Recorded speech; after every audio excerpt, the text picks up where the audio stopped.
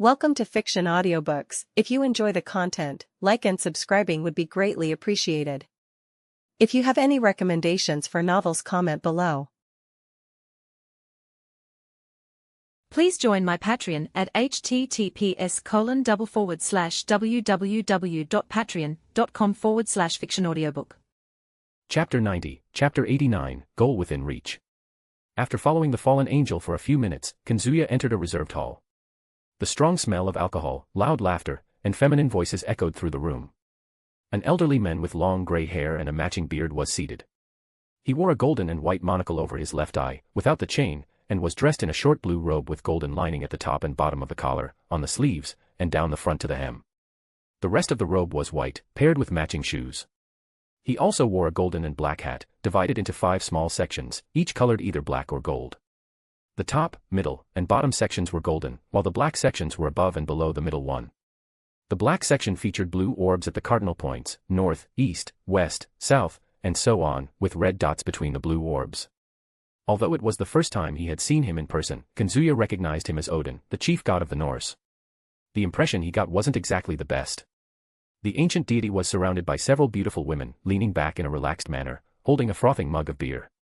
Azazel, sitting nearby, also had a glass in hand, with his usual smile of someone who reveled in chaos, but it wasn't surprising that he, too, was surrounded by women. Odin was the first to notice Kazuya. "Oh. So this is the famous Ryougi Kazuya. Ha ha ha. Finally. Come, boy, sit with me.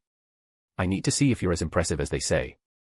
Kazuya looked at Odin, who seemed somewhat drunk. What kind of drink were these two having? Weren't deities supposed to have abnormal resistance and be incapable of getting drunk? Well, I guess that's why Azazel is friends with so many gods. He must have invented something to let them get drunk.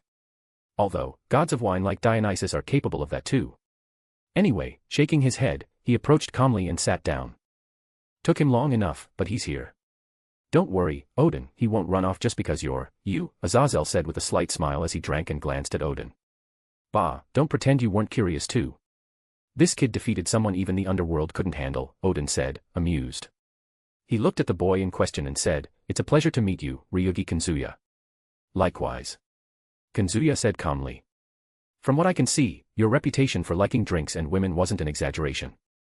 Odin laughed loudly. "Ha ha ha. Of course it wasn't. A man without drink and without women isn't a real man." Azazel rolled his eyes and added, "And a man who says that non-stop ends up dead early, but Odin never dies, so there's your proof." "You talk too much, Azazel. But, kid, I want to know something. Would you drink with me until one of us drops? That's the only way I'll know if I like you or not. I don't usually drink like that, but I think I can make an exception today. Look at that, bold. I want to see this too." Ha ha ha. "Then it's settled. Bring more barrels. This night doesn't end until one of us falls." Kazuya merely sighed lightly at Odin's enthusiasm, while Azazel settled further into his armchair, clearly excited to see how the contest would play out. It didn't take long for the waiter to return, pushing a wooden cart loaded with barrels of mead. The metallic clink of mugs being placed on the table echoed through the muffled hall, while the sweet, strong smell of the drink filled the air.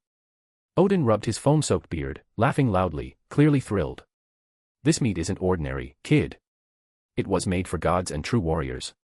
Even giants have fallen after a few mugs. Then let's see if it's really that strong. Ha ha ha.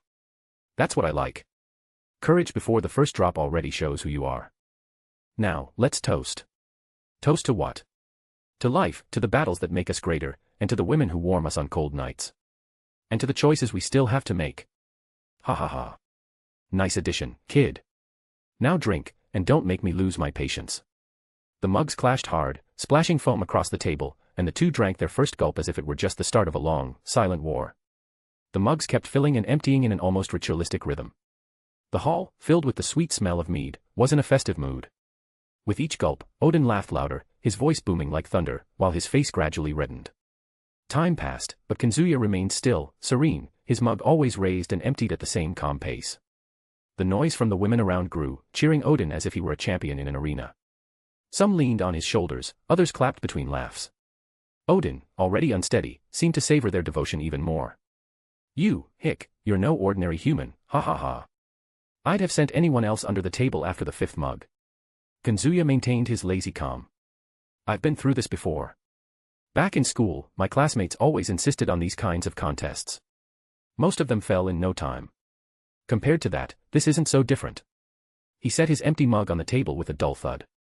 Meanwhile, Odin tried to aim for his mouth, but much of the mead was already dripping down his soaked beard. The god laughed, even louder, as if being so drunk was a victory in itself. Ha ha ha. So that's it.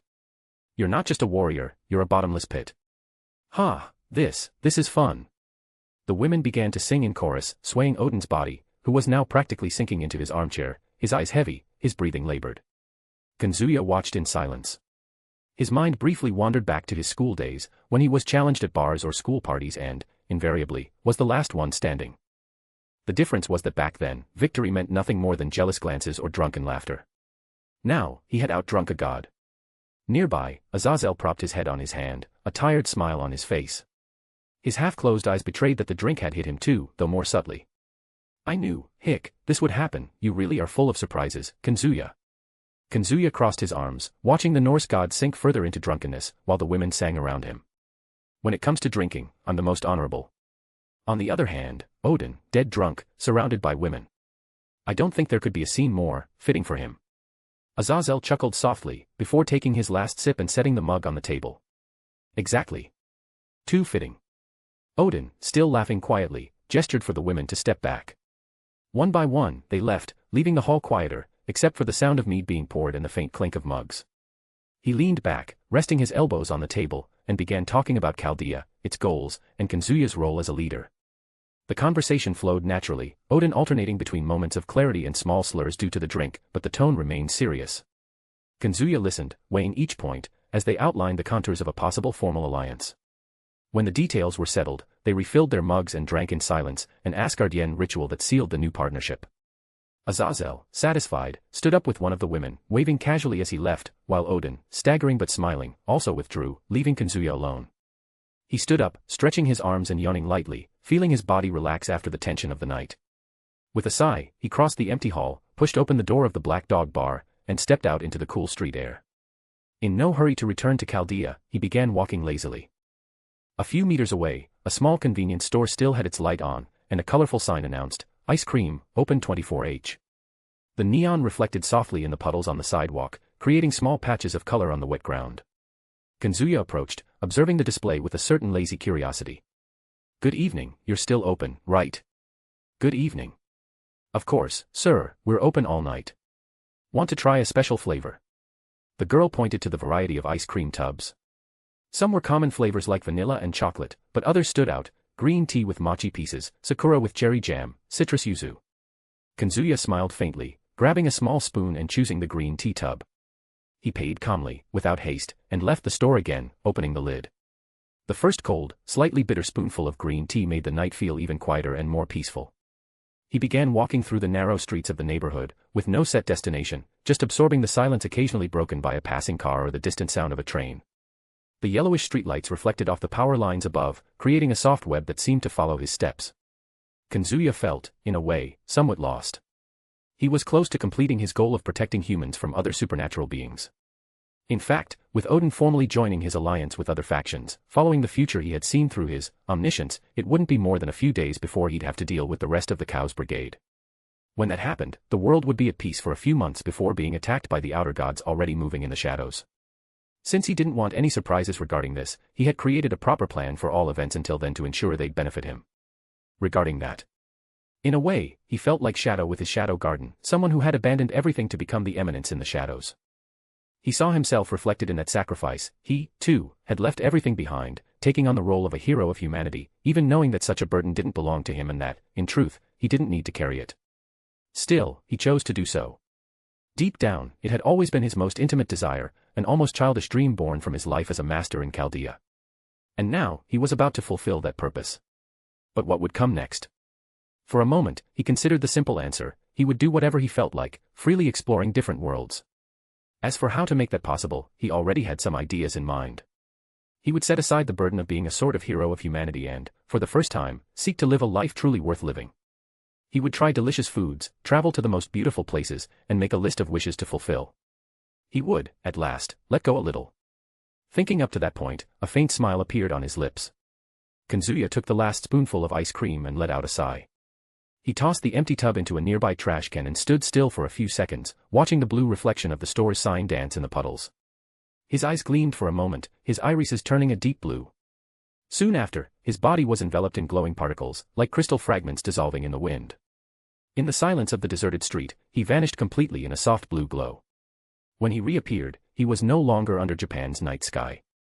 He was in his room within Chaldea's facilities. However, it wasn't the standard room masters received. The clinical, minimalist white had been replaced by a spacious, almost palatial area. The walls had been expanded through magic, covered in dark wood panels with golden details that reflected the light of enchanted lamps. A large oriental rug lay on the polished stone floor, absorbing the echo of footsteps. In the center stood a monumental bed, as wide as the space allowed, with navy blue silk curtains embroidered with shimmering runes that provided the utmost comfort, enhancing softness, ensuring better sleep without nightmares, and many other benefits. Kazuya removed his shoes and draped his coat over an ornate chair nearby. Then, he let himself fall lazily onto the bed, allowing the vastness of the sheets to envelop him like gentle waves. Through his mental connection, he informed his servants that he had returned to Chaldea and that, after a bath, he would personally prepare dinner for everyone. That was the plan, but 2 minutes later, someone entered his room. The door opened unceremoniously, revealing Medb, whom he had sensed long before she arrived. The Queen of Connaught was so beautiful that images of her didn't do justice to her real beauty.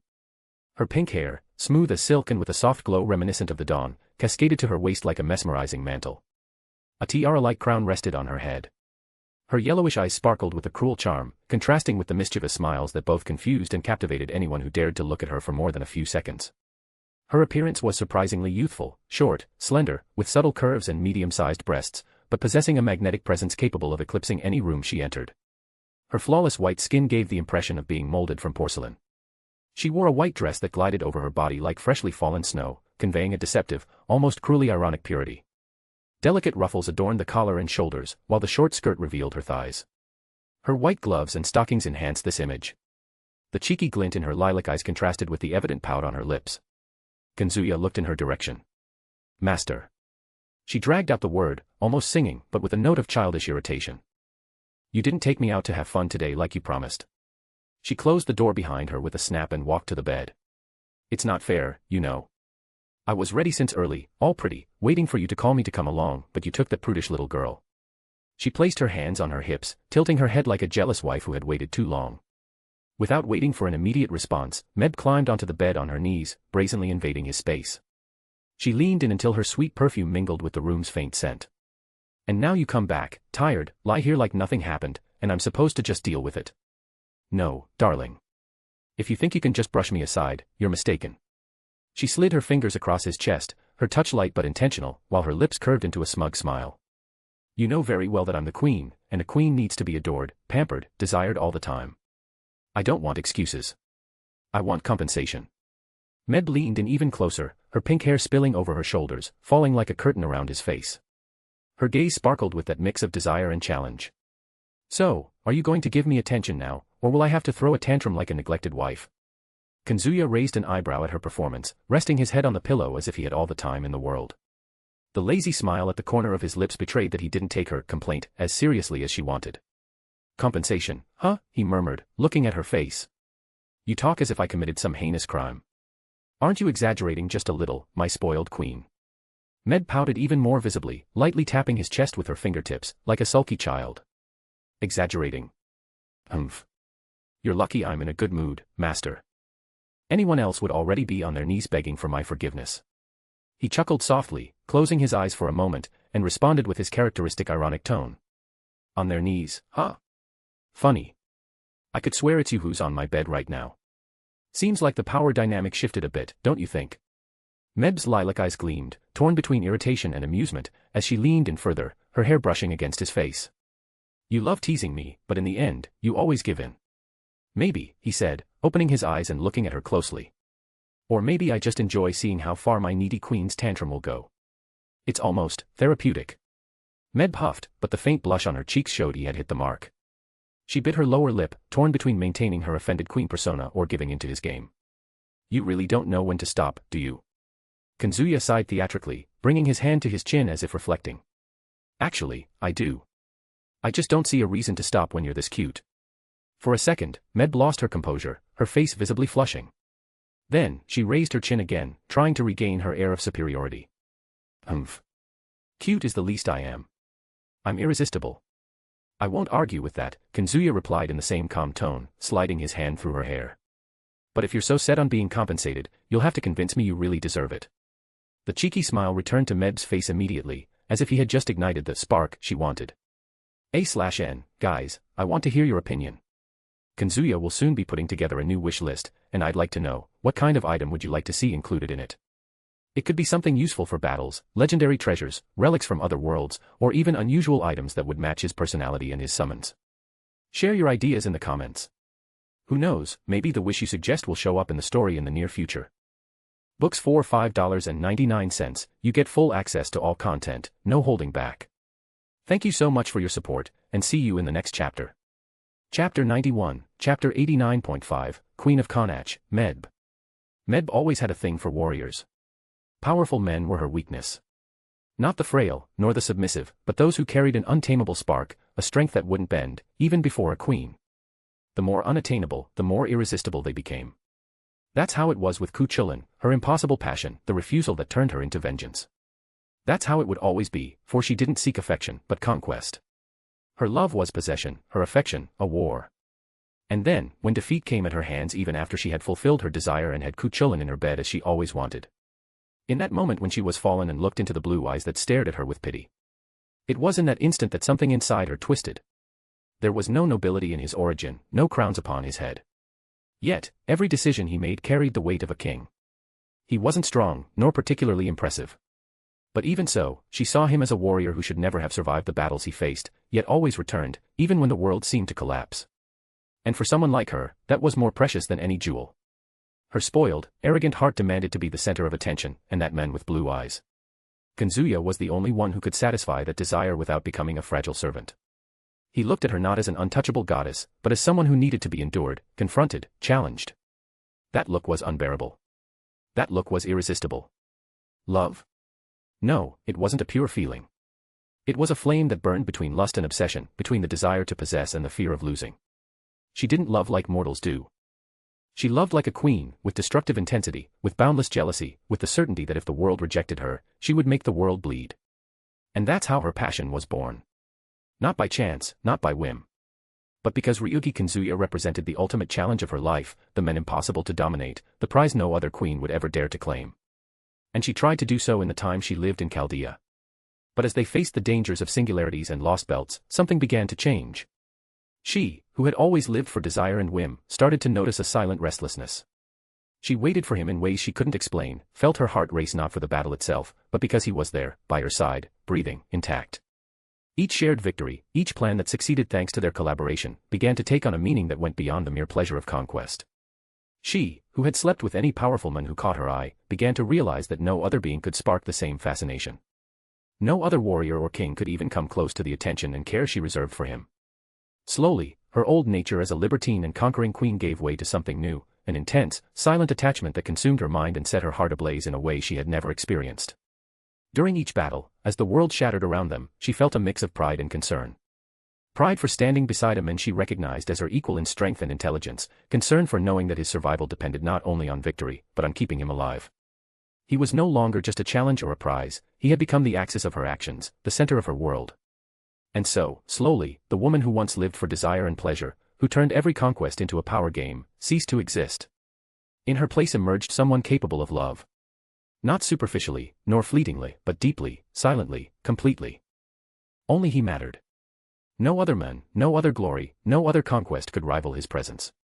She, the domineering and impetuous queen, now found her strength not in the lust of her freedom, but in the certainty that he was by her side, steadfast, untamable, unique. And for her, that was enough. Looking into those blue eyes, even more beautiful than she remembered, staring at her, how could she restrain herself? Especially after being apart for so long. Since he died and she returned to the throne of heroes, how much time had passed? All she had were memories of the moments she shared with the only man she loved, but now here she was again by his side.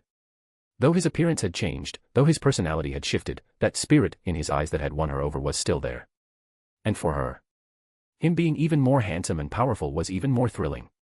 Without saying another word, she leaned in closer, her pink hair brushing against his face like a soft caress, before sealing her lips against his. The kiss began calm, almost chaste, but soon deepened as their tongues met, dancing in a slow, intense rhythm. The sweet scent of her perfume mingled with the warmth of her mouth. Kazuya let out a low sigh, his hands instinctively rising to her soft backside. His fingers sank into the firm, warm flesh, pulling her against him with force, her body pressing against his as desire took over their thoughts. Medb extended her arms, capturing his neck with a graceful movement, deepening the kiss even further. Their tongues intertwined with urgency, the wet sound of their lips clashing filling the room.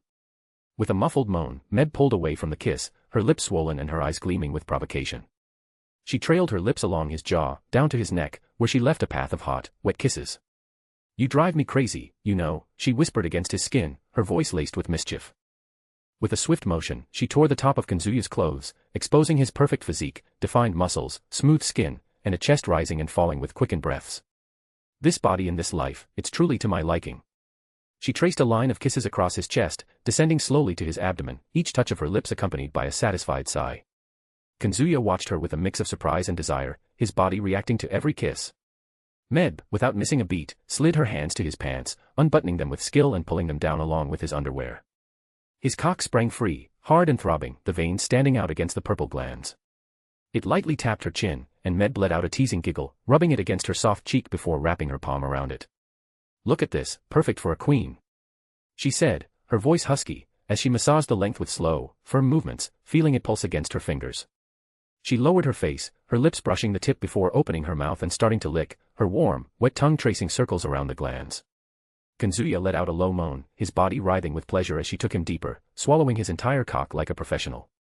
The wet sound of suction echoed in the room, mingling with his grunts and her muffled moans.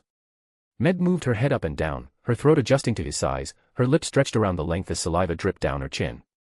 Kazuya curled his toes, the intense pleasure making his leg muscles contract, his hands instinctively gripping the sheets as he tried to control his breathing. "Fuck, Medb," he murmured, his voice hoarse, his eyes half closed in ecstasy. She responded with a muffled moan, her lips still wrapped around his cock as she sucked with almost voracious enthusiasm. Saliva dripped in streams down her chin, staining the sheets, the wet, rhythmic sound filling the room. Medb used one hand to assist, her fingers sliding along the length while her mouth worked the glands, licking and sucking with force. Her other hand, impatient, slipped into her white panties that barely covered her sexy ass, her fingers moving quickly as she masturbated, the damp fabric clinging to her skin with every movement. From where Kazuya lay, his view was limited, but from the opposite side, the scene was a spectacle, her round, firm ass swayed slightly with her movements, the white panties standing out against her pale skin, the delicate lace riding up her toned thighs, the fabric visibly soaked as her fingers' movements were clearly visible. She intensified the rhythm, her mouth descending deeper, her throat contracting around his cock as she moaned against it, the vibrations sending shocks of pleasure through Kazuya's body. Unable to resist, he grabbed her pink hair with both hands, his fingers tangling in the silky strands as he guided her, pushing her to take even more. Her throat bulged, a visible protrusion forming with the pressure of his cock, and tears began to well in the corners of her eyes. But she didn't back down, on the contrary, she seemed to relish the challenge, her fingers inside her panties moving even more furiously, the wet sound of her masturbation mixing with the sound of suction. The pleasure was overwhelming, and Kazuya felt his leg muscles tense, his toes curling as he tried to hold back his climax. Medb, sensing his trembling, sucked even harder. Suddenly, he lost control, a hoarse grunt escaping as he came, the hot jet shooting straight into her throat. The thick liquid filled her throat, and Medb swallowed with difficulty, her eyes rolling slightly, her consciousness nearly fading as his cock blocked her breathing. Panting, Kazuya firmly pulled her hair, yanking her off his cock with a loud, wet pop. His cock slipped out of her mouth, still throbbing, leaving a strand of saliva and cum dangling between Medb's lips and the glistening glands. She breathed heavily, her chest rising and falling rapidly, her eyes half closed and teary, but a satisfied smile curved her lips as she wiped her chin with the back of her hand. But it took no more than a second for her to recover. "Look at you, all soft after coming in my mouth. Don't tell me you're done already," Medb teased, tilting her head with a mischievous smile. "Who said that?" Kazuya replied with a slight grin. His cock was fully hard again. "Oh. Then." Medb straightened up on the bed, and with a quick, graceful movement, she tore off her white dress, letting it fall to the floor. Her body was exposed, her smooth, pale skin gleamed in the soft light of the room, her pink hair cascading over her shoulders and back like living silk, swaying with every movement. Her medium-sized, firm, perfect breast stood proud, the pink nipples hardened by the cool air and arousal, trembling slightly as she moved. Her small, pink pussy was swollen and glistening with moisture, the outer lips parted and pulsing, dripping with warm liquid. She let out a low laugh, climbing over him, her soft thighs brushing against his as she positioned her body. Let's see if that huge cock can handle a real queen. Kazuya raised an eyebrow, a lazy smile returning to his lips. Conquering, huh? Careful not to get lost along the way, my spoiled queen, he teased back, his hands resting on her thighs, feeling the warmth of her skin. Med huffed, but the glint in her eyes betrayed the pleasure his words brought her. With a slow, deliberate movement, she grabbed his still hard cock, guiding it to the entrance of her pussy. The glands brushed against her wet lips, and she let out a low moan, biting her lip as she began to lower herself. Let's see if you're as untamable as you seem. She whispered, pushing herself down, his cock slowly stretching her open. The sensation was intense, her pussy stretching to accommodate his length. With a long, trembling moan, Med finally took him all in, her hips settling against his. Fuck, so good, she gasped, starting to ride him. The movement was slow at first, her hips rising and falling with grace, her tight pussy sliding along his cock, the wet sound echoing in the room. Her breasts bounced gently, her pink hair dancing around her face as she stared at him with a triumphant smile. Kazuya, lost in pleasure, grabbed her ass, his fingers sinking into the soft, warm flesh, and gave a firm slap, the smack resounding. Ah. Med moaned loudly, the indescribable pleasure taking over as she quickened her pace, her hips slamming against him with force, her pussy pulsing around his cock. The heat and pressure were overwhelming for Kazuya, who sighed with pleasure. As she rode him, she threw her head back, her hair falling like a curtain. In no time, her body began to tremble, her muscles contracting as an intense orgasm hit her. With a muffled scream, she stopped riding, collapsing onto his chest, her body limp and panting, her pussy still contracting around him.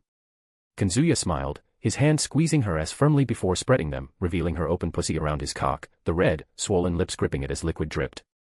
Without wasting time, he began to thrust hard, his hips rising to meet hers, the sound of the bed filling the air.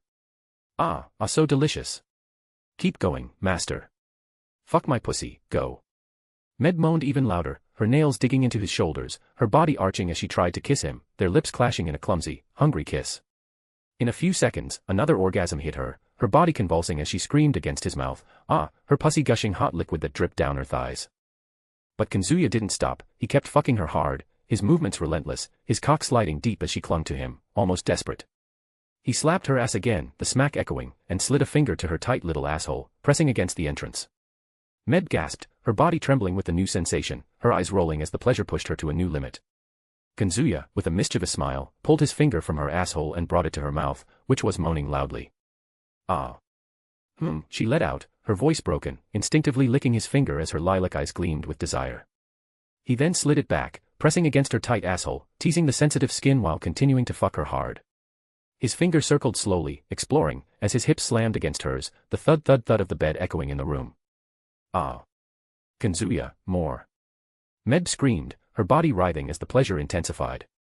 Her pussy pulsed around his cock, and in a few moments, another orgasm hit her, her body trembling violently as she screamed, ah. I'm coming. The hot liquid gushed, dripping down her thighs, and Kazuya, feeling the tightness, came right after, filling her pussy with hot jets. The sensation made her come even harder, her body convulsing as the excess dripped, staining the sheets. Without giving her a break, Kazuya flipped her over with a firm motion, placing her on her back against the bed. He lifted her legs, spreading them into an M shape, as he continued to fuck her. The view was clear for him, her swollen, red pussy stretched around his cock, the lips gripping it with every thrust, the mixed liquid glistening in the light, his hips moving with force, the wet, rhythmic sound filling the air. Med moaned non-stop, ah. Harder. Her hands clutching the sheets as the pleasure consumed her. He fucked her with intensity until he came again, the hot jet flooding her once more, making her arch her back with an ah. So good. Without missing a beat, Kazuya put her on all fours, her round ass raised before him. He teased her asshole, his finger sliding along the entrance as he spread her cheeks with the other hand, exposing her stretched pussy. His cock went in and out, the swollen lips contracting around it, and Med moaned loudly. Kazuya. Don't stop. Ah. Her body rocked with every thrust as he admired her on all fours, her raised ass trembling with each impact. The room was filled with the wet sound of his cock sliding in her pussy, the red, swollen lips gripping it tightly, the mixed liquid dripping down her thighs and onto the crumpled sheet. Kazuya held her ass firmly, his fingers sinking into the soft flesh, as he thrust hard. Her pink hair fell messily over her face, some strands sticking to her sweaty skin, and her moans came out broken. Ah. More. He felt the tight heat around his cock, her pussy pulsing with every movement, and the pleasure climbed up his spine, making his leg muscles tense. With a hoarse grunt, Kazuya sped up, his thrusts becoming deeper and faster, the sound of flesh colliding growing louder. Med threw her head back, her breasts bouncing under her body, her hardened pink nipples brushing against the sheet as she was forced into a position like a stretching cat, her upper body on the bed and her lower body raised to be fucked hard. Kazuya. I'm close. Ah, she screamed, her body trembling as her orgasm approached. He felt the tightness increase, her pussy contracting around him, and with one last hard thrust, he came, the hot jet flooding her as she screamed, ah. You filled me. The thick liquid overflowed, dripping down her thighs in viscous strands, staining the bed as they both panted, her body still pulsing. Exhausted, Meb collapsed with her upper body, her head sinking into the pillow, her ass still raised by instinct. A low, wet sound escaped her pussy, pushing his cum out, the white liquid slowly dripping down her pale skin as she breathed heavily, her eyes half closed with pleasure. Kazuya smiled, his cock still hard, and leaned in, rubbing the glands against her tight asshole. The wrinkled, pink skin reacted to the touch, contracting slightly, and he murmured a low spell, a soft light enveloping his cock and lubricating it with a warm, slippery liquid that glistened for a moment before spreading.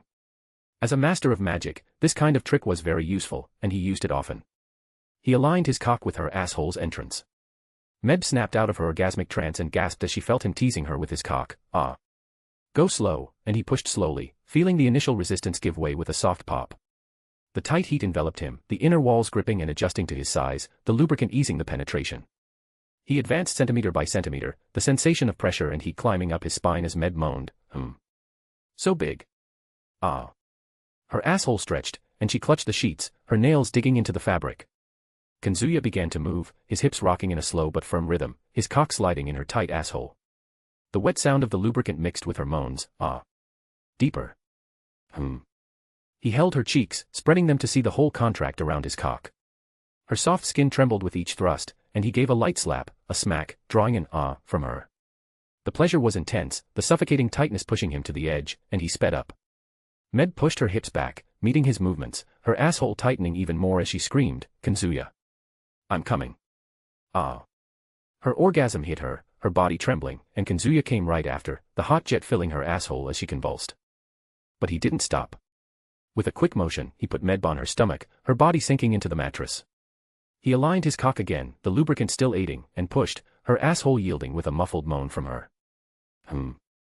Again. Ah. The position was deeper, her body's weight pressing his cock even further, and Kazuya felt the scalding heat enveloping him completely. He held her hips, his fingers digging into her skin, and began to thrust, the rhythm slower but intense, his cock sliding all the way in. The sound was more muffled now, slap. Slap. Slap, The sound of their bodies colliding mixed with Meb's hoarse moans, ah. So good. Her ass trembled with each impact, the soft flesh rippling, and he spread her cheeks with his hands, seeing her asshole stretch around his cock, the lubricant glistening like magical oil. Meb buried her face in the pillow, her pink hair splayed out, her hands clutching the fabric as the pleasure consumed her. Kazuya. Don't stop. Ah, she screamed, her body arching with each thrust. He felt the heat and pressure building, her asshole tightening even more, and with a low grunt, he came again as she trembled, another orgasm hitting her with an ah. I'm so full. They both collapsed, panting, the air heavy with the scent of sex and sweat. Kazuya leaned back, pulling Meb against him, her body still trembling slightly. She turned her face, her eyes teary and an exhausted smile on her lips, murmuring, You really are the best, master. He chuckled softly, stroking her hair, feeling the warmth of their entwined bodies as the room fell back into silence, broken only by their heavy breaths. Books for $5.99, you get full access to all content, no holding back. Thank you so much for your support, and see you in the next chapter. Chapter 92, Chapter 90, I Want Humbuggers. About 2 hours later, the door to Kazuya's room opened. He stepped out with a towel draped over his shoulders and wearing an anything but subtle pair of pajamas, featuring a flashy print that resembled a smiling Gojo Satoru scattered across the fabric. The contrast between the comical pajamas and Kazuya's naturally intimidating presence made the scene almost surreal. Beside him, Meb walked as if she had just conquered the world. The lazy smile on her face, her half-closed eyes radiating pure contentment, and her light steps made it abundantly clear just how satisfied she was. There was an aura of happy wife so blatant that anyone who saw them would know exactly what had happened. You really overdo it. I've never taken a bath as long as I did today. Kazuya remarked, adjusting the towel on his shoulder. You could say you won the battle without needing to parade around the hallway with that victorious queen smile. Meb chuckled softly, deliberately brushing her shoulder against his. Overdo it. Darling, if I were overdoing it, you'd be passed out until tomorrow. I think the one who passed out twice was you, though it's honestly impressive how quickly you regained consciousness. Kazuya let out a light sigh, shaking his head, but the faint smirk he couldn't hide showed he was enjoying himself. They continued down the softly lit hallway toward the dining hall.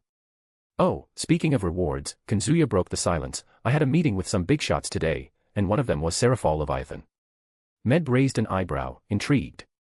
And what did that sparkly, glitter-filled girl want with you? She offered marriage, he replied bluntly, as if discussing the flavor of tea. A political arrangement. She becomes my wife, and in exchange, we formalize an alliance between factions. Med paused for a moment, glancing at him sideways, then let out an incredulous chuckle. And you're telling me this now, after 2 hours with me?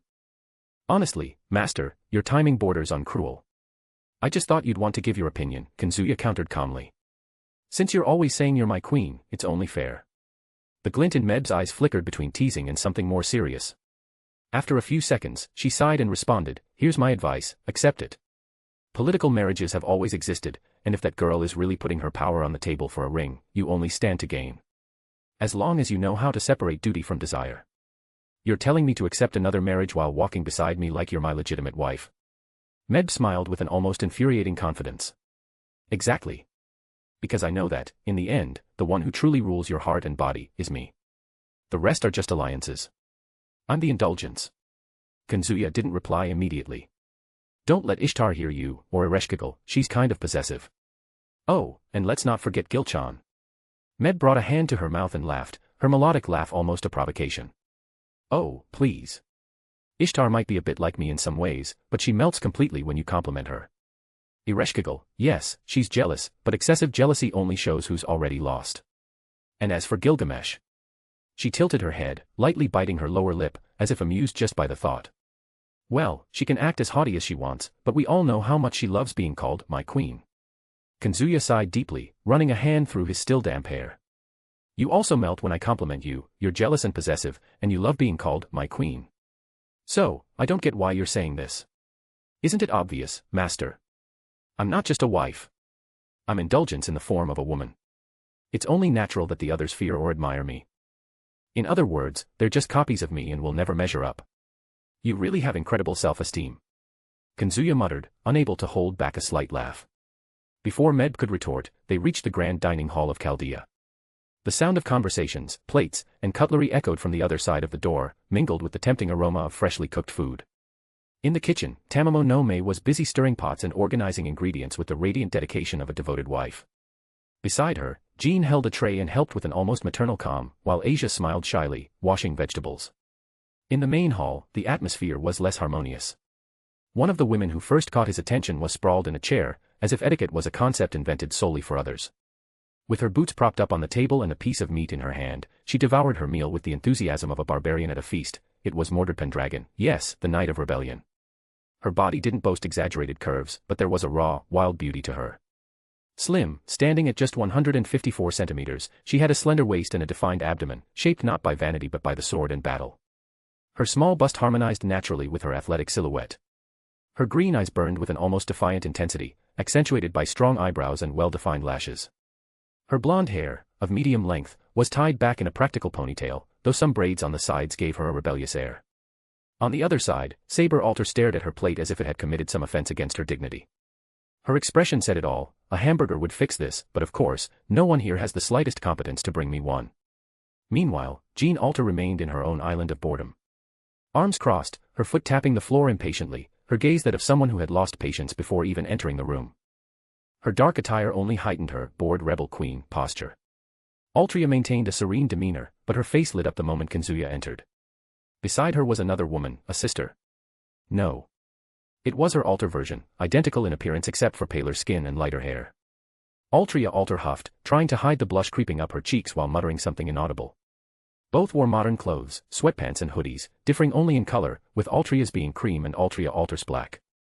And finally, Enkidu, seated calmly, offered a serene smile, as if immune to the chaos brewing among the jealous wives, though the glint in their eyes betrayed a quiet joy at seeing Kazuya. Silence fell for a moment as everyone noticed their entrance. It wasn't just Kazuya's imposing figure in ridiculously flashy Goju-printed pajamas, but also Med's clearly satisfied and smiling demeanor, walking beside him as if she were the rightful lady of the house. You've got to be kidding me, Jalter was the first to speak, eyes widening as she pointed. That pajama. What is that, master? A crime against fashion. Salter muttered, rolling her eyes. Utterly undignified. I think it's cute. Altria said with a calm expression. Ridiculous. Altria Alter shot back, but quickly averted her gaze, hiding the smile threatening to escape. Mordred nearly choked on her meat from laughing so hard. Ha ha ha ha. Master, you look like a mix of samurai and circus clown. Before the chaos could escalate further, a gentle voice echoed calmly through the hall. I think it's cool. Enkidu, seated in their serene posture, tilted their heads slightly. Those pajamas suit you, master. Thanks, Enkidu.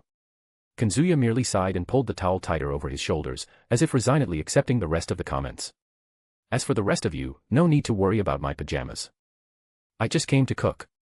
From the kitchen, Tamamo raised her head and beamed with a radiant smile. Ah, Goshijin-sama. I've already got half of it ready for you. Come here, let's cook together, like a real couple. As he waved to all the servants in the dining hall and headed to the kitchen, Meb let out a victorious laugh at the other wives' reactions and approached, saying, Phew. I can finally rest a bit. Being with the master is exhausting, if you know what I mean. Such a shame we had to come to the dining hall. The dining hall erupted into a buzz of jealousy, teasing, and crossed glances. Kazuya merely sighed at it all. It was Meb, being Meb. He entered the kitchen, tossing the towel over a nearby chair. The space was warmed by the steam from the pots and the comforting aroma of food being prepared. Tamamo no Mae immediately bounded over, her tail wagging as if she couldn't contain her happiness. She had beautiful, large, sparkling yellow eyes that shifted into golden hues.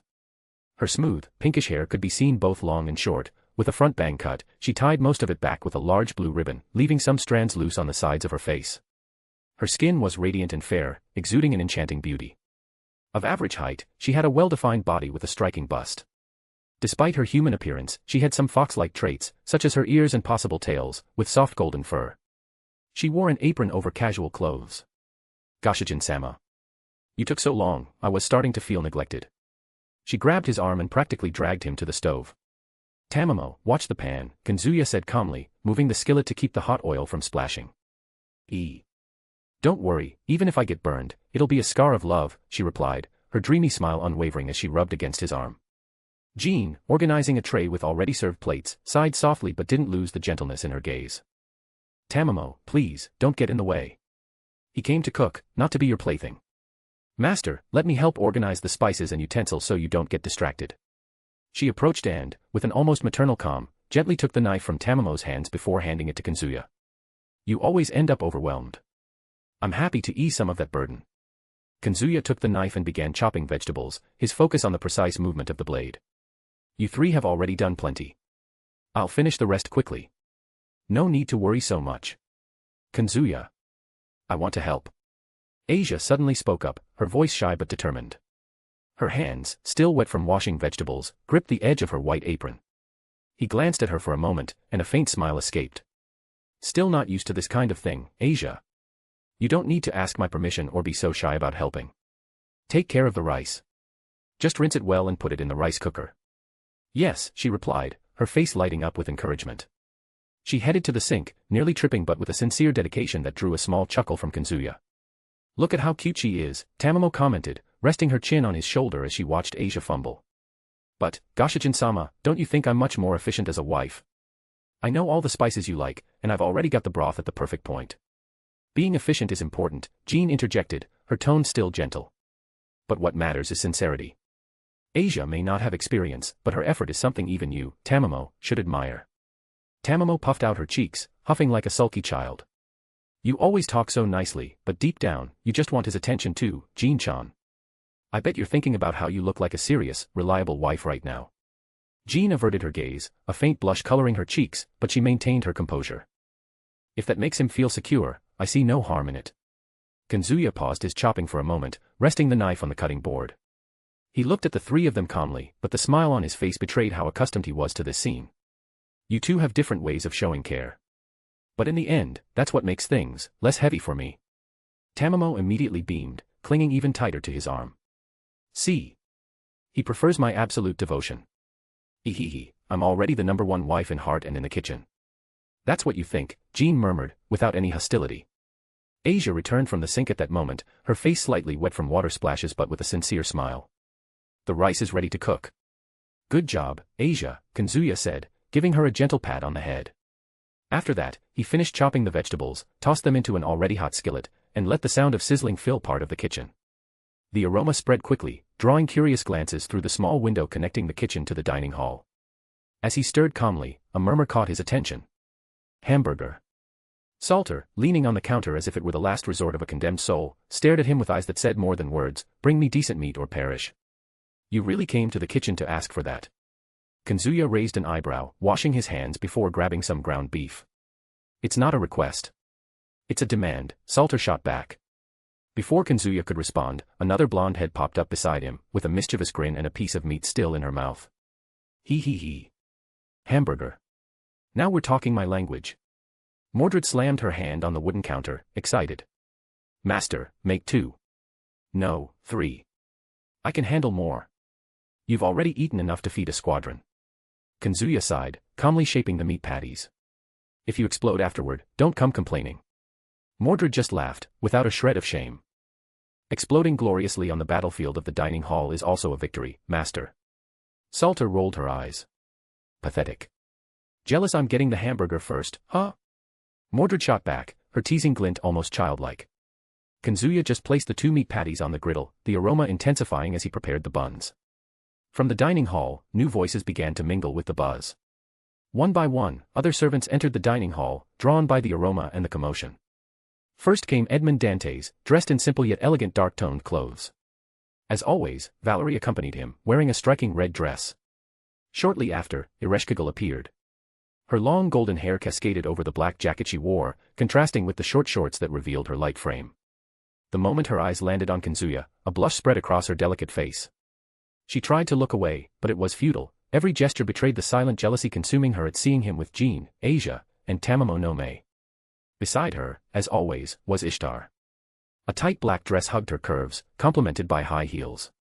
Her sharp eyes first darted to Meb, then to Kazuya, and she huffed. The next to enter was Miyamoto Musashi, who, contrary to what many might imagine, was a woman. A young woman with light pink hair swept to the side, with a playful ahogue and adorned with a black and red flower-shaped accessory, from which flowed fluttering ribbons. Her blue eyes sparkled with intensity, conveying both grace and confidence. Her outfit drew even more attention. She wore a sleeveless top with a deep neckline, predominantly in dark tones, decorated with red and gold details. Her high-waisted skirt, in red and blue, featured a bold slit on the right side, revealing thigh-high black stockings. Secured by an ornate belt with intricate patterns and multiple layers, the piece blended the same vibrant colors as the rest of her attire. Over the top, she wore a long, flowing cape that matched the skirt and was marked by elaborate designs. The inner lining, adorned with leaf patterns, completed the refined motif. Her left arm was covered by a wide-ended red sleeve, while her right arm remained bare except for a black and red armband on her upper arm. On her wrist, ornate golden bracelets completed the contrast. On her feet, red and blue pointed boots with golden buckles reached her knees, perfectly harmonizing with the ensemble. And, of course, Musashi wouldn't be complete without her trademark, 2 katanas. The blades rested in ornate blue sheaths, their handles so intricately decorated they seemed like works of art in themselves. Hey, Master. That smell, is that hamburger? If it is, save 4 for me. Thanks. She immediately came to the counter and ordered with a smile before heading to a table, thanking him without even waiting for a response. A few moments later, Ozymandias strolled in calmly. The pharaoh walked as if he were in his own palace, his arrogant posture contrasting with Chaldea's simple environment. His elegant garments gleamed under the light, and his confident smile betrayed how much he already considered himself above everyone there. Humph. At least the aroma is worthy of my royalty. I hope the taste doesn't insult me. And then, Gilgamesh entered next and went straight to the table beside Enkidu. Her gaze swept the room, and for a moment, it met Kazuya's. The tension in the air was immediate, but there was also a faint, dangerous, and enchanting smile at the corner of her lips. In the kitchen, Kazuya flipped the hamburgers on the griddle, ignoring the growing chaos. I'm already starting to regret coming to cook today. He muttered under his breath, but Tamamo heard and laughed, wagging her tails. Don't say that, Gashijin-sama. Your wife's love makes any effort worthwhile. Jean sighed, adjusting the tray. It's going to be a long night. Books for $5.99, you get full access to all content, no holding back. Thank you so much for your support, and see you in the next chapter. Chapter 93, Chapter 91, Nostalgia. The last dish was ready. Kazuya wiped down the counter and looked up at the dining hall. The place was already nearly full. Besides Salter, Jalter, Altria, Mordred, Ozymandias, Enkidu, Gilgamesh, and Musashi, other servants had arrived not long after. Karna and Arjuna shared the same table, sitting in an uncomfortable silence that didn't need words to be noticed. Had they spent a long time in the simulation room fighting again? Scathach was calmly chatting with Medusa and Medea seated nearby, while Scotty observed with her usual composure. Kukulkan and Quetzalcoatl were laughing together, animated, as if caught in an endless conversation. Nero Claudius was gesticulating excessively to Ishtar and Ereshkigal, as if every comment deserved a theatrical performance. BB, of course, was there with her mischievous grin, clearly plotting some mischief even before the meal began. The Knights of the Round Table occupied an entire table. Lancelot, in his berserker form, remained silent. Gawain maintained impeccable posture, Tristan absent-mindedly strummed an imaginary melody, and the others exchanged occasional remarks among themselves. Merlin seemed to be scheming as usual, with that sly smile that fooled no one, but she quickly paled when she caught the suspicious gazes of her king, as both Artorius eyed her warily. Semiramis observed everything in silence, ignoring Mordred's insults, while Nobunaga laughed loudly at something Musashi said. Morgan sat watching in his direction like a possessive wife. Kazuya sighed softly. There were so many people. Far too many. And as if the dining hall weren't crowded enough, the door opened again. Mashu entered first, with her usual warm demeanor, followed by Da Vinci-chan, who seemed to be enjoying herself just by being there, and Nikola Tesla, who looked serious, as if ready to start a debate at any moment. He adjusted the tray in his hands and stepped out of the kitchen. The dining hall's chatter quieted for a few seconds, just long enough for dozens of eyes to turn toward him. Finally, Nero Claudius exclaimed, standing up theatrically. My praetor has at last worked his magic in the kitchen. TCH. Ishtar huffed, crossing her arms. If he belongs to anyone, it's definitely not you. Ha! Care to repeat that, second-rate goddess? Nero raised her chin, puffing out her chest as if about to start an opera right there. Quetzalcoatl laughed loudly, slamming the table as if in a tavern. Come on, come on. First we eat, then we fight, see. Meanwhile, BB nudged Mashu with her elbow, a mischievous grin on her face. So, number one Kohai, aren't you going to grab his hand and say, Senpai, sit next to me? BBB-san. Mashu nearly choked with embarrassment, her face turning as red as a ripe fruit. At the knight's table, Tristan sighed, as always. The music of the banquet begins, and it already sounds like a tone of rivalry. How tragic. You complain about everything, Tristan, Gawain said firmly, though with a slight smile. We should be grateful for the food.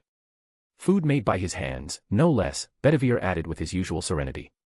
Scathach, seated with impeccable posture, raised her voice in a neutral tone. Behave yourselves, or I'll punish half this room. Nobunaga laughed so loudly it echoed off the walls. Cuckoo. That I'd love to see. Kazuya sighed, placing the first tray at the center of the main table. If you start fighting before I finish serving, there'll be no dessert. That was enough to freeze Nero in place and make Ishtar swallow hard. Then the door opened once more. A faint scent of sake filled the air before the figure even appeared. Shuden Doji entered slowly, her steps light, her gaze languid, and her smile provocative. Era, Anata. She called, dragging out her voice as she walked toward him. You've got my portion ready, haven't you? A chorus of female glares fell on Kazuya in an instant. All his wives, each with a different level of veiled jealousy, reacted to the Oni's call. TCH, that Oni again. Ereshkigal muttered, looking away, though her cheeks flushed. Gilgamesh, however, seemed unperturbed, resting her chin on her hand. Humph, I see no issue.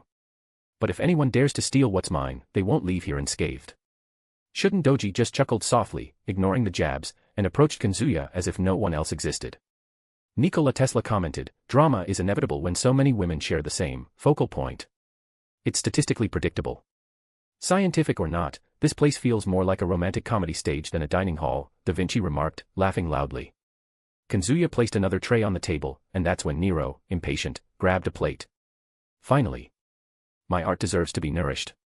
Ishtar immediately yanked the plate from her hand. That's mine. What? Insolence.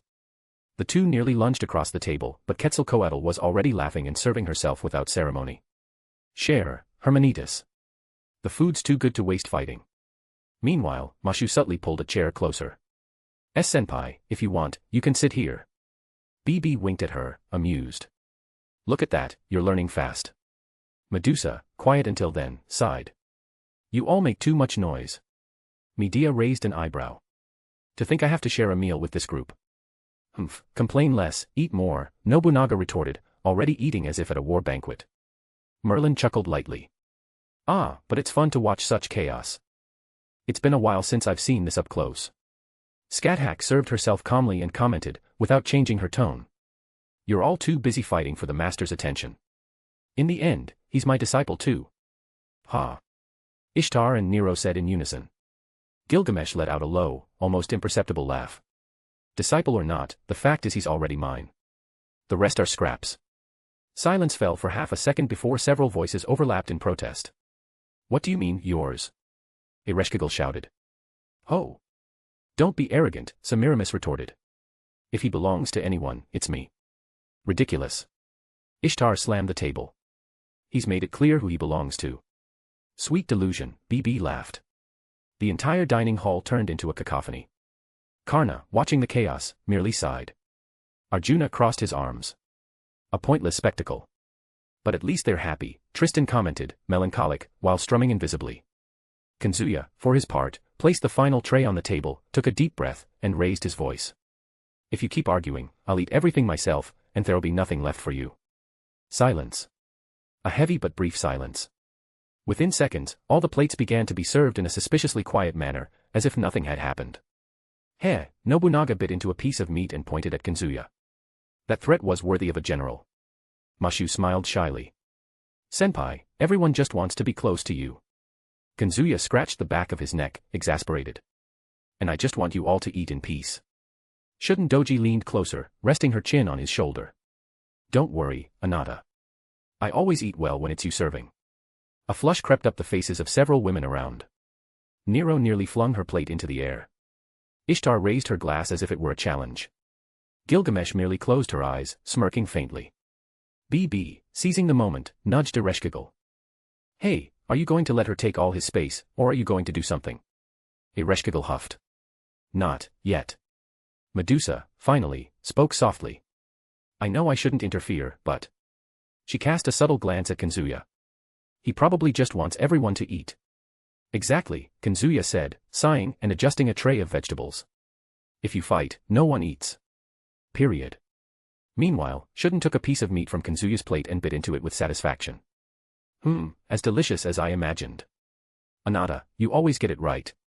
Don't be so brazen, Nero muttered, crossing her arms, though her face betrayed jealousy. Look who's talking. Tamamo no Mae shot a glance at the Roman Empress. She had just sat down, unfortunately far from her husband. What did you say, you vixen? Nero was visibly offended. The two, as usual, didn't get along. Gilgamesh merely rolled her eyes. This is tedious. Ishtar rolled her eyes too but grabbed her plate, hiding her blush. He's mine, but if everyone wants to eat, fine. As the chatter continued, BB began to tease, I wonder what Lancelot Berserker thinks of all this. Bet he's enjoying it deep down. Lancelot, silent as ever, merely raised his fork and ate, ignoring the provocation, while Gawain cast an amused glance at Tristan, who sighed melancholically about the tragedy of the banquet. Kazuya just smiled. No matter how many times they had dined together in recent days, it always felt nostalgic to him. The sound of cutlery finally dominated the dining hall. For a few minutes, the chaos of teasing and jealousy seemed to dissolve into chewing, stifled laughter, and side conversations. Karna, seated in silence, ate almost meditatively. Enkidu, beside him, watched with that serene smile that seemed to carry centuries of untold stories. You always eat too slowly, Karna, Enkidu commented lightly. Even Bedivir's already halfway through his plate. Bedivere tilted his head slightly, polite as always. The flavor deserves to be savored slowly, actually.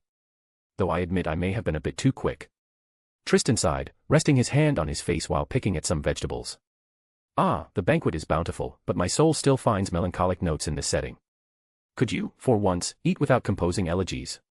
Gawain teased, with a half-smile that tried to lighten the mood. Lancelot, oblivious to it all, just chewed intensely, eyes fixed on his plate, ignoring the banter. Ozymandias leaned back in his chair as if on a throne, biting into a piece of meat with a satisfied air. Humph. Nothing like a banquet worthy of my presence.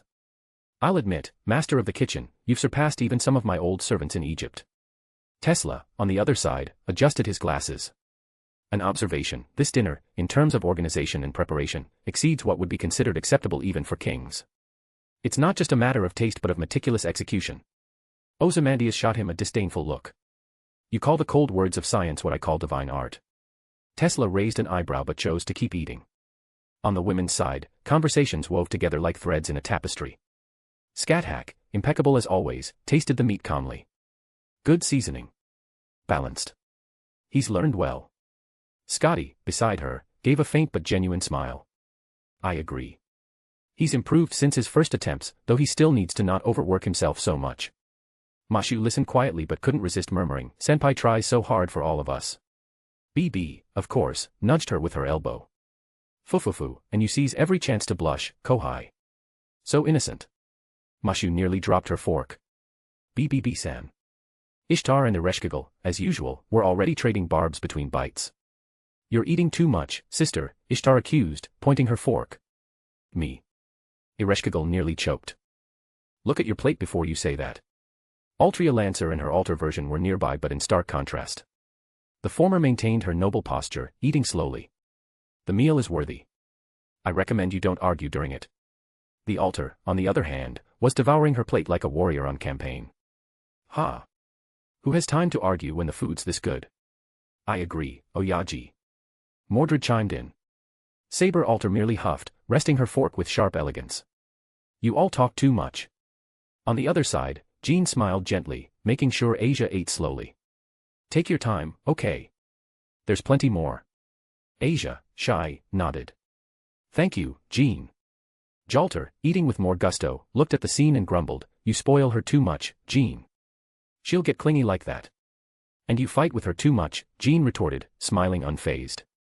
Valerie, meanwhile, seemed distracted, her eyes always seeking Edmond Dantes, who ate silently, apart from everyone. Each time he raised his fork, her heart seemed to race. Meb, ever bold, rested her chin on her hand. Ha, at least she knows what she wants. Unlike you all, hiding your jealousy of the master. Morgan, from the other side, shot her a cold, possessive glare. And you talk too much. Quetzalcoatl laughed loudly, piling more food onto her plate. Excellent. Nothing like a banquet full of passion and strong voices, see. Kukulkan, smiling, tried to rein her in. You'll end up scaring the quieter ones. Medusa, truly quiet, barely touched her food, though her plate was full. You're all too loud. Medea raised an eyebrow, sipping her wine. To think a simple dinner could feel like a chaotic court meeting. Semiramis, elegant as always, limited herself to observing but couldn't resist a comment. Deep down, you're all trying to get his attention. How pathetic. Merlin, who had been merely smiling, rested her chin on her hand. Oh, but it's entertaining to watch. Gilgamesh, indifferent, replied without opening her eyes. Childish amusement. But I'll admit, this chaos has a certain charm. Oda Nobunaga was already laughing with Musashi, who was recounting some travel anecdote. Cuckoo. So you really drank so much you forgot the city's name. Nobunaga laughed, nearly knocking over her glass. Not my fault. That sake was too strong, Musashi justified, laughing along. Between bites, Kazuya finally managed to sit down. Mashu discreetly adjusted a chair so he'd sit beside her, and Shuden was already leaning dangerously close, offering him sake with a languid smile. No need, Shuden. He sighed, accepting just a sip. Anata, always so shy, she murmured, chuckling. Valerie, unable to hold back, turned to Edmund. Do you like banquets like this? He raised his eyes, calm, his voice low as always. No. But I tolerate them when they're noisy from happiness, not pain. She blushed deeply, clutching her plate as if it were a shield. In the corner, Karna lifted his eyes for the first time. Even in the noise, there's peace when everyone's satisfied. Gawain nodded firmly. I agree. It's a privilege, one we must preserve. Tristan sighed but gave a faint smile. Even I can't deny, this melody is harmonious. Ozymandias raised his glass. Then let us celebrate. It's not every day you see so many figures gathered in a banquet. Quetzalcoatl slammed the table, laughing. Eso. Let's celebrate. Even Bedivere raised his glass, discreet but sincere. Kazuya scratched the back of his neck, embarrassed by so many eyes on him again. The dinner then followed its usual course. As they ate, they talked about trivial matters, but more significant topics arose as well. For instance, Merlin mentioned Lu Fei, who had become her disciple and missed the master. This sparked some comments from the Knights of the Round Table, especially since there was a Pendragon with the same name as their king, which felt almost blasphemous to some, particularly given the young one's weakness. Kazuya, however, responded naturally that she could see him whenever she wished. After their defeat at Chaldea's hands about a month ago, both had joined his organization as spies. Arthur joined Vala's team in Grigori, while Lu Fei, originally meant to act as a spy in the human magical organization, ended up becoming Merlin's disciple. He also commented on the demon's movements in the underworld, to the jealousy of his servants. Another topic was what they would do next.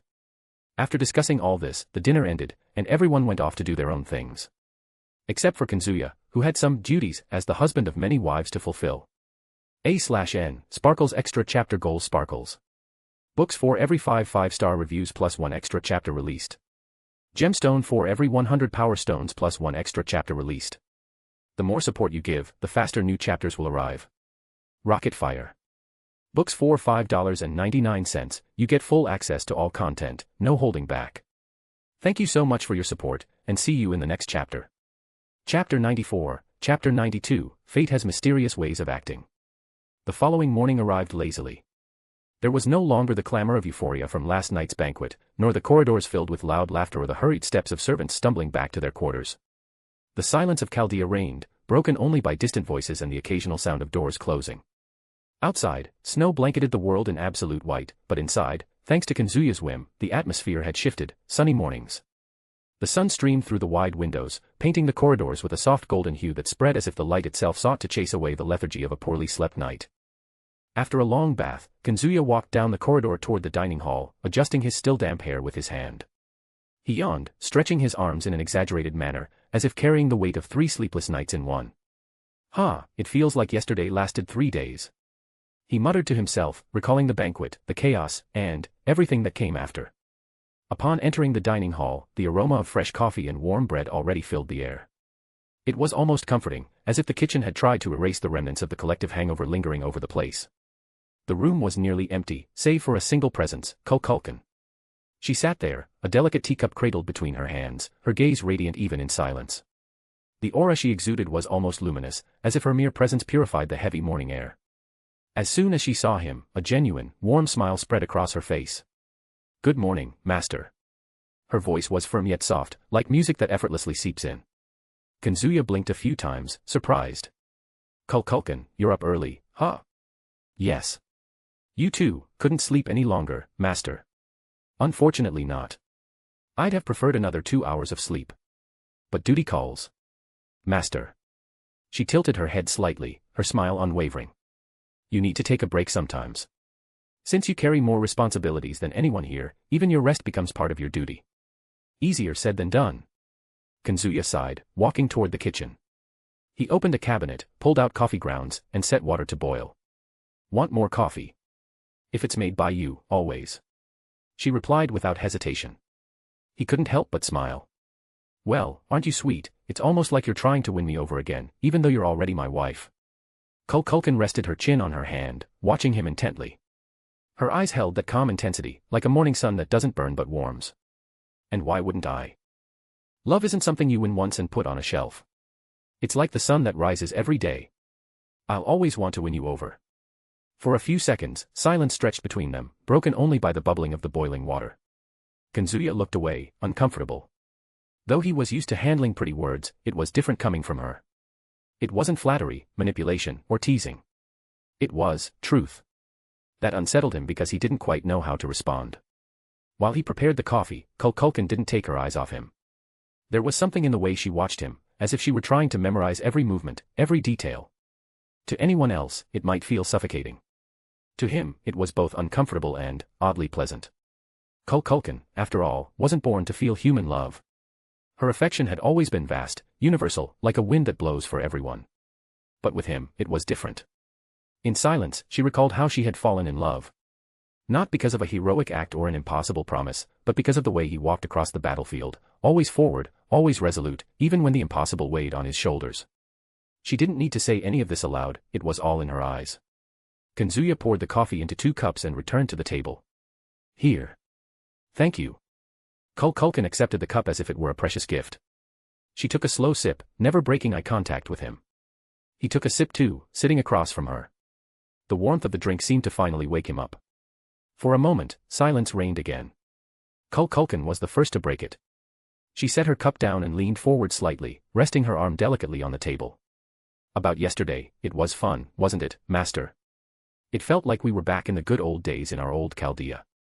Oh, and one thing I noticed yesterday, sometimes I think you don't realize how everyone looks at you. Kazuya raised an eyebrow. Is that a trick question? Or a psychological test? No. Just an observation. Many follow you because they need to. Others because they want to. But I. She smiled, soft but firm. I follow you because I see something in you that even the gods can't forge, courage and determination. He sighed, resting his chin on his hand. You're gonna spoil me, you know. If I hear a couple more lines like that, I'll never be able to handle criticism again. She laughed softly, the sound echoing in the empty dining hall. Then accept the criticism too. It'll only show how much you've grown. Oh, now you're sounding like my spiritual guide, but you're actually my wife. You're mixing up your roles here. Oh. She lifted her cup, watching the drink reflect the golden light. Maybe I'm both. Before he could respond, light footsteps echoed in the corridor. The door creaked, and Tamamo no Mae entered, smiling, balancing a basket of freshly baked bread. Her ears twitched in rhythm with her fluffy tail. Goshijin-sama. What a surprise to see you up so early, or are you hiding some mischief? She leaned toward him provocatively, her mischievous gaze gleaming. Shall I serve you, my beloved master? I brought crispy little buns, soft on the inside, warm, made with love. Kazuya glanced at her sideways, taking another sip of coffee without moving. With love or with poison? How cruel. I'd never do that. Tamamo placed a hand on her chest, theatrically feigning offense. But a sly grin soon escaped. Well, unless it was a love potion. But that wouldn't be poison, it'd be a blessing. Kuoh watched her calmly, her smile unfaltering. You're intense first thing in the morning, Tamamo no Mae. But I must admit, the energy you bring is contagious. Tamamo blinked, feigning surprise. Oh. The feathered goddess is up early too. And in a good mood. Incredible, incredible. But. She narrowed her eyes provocatively. Isn't it a bit too early to monopolize Goshijin-sama like this? Kazuya snorted, raising his cup. You two talk as if I'm a buffet dish. Calm down. You say that as if you don't enjoy the attention, Kuoh shot back, spot on. Touché. Tamamo burst into laughter, resting her face in her hands. So Kuoh knows how to play with sharp words too. I like that, It's not a game, Kuoh replied, still smiling. I simply recognize his worth. Not as a master, but as a person. Tamamo bit into a bun, chewing slowly, her eyes narrowing as she assessed the situation. Ufufu, how dangerous. That kind of declaration so early could stir even a fox's heart like mine. She picked up a bun and held it near Kazuya's mouth. Goshijin-sama say, ah. I insist. He looked at her, exasperated. Are you seriously trying to shove food down my throat this early? Of course. Feeding you is a sacred duty of a devoted wife. Before he could reply, Kuoh slid a small jar of honey across the table toward him. To balance the sweetness. Kazuya pinched the bridge of his nose, sighing. You two are going to kill me before I finish my coffee. The two exchanged glances, a spark of elegant rivalry glinting between Kuoh's radiant smile and Tamamo's theatrical mischief. Nothing explosive, but enough for Kazuya to realize he was standing in an invisible minefield. You're both treating me like I'm some kind of competition prize. And aren't you? Tamamo laughed, fluffy and theatrical. No, Kuoh answered, calm and firm. He's a person. Not a trophy. For a moment, even Tamamo was speechless. Then she smiled, closing her eyes. Ufufu, what a dangerous answer. I think I like you even more now. Kazuya ran a hand over his face, trying to hide the sigh escaping him. If there was one thing he'd learned in his life, it was that no battle was more dangerous than one waged between two clever women, especially when he himself was the battlefield. He leaned back in his chair, raising the coffee cup to his lips as if it were a shield. You know I just wanted a normal breakfast, right? No games, no competition. Just peace. Tamamo leaned forward, resting her elbows on the table and her face in her hands. Her eyes gleamed with that feline mischief that seemed to revel in his discomfort. But isn't that exactly what makes life fun, Goshijin-sama? A simple coffee can just be coffee, or it can be the memory of an unforgettable morning. She picked up another bun and held it in front of him. And if it goes straight to your mouth, even better. Want to try? Kazuya looked at the bun, then at the fox's hopeful, or rather, provocative, expression. He let out a resigned sigh and opened his mouth just enough. If I refuse, you'll keep pestering me until lunch, won't you? Exactly. She smiled triumphantly, placing the piece of bread on his lips with an almost ceremonial gesture, as if feeding an emperor. See? Soft and warm, just like my love for you. Kazuya chewed slowly, trying to ignore the faint flush creeping up his face. If you were less dramatic, maybe I'd believe you. Kuoh, meanwhile, simply watched. Her eyes remained fixed on him. Then, without a word, she slid the honey jar closer and pushed a small butter knife toward him. Take it, master. Don't let the sweetness overwhelm the savory. Everything must coexist. For a moment, the dining hall filled with a subtle tension, as if the fox had heard a hidden challenge in the feathered goddess's words. Tamamo raised her eyebrows and let out a soft chuckle. Ufufu, so poetic so early. It's almost like you're competing with me for the prettiest metaphor. It's not a competition, Kuoh replied without hesitation, resting her chin on her hand. It's just how I see things. I see. Tamamo leaned back, lazily swishing her tail. But, you know, when it comes to Gacha-sama, I prefer to show rather than just talk. After all, words can be sweet, but actions. She picked up another bun, tore it in half, and blew on the steam rising from it. Then she extended a piece directly toward Kazuya. Actions truly nourish. Kazuya raised his hands, exasperated. You two are going to turn me into a fattened pig before any future battles, I'm sure of it. Better to fatten with affection than waste away in loneliness, Tamamo retorted with her mischievous smile. Kuoh smiled too, but without provocation. I don't want him to fatten. I want him to stay strong, firm, and awake. That's why I insist on balance.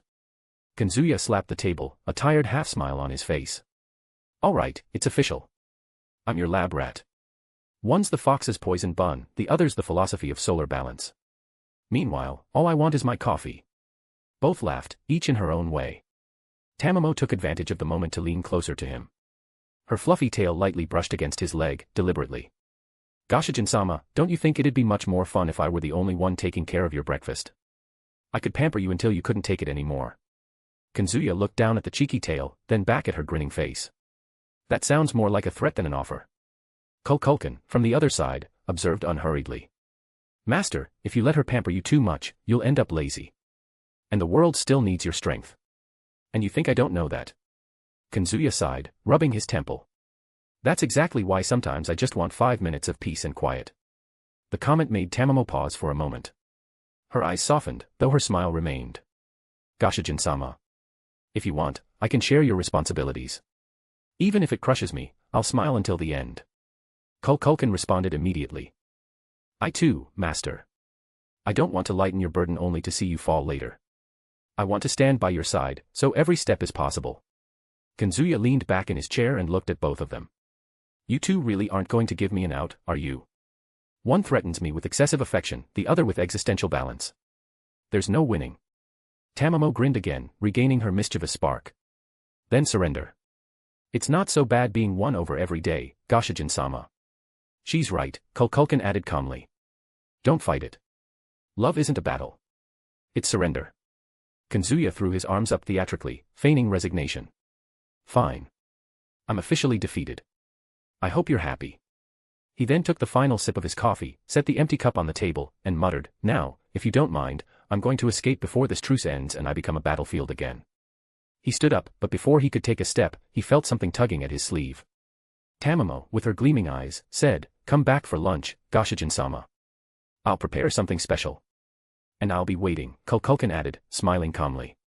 Kazuya sighed, half defeated, half amused. You two really won't leave me alone, will you? Never, both replied almost in unison. He left the dining hall, shaking his head and muttering to himself, Time to start executing my plans and deal with Resivim once and for all. The morning in the city of Kuoh, Japan, began like any other. The clear blue sky, contrasting with the trees already carrying the freshness of a new season, enveloped the school building with an almost peaceful atmosphere. Groups of students crossed the main gate in lively clusters, some laughing loudly, others yawning, and many rushing not to miss the first bell. On the top floor, away from the youthful noise, was the room of the Occult Research Club. The red velvet curtain filtered the sunlight into an amber hue, warming the room furnished like an old European salon. The faint aroma of freshly brewed tea lingered in the air, mingling with the scent of aromatic candles lit in discreet candelabras. On the central sofa, Rias Gremory sat, her expression distant, almost melancholic. Her long red hair, gleaming under the golden light, cascaded like a fiery waterfall over her shoulders. The teacup sat untouched on the small table in front of her. Despite her elegant posture, her light blue eyes held complex emotions that contrasted with the refined surroundings. On the other side, Akino Himejima approached, balancing a tray with a teapot and 2 cups. Her beauty was accompanied by that sweet, slightly teasing smile that rarely faded. She set the tray on the table, poured the tea with delicate movements, and, leaning slightly toward her friend, let a gentle question slip. Rias. Her voice was almost a whisper, laced with tenderness.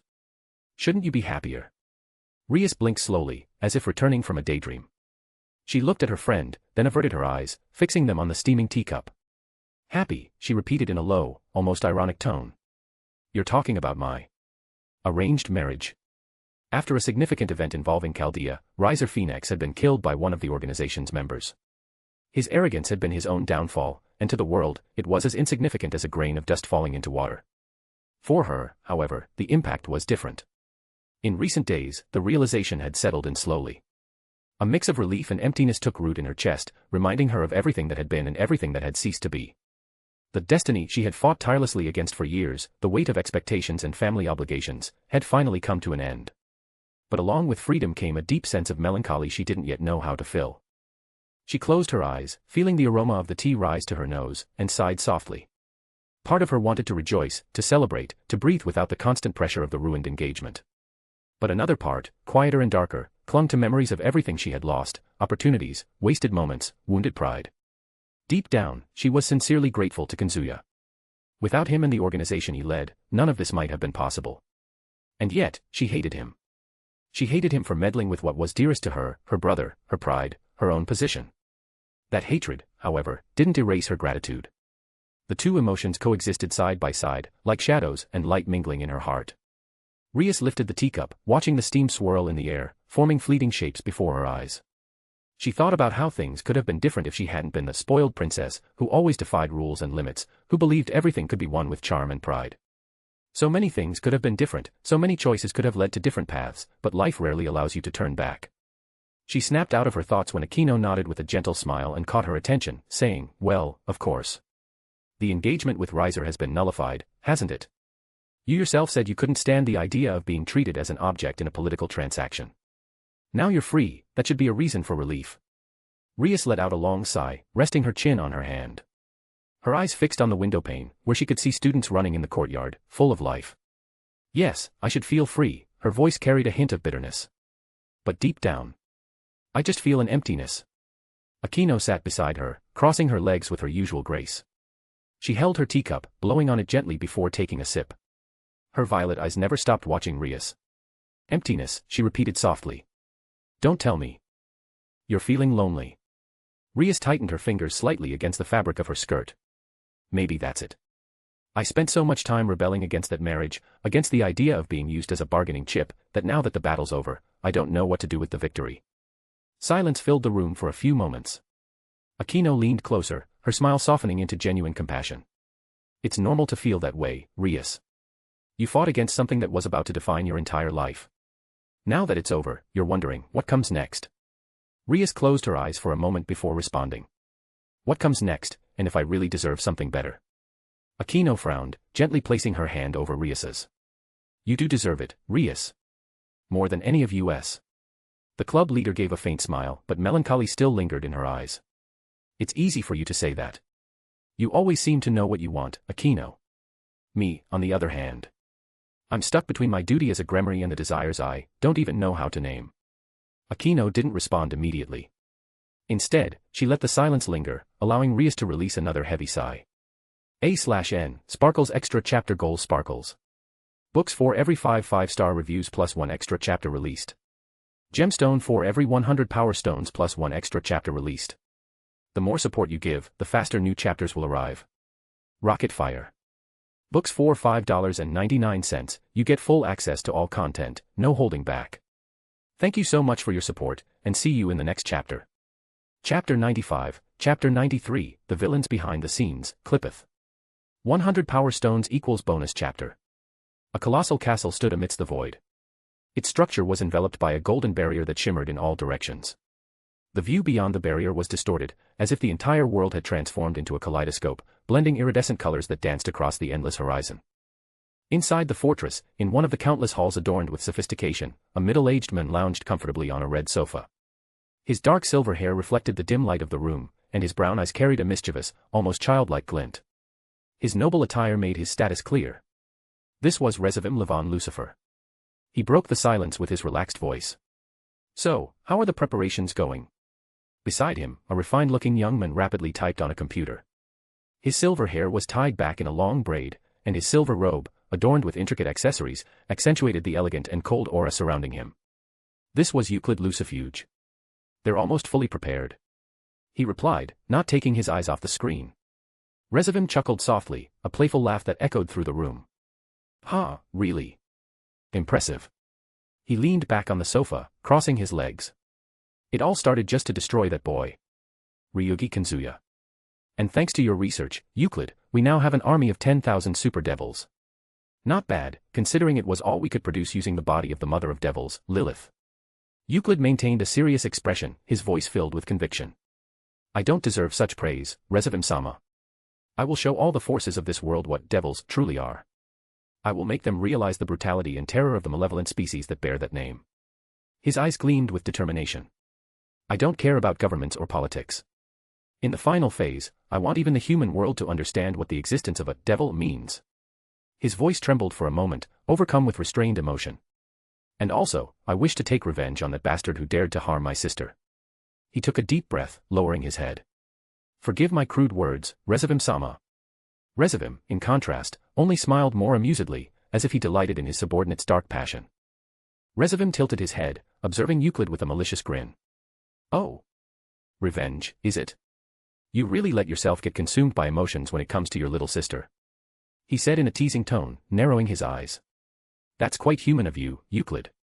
Euclid's fingers paused for a moment on the keyboard. He took a deep breath, but his voice sounded cold, laced with resentment. It's not just about emotion, Resivim-sama. That human. He gritted his teeth. That bastard crossed every line. He shouldn't even breathe the same air as my sister, just like that son of a bitch Surzex. His eyes narrowed in fury, revealing deep-seated hatred. Well done to him. Becoming a eunuch is a fitting end for someone who called himself the strongest of the devils. Resivim burst into loud laughter, his voice echoing through the hall like a distorted melody. Cuckoo, yes. A fitting end for a false devil. His voice dripped with sarcasm. At least this way, he won't have the chance to spread his inferior genes to anyone else. Euclid gave a faint, almost satisfied smile as he resumed typing on the computer. Fair. He never deserved the title he carried. Resivim, still laughing, clapped his hands once, as if closing the subject. Very well, but enough talk about those failures. Let's get to what matters. His gaze sparkled with interest. And what about what I asked regarding the evil dragons? Originally, he had planned to use the revived evil dragons to plunge the world into absolute chaos and then release Trihexa, the beast of the apocalypse, whose existence threatened all of creation. Only after the world was in ruins would he march to other realities, conquering them one by one. However, there was a problem. For this plan to come to fruition, they needed to possess the Longinus, Sephiroth Graal, a relic capable of manipulating the cycle of life and death on an absurd scale. Unfortunately for them, the artifact was currently in the hands of the enigmatic organization Chaldea, protected in an isolated and untouchable space. Euclid sighed, closing the computer screen for a moment. It wasn't possible to locate the Sephiroth Graal, Resivim-sama. As I suspected, Chaldea operates in a space completely isolated from this world. He looked at the Lucifer with seriousness. It's inaccessible to us, only the organization's own members can access it. If it weren't for that, I would have already unleashed our army of super devils on them and taken the Graal by force. Resivim shook his head, feigning regret, but his amused smile remained plastered on his face. What a shame. His voice was that of a man lamenting a spilled glass of wine, not the impossibility of his apocalyptic plans. But, well, there's no need to rush. There are always other ways to lure the little mice out of their holes. He leaned forward, resting his chin on his hand. How about destroying 1 or 2 human countries, he suggested as casually as if proposing an afternoon stroll. That would certainly catch Chaldea's attention. They wouldn't resist meddling in the affairs of the defenseless people. His brown eyes gleamed like embers, full of malice. Euclid's eyes lit up, a satisfied smile spreading across his face. Absolute genius, Resivim-sama, he said, bowing his head slightly in reverence. Chaldea cares deeply about humans. They couldn't ignore something like that. It's perfect. We can send a warning, declaring we'll destroy 2 countries in a few days. Then, when they show up to protect the humans, we'll have the chance to eliminate a few and capture 1 or 2 of their members. With them in our hands, we can bargain for the Sephiroth Graal. Resivim laughed, his laughter vibrating through the hall like a perverse melody. Kukuku, ha ha ha ha ha. As expected, you truly understand me better than anyone, Euclid. Always so precise, always so reliable. He stood from the sofa, pacing a few steps through the hall, hands behind his back, like a king pleased with his plan. And, of course, it won't just be Chaldea who takes notice. His voice carried an almost theatrical tone. The whole world will see the might of Qliphoth. They will remember us as the true terror that dwells in the shadows, the chaos that surpasses all their fragile alliances. His brown eyes gleamed with cruelty. But before we march toward this spectacle. Rezavim paused, his smile widening even further. We need to get rid of two obstacles in our path. Ophis, and the ridiculous Great Red. The air in the hall seemed to grow heavier when he uttered those names. For that, we'll use the god's poison. Everything must be ready, right? He raised his hand, as if imagining crushing something invisible. And besides that, that special device. Is it ready? Euclid closed his eyes for a moment, as if organizing his thoughts, and then responded calmly. Yes, Rezavim-sama. The device is complete, and I've finalized everything regarding the god's poison. Ophis and Great Red won't be able to resist. His lips curled into a cold smile. With the god's poison weakening them and the device, it will be their end. And thus, Qliphoth will advance unhindered. Euclid fell silent after his last statement, but deep within, conflicting thoughts began to stir. The cold smile on his lips was only surface level, behind it hid doubt. The device he referred to wasn't a simple creation resulting from his calculations and research with Lilith's body. The truth was far more complex and unsettling. The design, the magical formulas, and even the essence that made the weapon's existence possible, none of it had come solely from his mind. He clearly remembered its origin, a dream. A dream so vivid it felt more real than reality itself. In it, a man who shouldn't exist had appeared. His figure was shrouded in shadows, but his presence overwhelmed even the pride of a lucifuge. The eyes of that being, intense and profound, had pierced through Euclid's core as if dissecting his soul. It wasn't an ordinary dream. It was a transmission, an interference. That man had shown him impossible diagrams, circuits of power that defied the logic of the worlds. Without it, the device would never have left the realm of theory. And that was the point consuming Euclid's thoughts. Should he tell Rezavim or not? Reveal that the device, the key to subduing Ophis and Great Red, wasn't solely the product of his genius but also the result of alien knowledge brought by an unknown emissary. The man in the dream had demanded nothing in return, merely delivering the instructions and vanishing, leaving an uncomfortable feeling in the air, as if he had laughed at Euclid's naivety for accepting them. However, the lucifuge decided to remain silent. Rezavim didn't need to know. If his master discovered there was another player in this game, someone capable of reaching even dreams and implanting forbidden knowledge in his mind, he would surely become interested in finding out who that man was. And perhaps, in his morbid curiosity, he would end up attracting an enemy that even Qliphoth wasn't ready to face. Rezavim laughed once more, this time raising his arms as if celebrating an invisible symphony. Magnificent. Oh, Euclid, I can't wait to see the world's face when they realize that even the deities they feared have been reduced to nothing. It will be sublime. The sun was beginning to dip below the horizon when Ryougi Kazuya left the National Diet Building of Japan, the seat of Japanese politics. The imposing neoclassical structure, with its gray stone pyramidal dome and corridors stretching like a bureaucratic labyrinth, seemed distant and dull in the face of the unease still prickling in his mind. He took a deep breath, letting the evening air fill his lungs. The golden light of the sunset painted the sky in shades of red and orange, reflecting off the glass of Nagatacho's skyscrapers. He recalled the discussions inside the building about some political issues in a world now united under the banner of Chaldea. Until he felt it. A strange, dense, and unmistakable presence awaited ahead, right at the center of the exit staircase. His eyes met the unexpected figure. A young girl. Small, almost fragile at first glance. Her black hair, long down to her hips, swayed lightly in the breeze. Her eyes, however, shattered any illusion of fragility, dark, bottomless. There was something unnatural about her existence, something even the most oblivious human would feel as discomfort. The outfit she wore clashed completely with the urban setting, a black Gothic Lolita dress, adorned with lace and layers, as if she had stepped out of another world. Kazuya stopped on the last step, his heart beating faster. The stranger stood still, staring at him fixedly, as if she had been waiting for him for a long time. It was impossible not to recognize that figure. Was it Ophis? So, she had finally come to find him, huh? Kazuya descended the steps calmly, maintaining that carefree smile that seemed to never leave him. He slipped one hand into the pocket of his suit and tilted his head slightly forward, as if trying to ease the strangeness of the situation. "Hey, little lady," he said in a light, almost playful tone. "Are you lost? I can help you find your way home." The breeze blew gently, swaying her long black strands. Ophis blinked slowly, as if processing the question with a logic different from that of humans. Her voice came out flat, devoid of emotion. Can you help me defeat the Baka Red?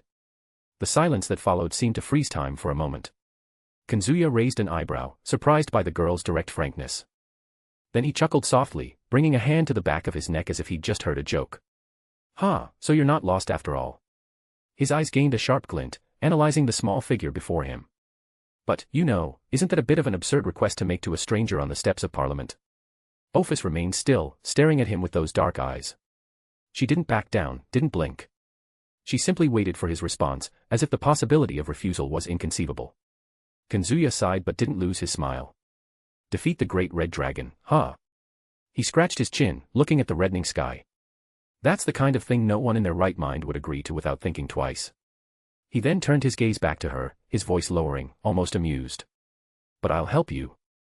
Kazuya let the sentence hang in the air, as if it were just a casual response to any ordinary request, not an absurd declaration that he'd help defeat the most feared dragon in the dimensional gap. Ophis continued to stare at him in silence, her dark eyes reflecting the last light of the sunset. He smiled even wider, as if enjoying the weight of that surreal situation. But not here, not now, he said, turning his back and starting to walk. Let's talk somewhere else, little lady. It's not good to discuss this kind of thing in front of Parliament, right? She followed him without a word, like a silent shadow. A/N, Sparkles Extra Chapter Goals Sparkles. Books for every 5 5-star reviews plus 1 extra chapter released. Gemstone for every 100 Power Stones plus 1 extra chapter released. The more support you give, the faster new chapters will arrive. Rocket Fire. Books for $5.99, you get full access to all content, no holding back. Thank you so much for your support, and see you in the next chapter.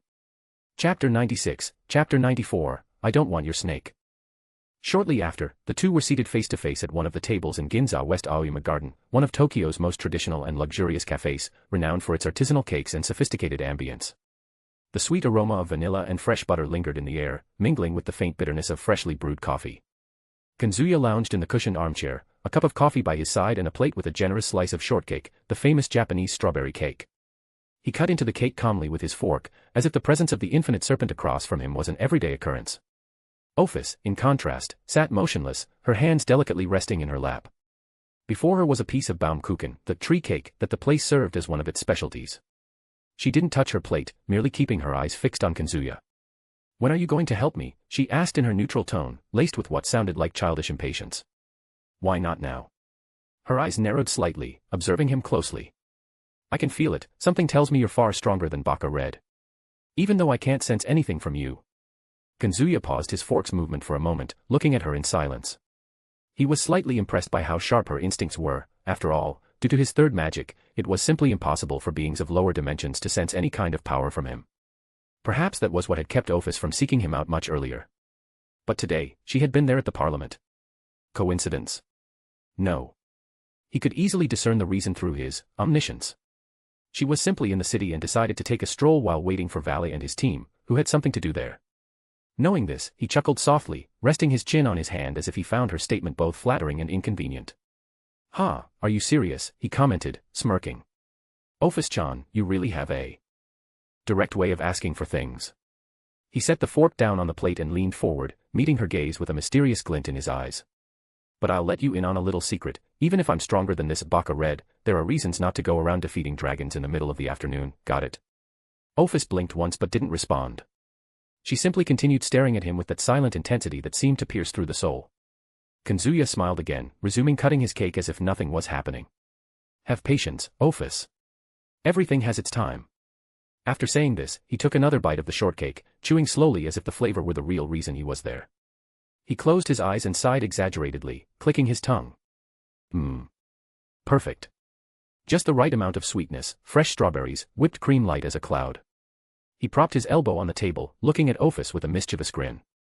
And you want me to go play at killing dragons now? Seriously? Ophis tilted her head, her dark eyes fixed on him, almost like a child trying to solve a puzzle. You said there were reasons. Exactly. The reason is right in front of you.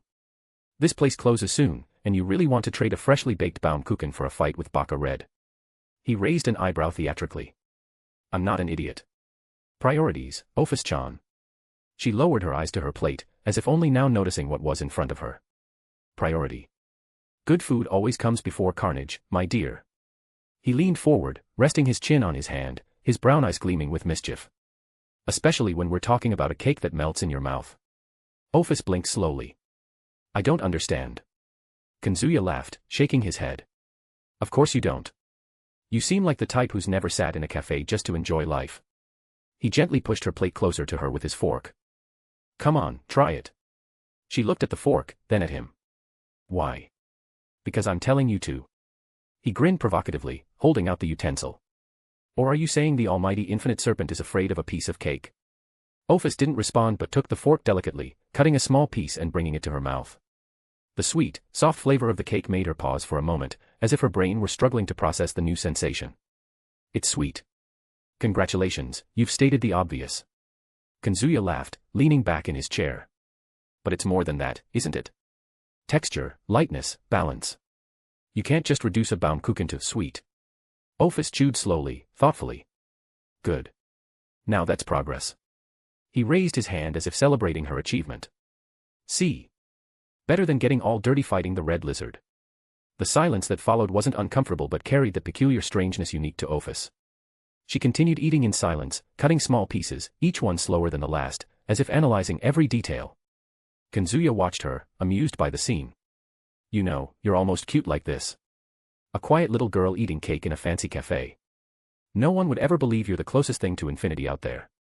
I am infinity, she corrected immediately, as serious as ever. Kazuya burst out laughing, lightly tapping the table. And I'm the most handsome guy in Japan. I think we're tied in exaggeration. She stared at him for a few more seconds before returning to her cake, as if she didn't have the energy to decipher that kind of response. Kazuya, meanwhile, took another bite of his shortcake. So, Office-chan, what would you do if I said I'd never help you defeat Baka Red? She paused her fork, lifting her gaze. I'd wait. That's it, he arched an eyebrow, almost disappointed.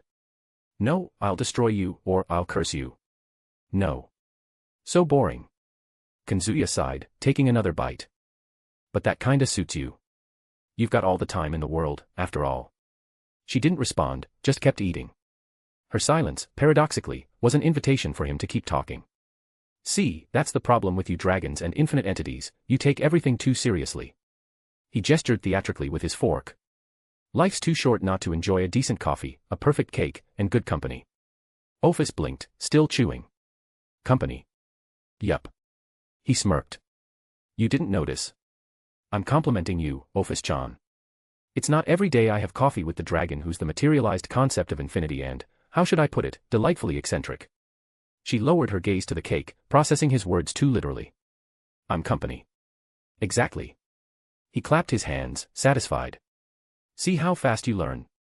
She chewed another piece, unfazed by his sarcasm. Kazuya leaned back, crossing his legs and sipping his coffee. So let's make a deal, first, we finish this cake. Then you tell me exactly why you hate Baka Red so much. Maybe I'll even help you, but only if the story's good enough. Office lifted her eyes, staring at him with that neutral yet disarmingly innocent expression. All right. Kazuya grinned widely, that smile blending charm and danger. Great. He raised his cup in an impromptu toast. To cakes that save lives and dragons who don't know how to smile. Office blinked, not understanding, but took another bite of her cake. A few minutes later, after a comfortable silence, Kazuya finished the last bite of his shortcake, wiping his lips with a napkin and leaning back in his chair, satisfied. He watched Office, who had now decided to try the coffee that came with her cake. She brought the cup to her lips delicately, as if unaccustomed to enjoying human beverages. It's bitter. Kazuya laughed, leaning forward. Yeah, but you get used to it. In the end, the bitterness pairs well with the sweetness of the cake. A kind of perfect balance, got it. Office looked at him for a moment, as if pondering his strange logic. Then she took another sip, more confidently this time. Good. See. It's just a matter of practice. Kazuya raised his cup, lightly clinking it against hers in a silent toast. To first human experiences and all the learning you're doing today. Office blinked, showing no immediate reaction but allowing the clink to happen. Kazuya seized the moment of silence to shift the topic, his cunning gaze settling on her eyes. Now tell me, why do you want me to defeat Baka Red? He leaned in, resting his chin on his hand, feigning intense curiosity. She furrowed her brow, as if seriously reflecting on the question. I want the silence back. Kazuya raised an eyebrow, surprised she didn't give a grandiose or philosophical answer. Silence. Yes, Ophis replied bluntly. Baka Red invaded my home. He's too noisy. I want the silence back. Kazuya chuckled softly, leaning back in his chair and crossing his arms casually. Oh, so it's not about revenge or destroying civilizations, it's just silence. She nodded, as serious as ever. Yes. Silence is important. Got it, makes sense. He scratched his chin thoughtfully before flashing another crooked smile. You're way too practical, Ophis-chan. An infinite dragon who just wants a bit of domestic peace. Ophis stared at him, her dark eyes unwavering, devoid of any trace of humor. And you? Could you help me? Kazuya shook his head slowly. Look. I could, but taking out a Baka Red is a bit, you know. He's got an important role in this world, unfortunately. She frowned, confused. So you won't help me? I will. He grinned, leaning forward conspiratorially. But I've got a better idea. Instead of you trying to kill Baka Red, how about you live with me for a while? Ophis blinked, surprised. Live with you? Exactly. Kazuya replied, resting his elbow on the table and looking at her with that charming yet dangerous expression. My place is quieter than you can imagine. Even more than the dimensional gap. You'd have all the silence you want, without worrying about a noisy Baka Red invading your life. She paused, processing the proposal, her eyes slightly widened. Silence. Yup. Kazuya shrugged, as if it were the most natural thing in the world. You want silence, right? So come to a place where it's guaranteed. And if you want, I can even teach you some coffee and cake tricks in the meantime. Ophis leaned forward slightly, her fingers brushing the edge of her cup. That would be good.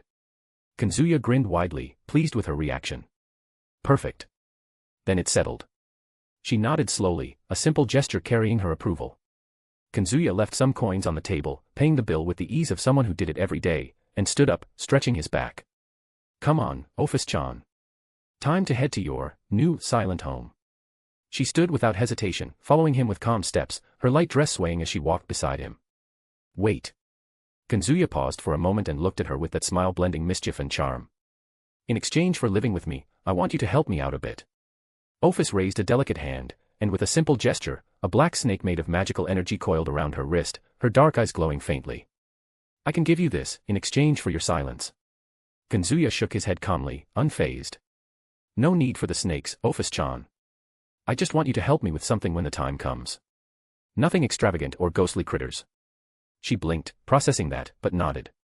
I'll help. Perfect. He smiled casually, as if they were settling something mundane. Then he stepped back, lightly extending his hand. In an instant, without flashy effects or any spark, the two vanished and reappeared in an entirely different space, while the memories of everyone nearby about them were erased. They were in a small, cozy house floating in what seemed like an absolute, dark void. The floor, the walls, everything seemed to stretch into infinity, yet somehow the atmosphere was warm and silent. Kazuya leaned casually against a doorframe, crossing his arms. There you go, Ophis-chan. Make yourself at home. Silence guaranteed, no Baka Red to bother you. She took a few cautious steps into the space, the infinite darkness enveloping her like a silent embrace. Then she stopped, closed her eyes, and inhaled deeply, savoring the still air, the absolute void. A delicate smile appeared on her face. It's good. Kazuya smiled, satisfied, watching her enjoy the moment as if it were the simplest and most perfect thing in the world. He had created this place with Innovate Clear, which, being a subspecies rather than just a universe where he was a god, was actually several universes. The difference was that each one required magical energy to sustain, which wasn't an issue for his infinite reserves. Glad you like it. Ophis opened her eyes and looked at him, the corners of her mouth curling into a faint smile. Thank you. Kazuya. He waved a hand dismissively, relaxed. No need to thank me. Just enjoy your time here and don't worry about anything else. When you need help, I'll show up. She nodded before taking a few more steps into the void, exploring the space with the attention and curiosity of someone discovering a new world. Kazuya decided to say goodbye. All right then, enjoy, Ophis-chan. I'm heading out now. But don't worry, you won't lack for anything here. She lifted her head and looked at him, her eyes faintly glowing in the infinite darkness. All right. With a casual wave, Kazuya disappeared as silently as he had arrived, leaving Ophis alone in the space that was now hers, in perfect peace. She took a few steps, closed her eyes again, and smiled, soaking in every second of the absolute silence she finally possessed. A/N, Sparkles Extra Chapter Goals Sparkles. Books for every 5 5-star reviews plus 1 extra chapter released, only 2 left. Gemstone for every 100 power stones plus 1 extra chapter released. The more support you give, the faster new chapters will arrive. Rocket Fire. Books for $5.99, you get full access to all content, no holding back. Thank you so much for your support, and see you in the next chapter. Chapter 97, Chapter 95, Shirsho wants to be pampered. Bonus chapter equals 15,000 collections achieved. If he had to recommend a city for people to visit in Italy, he would undoubtedly recommend Venice. It was beautiful in a different way. The streets were canals, and the gondolas came and went as if they were taxis. The old houses, lit by yellow lamps, reflected on the water and gave the city a tranquil air. The hotel they were staying in was the most luxurious in the region. From the outside, its light-colored facade stood out among the ancient buildings, with elegant balconies and wide windows. Stepping inside was like leaving Venice and entering another world, full of soft carpets, wide staircases, and a comfortable silence. The room on the top floor had everything of the finest quality. Heavy curtains, dark wooden furniture, a sparkling chandelier, and a bed so large it seemed to take up half the space. Through the window, you could see the illuminated canals, but at that moment, the view didn't matter. Kazuya was sitting on the bed, and Scathach approached without saying a word. The silence of the room was only broken by the distant sound of water lapping against the stones. "Master, why exactly did we come to Italy?" she asked, her tone calm but laced with curiosity. He stayed silent for a few seconds, staring at the ceiling, before letting out a short sigh. "It's about my adoptive mother, from here, from this world. She died a while ago." Scathach's eyes narrowed slightly. "Are you investigating her death?" "Not exactly," Kazuya replied, his voice cold, almost emotionless. "I already know what happened. I already know who's responsible. I came here only to punish the culprits." He let out a sigh. It had been a struggle to keep almost everyone from joining him on this journey, as he wanted to handle it alone. Sister Celestina deserved proper justice. Thanks to omniscience, he had finally uncovered what had happened back then. The attack on the orphanage had been carried out by the god of war, Mars, the Roman equivalent of Ares, the Greek god, after hearing rumors spread by Cersex and the demons about the possible existence of a Longinus at the location. As a result, everyone was killed, as the orphanage was in territory Mars had claimed as his own, and he didn't tolerate any threats in his domain. Although Gilgamesh had destroyed the gods of Olympus, the Roman gods still existed as alternate manifestations of those same gods. From what he discovered, the Olympian gods had changed a few times to reflect the culture of the country they resided in. Usually, this change had only a small effect and wasn't permanent. Such changes included Zeus wearing designer suits and Apollo's chariot becoming a sports car. However, the gods had resided in Rome for almost as long as they had ruled Greece, and thus each god had a permanent Roman aspect they could transform into. In this form, the gods became more disciplined, warlike, and militaristic, traits associated with the ancient Roman Empire.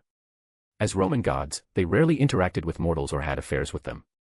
When they did, however, those relationships produced Roman demigods who only knew their divine parents by their Roman names, spoke Latin, and possessed a disciplined, fierce, and orderly quality absent in Greek demigods, as they were children of Roman gods. These Roman demigod children were sent to be trained by Lupa at the Wolf House, somewhere near Rome. Scathach remained silent for a few seconds, watching Kazuya as he finished speaking. Her eyes reflected the golden lights coming from the window, and there was something almost amused in her expression. "Master, you're a bit tense," she said in a low voice, with that teasing tone she used when she wanted to break his seriousness. Before Kazuya could respond, Scathach leaned in slowly and closed the distance between them. Her lips touched his firmly, without hesitation.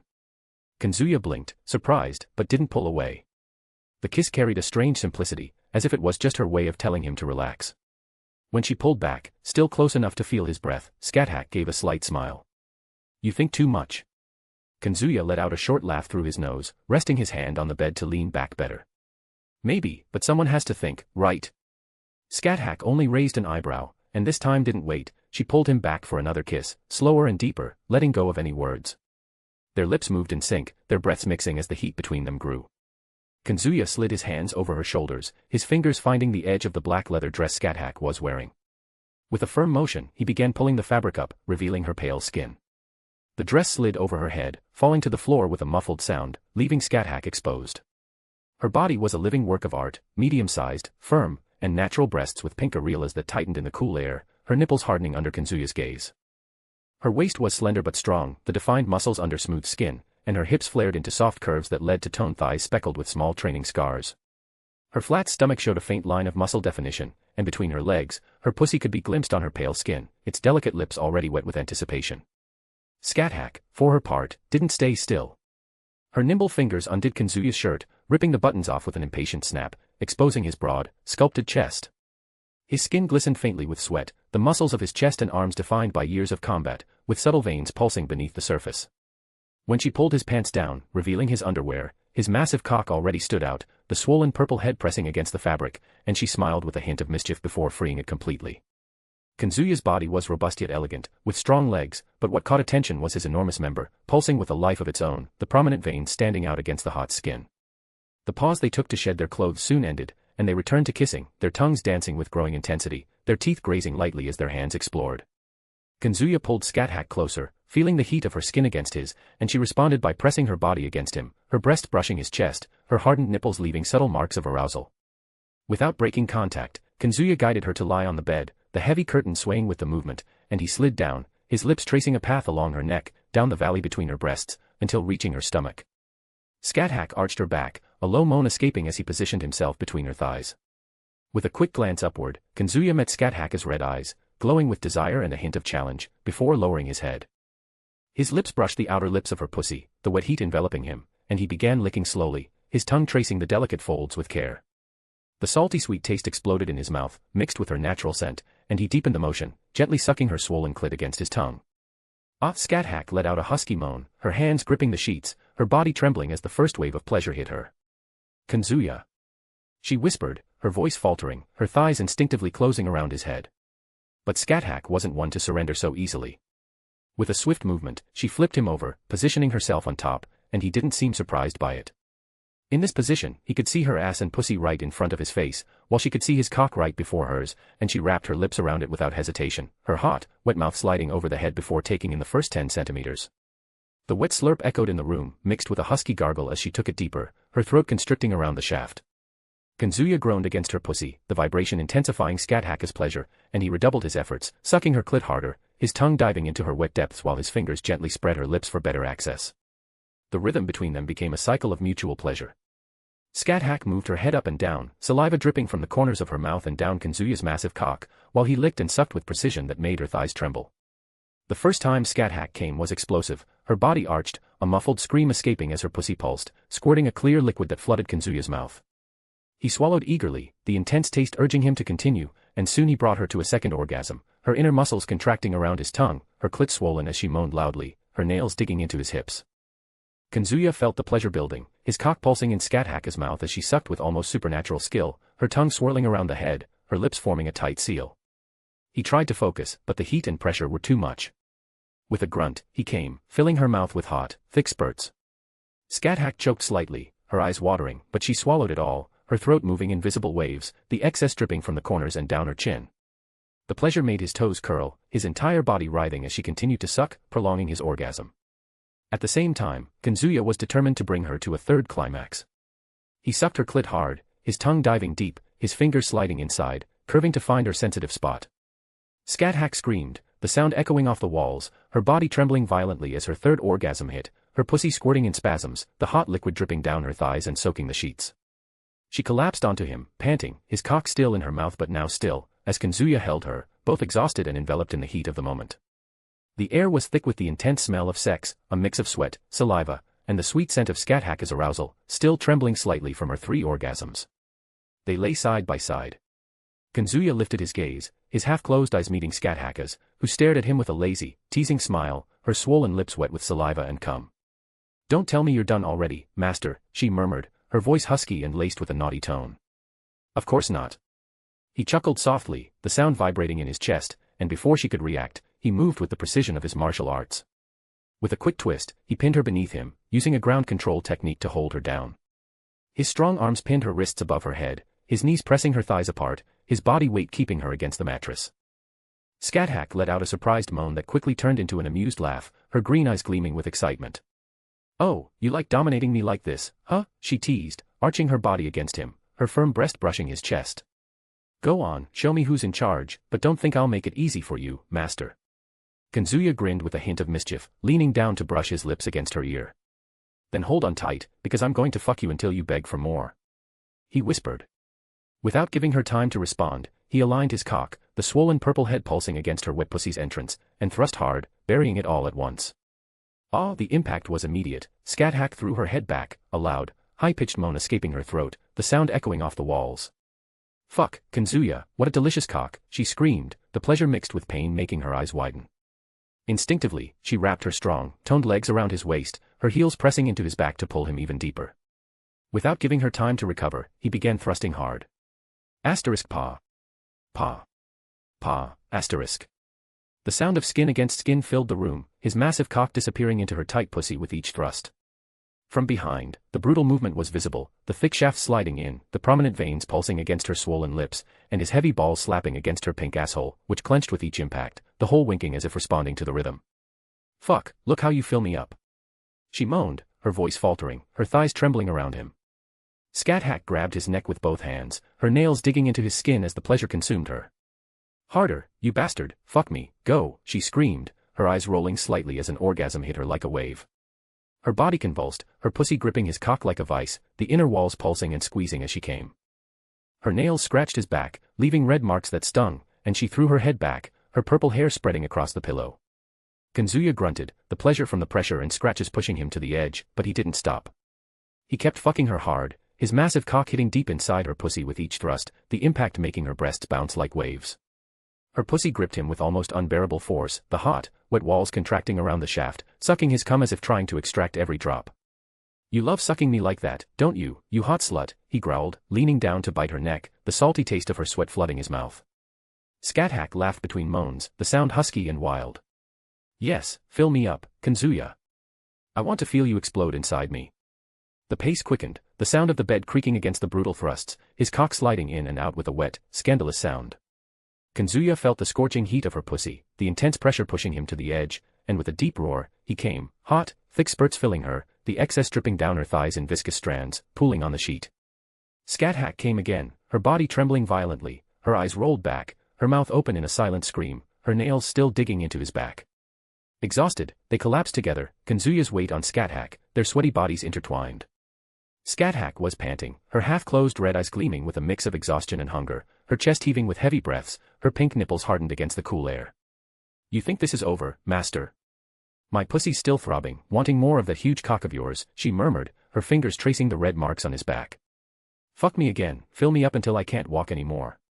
Kazuya grinned and propped himself up slightly, his defined muscles flexing as he adjusted her body. You're an insatiable slut, aren't you, sure show. Fine. I'll give you what you want, until you scream you can't take it anymore. He replied, his voice dripping with mischief. Without changing the main position, he kept Scat Hack lying on her back on the bed but lifted her hips with firm hands, his fingers digging into the soft, hot flesh of her buttocks and hips, which gave way as her legs continued to grip his waist behind him, while her upper body remained sunk into the crumpled pillow, her purple hair splayed like a wild halo. He aligned his cock again, the swollen purple head, still glistening with saliva and cum, pressing against her wet entrance, her scorching heat inviting him like a living furnace. With a strong, deliberate thrust, he entered fully, the wet sound echoing like a resounding slap, his cock sliding through her tight inner walls that gripped like a hot, sticky vice, the friction sending electric shocks up his spine, the sensation of being sucked deep making him grunt. Scat Hack arched her back as much as she could in the position, a loud, guttural moan escaping, ah. Fuck, Kazuya, you're filling me up again, so good. The sound reverberated off the walls, her body trembling violently, her thighs flexing as his cock hit deep inside. He began thrusting hard, the brutal rhythm making his heavy balls slap against her pink asshole, which winked with each impact. Pa. Pa. Pa. The sound filled the room like a savage drum, her buttocks rippling in hypnotic waves, sweat dripping from him onto her skin, mingling with the musky scent. You love it when I fuck you like this, don't you, you naughty little slut? Kazuya growled, his hands gripping her raised hips harder, his fingers sinking into her skin, leaving red marks that burned like fire, the heat radiating through his palms. Scat Hack screamed in response, her moans loud and uncontrolled, yes. Fuck me harder, you bastard, make me come again. Ah. The pleasure consumed her, her pussy gripping his cock as if trying to trap it inside, the inner walls pulsing and squeezing, sucking every drop of precum that leaked, the wet friction creating a scandalous sound. She came with a high-pitched, prolonged scream, her body convulsing in the air, her eyes rolling back. I'm coming, fuck, I'm coming so much, don't stop. But he didn't stop, speeding up his thrusts, his cock hitting deep inside, the impact making her breasts bounce.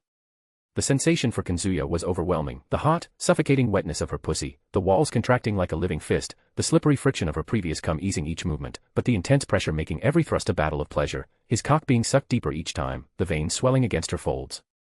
Scat hack came again, the second orgasm hitting her like a violent wave, her moans turning into hoarse, loud whimpers. More, Kazuya. I'm coming again, ah. Her body trembled, her thighs flexing in the air, the liquid squirting in visible spasms, soaking everything around, the sweet salty scent intensifying the air. He continued, the relentless rhythm, until her third orgasm exploded, her screams echoing like music. Finally, with a guttural roar, Kazuya came, hot, thick spurts flooding her pussy, the excess dripping down her thighs in viscous streams, pooling on the sheet. He held her hips up for a moment before letting her go, her body collapsing limply onto the pillow, panting. But the fire still burned. Kazuya flipped her onto all fours with a quick, possessive movement, his hands guiding her exhausted body, her ass raised and offered, her soft buttocks trembling with glistening sweat. He pressed her head into the pillow with a firm hand, her purple hair splayed like a wild fan, her face buried in the damp fabric, her muffled moans echoing like husky whispers. Stay still, you slut. I'm going to fuck you until you can't take it anymore, he teased, his voice deep and naughty, his fingers digging into her scalp, the heat of her face against his palm. Scat hack laughed between gasps, the sound husky and defiant. Go on, show me, fuck me like a whore, master.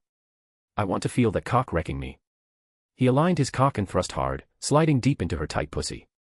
Scat hack screamed muffled into the pillow, ah. So good.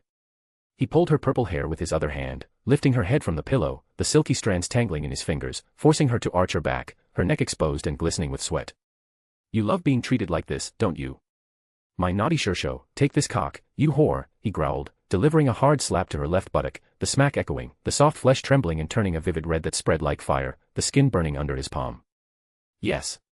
Hit me more, she screamed, and he obeyed, slapping her right buttock hard, the smack louder, the flesh vibrating, a vivid red mark emerging, the sound blending with her uncontrolled moans. More slaps followed, her entire ass turning red and hot as he continued fucking her hard.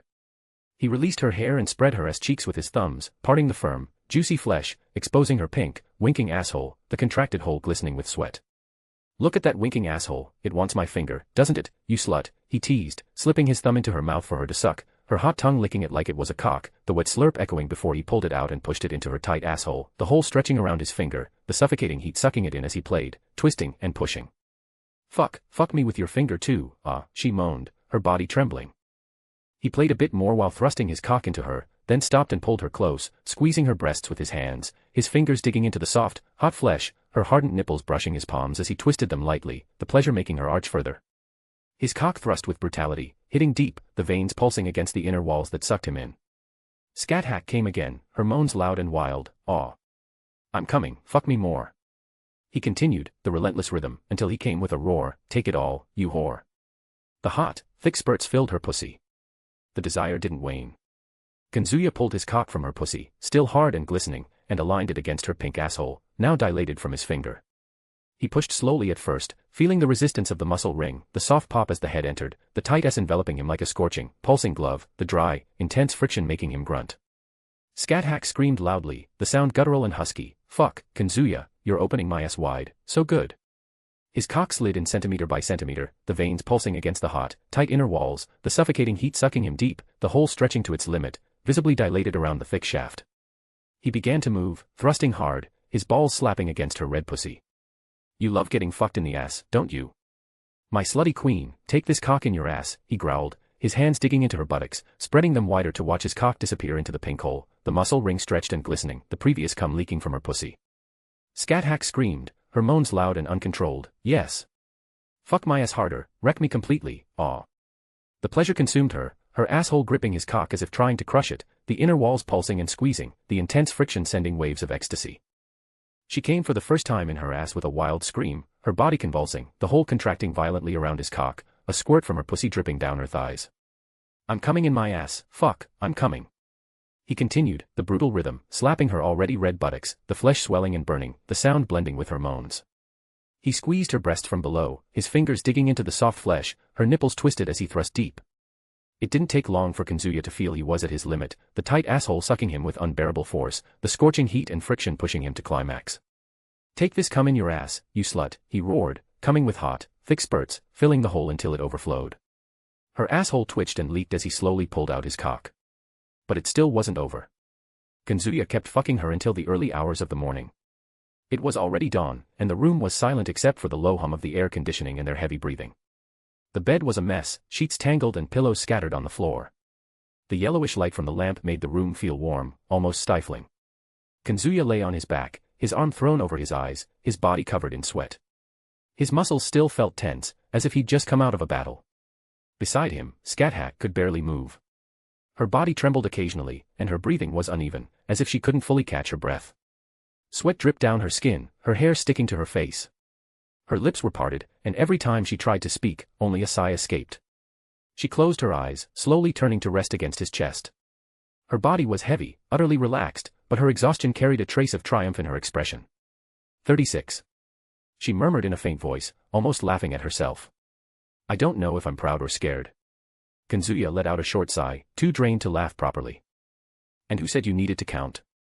Scat gave a weak, husky laugh that soon turned into another sigh. She stayed quiet for a while, just listening to his heartbeat, her body still too sensitive for any movement. Idiot disciple. She said softly, before closing her eyes for good. Gradually, the room returned to silence, with Venice glowing outside and the two of them sinking into exhaustion on the bed. A/N, Sparkles Extra Chapter Goals Sparkles. Books for every 5 5-star reviews plus 1 extra chapter released, only 2 left. Gemstone for every 100 power stones plus 1 extra chapter released. The more support you give, the faster new chapters will arrive. Rocket Fire. Books for $5.99, you get full access to all content, no holding back. Thank you so much for your support, and see you in the next chapter. Chapter 98, Chapter 96, The Responsible. Bonus chapter equals 15,000 collections achieved. The mountain wind carried the damp scent of trees. The mountain range stretched like a green wall against the gray sky. 2 peaks stood out above the others. On one of them, a solitary man stood, still as a statue. Mars, or Mars, as he insisted on being called. The Roman god of war wore a military uniform that seemed out of place in that setting, the knife scars crisscrossing his face giving him a cold, brutal aura. In his flaming orbits, he hid the unsettling glow with night vision goggles that gleamed like 2 green embers. On the other peak, Ryougi Kazuya. Disheveled white hair fell over his face, his imposing figure resembling more a predator than an ordinary man. He wore only modern casual clothes. Beside him, Scat stood motionless, her purple hair blending with the wind. Her red eyes followed Mars in silence, while the spear she carried seemed to sleep between her fingers. Mars let out a low laugh, the deep sound echoing through the mountain. So, all this little show is for revenge. Kazuya adjusted his shirt collar, his half-closed eyes dripping with disdain. It'd be hypocritical to say it isn't. His voice was calm, almost bored, but if you want a fancy term, let's call it justice. After all, you killed my adoptive mother. So, yes, revenge. Mars showed no surprise. The gaze hidden behind his lenses seemed to have anticipated it. He knew who Kazuya was ever since the boy showed up in Rome, minutes ago, spitting words about an orphanage he had destroyed to eliminate a threat. So, the legendary, strongest of humanity, was that little kid he had sought to kill back then. The silence lasted only a moment. Kazuya turned his face to Scat, his eyes lazy. Don't get involved in this, Shursho. His voice was firm but carefree. Without waiting for a reply, his feet left the ground. The air around him distorted as if gravity had lost its meaning, and Kazuya's body began to rise slowly, floating toward the overcast sky. Mars followed the movement. His body rose effortlessly, as if it were natural for a god to hover above the earth. Up there, both assumed combat stances. Scat watched from afar, arms crossed, as if accepting her disciple's order. The first to advance was Kazuya. He didn't shout, didn't strike a pose. He simply vanished into the air. His fist struck Mars' abdomen with the force of a battering ram. The dull sound echoed, reverberating across the slope. Mars flew backward, cutting through a column of wind before stabilizing his body. A slight tremor escaped his mouth, not pain, but surprise. Kazuya cracked his neck, smiling. Relax, I won't kill you that easily. I want to have a little fun with you. Mars growled, the air around his body trembling with the warlike energy he emanated. He charged at absurd speed, his fist enveloped in crimson flames. The blow landed squarely on Kazuya's chin. An impact that could topple buildings. But Kazuya didn't move. His neck tilted only a few centimeters. The smile never left his face. Is that all? He grabbed Mars' arm before the god could retreat and twisted it brutally, hurling him toward the ground. The mountain shook with the impact. Rocks broke loose, trees fell. Mars rose quickly, spinning his body to deliver a spinning kick. Kazuya blocked it with his forearm, and the impact resounded like thunder. The shockwave swept the air, clearing patches in the forest below. The exchange of blows became relentless. Punches, kicks, knees. Mars attacked with military ferocity, his movements precise as if honed on 1,000 battlefields. But each attack was crushed by Kazuya's raw strength. A punch to the stomach, another to the face. An elbow to the ribs. Mars tried to fight back but always ended up on the defensive. Kazuya laughed. "You're the god of war. You seem more like a punching bag." Mars' body was thrown back again, tearing through the sky until it crashed into the neighboring peak. Rocks flew in all directions. Before he could catch his breath, Kazuya was already in front of him. An upward kick launched him back into the air. Then, Kazuya appeared above, striking him with a downward punch to the face. The god fell in freefall, crashing through trees and opening a crater in the ground. Mars rose, staggering. The scars on his face were now covered in fresh blood. He removed his broken goggles and tossed them aside, revealing his flaming orbits. The flames danced, intense, burning the air. He raised his hand, materializing a spear of fire. Its aura exploded, enveloping miles around. The weight of that divine presence could crush ordinary soldiers just by proximity. Kazuya descended calmly to the ground, clapping his hands as if brushing off dust. Finally getting serious. It was getting boring. Mars charged with the spear, each thrust slicing the air in incandescent lines. Kazuya dodged with minimal movements, his smile intact. A horizontal thrust, Kazuya ducked, slipped underneath, and delivered a side kick. The impact broke Mars' rib. Another thrust, Kazuya grabbed the spear with one hand, stopping the divine force midair. He pulled the god closer and hit him with a violent headbutt. Blood streamed down Mars' forehead. He tried to counterattack, but a punch to the liver left him breathless. Kazuya continued, blow after blow, giving no room for reaction. It was brutal. And yet, there was precision. Each punch seemed calculated to humiliate, not just defeat. A fist to the stomach forced Mars to spit blood. A knee to the face broke teeth. A kick to the knee brought him down. Every time the god tried to rise, Kazuya was there, pushing him back down. "You're nothing but a weakling hiding behind titles." Kazuya's voice rang clear between blows, "God of war. You're just a retired general." Mars roared, trying to muster strength. The flames in his orbits intensified, consuming the air around him. He raised his arms, erupting in energy, creating a shockwave that pushed Kazuya a few meters back. For a moment, it seemed he might regain control. But Kazuya merely clapped slowly, mocking. "Impressive. You managed to dirty my shirt." He vanished again. Mars barely had time to raise his defense before being hit by a sequence of blows so fast the air shattered with sonic booms. The god's body was tossed back and forth like a ragdoll, each impact creating craters in the ground. Scathach, watching from afar, remained impassive. From the start, it was an execution, not a fight, so she wasn't surprised. In the sky, Kazuya raised his hand, gathering all his strength into his fist, applying strengthening spells. The air distorted, the clouds parted in a whirlwind. Mars, kneeling on the ground, looked up, his face disfigured by blood. He still tried to rise, the broken spear beside him. Kazuya looked at him with disdain. "You never had a chance." And then he descended. The final punch crushed Mars' chest into the earth, creating an impact that shook the entire mountain range. The shockwave spread like an earthquake, toppling trees for miles. When the dust settled, Mars lay motionless, embedded in the crater. The flames in his eyes had vanished. Kazuya took a deep breath, stretching his shoulders as if finishing a light workout. The smile never left his face. He turned to Scathach, who still watched in silence. "See that? It wasn't even fun." Kazuya extended his right hand to the side, opening his fingers as if grasping the air itself. A dark, pulsing sphere began to condense in his palm. The space around it twisted, sucked inward as if swallowed by nothingness. It was the power of destruction. He casually flicked his wrist, as if tossing a random stone. The sphere shot forward in a straight line, cutting the air with a sharp whistle. The impact wasn't just sound. It was silence. Everything in that direction ceased to exist. Mars' body, the crater, the entire face of the mountain range, disintegrated, erased, as if they had never been there. The horizon opened into a void that burned at the edges of reality, leaving only a gray trail. Kazuya snapped his fingers. "Done. It's over." Scathach remained silent. The wind tousled her long hair, the red glint in her eyes staring at the nothingness where mountains once stood. Kazuya raised an eyebrow. "What's up?" Scathach sighed, resting her spear on her shoulder. "You still need more training." Kazuya's smile froze for a moment. His relaxed expression gave way to a slight pallor. Ah. What's that supposed to mean? He gestured with his hand, pointing at the void he'd created. I just erased a god of war in half the landscape. What kind of training do you have in mind? Scat tilted her head. You relax too much. If you'd taken it seriously from the start, you wouldn't have gotten dirty, or ruined your shirt.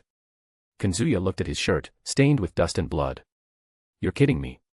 Scat merely closed her eyes for a moment, as if her verdict was final. The silence lingered for a few seconds. Then, Kazuya let out a nervous laugh, running a hand through his white hair.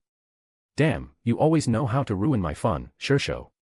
Scat opened her eyes and looked at him. It's not fun. It's discipline. Kazuya turned his face away, scoffing. There was still a smile on his lips, but now it carried genuine irritation. TCH, looks like I'm in for another headache. The silence held for a moment, broken by Scat. So, how are you feeling? Kazuya paused. The usual smile didn't come immediately. He shoved his hands into his pockets and looked up at the cloudy sky. For a moment, he seemed heavier than the air around him. How am I feeling, huh? He repeated slowly. The cold mountain breeze passed through his white hair. His expression, once marked by mockery, softened into something rare, melancholy. He remembered the mornings in the destroyed orphanage. The hard wooden bench in the small chapel. The worn scent of the Bible's pages he barely understood but read aloud because Celestina asked. And her calm laugh, saying his reading was terrible but God wouldn't care about pronunciation. He saw himself again, dressed in an improvised black cassock, a poorly made wooden crucifix hanging around his neck. Celestina clapping lightly, saying he looked like a real priest. It was foolish, it was simple, but it was the first moment he didn't feel alone. Kazuya exhaled slowly through his nose. She was the only one who took me in, after my parents died in that accident. I had nothing. No one. But she believed in me, even when I didn't believe in myself. Scat remained still, listening in silence. I know. Kazuya closed his eyes for a moment. I know it feels like just a blurry memory of a life that's no longer mine. I'm a different person now, but even so, deep down. He placed a hand on his chest. There's a satisfaction. Light, almost ridiculous. But it's real. He opened his eyes, looking back at the sky. Seeing her killer erased, it's like I gave back at least a little of what she gave me. He cast one last glance at the void where Mars had been, feeling the satisfaction of victory and the emotions of the memory he carried. Scat stood by his side, her body steady but her posture relaxed, as if nothing that had happened could shake her composure. She sighed softly, the wind slightly tousling her purple hair, and then pointed in the opposite direction. Time to go, don't you think? Kazuya laughed, letting himself fall gently through the air before using his ability to teleport. In an instant, they vanished from the mountaintop, the echo of destruction still reverberating behind them. When they opened their eyes again, the blue sky of Venice stretched above them. The canal reflected the afternoon sun, with boats gliding gently, people strolling, and the distant sound of musicians playing in small squares. The smell of salt water mixed with the aroma of bakeries and cafes created an almost tangible sense of normalcy. Ah, Venice. Kazuya murmured, tilting his head to observe the city's movement. Nothing like returning to the comfort of civilized chaos. Scat kept her serious gaze, but a slight relaxation crept into the corners of her lips. Venice never changes much, even after so many centuries. The chaos is more civilized here, if I can put it that way. Kazuya grinned, almost teasingly, as he adjusted his shirt collar. Civilized, huh? Doesn't surprise me that you've known the city for centuries. But answer me this, do you prefer the quiet towns of Scotland, or does this feel more exciting to you? She looked away, watching a couple in a gondola pass under the bridge. In my opinion, excitement is relative. What changes is the scale and the risks.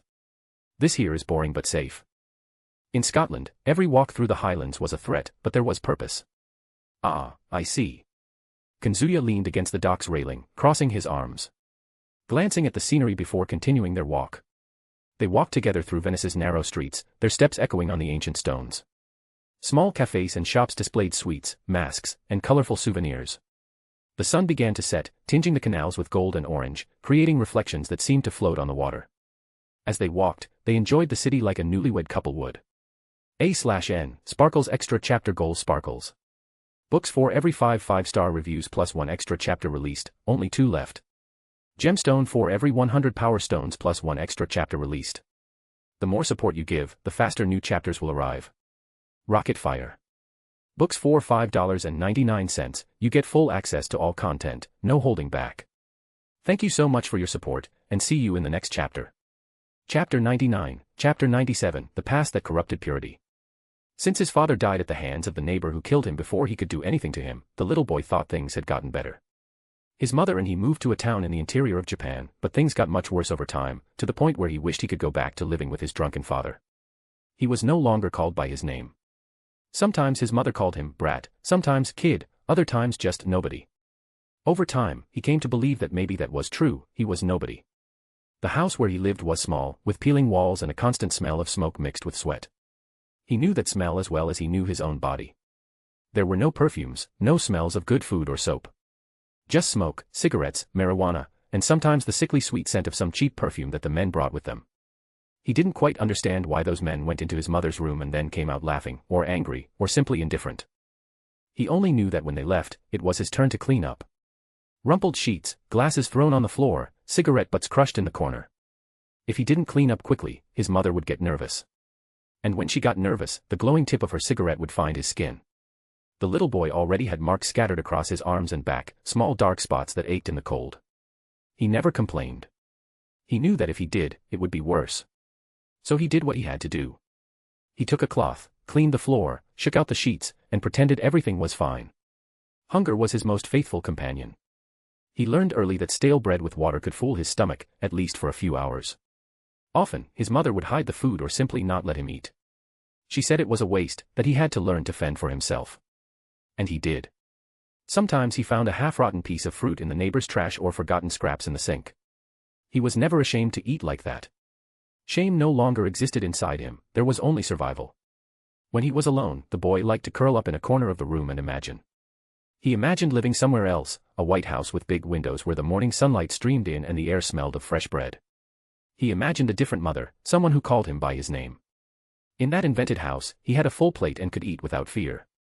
In that invented life, he was somebody. But the dream always ended when the bedroom door opened again, and another man came in. The boy learned to hide in the kitchen, behind the door, waiting for the noise to stop. It was in those moments that the silence hurt the most. Once, one of the men pushed him against the wall as he passed through the living room. The boy fell, bruised his arm, but didn't cry. He had learned that crying didn't help. His teary eyes only made his mother roll her own, as if he were a burden she never wanted to carry.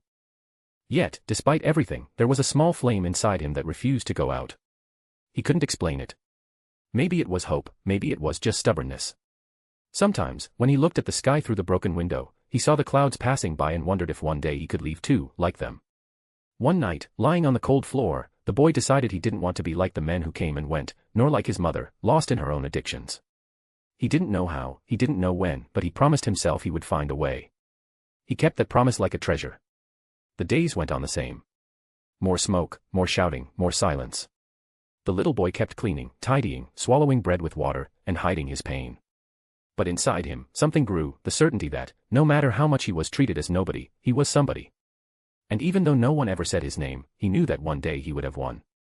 A name that was his alone, one that couldn't be erased by smoke, by marks on his skin, or by indifference. Until then, he resisted. Because resisting was the only thing he knew how to do. He resisted. Day after day, he promised himself he would find a way out. But life seemed to laugh at his promise, as if it were a cruel joke meant just for him. That rainy afternoon, the house was darker than usual. The damp walls held a strange cold, almost as if the air knew what was about to happen. 3 men came in, bringing with them heavy laughter and the smell of alcohol that filled every corner. The little boy curled up in the kitchen, as he always did, but this time it didn't help. They didn't ignore him. Hard eyes turned to him, and for the first time, it wasn't just his mother offering him to the silence of the world, it was the world itself pulling him into the abyss. There were whispered words, laughter that sounded like thunder, and his mother merely looked away, puffing on her cigarette without a care. You can sleep with him as long as you pay. Those were her words, as she received a wad of cash from one of the men. The boy felt the ground slip from under his feet. What happened next doesn't need to be said.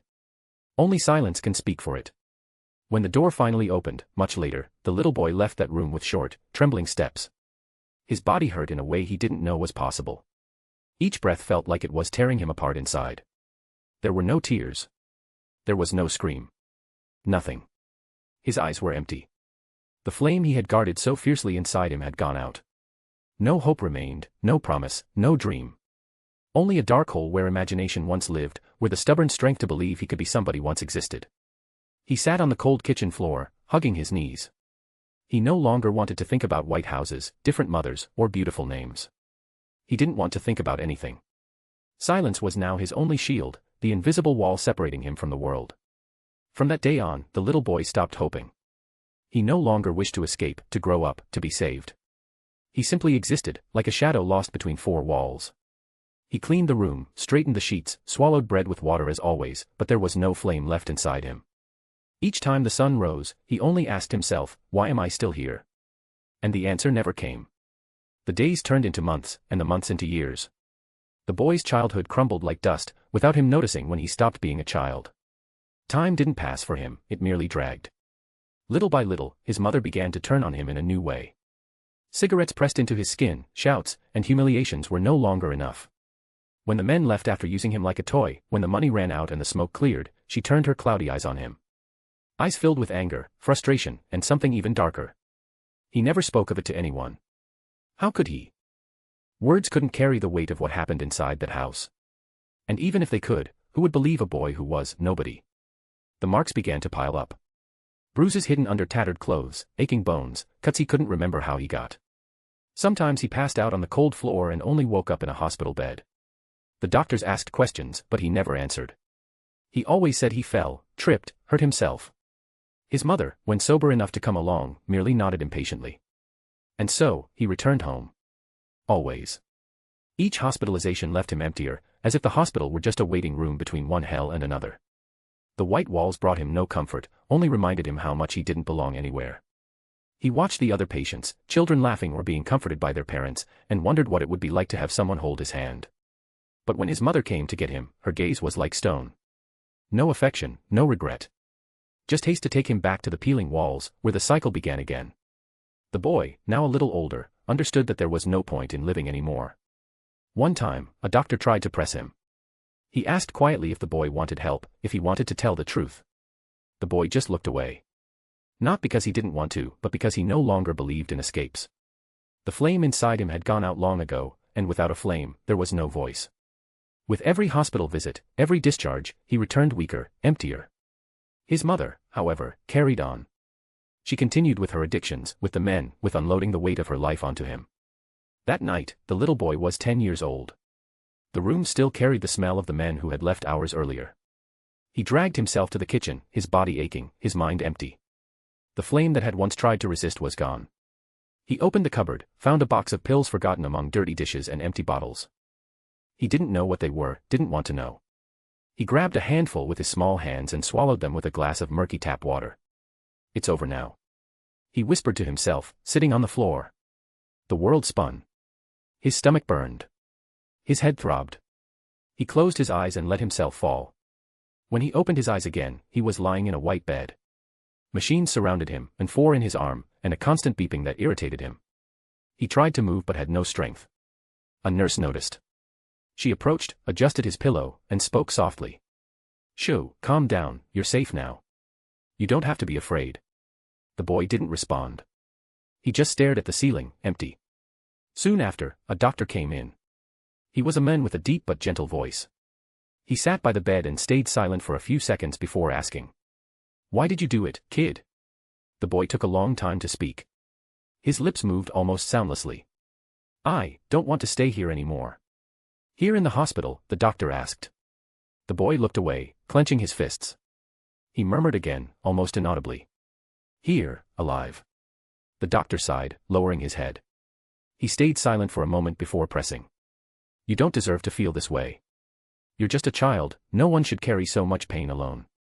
This time, the boy turned his face to the wall and let a tear fall. He said nothing more. Hours later, his mother appeared. She stormed into the room with hurried steps, the smell of cigarettes invading the sterile hospital air. She didn't even look at her son, going straight to the doctor. "So, is he going to die or not?" The doctor frowned. "Your son tried to take his own life. He needs help. Support, care." She let out a short, dry laugh, as if what he said was an exaggeration. "Help? That's just spoiled kid drama. He'll grow up and forget. He's always been weak." The boy heard every word. He stayed still, but inside he felt the crushing weight of her judgment. Weak. That's all she saw in him. The doctor stared at her coldly but took a deep breath and turned back to the boy. He approached, gently took his hand, and said firmly. You're not weak. Got it? Never believe that. The boy didn't respond. His eyes stayed fixed on the wall, cold, silent. Inside him, only one thought echoed. I can't even die. And as the machine's steady beeping continued, he returned to silence, his only way of existing. Mashu opened her eyes suddenly. The white ceiling of her room in Chaldea seemed distant, as if it were swaying above her. Cold sweat dripped down her forehead, and her skin was so pale it looked like porcelain about to crack. Her heart beat irregularly, as if each beat carried a weight that wasn't hers. "Senpai."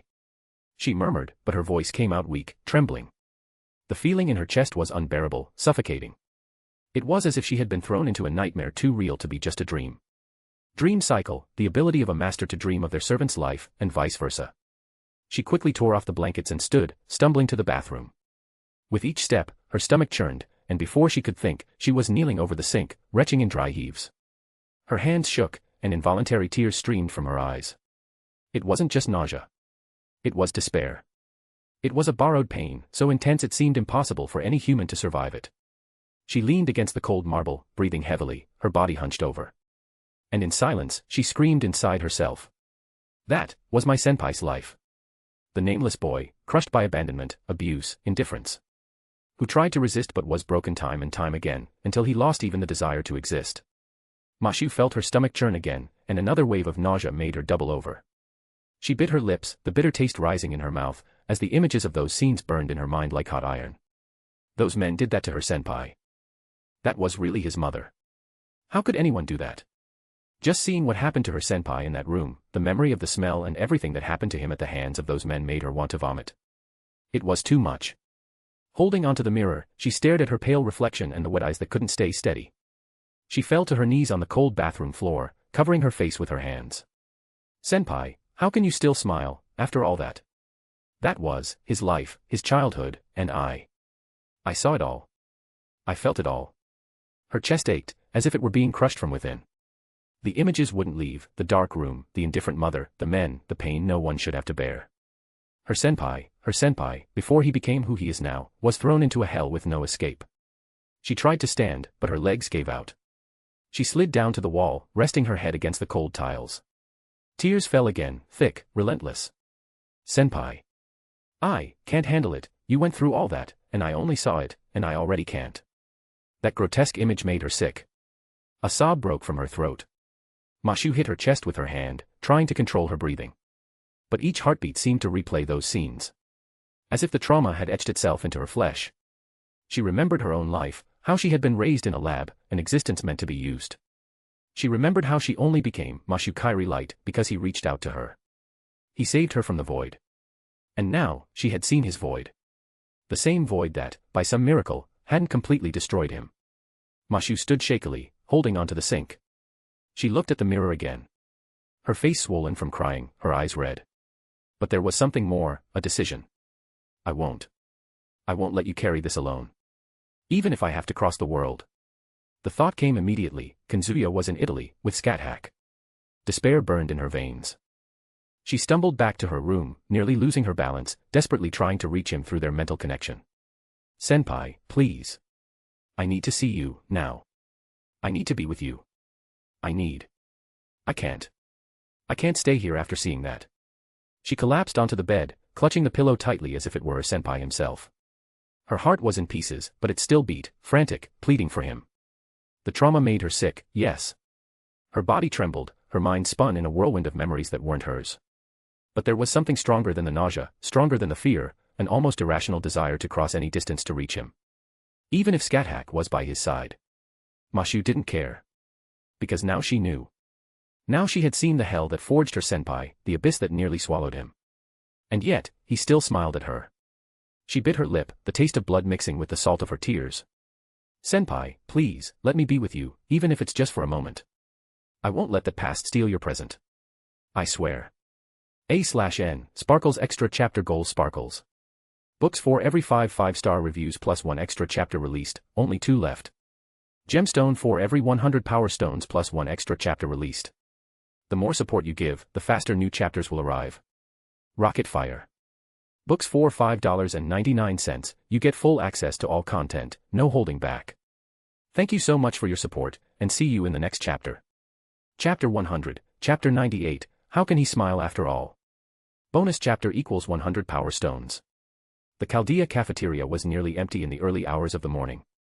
The silence, broken only by the clinking of liquid against porcelain and the occasional crackle of wood in the oven, seemed to echo like an uncomfortable memory. Sitting alone, Oda Nobunaga rested her elbow on the table, holding the small sake bottle with a steady hand, but her eyes were distant. With each sip, her expression didn't soften, instead, it hardened, as if every drop pulled her back to the dream she had experienced. A dream that didn't seem like a figment of her imagination, but rather a memory that wasn't hers. She saw it, the past he never told her about. The suffering he kept buried deep in his soul, locked behind the casual gaze he always showed the world. Nobunaga pressed her lips together, recalling the images, the filthy house, the smoke, the men, the mother. She knew it wasn't something he would choose to share with anyone. What kind of man would speak of being broken as a child, of losing even the flame that kept him alive? Yet, Nobunaga now knew. She had seen it with her own eyes, the events that shaped him. She downed her cup in one gulp, slamming it onto the table. The sound echoed through the empty cafeteria. Damned fate. She muttered, her voice low and laden with anger. Nobunaga wasn't the type to be easily moved. For her, life had always been about war, blood, and power. But now, thinking of him, her master, the man who had even managed to conquer her heart, the anger wasn't for his past, but for the fact that he had been forced to survive such an unworthy hell after everything he had done for humanity. After all he did for humans, did he deserve this? She took a deep breath, adjusting her posture. Her eyes narrowed, serious. "You'll never be alone again, idiot," she said, almost as if speaking to herself. "If the world dares to hurt you again, I'll burn it all down myself." The memory of her silent promise echoed in her chest. Nobunaga didn't need to say it out loud to him. Not yet. But she carried a firm resolve within her, she would protect that man, no matter the cost. She picked up the sake bottle again, but this time, instead of drinking, she just held it. Suddenly, the soft sound of footsteps pulled her out of her spiral of thoughts. The cafeteria door opened quietly, and in walked Musashi Miyamoto. Unlike her usual carefree swordsman demeanor, she now wore simple modern clothes, a loose pair of sweatpants and a light blouse, the kind of comfortable outfit for sleeping. But her expression was far from relaxed.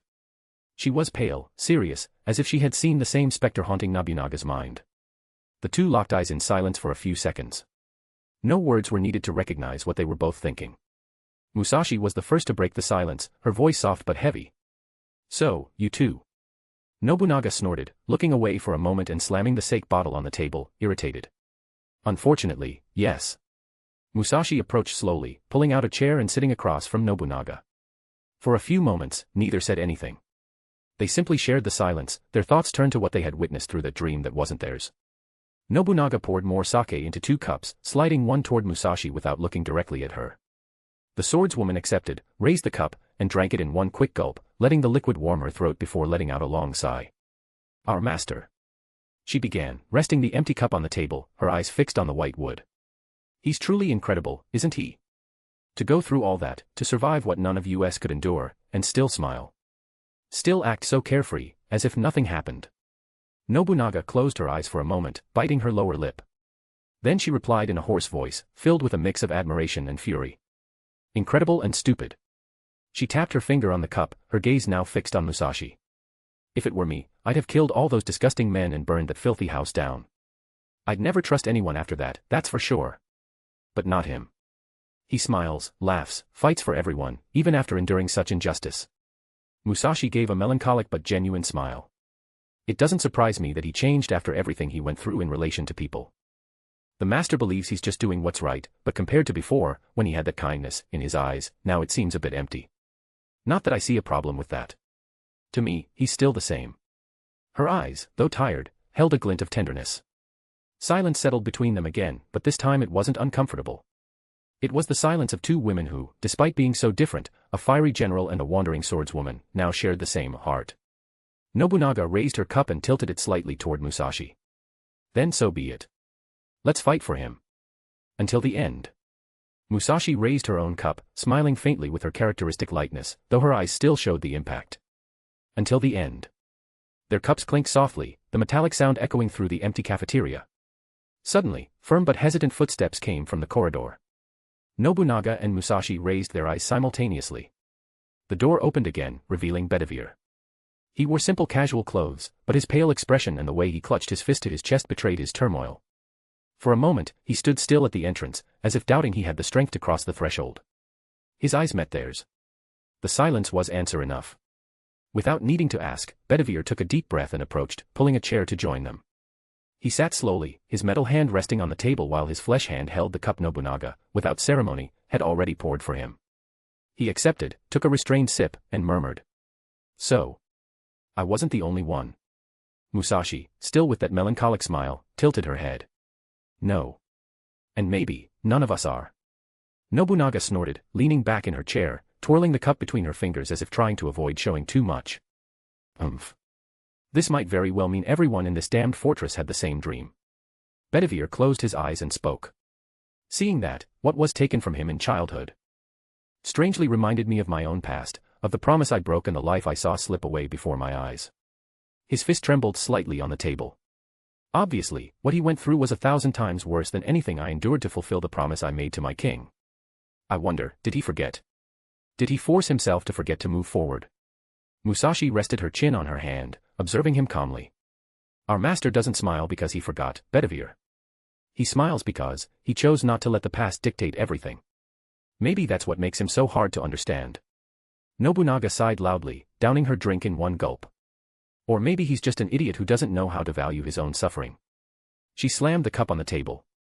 For a moment, none of the three spoke. They simply stayed together, each lost in their own thoughts. Bedivere then raised his cup, his metal hand glinting under the dim cafeteria light. I saw you ladies toasting. I'd like to do the same. I'm not much for drinking, but after everything I saw, I need one. Musashi gave a faint smile and raised her cup. I don't mind sharing this burden. After all, drinking with company is always better. Nobunaga, reluctantly, raised her own cup, her eyes still sparking with anger, but her voice firm. So be it. The three clinked their cups in silence. The door opened again. It wasn't just one pair of footsteps this time, there were two. Nobunaga, Musashi, and Bedivere raised their eyes simultaneously. Déjà vu. Medusa entered first, also wearing casual sleepwear and magical glasses to suppress her mystic eyes, but with a more guarded expression than usual. Beside her, Medea walked stiffly, her eyes blazing with fury. The Witch of Kalkus seemed like a blade ready to be unsheathed to kill anyone in her path. Medea said nothing upon arriving. She merely cast a sharp glance at the three already seated, as if searching for someone to blame. Medusa, on the other hand, stayed a step behind, but it was impossible not to notice her expression, cold to those who didn't know her, but laden with something vulnerable to those who could see. A heavy silence settled. Medea was the one to break it, her voice low but dripping with venom. So, you all saw it too? No one answered immediately. There was no need. Nobunaga merely raised an eyebrow, grabbed the sake bottle, and, with a strange, almost defiant smile, slid 2 cups toward them. Sit. The house is buying. Medusa pulled out a chair and sat calmly, as if the weight of the night demanded economy even in her movements. Medea, on the other hand, threw herself into the chair with force, her jaw tense. She grabbed the cup without a word of thanks and downed it in one go, the sharp clink of the glass hitting the table betraying her anger. Musashi was the first to speak, trying to lighten the mood. Looks like the cafeteria has become, how should I put it? A refuge for broken hearts. Nobunaga snorted. More like a den of cursed people. Bedivere, serious, tilted his head slightly. Whatever the name, we're here for the same reason. Medusa drank in silence, her eyes fixed on the liquid in her cup. When she spoke, her voice was almost a whisper. No one should have to endure something like that. Especially not him. Medea clenched her fists, her knuckles turning white. Endure. She spat the word like poison. No. That shouldn't even have happened. A man like him, reduced to ashes when he was still a child. If I had been there, they would have begged for death before even touching him. The silence that followed was thick, until Nobunaga let out a bitter laugh. Heh. And here I thought I was the only one ready to burn the world for him. Medea shot her a quick glance, filled with both fury and complicity. Medusa sighed, her soft tone hiding much more than it revealed. I think it's unfair that this happened after he did so much to save humanity. Bedivere raised his gaze, a grave glint in his eyes. We were just talking about that. Fate always seems to demand more from those who deserve it least. Musashi twirled her cup between her fingers, thoughtful. Maybe that's why he brings us together. Warriors, kings, assassins, witches, monsters, all here, drinking for the same person. She smiled faintly, but without her usual lightness. It's almost beautiful, if you ignore the tragic part. Nobunaga refilled everyone's cups, the strange smile still on her lips. Enough talk. Let's drink. Medea raised her cup, her eyes gleaming with restrained fury. Let it burn. Medusa raised hers too, but in silence, her gaze cold as stone. Bedivere followed with solemnity, and Musashi, as always, with a melancholic smile. Their cups clinked. The walls of Kazuya's room shimmered under the soft glow of enchanted lamps. The magically expanded space felt more like a small palace than a simple dormitory. Dark wooden panels with golden inscriptions reflected a warm, calming light, the oriental rug on the floor absorbed footsteps, and the monumental bed, flanked by navy blue silk curtains embroidered with runes, seemed to invite absolute rest. A sofa in front of the magical screen, still with the video game on standby, added a cozy, homely touch to the place. But the atmosphere was anything but comfortable. Ishtar stood, arms crossed, pacing back and forth in front of the bed, her expression tense, not with pride, but with anger. Her ruby-red eyes, usually arrogant and full of spark, now wavered between frustration and pain. How can he just smile, she muttered, her voice trembling with indignation. That idiot. He went through that, lived that hell, and still acts like, and worse, he didn't tell us anything. She stopped abruptly, her fists clenched. Seated on the sofa, Ereshkigal kept her hands clasped tightly in her lap. Her eyes, brimming with tears, stared into the void. Unlike her sister, she didn't move, but her pain was almost tangible, a weight sinking her into the cushions. He didn't want us to see. She murmured, her voice low but firm. It wasn't meant for us. He didn't want us to carry that kind of memory of him. Ishtar snorted, spinning on her heels to face her sister. And you think I'm going to pretend I didn't see? The goddess of war raised her voice, but it trembled. I'll never forget those images. That child, him. She bit her lips, taking a step back as if the weight of the memories had struck her. I can't stand the thought that someone dared.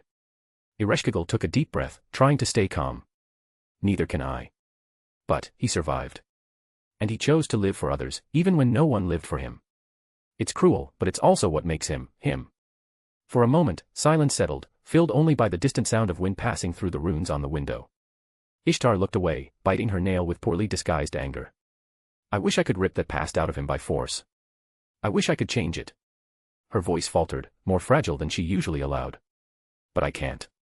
Ereshkigal finally raised her eyes to her sister, and there was something rare there, not the usual timid shadow, but a cold, heavy determination. We can't change what happened. But we can make sure he's never hurt like that again. She clenched her fists in her lap. Not by the world. Not by fate. Ishtar stared at her, surprised by the intensity in her sister's gaze. Humph, so you too. Her smile was sad, but there was a genuine fire behind it. Looks like all of us, each in our own way, came to the same decision. Ereshkigal merely nodded, the tears held back in her eyes glinting. They both looked at the monumental bed, still untouched, the navy blue silk curtains framing the empty space. Ishtar murmured, almost like a confession to the silent room, I thought he'd be here. That's why I ran. I wanted to see with my own eyes if he was okay. Me too, Ereshkigal added, her voice almost fading. But, he's not. Ishtar slumped onto the sofa beside her sister, sighing deeply. That idiot should at least have warned us. She said in a sour tone, but her gaze revealed something else, fear. I don't like not knowing where he is after seeing that. Kazuya had only mentioned to Mashu and Da Vinci where he was going, and they had already tried contacting their master through their mental connection, but he was likely sleeping or too busy to respond. Ereshkigal turned her gaze to the runes softly glowing on the curtains. Then, we stay here. Until he comes back. Her voice was firm, almost solemn. At least we can do that. Ishtar blinked, surprised, before giving a tired but genuine smile. You sound like the older sister talking like that. She leaned her head on Ereshkigal's shoulder, exhausted. Fine. We stay. The door to the room burst open suddenly, nearly torn off its hinges by the force of the movement. Tamamo no Mae rushed in, her long hair disheveled, her fluffy tail trembling with nervous intensity. Her wide eyes carried the desperation of someone who had run without thinking twice. She still wore the light kimono she slept in, poorly adjusted, betraying that she had left her quarters in a hurry, unable to contain her agitation. Upon looking up, she found Ishtar and Ereshkigal side by side on the sofa, their faces weary but resolute. The shock froze Tamamo for a moment. The silence that formed was heavy, almost suffocating. The three locked eyes. None needed to explain. The glint in their eyes, the pallor, the held breath, they had all seen the same thing. Tamamo was the first to break the silence, her voice choked, almost a sob. You saw it too. Ishtar slowly uncrossed her arms, sighing, her anger mixed with exhaustion. Yeah. Looks like this nightmare decided to spare no one. Ereshkigal looked at Tamamo with a soft but firm gaze.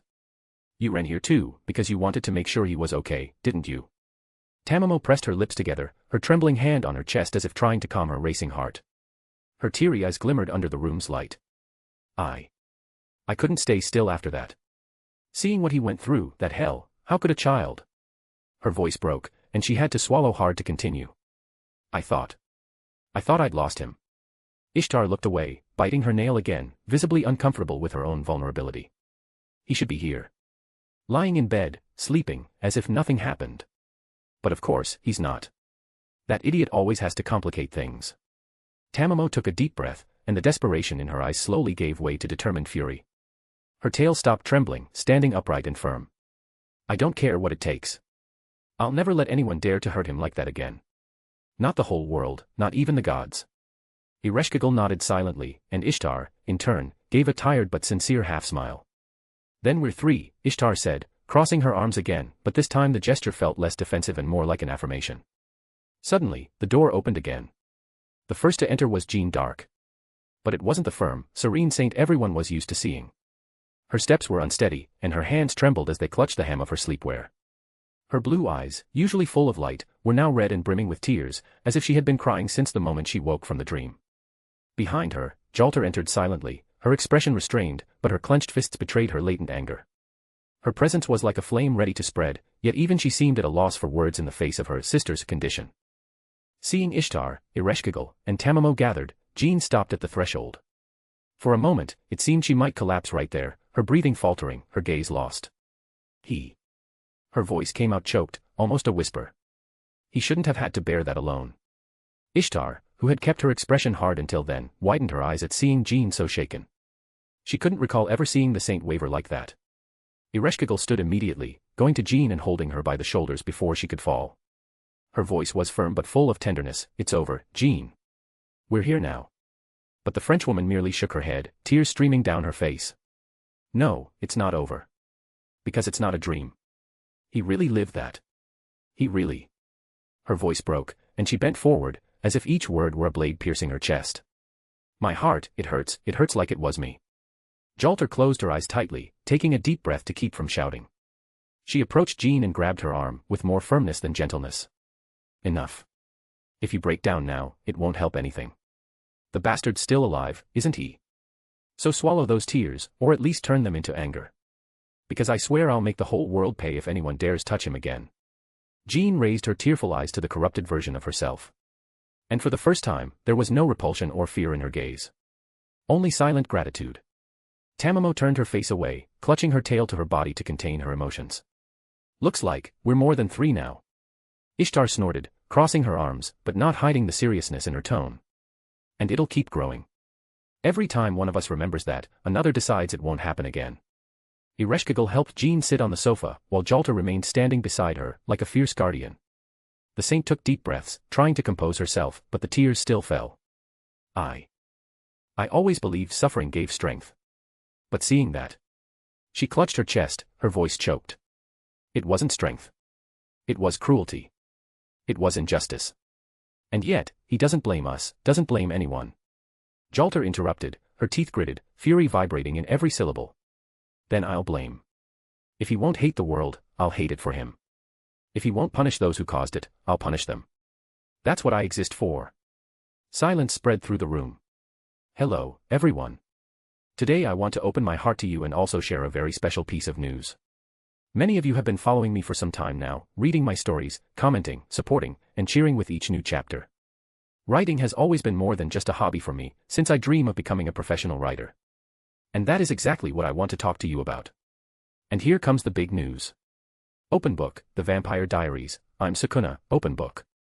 It mixes one of the most beloved universes of contemporary fantasy, The Vampire Diaries, with the devastating and fascinating power of the King of Curses, Sukuna, from Jujutsu Kaisen. Here is the official synopsis to spark your curiosity. Synopsis, The Vampire Diaries, I'm Sukuna.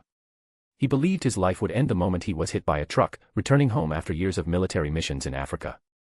However, death was not his end. Between the darkness and a strange voice that offered him a wheel of fate, Ryan awoke in a new body. A perfect body, inside the universe of the Vampire Diaries. Now called only Ryan, he discovers that he has a carefully inserted past in Mystic Falls, but it wasn't just that, he also carried with him all the powers, abilities, and experience of the King of Curses. Divided between the nostalgia of old memories and the predatory instinct inherited from Sukuna, Ryan will have to decide whether he will live as the childhood friend everyone remembers, or as the predator the town will never forget. Mystic Falls has always been a place of vampires, witches, and werewolves. But this time, something much worse has just been born. Now tell me, how can anyone resist this mix of nostalgia, mystery, and absolute power? But, of course, those who choose to support with any monthly amount will not only have access to advanced chapters of all the stories you already follow, but also to future exclusives I am preparing. I have many ideas saved, projects I really want to bring to life, and with your support this becomes more and more possible. I am getting closer and closer to gathering the amount, and I can sincerely say that every contribution, no matter how small it may seem, makes a huge difference. This device is not just a matter of comfort, it is quality of life, being able to hear better, being able to be even more present in conversations, in stories, and in everyday life. It is something that will impact not only my writing but my entire life.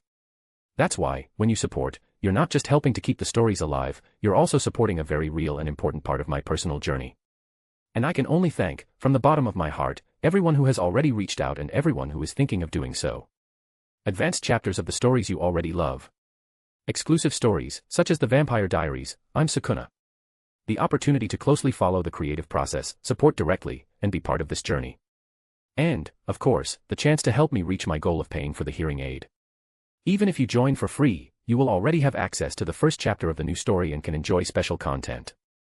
If you decide to support with any amount, you will not only be securing incredible advantages as a reader, but also helping much more than you can imagine. Literature, fanfics, and the stories we love so much only exist because of this exchange. I write, you read, comment, support, and cheer along. And it is precisely this connection that inspires me to keep creating and bringing more and more ideas to life. The journey is only beginning, and I would love to have you walking alongside me on this road. Sparkling Heart.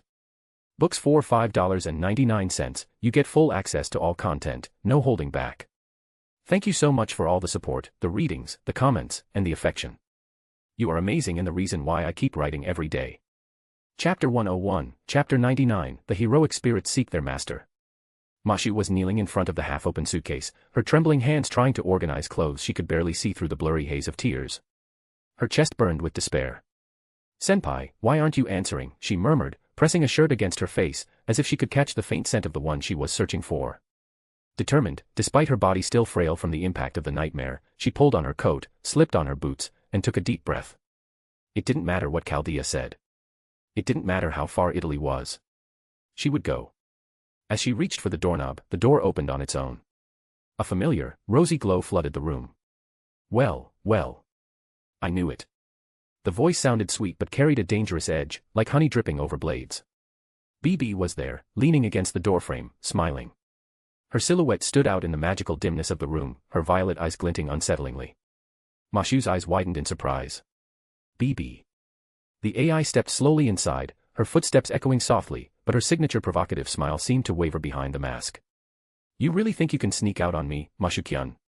TSK, bad wife. BB raised a finger in front of the Kohai's face, in a theatrical gesture. "But I didn't come here just to play hide and seek, you know." Mashu took a step back, her heart racing. "So, you too." BB's smile faded. She sighed, and for the first time in a long while, she didn't seem to be mocking. Her eyes gleamed with something heavy, dark. "Yes. I dreamed." The two fell silent. The air seemed to grow denser, heavy with the weight of their shared memory. BB closed her eyes for a moment and let out a low laugh, but her voice was broken. "I've seen plenty of horrors, you know. Caused a fair share of them too. But, seeing my senpai like that, so broken, so alone." Her voice faltered, and she bit her lower lip, her hand clenching into a fist. "I swear I wanted to rip that entire world out by the roots and throw it into the fire." Mashu shivered at the raw sincerity in her words. "BB." The AI raised a hand, cutting her off, and smiled again, but this time it was a crooked, almost pained smile. "Don't think I'm going to let you go alone. Not when I know he's out there, carrying all of that in silence. Not when I'm hopelessly in love with the same idiot." She stepped closer, leaning in to stare at Mashu, her violet eyes fixed on her. "Because he's not just yours, Mashu-kyun. He's mine too. Always has been." Mashu clenched her fists, her chest throbbing with conflicting emotions, jealousy, pain, but also a strange sense of relief at not being alone in carrying that haunting past. BB took a deep breath, as if trying to push away the anger pulsing under her skin. Seeing Senpai smile every day, after knowing what he went through, it destroys me. You get it, don't you? It's like seeing a mask that shouldn't exist. He never let himself break. Never. Mashu nodded firmly, tears streaming down again. I can't stand it, not after seeing that. I just want to be by his side. BB smirked, wiping Mashu's tears with her thumb in an unexpectedly gentle gesture. Then that's that.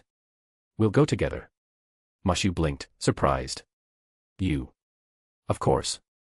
You think I'd miss the chance to find my senpai in such a vulnerable state?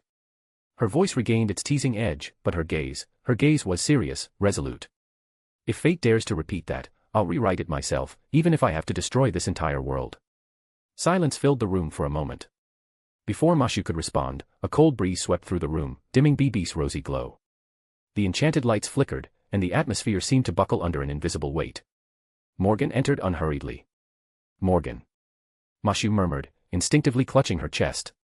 BB raised an eyebrow, keeping her provocative smile but taking a subtle step back. Oh, the jealous queen has come to play too. Morgan ignored her. Her eyes locked onto Mashu, then slowly shifted to BB, and finally settled on the empty space of Mashu's bed, where the suitcase still lay open.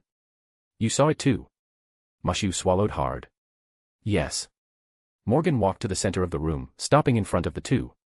For a moment, silence reigned, broken only by the sound of their breathing. Then the queen raised her chin and spoke. I've lived through eras of war. I've seen empires crumble, peoples crushed until nothing remained but dust. Human cruelty never surprised me. Her gaze trembled for a moment. But seeing him, a child, consumed by something so vile, so filthy, that was different. They dared to do that to my husband. I want to destroy the world that dared to do that to him. The rage in her voice made the air feel even heavier. BB let out a low laugh, crossing her arms. And here I thought I was the dramatic one.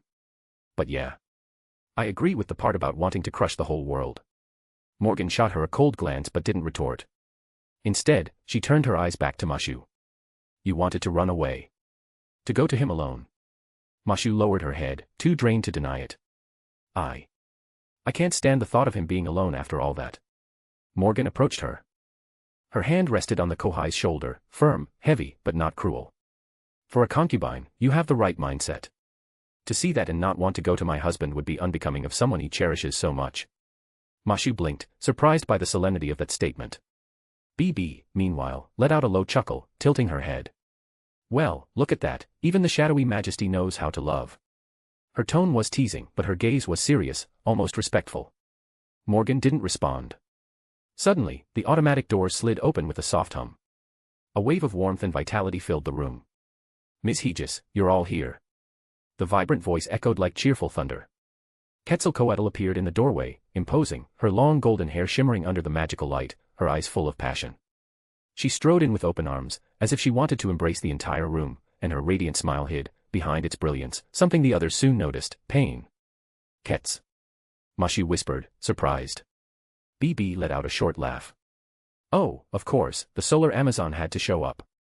Morgan said nothing, merely turning her face slightly, assessing her presence with her usual cold gaze. Quetzalcoatl, however, was unfazed. She walked to the center of the room with confidence, her vibrant energy contrasting with the tension that dominated the air. When she stopped in front of them, her eyes shone with something different, not just joy, but a flame fueled by fury. I saw it too. Her voice shifted instantly, now it was deep, intense, cutting. I dreamed of that past. I saw everything. I saw what they did to our beloved, YSO, that filled me with a rage I've never felt before. She clenched her fists, her muscles taut, and her smile vanished, replaced by a stern expression. I am a goddess of war. I've lived among sacrifices and blood. But that wasn't just violence. It was perversion. It was cowardice. Seeing him, mi amor, so small, so defenseless, surrounded by monsters who called themselves human, it burns inside me. Ket's explosive tone reverberated through the room like a roar. Mashu brought a hand to her mouth, moved by the raw intensity of her words. BB, for the first time, didn't retort, only watched with a strange glint in her eyes. Morgan remained calm, but the stiffness in her demeanor seemed to acknowledge the truth in that declaration. Then Quetzalcoatl took a deep breath. Her smile returned, but it wasn't just joyful, it was a smile full of fervent, almost desperate love. And that's why I won't let him carry this alone. Never. I want to be with him, to show him he's not broken, that he's still the maravilloso hombre we love. She took a step forward, opening her arms, her voice now soft but filled with sincere longing. And you know how I do that, right? Con lucha libre. Her eyes sparkled. I want to fight with him, body against body, skin against skin, until he understands I'm here. Not just as a goddess, but as a wife. As a woman. I want to give him all my love until none of that remains inside him. The way she said it was a bit strange. But no one had a chance to respond. The heavy silence lingered in the room after Quetzalcoatl's words when the automatic doors slid open again. What a sugary scene. The mocking voice echoed through the corridor before the figure appeared. Med stepped in first, leaning against the doorframe with a feline smile. Her eyes, however, glinted uncomfortably, as if trying to mask any vulnerability beneath her seductive facade. Really, I can't let you all monopolize my men just because you had wet dreams of tragedy. He's mine too. And you'll have to accept that. Look who's here, the queen of mass possession. Mashu swallowed hard, visibly nervous at the arrival of another. Ketz merely opened her arms as if welcoming her, but Morgan narrowed her eyes, studying Medb in silence. The Celtic queen sauntered into the room, her expression wavering between arrogance and something deeper. When she finally stopped, she let out a short, almost nervous laugh. But don't think I came here just to make a scene. I saw it. I felt it. Seeing that man, my man, still a boy, being broken in such a petty, disgusting way, ugh, I can't get it out of my head. Her fingers gripped her own arm tightly. And you know what? I've destroyed entire kingdoms for far less. Far less. Her tone was laced with genuine anger, and for the first time, her smile faltered. Before anyone could respond, the metallic clank of footsteps echoed down the corridor. Another pair of voices approached, clearly arguing. I told you to stay out of my way, you poisonous witch. And I said I don't mingle with dogs who can't bark properly. The doors opened again, revealing Semiramis and Mordred storming in almost shoulder to shoulder, each with an expression of pure irritation. You too? Mashu murmured, surprised. Mordred huffed loudly, crossing her arms. Yeah, I saw that crap too. And I'm not in the mood for games. I'm pissed. Really pissed. How could anyone do that to a kid? And to him? Her voice echoed through the room, brimming with youthful fury. Semiramis, in contrast, seemed far too calm, poisonously calm. I thought I'd witnessed every form of human cruelty. But that was low. Repulsive. Unworthy even of prisoners of war. She raised her gaze, cold as a blade but burning with bitter fire beneath. Seeing my husband through the eyes of that child, it's something not even the sweetest poison could erase. Quetzalcoatl nodded, her eyes glinting with agreement. Morgan remained still, but clearly registering every word. Mordred slammed her fist into her open palm. If I'd been there, I would have ripped the head off every one of those bastards. Not a single one would have lived to tell the tale. Semiramis shot her a disdainful look. Your impulsiveness can't change the past. But I understand the hatred. Because I, too, want to see the world that hurt him burn to ashes. No one had time to respond to Semiramis before Scotty entered. The winter goddess walked with the serene coldness of an inevitable blizzard. Her expression was austere, but her eyes betrayed her calm, pools of frozen suffering. So it's true. Her voice sounded like cracking ice. I wasn't the only one. Mashu looked at her, surprised. Scotty, you too. Scotty let out a sigh. I saw it. That nightmare, that past. The stolen innocence, the crushed body, the spirit scarred with wounds no one should bear. Her eyes closed for a moment, and when they opened again, they were hardened with divine fury. And yet, he smiles at all of us. As if nothing happened. As if he could hide forever how much he's bleeding. Morgan observed her in silence, almost recognizing the same rage within herself. Quetzalcoatl nodded, her eyes burning with a warrior's fire. Med let out a low, tense laugh, devoid of irony. Semiramis stood tall, but a subtle tremor ran through her hands. Mordred gritted her teeth, gripping her sword sheathed too tightly. BB, silent for the first time in a long while, merely sighed. Scotty raised her chin, standing tall like a Nordic queen. After a few more moments with no one else entering the room, Mashu finally had the chance to lead them all away to where their senpai was, in Italy. They only needed to teleport there from Chaldea and then search for their master. And so, in the main corridor of Chaldea, they found a group already waiting.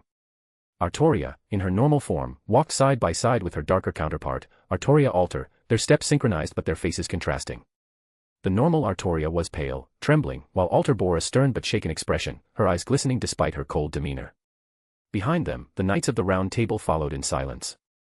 Gawain was grim, his fists clenched against his armor, as if he might shatter at any moment. Lancelot hid his face in the shadows, but the trembling of his shoulders betrayed his restrained anger.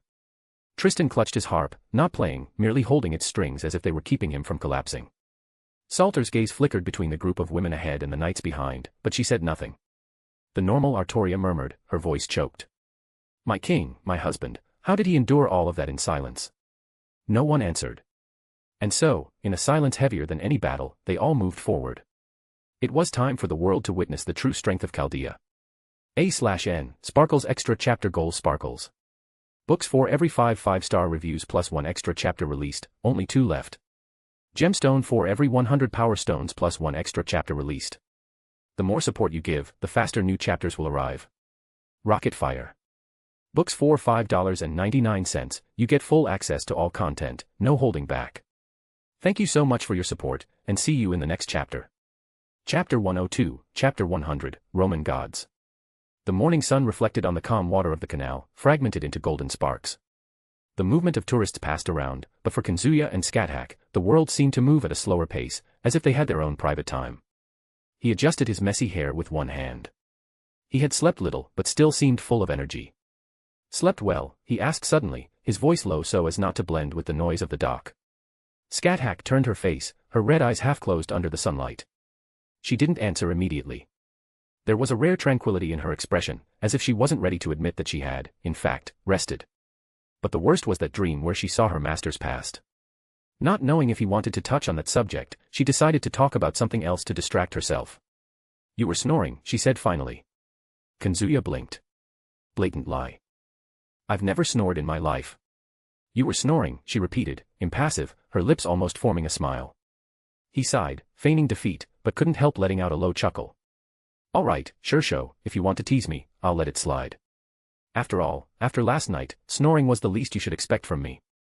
Scathach averted her eyes to the water's reflection, but couldn't hide the slight flush on her cheeks. "You talk too much. You started it." They walked side by side through the narrow streets, where colorful clothes dried, stretched between the old houses. The smell of fresh bread wafted from the bakeries, mingling with the aroma of strong coffee. For a few minutes, they said nothing.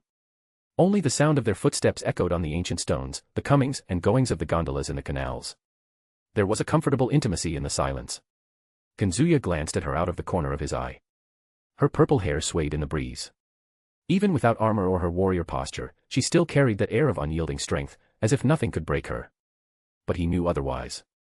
She had her weaknesses too. She just didn't show them. "Last night, you dreamed, didn't you?" he asked suddenly. After waking up this morning, he received many messages through their mental connection, asking where he was and announcing that they had seen him, and due to having felt what happened last night, the master-servant bond being used to access his past.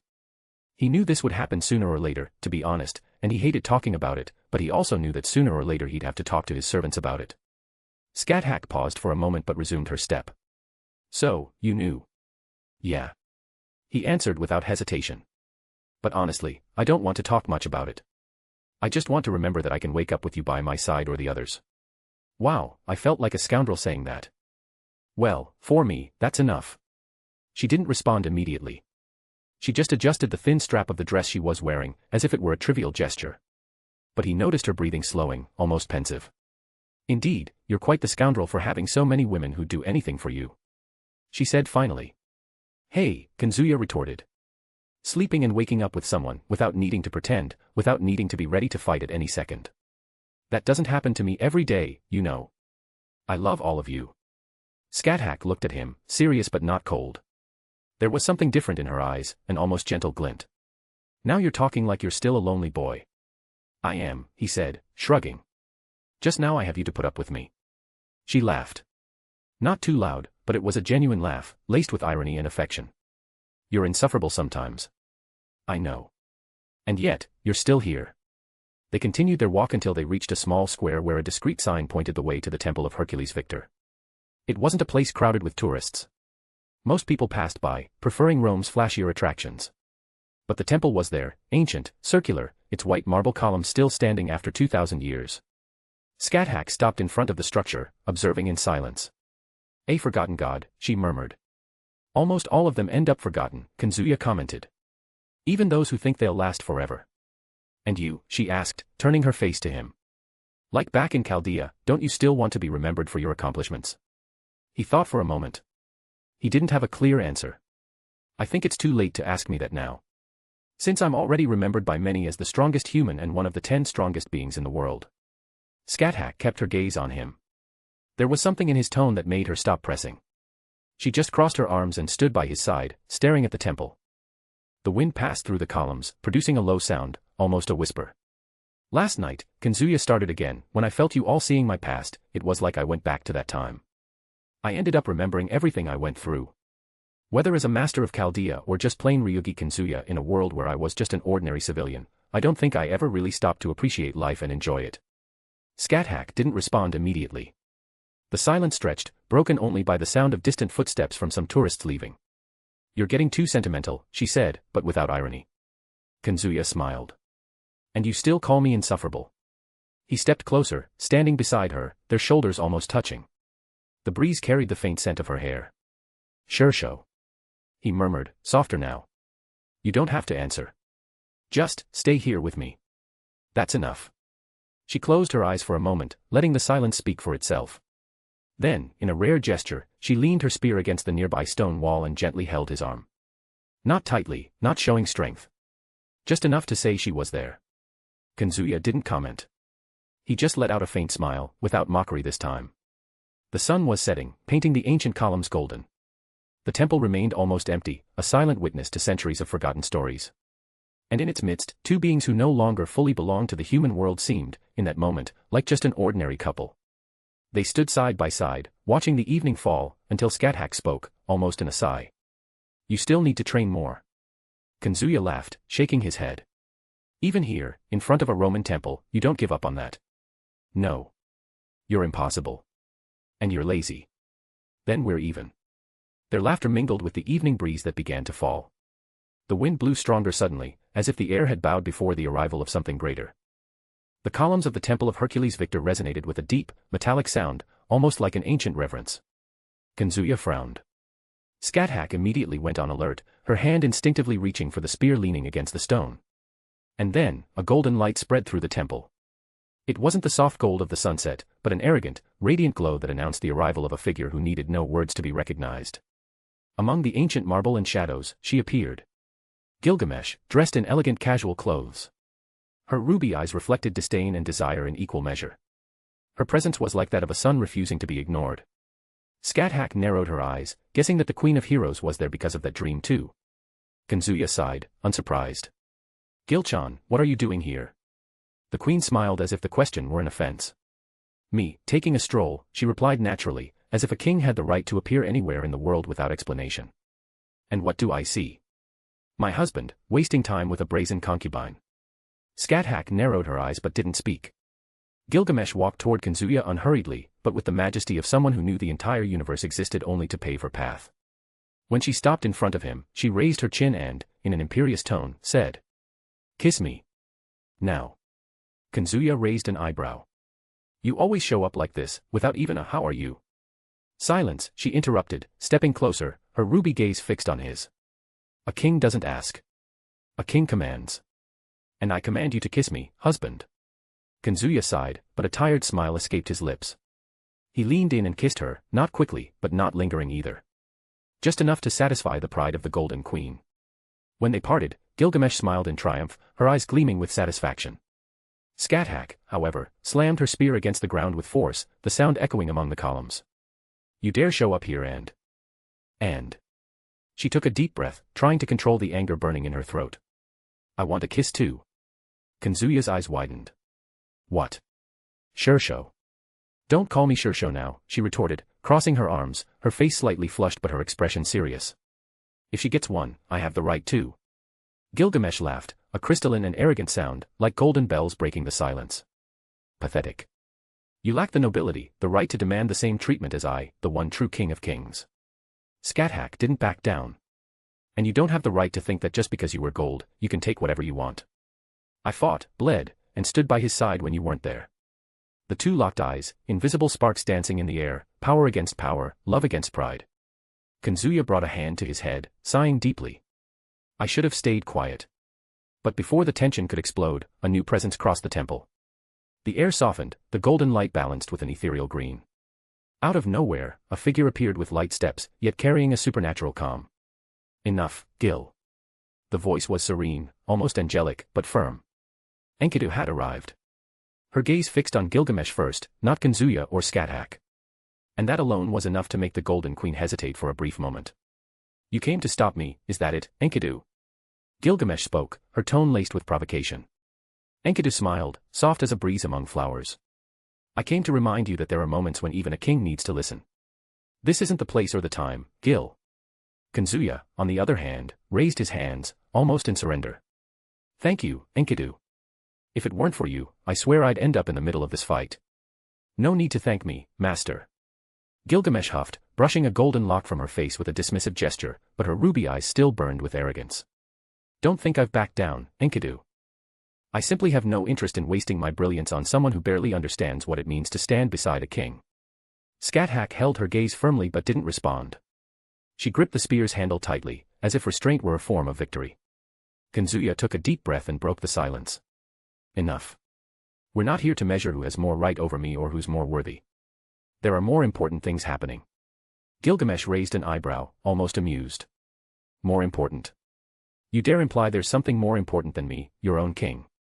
There is, he replied calmly but firmly. I came here to deal with an enemy who killed my adoptive mother, and after doing that, I found out the Roman gods want revenge. I came to this city to kill them and resolve everything. The gleam in Gilgamesh's eyes wavered, not from surprise, but from genuine interest. Interesting. The counterparts of the gods this king has already destroyed. Rats that slipped through my hands. Enkidu watched in silence, her eyes reflecting an unfathomable calm. Finally, she spoke. Since you seek justice, master, then Gil and I will follow you as always. Thanks. Kazuya rolled his eyes internally, knowing that Gilchan and Enkidu were there to not leave him alone after that dream. He could say that the proud queen's command was just her way of showing she was there with him. She just had a very different way of expressing it. Skathak grumbled softly. They left the temple of Hercules Victor behind. Rome's streets were emptier at that hour, the shadows lengthening as the sun set. The smell of ancient stone and history permeated every corner. Their path wasn't marked by tourist signs or known trails. They followed the narrow alleys, guided by Kazuya's memory of the place through his omniscience. As they turned a corner where almost no soul passed, they found the forgotten ruin. There were no signs, no flashy gates. Just broken columns, covered in moss, standing like ancient bones under the rising moon. Kazuya stopped, feeling the weight of the atmosphere. This is it. Skathak narrowed her eyes, assessing the terrain. It doesn't look any different from any other abandoned Roman ruin. That's exactly why it works, Kazuya replied. They hid the entrance in a place right under the noses of humans who don't care to explore deeply. The domain of the Roman gods starts here. Gilgamesh ran her fingers over the worn stones, as if caressing a treasure. A portal disguised in decay, how ironic. I almost admire the audacity. Enkidu closed her eyes, and her voice sounded like a breeze among the broken columns. I feel it. There's something behind this place. Something ancient. Older than Rome itself. Kazuya took a deep breath.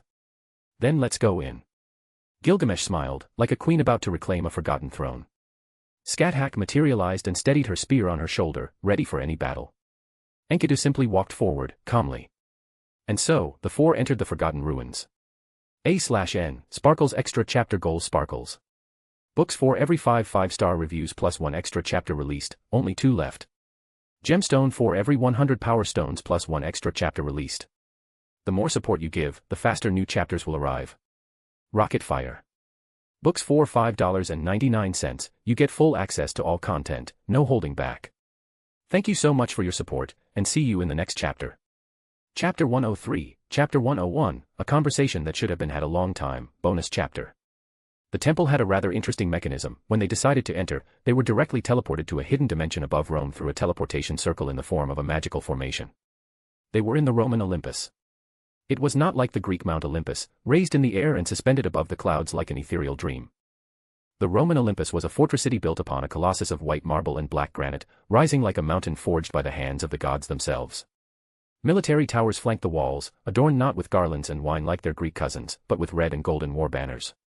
Bronze eagle statues, each larger than an elephant, guarded the entrances, and the gates opened not for pilgrims, but for legions of immortal soldiers. Above, the sky was not blue. It was golden. A dome of light radiated, as if the sun itself had been imprisoned and placed there to eternally illuminate the home of the gods. Among immense columns, palaces of colossal proportions rose.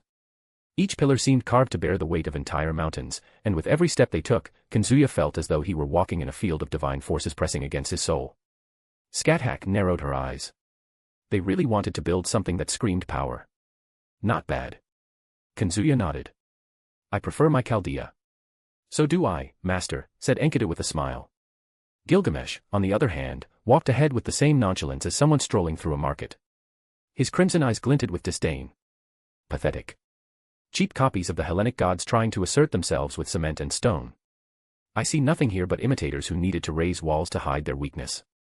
No sooner had the words left his lips than an immense shadow fell over them.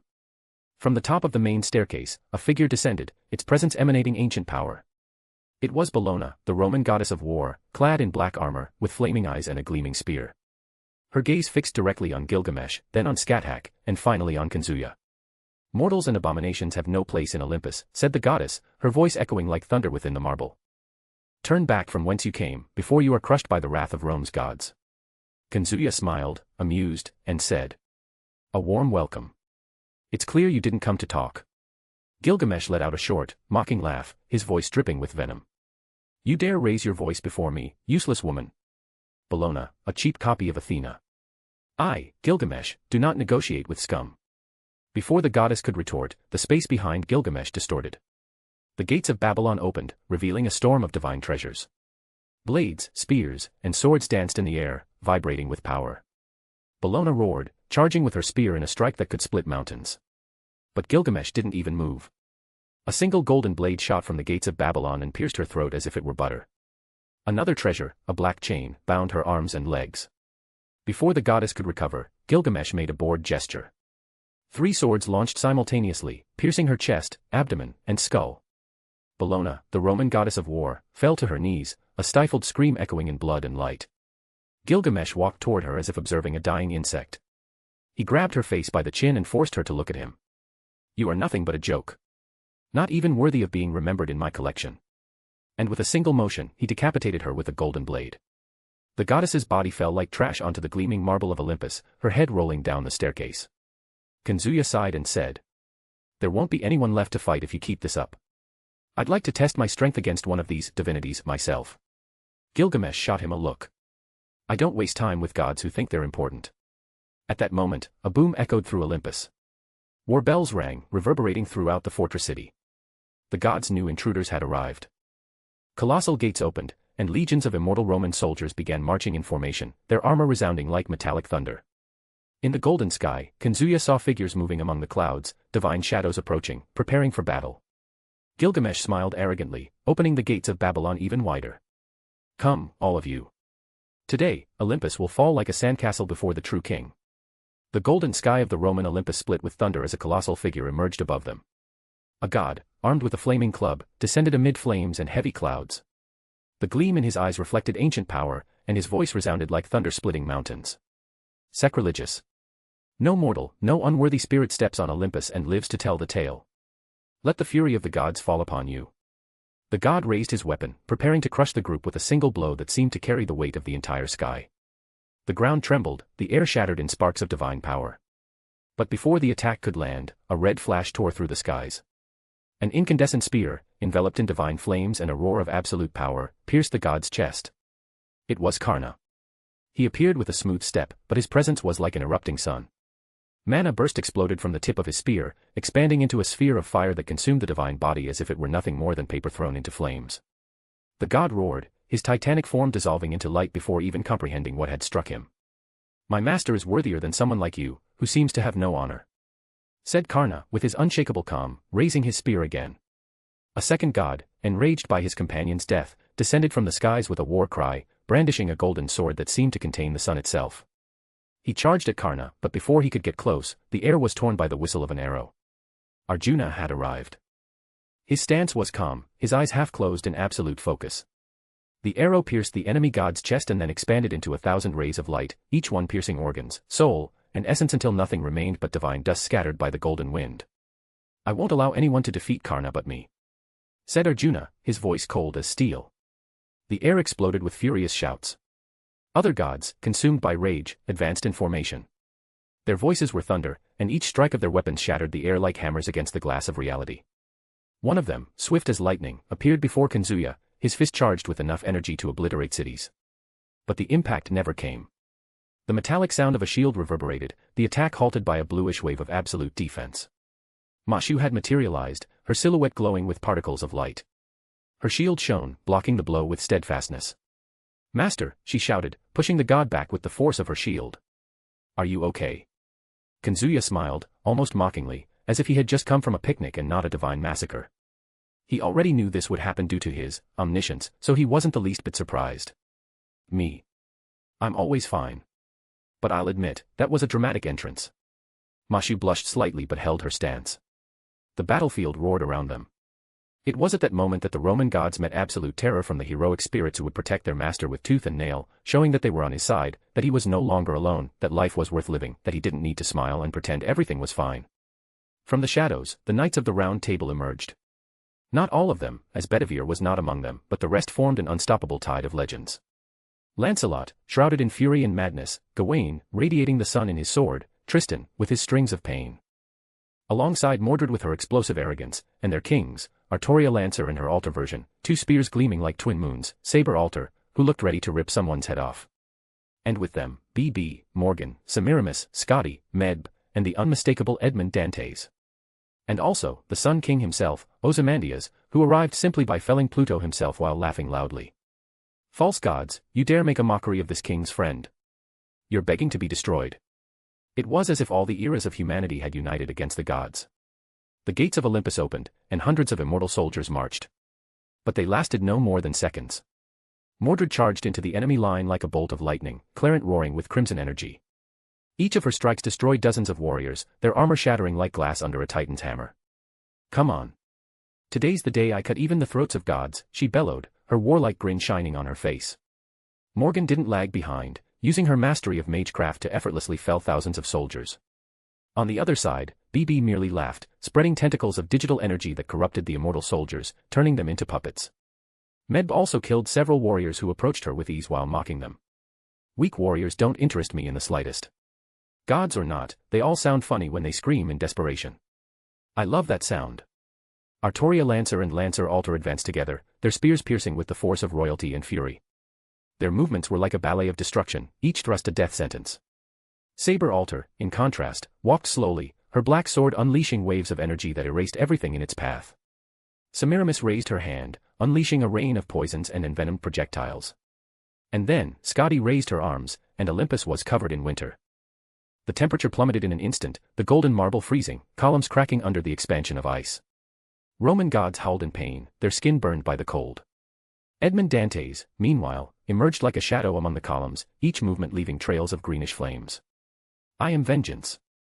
You, gods, are just the next name written in my eternal flame." He vanished and reappeared, cutting divine throats as if they were grass. The entire Olympus trembled. Above them, Gilgamesh opened the gates of Babylon even wider, launching treasures in all directions, each one destroying columns, palaces, and even the divine bodies that dared to face him. Ridiculous. You call yourselves gods, but you're nothing but trash adorned in golden togas. I am the only king that exists in this world. At his side, Enkidu unleashed chains, capturing entire gods and crushing them into the ground, his calm expression contrasting with the brutality. Scat-Hack advanced, her spear cutting and killing divinities in strikes so swift they barely left traces. Her cold laugh echoed. "For all these centuries, I've waited for challenges. I can't believe even the Roman gods failed to entertain me." At the center of it all, Kazuya watched, hands in his pockets, as if he were merely a bored spectator. Another god's attack came toward him, but it stopped in an instant, as if it had hit invisible glass. Infinity opened around Kazuya, his absolute power repelling any attempt. And he laughed, with the same irreverent mockery as Satoru Gojo. The war lasted minutes but felt like a cataclysm. The Roman gods screamed, one after another falling under spears, swords, magic, poisons, arrows, and infinite treasures. The golden skies cracked, the palaces crumbled, and Olympus, which seemed eternal, began to collapse into ruins. When the last scream faded, only silence remained. A heavy silence, broken by the sound of the wind over rubble and shattered columns. The Roman Olympus, the golden fortress of the gods, had been reduced to dust in a matter of moments. Kazuya sighed, looking around.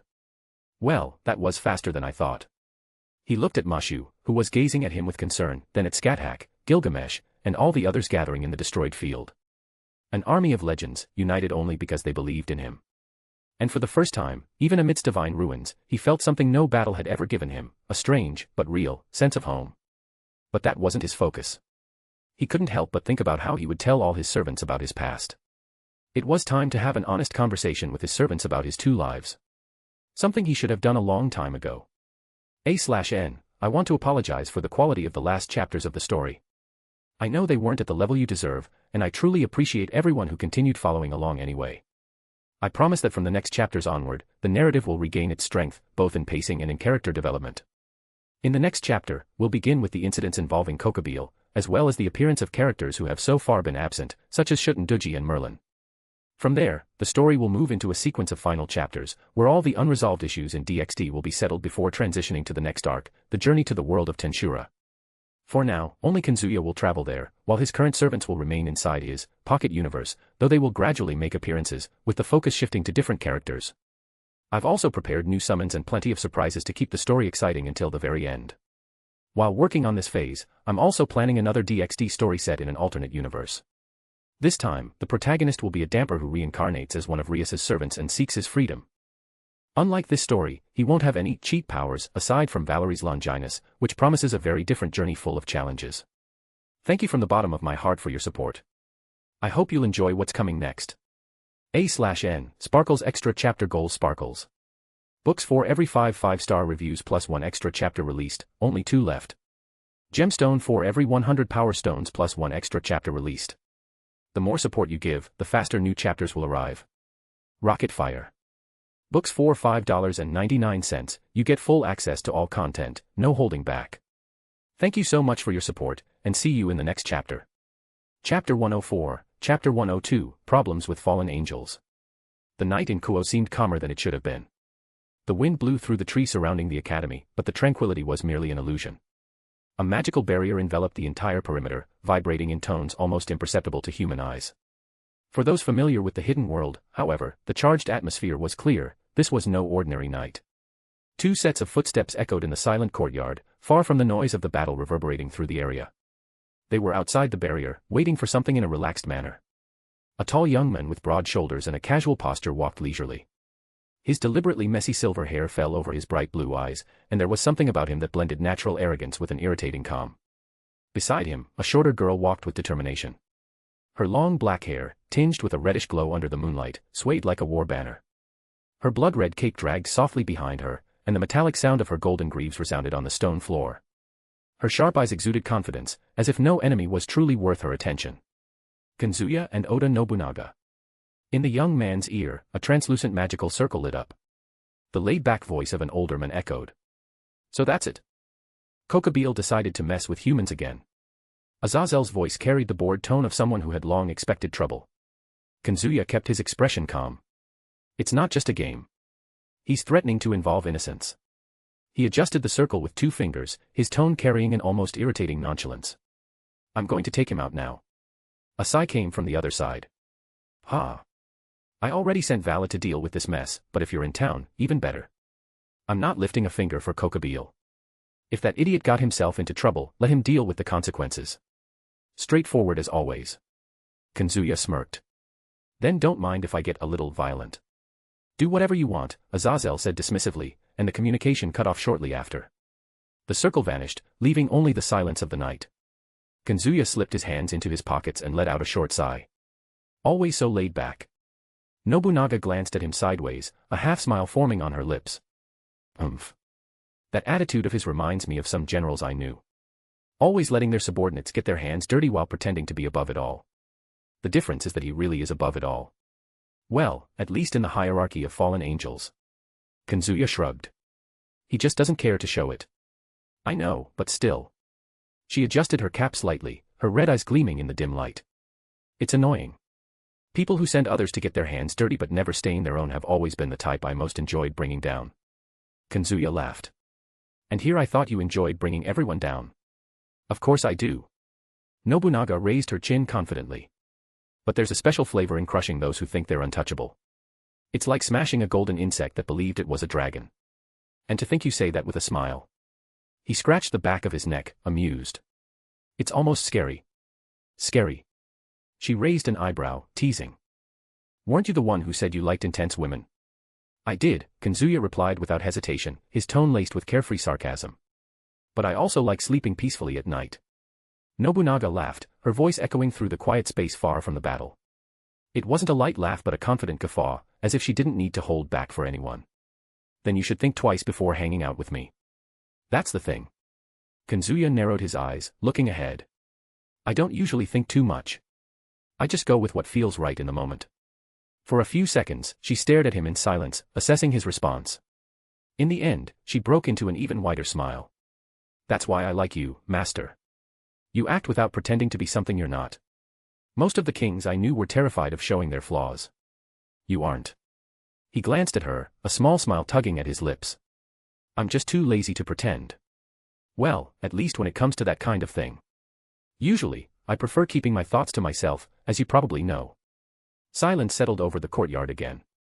Nobunaga ran her fingers along the edge of her red cape, as if preparing for a performance. Kokabeel, are you really planning to deal with him alone? No need to call other servants. Alone isn't quite the word. Kazuya replied, stretching his arms as if merely loosening up. I've got you here, don't I? Her expression lit up with satisfaction, though her tone retained the same near-arrogant confidence. Obviously. I'm Oda Nobunaga. Whether you're in Japan, Rome, or the underworld, no one dares call me a mere sidekick. True, true. He smirked, teasing. You're my deluxe bodyguard. She narrowed her eyes, feigning indignation. Deluxe, huh? Ha. One more word, and I'll make it a point to crush this Kokabeel before you even lift a finger. Kazuya raised his hands in mock surrender, laughing. All right. You win. Despite the light-hearted banter, the conversation didn't hide the intent of what was about to unfold. Through his omniscience, he knew Kokabeel would attack the occult research club tonight to try and start a war, and he would succeed because neither Rias's peerage, including herself, nor Sona and her group were capable of defeating him. In that fight, the entire city would be destroyed, killing all the innocent people. Though he could send just one servant to deal with this minor issue, he decided to come in person because he was bored, and Nobunaga ended up following him. Well, that was due to something that had happened.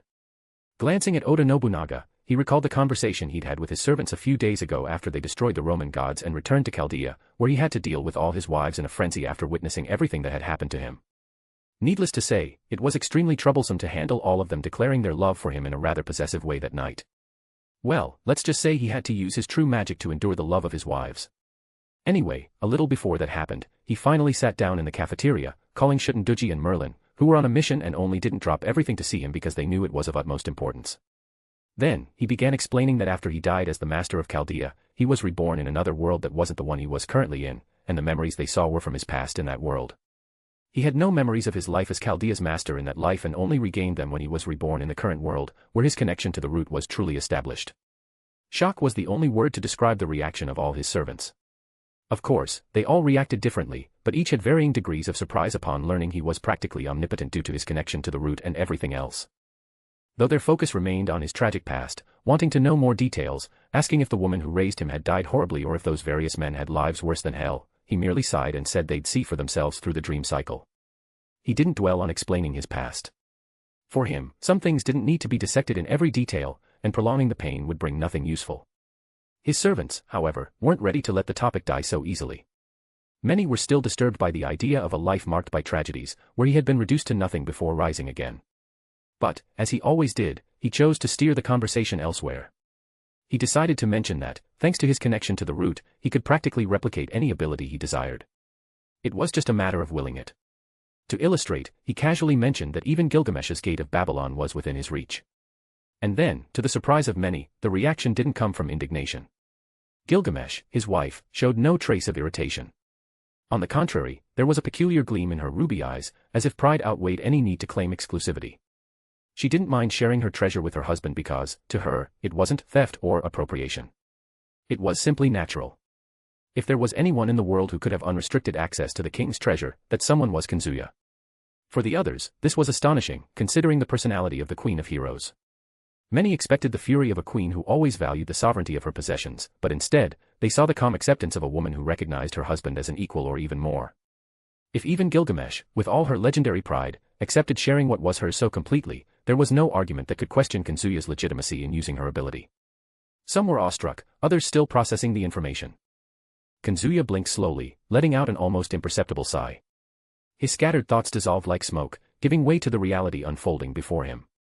Only a moment had passed while he was lost in his thoughts. Then, he said, "Well, let's go." Nobunaga was already smiling before he even took the first step. The red in her eyes seemed to burn with anticipation, and her hand rested casually on the hilt of her sword, as if it were inevitable that enemy blood would stain the blade. "Finally," she said, her lips curving into a hungry smile. "I hope this Kokobile guy is fun and gives me a good fight. If he really has the guts to face me, I'll show him what happens to insects who think they're war gods." Kazuya shot her a sideways glance, his calm almost infuriating. "Just don't forget I need him for a few minutes. There are questions I still want to ask." She raised an eyebrow, feigning innocence. "Oh, questions, sure. And if, by chance, my sword pierces his heart before that, then you'll owe me a drink and a good time," Kazuya replied without missing a beat, a smirk tugging at his lips. Her laughter exploded through the courtyard, clear and vibrant, contrasting with the tension growing by the second. "Ha! Fair enough. I'll take that bet, master." As they walked, the atmosphere shifted. The air felt heavier, charged with distorted sacred energy, each particle vibrating as if the very space were being torn apart. On the horizon, the bluish light of spells and the red of flames collided in a spectacle that resembled an apocalypse more than an isolated fight. The metallic sound of Nobunaga's greaves echoed firmly, like war drums announcing the arrival of something inevitable. Kazuya, on the other hand, walked unhurriedly, hands in his pockets, as if he were merely a spectator about to watch a poorly rehearsed play. "Eager to kill, huh?" he commented, with the same ease as someone discussing the weather. Nobunaga licked her lips, her eyes gleaming with anticipation. "Always.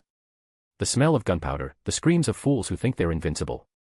Master, you should know, for me, nothing's sweeter than the moment a war crumbles before my laughter. And to think you say that like it's poetry." Kazuya chuckled softly, and soon the distant sound of explosions reminded him that the poetry was about to become reality. A new rumble shook the barrier, and the lights of the battle intensified. It was time. Kazuya raised his gaze, his blue eyes glinting under the moonlight. "Let's go." Nobunaga adjusted her cap, her smile growing sharper. "Heh. Showtime." And together, they advanced toward the battlefield, where Kokobile waited, unaware of the kind of enemies about to take the stage. A/N, Sparkles Extra Chapter Goals Sparkles. Books for every 5 5-star reviews plus 1 extra chapter released, only 2 left. Gemstone for every 100 power stones plus 1 extra chapter released. The more support you give, the faster new chapters will arrive. Rocket Fire. Books for $5.99, you get full access to all content, no holding back. Thank you so much for your support, and see you in the next chapter. Chapter 105, Chapter 103, Why Are You the Last Person I Think About? The sky over Kuoh seemed about to collapse.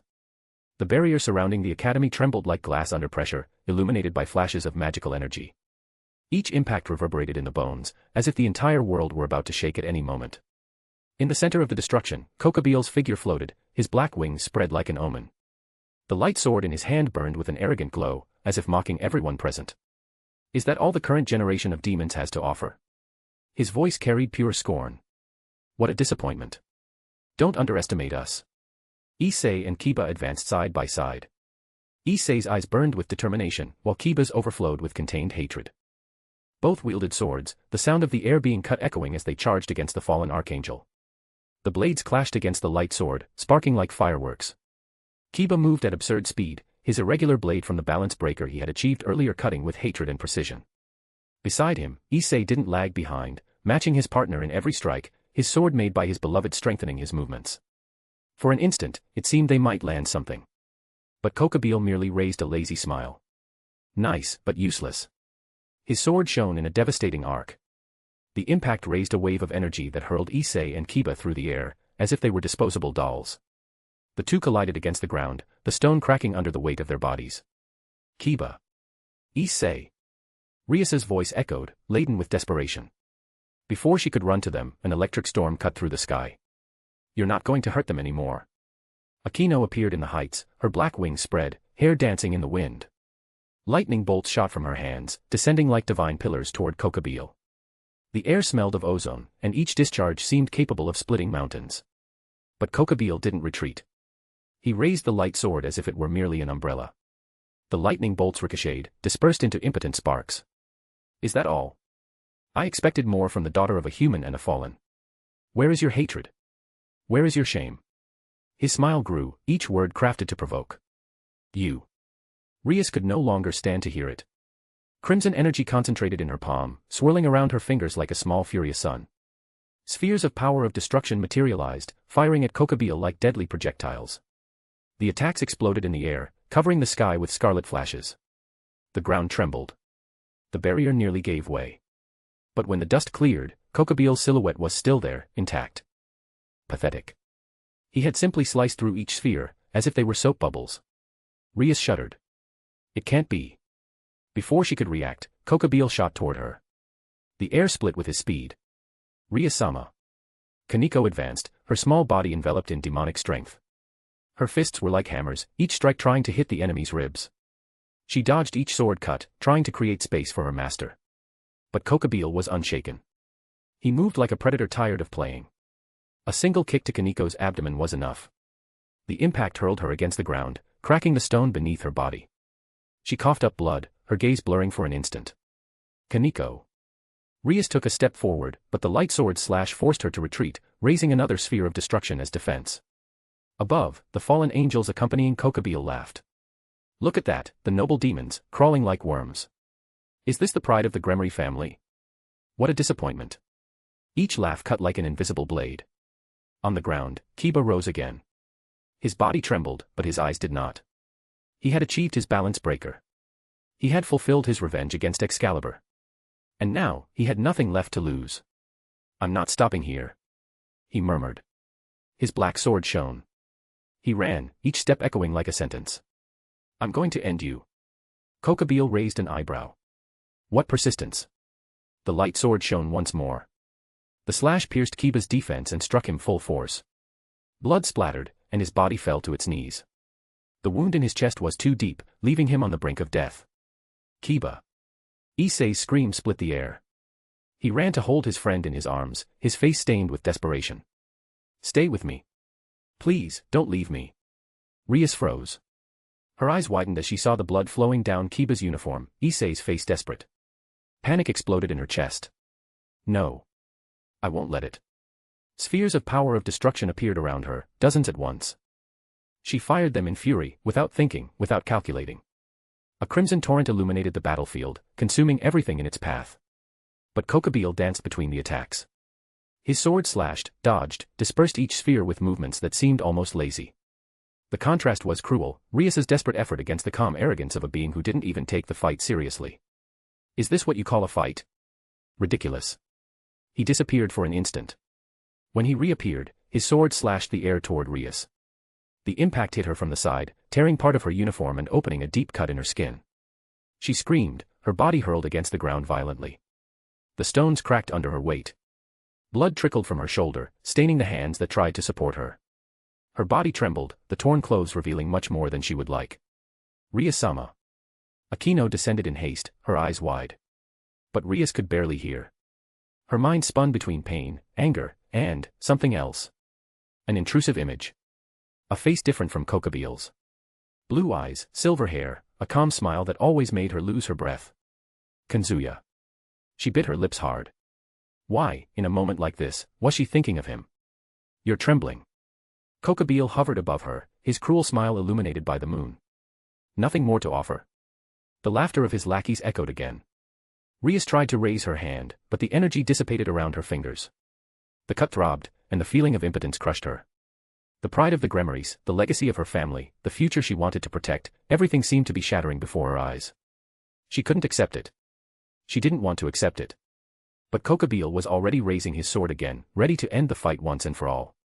His cold eyes reflected the moon, and the arrogant smile on his face promised an inevitable end. But before the final blow could descend, one of the fallen lackeys, a man with dark wings and a lecherous gaze, tilted his head with a crooked smile, his eyes fixed on Rias's exposed breasts, whose torn clothes barely covered her pale skin.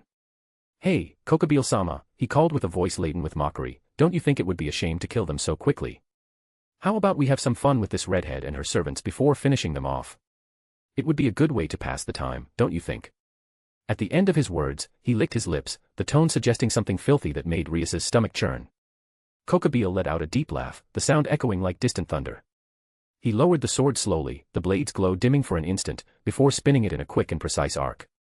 The slash tore through the air, and the upper part of Rias's uniform was shredded, strips of fabric falling to the ground and leaving her skin exposed to the cold night. Her firm and pale breasts, marked by a superficial cut that still bled, were on display, the flush of humiliation rising on her face as she tried to cover herself with her trembling arms.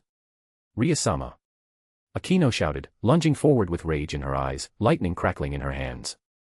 But before she could reach her, another fallen angel, with twisted wings and a sadistic smile, appeared in her path. With a brusque movement, he grabbed her wrists, immobilizing her in the air. "Where do you think you're going, girl?" he mocked, his fingers tightening hard as he tore Akino's clothes with the other hand. The fabric ripped, revealing her skin and generous breasts, which trembled with her accelerated breathing. "I think I'll have some fun with you first," he said, his voice laden with desire as he held her firm. Kokobeel watched the scene with disdain, but a glint of amusement crossed his face. "Do whatever you want," he declared, his voice cold and authoritative, "but be quick. I have no patience for games that take too long." He crossed his arms, the sword still in one hand, as if what was to come was merely an interlude before the true spectacle of destruction. Rias, on the ground, clenched her teeth, pain and humiliation burning in her chest. Her eyes met Akino's, who struggled against the lackey's grip, weak lightning crackling uselessly in her fingers.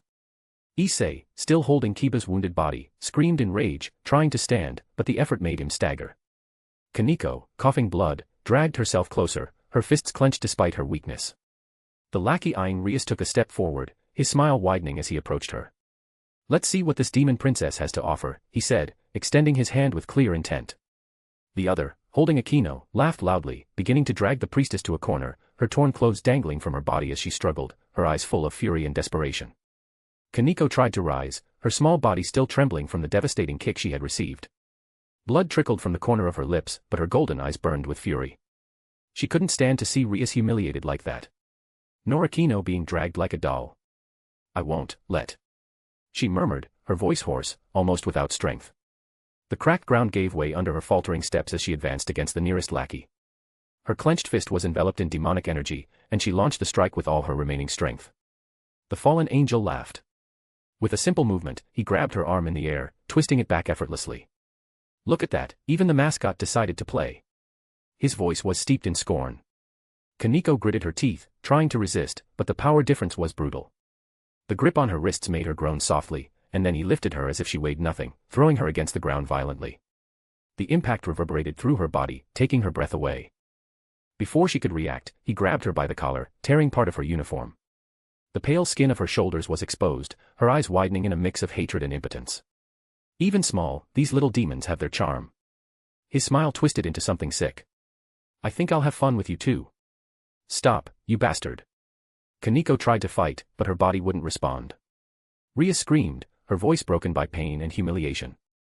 "Stop. Leave them alone." "Silence, princess." The first lackey, still approaching Rias, pointed the light blade at the ground near her. The explosion cut through the air, forcing her to curl up, her trembling body vainly trying to hide the forced nudity. Akino, restrained by her wrists and nearly stripped, struggled desperately, but each movement only increased the cruel grip on her arms. Her eyes, which normally shone with confidence and mischief, now filled with tears of frustration. Issei, pinned beside the wounded Kiba, pounded the ground with his hands, his eyes red with rage. "Damn, damn. If I had more power, if I had more power." Kokobeel watched everything from above, like a king before a grotesque spectacle. His expression mixed indifference and cruel pleasure. This is the true face of war. There is no honor, only strength. If you can't even protect yourselves, then you deserve nothing but humiliation. He raised the light sword, letting it rest on his shoulder, and laughed loudly as his lackeys advanced further against the girls. Despair was about to become something even worse. It was then that a voice echoed across the battlefield, firm, calm, and cold as ice.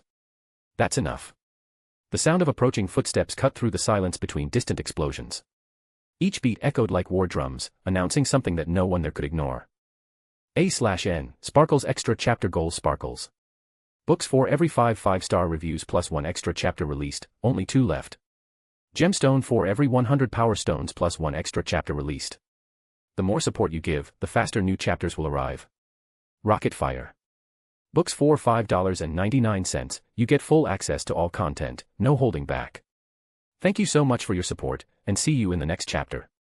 Chapter 106, Chapter 104, The Death of Kuoh.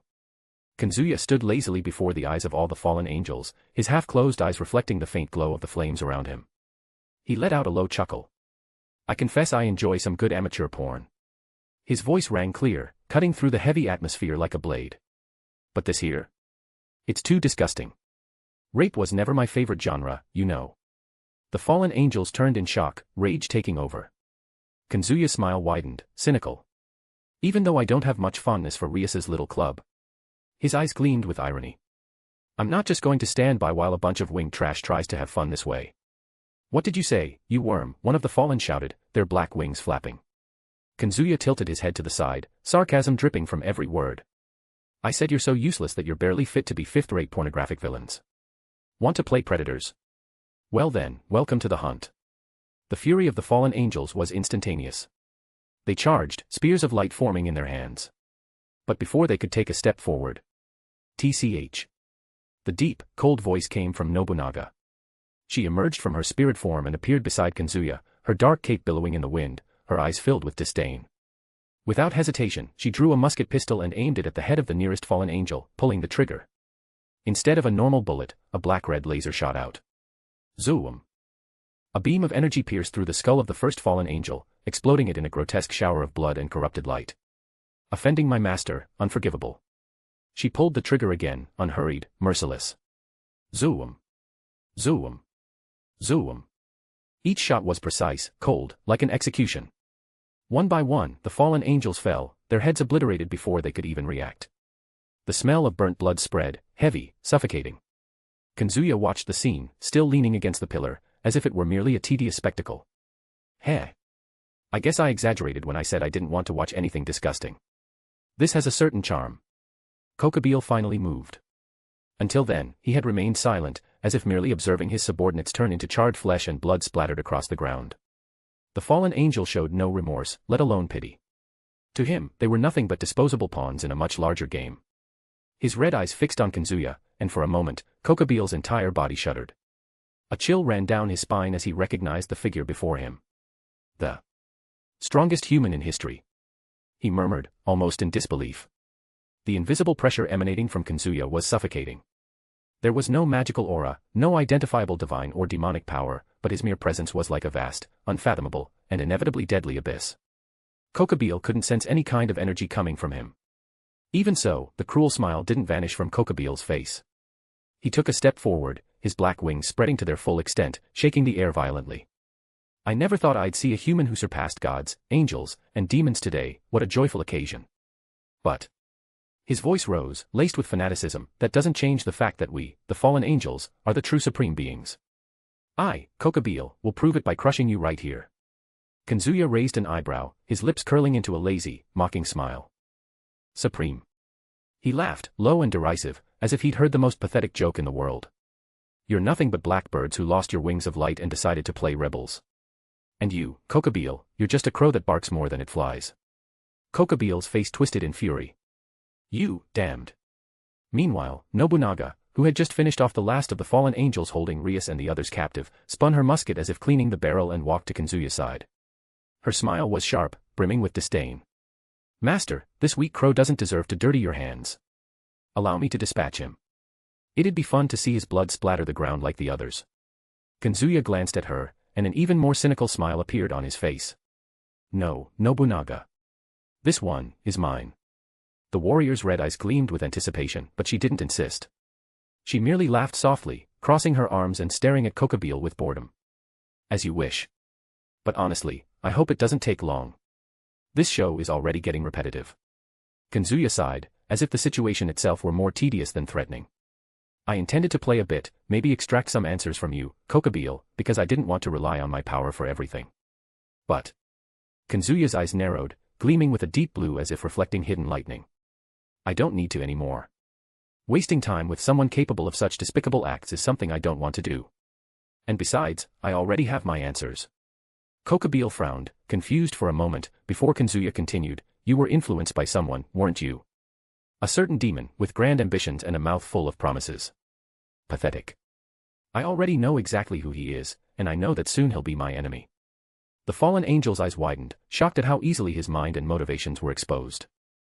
The arrogant laugh that had been echoing in his throat faltered for a moment, replaced by genuine rage. It doesn't matter what you know.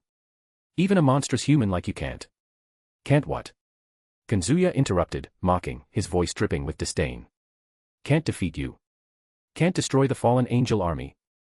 Can't crush every black wing that dares to fly above me. Oh, Kokobeel. He ran a hand through his hair, chuckling softly. You really believe your own lie. The flames around him seemed to bow before him. The atmosphere grew denser, heavier. Rias and the others, still on the ground, felt their bodies tremble. It wasn't just fear, it was the sensation of standing before something that didn't belong to this world. Kokobeel roared, his rage erupting in the form of power. A massive magic circle appeared in the sky, and dozens of light spears formed, ready to rain down like a deadly storm. Then die, Ryougi Kazuya. The spears fell in a devastating deluge, each one carrying enough energy to obliterate mountains. The night sky was lit up with flashes of white and black, as if a celestial war were being waged there. But Kazuya didn't move. He stood still, hands in his pockets, watching as if observing boring fireworks. The spears collided, the explosion shaking the ground, the air splitting in shockwaves, trees in the distance shattering. A cloud of dust and energy enveloped the entire field. On the other side, Kokobeel opened a victorious smile. Ha! That's the fate of any human who dares to oppose us. The smoke cleared. And there was Kazuya, unscathed, standing in the same spot, with the same lazy, cruel smile. Not even the dust had stained his clothes. He raised his gaze and stared at Kokobeel, as if the fallen angel were just an annoying insect. Was that it? He sighed. You know, if you were going to bore me like this, I would have let Nobunaga play with you.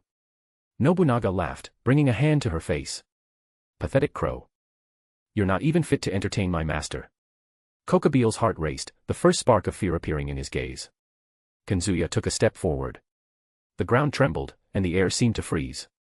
Enough playing. I already have the answers I wanted, and you're nothing but a distraction. I'll end this quickly. The gleam in his eyes intensified, like blue lightning about to crash from the skies. Kokobeel, despite trying to maintain his pride, felt his throat go dry. Before him stood not just a human but something beyond angels, beyond demons. He stood before Kazuya, the second coming of Solomon, the king of magic, the savior of the human race, the bearer of Christ's will. The silence that fell over the field was suffocating.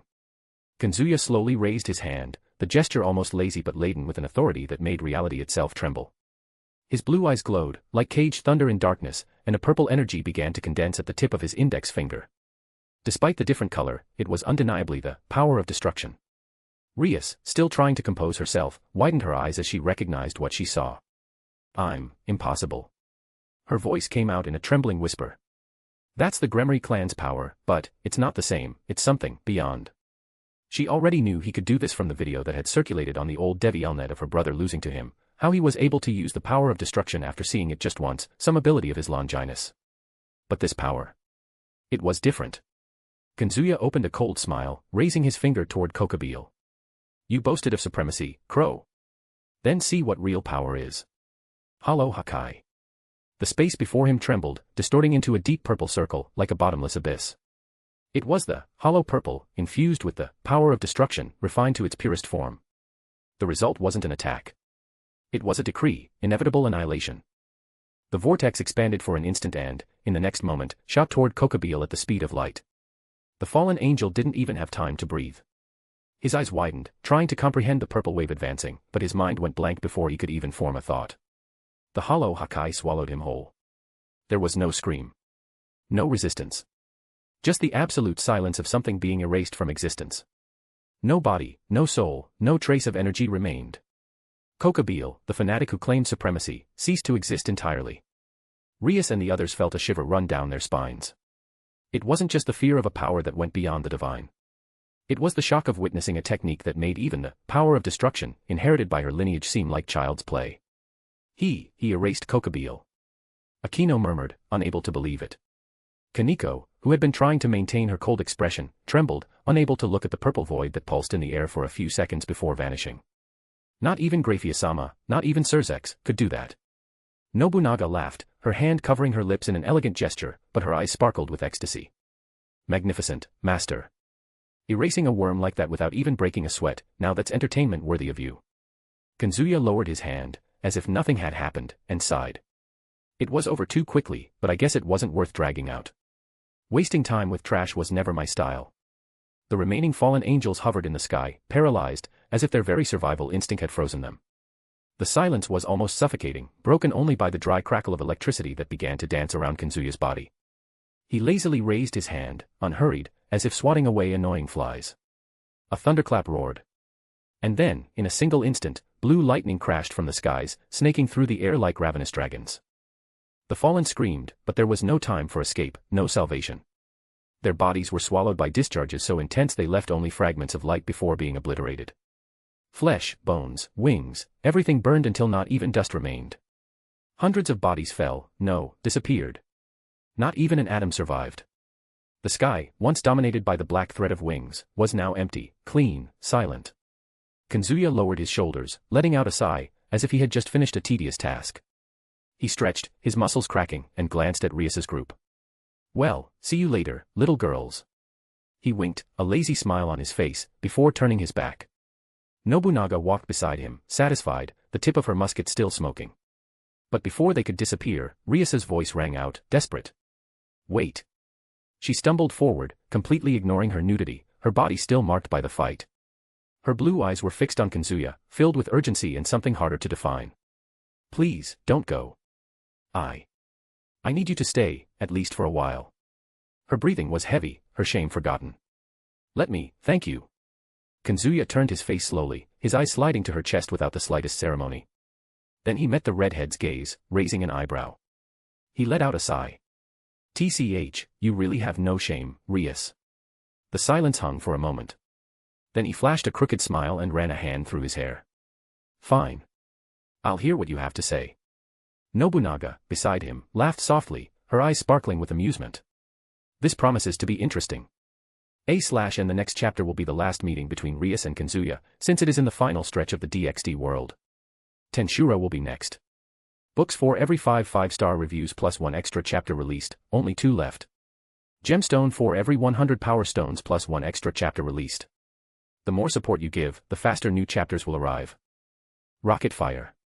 Books for $5.99, you get full access to all content, no holding back. Thank you so much for your support, and see you in the next chapter. Chapter 107, Chapter 105, this is our goodbye. The hidden research club room was enveloped in a dense silence, broken only by the delicate sound of porcelain being placed on the table. Rias, now properly dressed, sat upright on the sofa, her hands clasped in her lap, her gaze fixed on Kazuya. There was gratitude in her eyes, but also a shadow of something harder to decipher.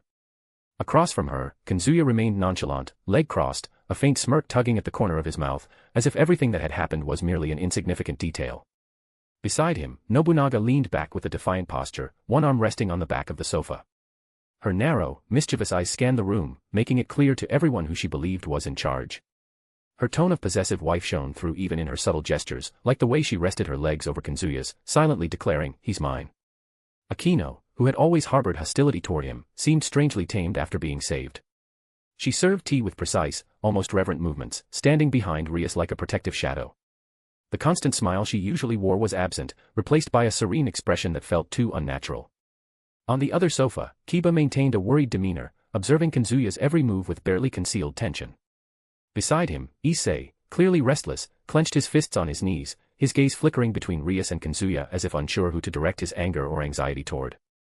Kaneko, indifferent to it all, munched on her biscuits calmly, as if the entire scene were merely a spectacle she was privileged to watch. The atmosphere felt on the verge of breaking when Rias finally spoke. "Kazuya. I don't know how to thank you for what you did for me in my peerage. Without you, I don't know what would have happened." She paused for a moment, her hands tightening slightly, her eyes glinting with an uncomfortable sincerity. "But even so, why did you help us?" The room turned to him. Kazuya sighed, leaning back on the sofa. His half-closed eyes reflected a weariness that wasn't physical but something deeper. "It wasn't for you, Rias." His voice was firm, almost cold, shattering the expectation hanging in the air. "It was for the city, and for the innocents who would have been destroyed in the conflict. My mission has always been simple, protect humans and give them a life free from the weight of this rotten supernatural world." He closed his eyes for a few seconds, the smile fading from his face. At least, that was the intention in the beginning. The silence stretched, suffocating. Even Kaneko's chewing stopped. Rias leaned forward slightly, doubt etched on her face. Her voice came out softer than she intended. What did you mean by that? Kazuya opened his eyes slowly. The blue in them seemed sharper than a blade. The situation I found you in. He averted his gaze for a moment, fixing it on some random point on the table, as if reliving something he didn't want to. The scene of you about to be violated by those fallen angels, it reminded me of something. He paused, the atmosphere growing even heavier. And I simply acted in the way I thought was best. Ryusa's eyes widened. Akino gripped the tray she was holding tightly, her fingers nearly trembling. Kaneko, for the first time, stopped chewing, her expression pale. It had been traumatic for them, and it would take time to heal. The silence lingered for a while. Nobunaga was the first to break the tension. She narrowed her eyes, her voice laced with cold irony. So, little Gremory girl, why did you call us here? Don't tell me it was just to say thanks. Surely there's something more, right? The room's attention shifted back to Ryus. The redhead took a deep breath, her fingers intertwining in her lap until her knuckles turned white. Slowly, she leaned forward, bowing toward Kazuya and Nobunaga. Before anything else. I'm sorry. The words dropped like a bomb. Kiba blinked, confused. Issei's eyes widened as if he couldn't believe what he was hearing. Akino nearly let the tray slip from her hands.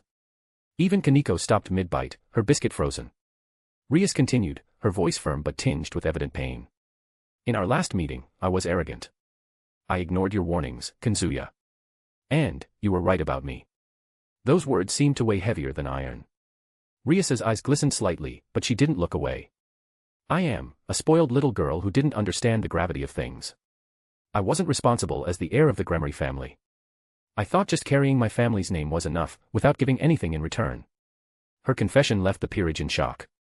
Kazuya raised an eyebrow, surprised for the first time in a long while. Ryus took a deep breath and gripped her hands tighter in her lap. And, thank you. You helped me escape my forced marriage. I never could have done it alone. Kazuya blinked, the faint smile on his lips vanishing. Surprise. Again. Activating his omniscience, he delved into the layers of reality surrounding the redhead, and the threads of history unraveled like pages of an open book. Riser Phoenix, dead. One of the many demons eliminated by Chaldea in their devastating campaign. Ryus had simply gotten lucky in that regard. The blue of his eyes gleamed with newfound interest. Something wasn't right. The absence of Zenobia and Irina. In a world following an inevitable course, they should have been here. They should have been dispatched by the church. Yet, nothing. It didn't take long for his omniscience to reveal the answer, both had gone to visit heaven. Aside from Issei no longer having the boosted gear and Zenobia and Irina's absence, everything had unfolded almost identically to the original. Kokobile had only a few fragments of Excalibur, not all, which he handed to Valper Galilei, who fused them into a replica of the complete Excalibur, though it lacked much of the original's power. He gave it to one of the exorcists accompanying them, and both became targets of Kiba's vengeance. After completing his revenge, Kiba mourned the loss of his comrades, whose spirits emerged from the light container to encourage him. Absorbing the light container, Yuto achieved his balance breaker, Sword of Betrayer, allowing him to create holy demonic swords. And then they were beaten, and the girls were nearly violated before he arrived. So, that's what happened, huh? Ryus maintained her firm posture, even with teary eyes. The silence following her confession seemed to devour all the air in the room, and everyone waited for Kazuya's response. He, however, merely tilted his head slightly, his half-closed eyes in contemplation. Finally, he sighed softly, as if weary of it all. You don't need to thank me, Ryus, he said, his voice calm but carrying a weight that couldn't be ignored. Nor apologize. The redhead blinked, surprised, but Kazuya continued before she could speak. I also need to apologize. A faint, ironic smile curved his lips, as if it were ridiculous to say this out loud. Back then, I wasn't mature enough to handle the situation we were both in. And I was harsh on you. The unexpected words made the room hold its breath. Even Nobunaga raised an eyebrow, curious but silent. Kazuya ran a hand through his hair, looking toward the window. His expression was distant, but his tone remained steady. I was bitter. Disturbed. A sigh escaped his lips, as if finally relieving an old burden. I don't take back what I said about you back then, because you needed to hear it. But I shouldn't have said it the way I did. He then turned his gaze back to Ryus, and his blue eyes were softer, almost human, for the first time. I acted like I was your friend. And then I threw all those cruel words at you. It's not something I'm proud of. The tension in the room shifted. It was no longer oppressive but strangely vulnerable. Ryus's eyes widened, shock evident. That was the last thing she expected to hear from Kazuya. She opened her mouth, but no words came out. Akino clenched her fist against her chest, unsure if she felt anger, relief, or just confusion. Kiba lowered his gaze, absorbing the unexpected sincerity. Issei, meanwhile, seemed ready to explode, unable to accept Kazuya's calm demeanor. And Nobunaga? Nobunaga just smirked, pleased with his honesty but keeping her sharp comment to herself. Rias, finally, took a deep breath. Her lips trembled, but a small, fragile smile appeared. Kazuya. But before she could continue, he raised a hand, gently cutting off the conversation. We don't need to drag this out. The past has already served its purpose. The way he said it made it clear that, for him, this wasn't a new beginning, but a conclusion. The silence still hung heavy when Kazuya slowly lowered his hand, his gaze fixed on Rias. There was something different now, not coldness, nor hostility, but a sharp neutrality, like the edge of a blade sheathed. You tried to turn me into your slave. The statement cut through the room like an invisible blow. Rias's eyes widened, and even Akino held her breath. Kiba leaned forward, incredulous, while Issei clenched his fists so tightly his knuckles turned white. Even Kaneko, previously aloof, paused mid-motion, her biscuit halfway to her mouth. Kazuya's tone didn't waver, remaining steady and calm. And you paid the price for it. He leaned back on the sofa, crossing his arms, his legs swinging slightly with disdain. His gaze, though calm, carried an overwhelming weight. I got my revenge. Now we're even. You don't owe me anything, and I don't owe you anything. Ria swallowed hard, feeling her heart tighten. Those words felt crueler than any accusation, not because they were filled with hatred, but because they were final, as if she'd never see him again. Akino took a step forward, almost instinctively, but found no words. Kiba kept his gaze down, disturbed by Kazuya's logical coldness. Issei, however, couldn't hold back. You, bastard, he exploded, standing abruptly. His voice trembled with rage, his entire body poised to lunge. How can you talk to Ryusubucho like that after everything? The sound of Issei's verbal outburst reverberated through the room, shattering the suffocating atmosphere like broken glass.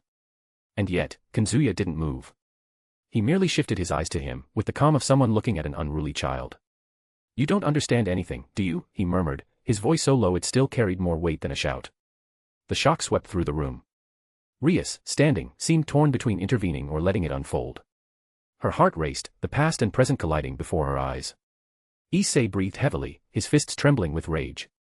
He couldn't take it anymore. You talk like you're the world's savior, but everyone knows the truth, he spat, his face red. You turned Rias's brother into a damned eunuch. You ruined her sister-in-law's face. You threw the demons to the bottom of the hierarchy. Everyone lives in fear that your faction will come and destroy what's left of them. The accusation echoed like thunder. Kiba's eyes widened. Akino bit her lip, faltering for a moment. Kaneko, finally, set her biscuit down, staring at Issei as if he'd made a fatal mistake. Kazuya sighed deeply, as if tired of hearing a child throw a tantrum. His gaze fell on Issei with absolute coldness. Idiot. The word sounded like a verdict. That was the price for trying to manipulate me. They thought they could play with people like chess pieces, and I just returned the favor. If you really think that's cruel, know that I was still kind. Issei was breathless, ready to retort, but Rias raised her hand. Her firm, sharp voice silenced him. Enough, Issei. She took a deep breath, her eyes teary but unwavering. He's right. The demon's arrogance always had a price. And this was ours. Her confession left everyone speechless. Then, the redhead raised her gaze to Kazuya. Her voice came out almost as a whisper, laced with contained desperation. Will I ever see you again? The words echoed through the room, drawing gasps of surprise. Her heart pounded, dreading the answer. Kazuya stared at her for a few seconds, his gaze neutral, cutting deeper than any direct rejection. No, he said finally. Most likely, no. This meeting was our last chance encounter. Rias shuddered, as if struck by an invisible blow. Then Nobunaga scoffed, an ironic smile curling her lips. Maybe not. Didn't you know, little girl? Seraphal Leviathan is set to become Kazuya's wife. A political marriage. It seemed the demons hadn't yet announced the marriage and were waiting for something. The shock was immediate. Kiba's eyes widened. Akino nearly let out a gasp of disbelief. Even Issei choked, unable to react. Rias, however, only tightened her hands in her lap, feeling the world crumble and rebuild itself in her silent obsession. Kazuya raised an eyebrow, emotionless. If I accept, of course. But yes, even if I do, it's very likely we'll never see each other again. Rias closed her eyes for a moment, taking a deep breath. When she opened them, there was fire in her gaze, a determination born of desperation. Then I'll train. I'll get stronger. And when that day comes, I'll come after you. A heavy silence fell. And then Kazuya smiled, a brief, sharp smile like the glint of a blade. Do as you wish. He stood, stretching lazily, as if none of it mattered. Nobunaga followed, rising with the same possessive wife posture. Well, we've lingered long enough. A moment later, a flash of light filled the room. Kazuya and Nobunaga vanished, leaving only silence and suffocating emptiness behind. Rias remained still, her heart racing. Her eyes fixed on nothing, but her decision was already made. She would go after him, even if it meant crossing worlds. A/N, I hope you enjoyed this final conversation between Kazuya and the Occult Research Club. I'm trying to gradually mature Kazuya, so he's more normal compared to when he was reborn, a bit crazy with ideas. I hope I'm on the right track to making him more likable. Tenshura will be more enjoyable this way. Books for every 5 5-star reviews plus 1 extra chapter released, only 2 left. Gemstone for every 100 power stones plus 1 extra chapter released. The more support you give, the faster new chapters will arrive. Rocket Fire. Books for $5.99, you get full access to all content, no holding back. Thank you so much for your support, and see you in the next chapter. Chapter 108, Chapter 105.5, The Lord of Japan Wants to be Pampered. The motel room in Kuoh had that kitsch aesthetic that tried too hard to seem romantic. Reddish lights reflected off the mirrored walls, while a radio in the corner played low, indifferent music. The carpet reeked of old tobacco mixed with the artificial sweetness of a cheap air freshener. In the background, the hot tub took up most of the space, releasing lazy bubbles that blended with the warm steam. Kazuya stood near the door, still in disbelief at being dragged into this situation. Inside the hot tub, Oda Nobunaga flashed her mischievous smile and the fiery gaze that made her unpredictable. Her silky black hair cascaded over her shoulders, the wet tips clinging to her fair, glistening skin under the red light. The warm water accentuated her body, almost illuminating it against the white foam. Her medium-sized breasts were exposed, firm, perfectly proportioned. Her pink nipples were hard, swollen from the heat and the thrill of teasing, their soft areolas inviting the gaze. Every movement she made, whether the sway of her glass or the lazy arch of her back, caused her breasts to move hypnotically. At times, the foam slid over them, leaving shimmering trails that highlighted her curves. Her posture, one arm resting on the edge, the other raising the glass, exuded the mocking arrogance of a queen. Fu-fu-fu. Her laughter echoed through the steam, laced with irony. What's the matter, master? Did you come all this way just to stand there like a cowardly daimyo facing victory? She raised her glass in a solitary toast, her half-closed eyes gleaming with a mix of charm and challenge. Come in. A demon king's hot tub is no place for hesitation. She leaned back, her free arm slipping along the edge. Or are you going to let me drink alone, like a fool who refuses the feast of war? Kazuya took a deep breath. It was impossible to tell if Nobunaga was just playing or if she genuinely expected him to join her. Knowing her reputation, it was probably both. He smirked, insolent. You talk too much, Nobunaga. It's not like I need an invitation to share space with you. Unhurried, he began to undress. Each piece removed felt like a provocation. Nobunaga watched him in silence now, her glass paused halfway to her lips. When his shirt hit the floor, revealing his defined muscles, she raised an eyebrow. But it was only when the last piece was gone that her composure faltered. Her eyes widened for a moment, then narrowed with a predatory glint. The wine in her glass trembled, her hand wavered, but she maintained her posture, even if her eyes betrayed her. Kazuya stepped into the hot tub as if it were the most natural thing in the world. The bubbling water rose in gentle waves around his body until he stood before her. His smile was carefree, almost insolent. So, he murmured, leaning forward, his low voice vibrating in the steam. Are you just going to stare, or are you going to show me why they call you the Demon King? Her eyes roamed every line of his body until they fixed on his erection, rigid and throbbing beneath the water. She bit her lip hard, the gleam in her eyes intensifying. Then she tilted her glass and poured the wine into the hot water, tinging the foam red before the color dissipated. No more small talk, master. Her voice was hoarse, thick with urgency.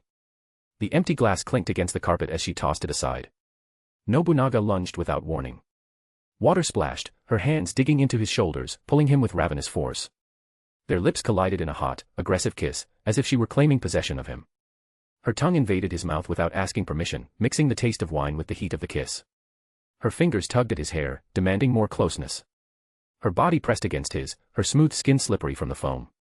Her firm breasts brushed against his chest, her hard nipples dragging in a friction that made Nobunaga let out muffled moans in the middle of the kiss. Her long legs rose and wrapped around his waist, locking him in a possessive grip. She broke the kiss for a second, her lips still pressed to his, panting hotly in the steam. "Fufufu, thought you could tease me and get away unscathed," she murmured, her voice low and hungry. Her hand slid down his abdomen until it gripped his erection firmly, her fingers gliding over the sensitive tip before squeezing the pulsing shaft. A demon king doesn't share the battlefield, and I want everything. Her hips began to grind against his cock, slow, calculated movements, rubbing her wet entrance against his tip. Each friction made Nobunaga gasp, short moans escaping her lips. Kazuya smirked, insolent. "You talk like you've already won." He gripped her waist, pulling her even closer against him. "But if it's war you want, then I'll fight to the end." His hand slid up, grabbing one of her breasts. His thumb and forefinger pinched her rigid nipple, making Nobunaga gasp loudly, her body arching with pleasure. The foam slid over her fair skin, highlighting every curve, every detail. "Then show me, master," she whispered, biting his lip before letting out a sultry moan. "Or does the great Kazuya not have what it takes to handle a demon king's fire?" Her legs tightened around him, her hips beginning to move in a slow, torturous rhythm, rubbing her wet entrance against his cock. The friction was raw, wet, carnal, the muffled sound of water blending with her moans. The steam in the room seemed to vibrate with the tension. Nobunaga stared at him with half-closed eyes, a mix of lust and challenge, as if every moan was also a taunt. She dragged her hips against his in a slow, deliberate back and forth, the movements creating waves that lapped against the tub's edges. The friction of her sex pressing against Kazuya's erection was suffocating, almost painfully intense. She moaned low, a hoarse sound, as if savoring every reaction from him. Her teeth sank into his shoulder, leaving a red mark that stung against his wet skin. "Ha, hard as steel," she whispered against his skin, biting harder before letting out a short, mocking laugh. "Exactly how I wanted." Her hand closed around his member under the water, squeezing mercilessly, sliding slowly and cruelly with the aid of the foam. The contrast between the heat of her body and the slickness of the water made the sensation even more unbearable. Kazuya let out a low, hoarse moan that echoed in the steam. He grabbed her chin, forcing her to meet his gaze. "Playing with me, Nobunaga." His voice was firm, laced with menace. "Or are you going to surrender already?" She laughed, arching her body back to thrust her breasts toward him, teasing further. "Surrender," she murmured, guiding his tip against her hot, wet entrance but not letting him enter fully, just rubbing, grinding, making his tip lose itself in the slippery heat of her intimacy. "I am the battlefield, master. You're the one who needs to conquer me." Her hips moved in circles, rubbing slowly, torturing every sensitive inch of him with that unbearable tease. Kazuya lost his patience. He gripped her waist firmly and pulled her down, making her crash against him. Nobunaga gasped, the sound a mix of surprise and pleasure, her nails digging into his back. Her sex pressed against his erection with intense force, only the final barrier preventing penetration. Nobunaga bit her lip, her eyes half closed and her face flushed with heat and desire. That's an attack worthy of you," she moaned, arching her back as he squeezed her breast harder, his thumb cruelly circling her rigid nipple. Her hips' movements quickened, each friction making it clear how ready she was. Her breathing came in uncontrolled gasps, the steam enveloping them like a cocoon. Kazuya pressed his lips to her ear, murmuring low, each word vibrating against her wet skin. "Nobunaga, the moment I'm inside you, there's no turning back. I'll fuck you until you beg me to stop." She trembled, a shiver running through her entire body, but her defiant smile didn't waver. "Then, do it," she whispered, her voice breaking between a laugh and a moan. "Conquer me once and for all, master." Kazuya didn't waste time. Gripping her waist firmly, he aligned his member and thrust her down, making the water bubble and splash out of the tub. She screamed loudly, a sound between pain and pleasure, as his massive tip found her tight sex, each inch tearing an almost uncontrollable moan from her. "Ha!" Nobunaga panted, her body trembling, nails digging into his chest as she arched. "So big." The shock was brutal. Kazuya's cock pressing into her stretched her vagina, pushing the limits of her small body, the sensation driving her wild. The heat of his member burned, its size overwhelming, yet painfully delicious at the same time. She couldn't move, trapped by his strong hands and the physical disparity that made each thrust almost impossible to endure without losing herself completely. The water bubbled around them, splashing lightly as Kazuya pushed in further, the foam sliding over their bodies as if following every curve and pressure. His cock advanced with brutal precision, each inch filling her tight pussy, her inner lips stretching to their limit, pulsing around him. Nobunaga arched her back slightly, trying to accommodate his size all at once, her breasts pressed against his chest, her hard nipples dragging against his muscles, sending additional shivers through her. The water splashed, the foam moving with every millimeter of his cock entering, creating small waves around them. Aw. She moaned loudly, feeling completely taken. "So deep, haha." Kazuya remained still, holding her waist, letting every inch of his massive cock enter slowly. Her pussy molded to him completely, stretching, squeezing, every inner fold gripping and warming his colossal member. Her small body trembled, her involuntary muscles trying to adjust, every nerve burning with intense pleasure, even without movement. After burying himself fully inside the feudal lord of Japan, Kazuya paused for a few seconds, feeling every inch of his massive cock inside her, absorbing the heat, the tension, every involuntary tremor of her body. The sensation was brutal, almost cruel. Just being inside her was enough to send waves of intense pleasure through both of them, without any need for movement. But wanting to fuck the gorgeous woman in front of him, he began to move forcefully. The tub shook under the force of his thrusts. Water splashed everywhere, mixing foam, sweat, and wine with each brutal movement. Nobunaga arched her back, pressed against him, her firm breasts rolling against his chest, her hard nipples dragging across his muscular torso. "How? Demon King," she screamed, her hands trying to brace herself but unable to stop his crushing force. "You're tearing me apart." Kazuya sped up, thrusting with long, deep strokes, each one making Nobunaga gasp and writhe. "Ah. Ah. More." Her moans mingled with the sound of splashing water, each thrust filling her completely, spreading painful pleasure through her entire body. "Hhhhhhh. I feel so much." Her hips trembled, contracting around his massive cock, each spasm heightening the intensity as she was fucked by his enormous dick. The heat radiating from her mixed with the steam, sweat, and hot water, creating a suffocating atmosphere of lust and domination. Nobunaga bit her lips, her back arched, her fingers digging into his shoulders, trying to resist and savor every inch he filled at the same time. He gripped her thighs firmly, lifting her slightly, angling her to thrust even deeper, his cock slamming hard against the depths of her tight pussy. The moan that escaped Nobunaga was almost a scream of pain and pleasure combined. "Hatch. Kazuya, so deep," she panted, nearly breathless. "Go, faster." Kazuya responded by increasing his speed. Rapid, brutal thrusts followed, making the water splash violently, her body crashing against his with every movement. Each thrust made her entire body tremble, her breast slamming against his chest, her rigid nipples dragging against his muscles, drawing low moans from both. "Oh. Ah." Nobunaga panted loudly, scratching his shoulders, each thrust making her tighten even more around his massive cock, the pleasure completely overtaking her. "It's so big, so tight. I can't." He leaned forward, enveloping her body almost entirely with his own. The height difference made each thrust a near brutal experience for Nobunaga. She felt every inch, every deep pressure inside her, as if she were being filled entirely, forced, crushed, and aroused all at once. The tub was now a liquid battlefield, water splashing, foam sliding over their bodies, each thrust making her small body barely able to handle his size. Nobunaga screamed loudly, her moans mixed with hoarse laughs and gasps, lost in the intense, carnal sensation. Kazuya grabbed one of her breasts with one hand, pinching the hard nipple while thrusting with the other. She arched her back, moaning louder, her body trembling with each impact. Her legs tightened harder, crossed behind his waist, keeping him trapped as her body contracted around his giant cock. "Fuck me, you bastard," she panted, her eyes half closed, saliva dripping from the corner of her mouth, her entire body arching. "Hhhhhh. I'm all yours, aw." The climax was approaching. Kazuya began thrusting even faster, heavier, each deep stroke making Nobunaga scream, her muscles contracting uncontrollably around his massive cock, the water in the tub trembling with the force of their bodies. Kazuya groaned, feeling the intense grip, her spasms and contractions enveloping every inch of him, stimulating him to the max as he sped up.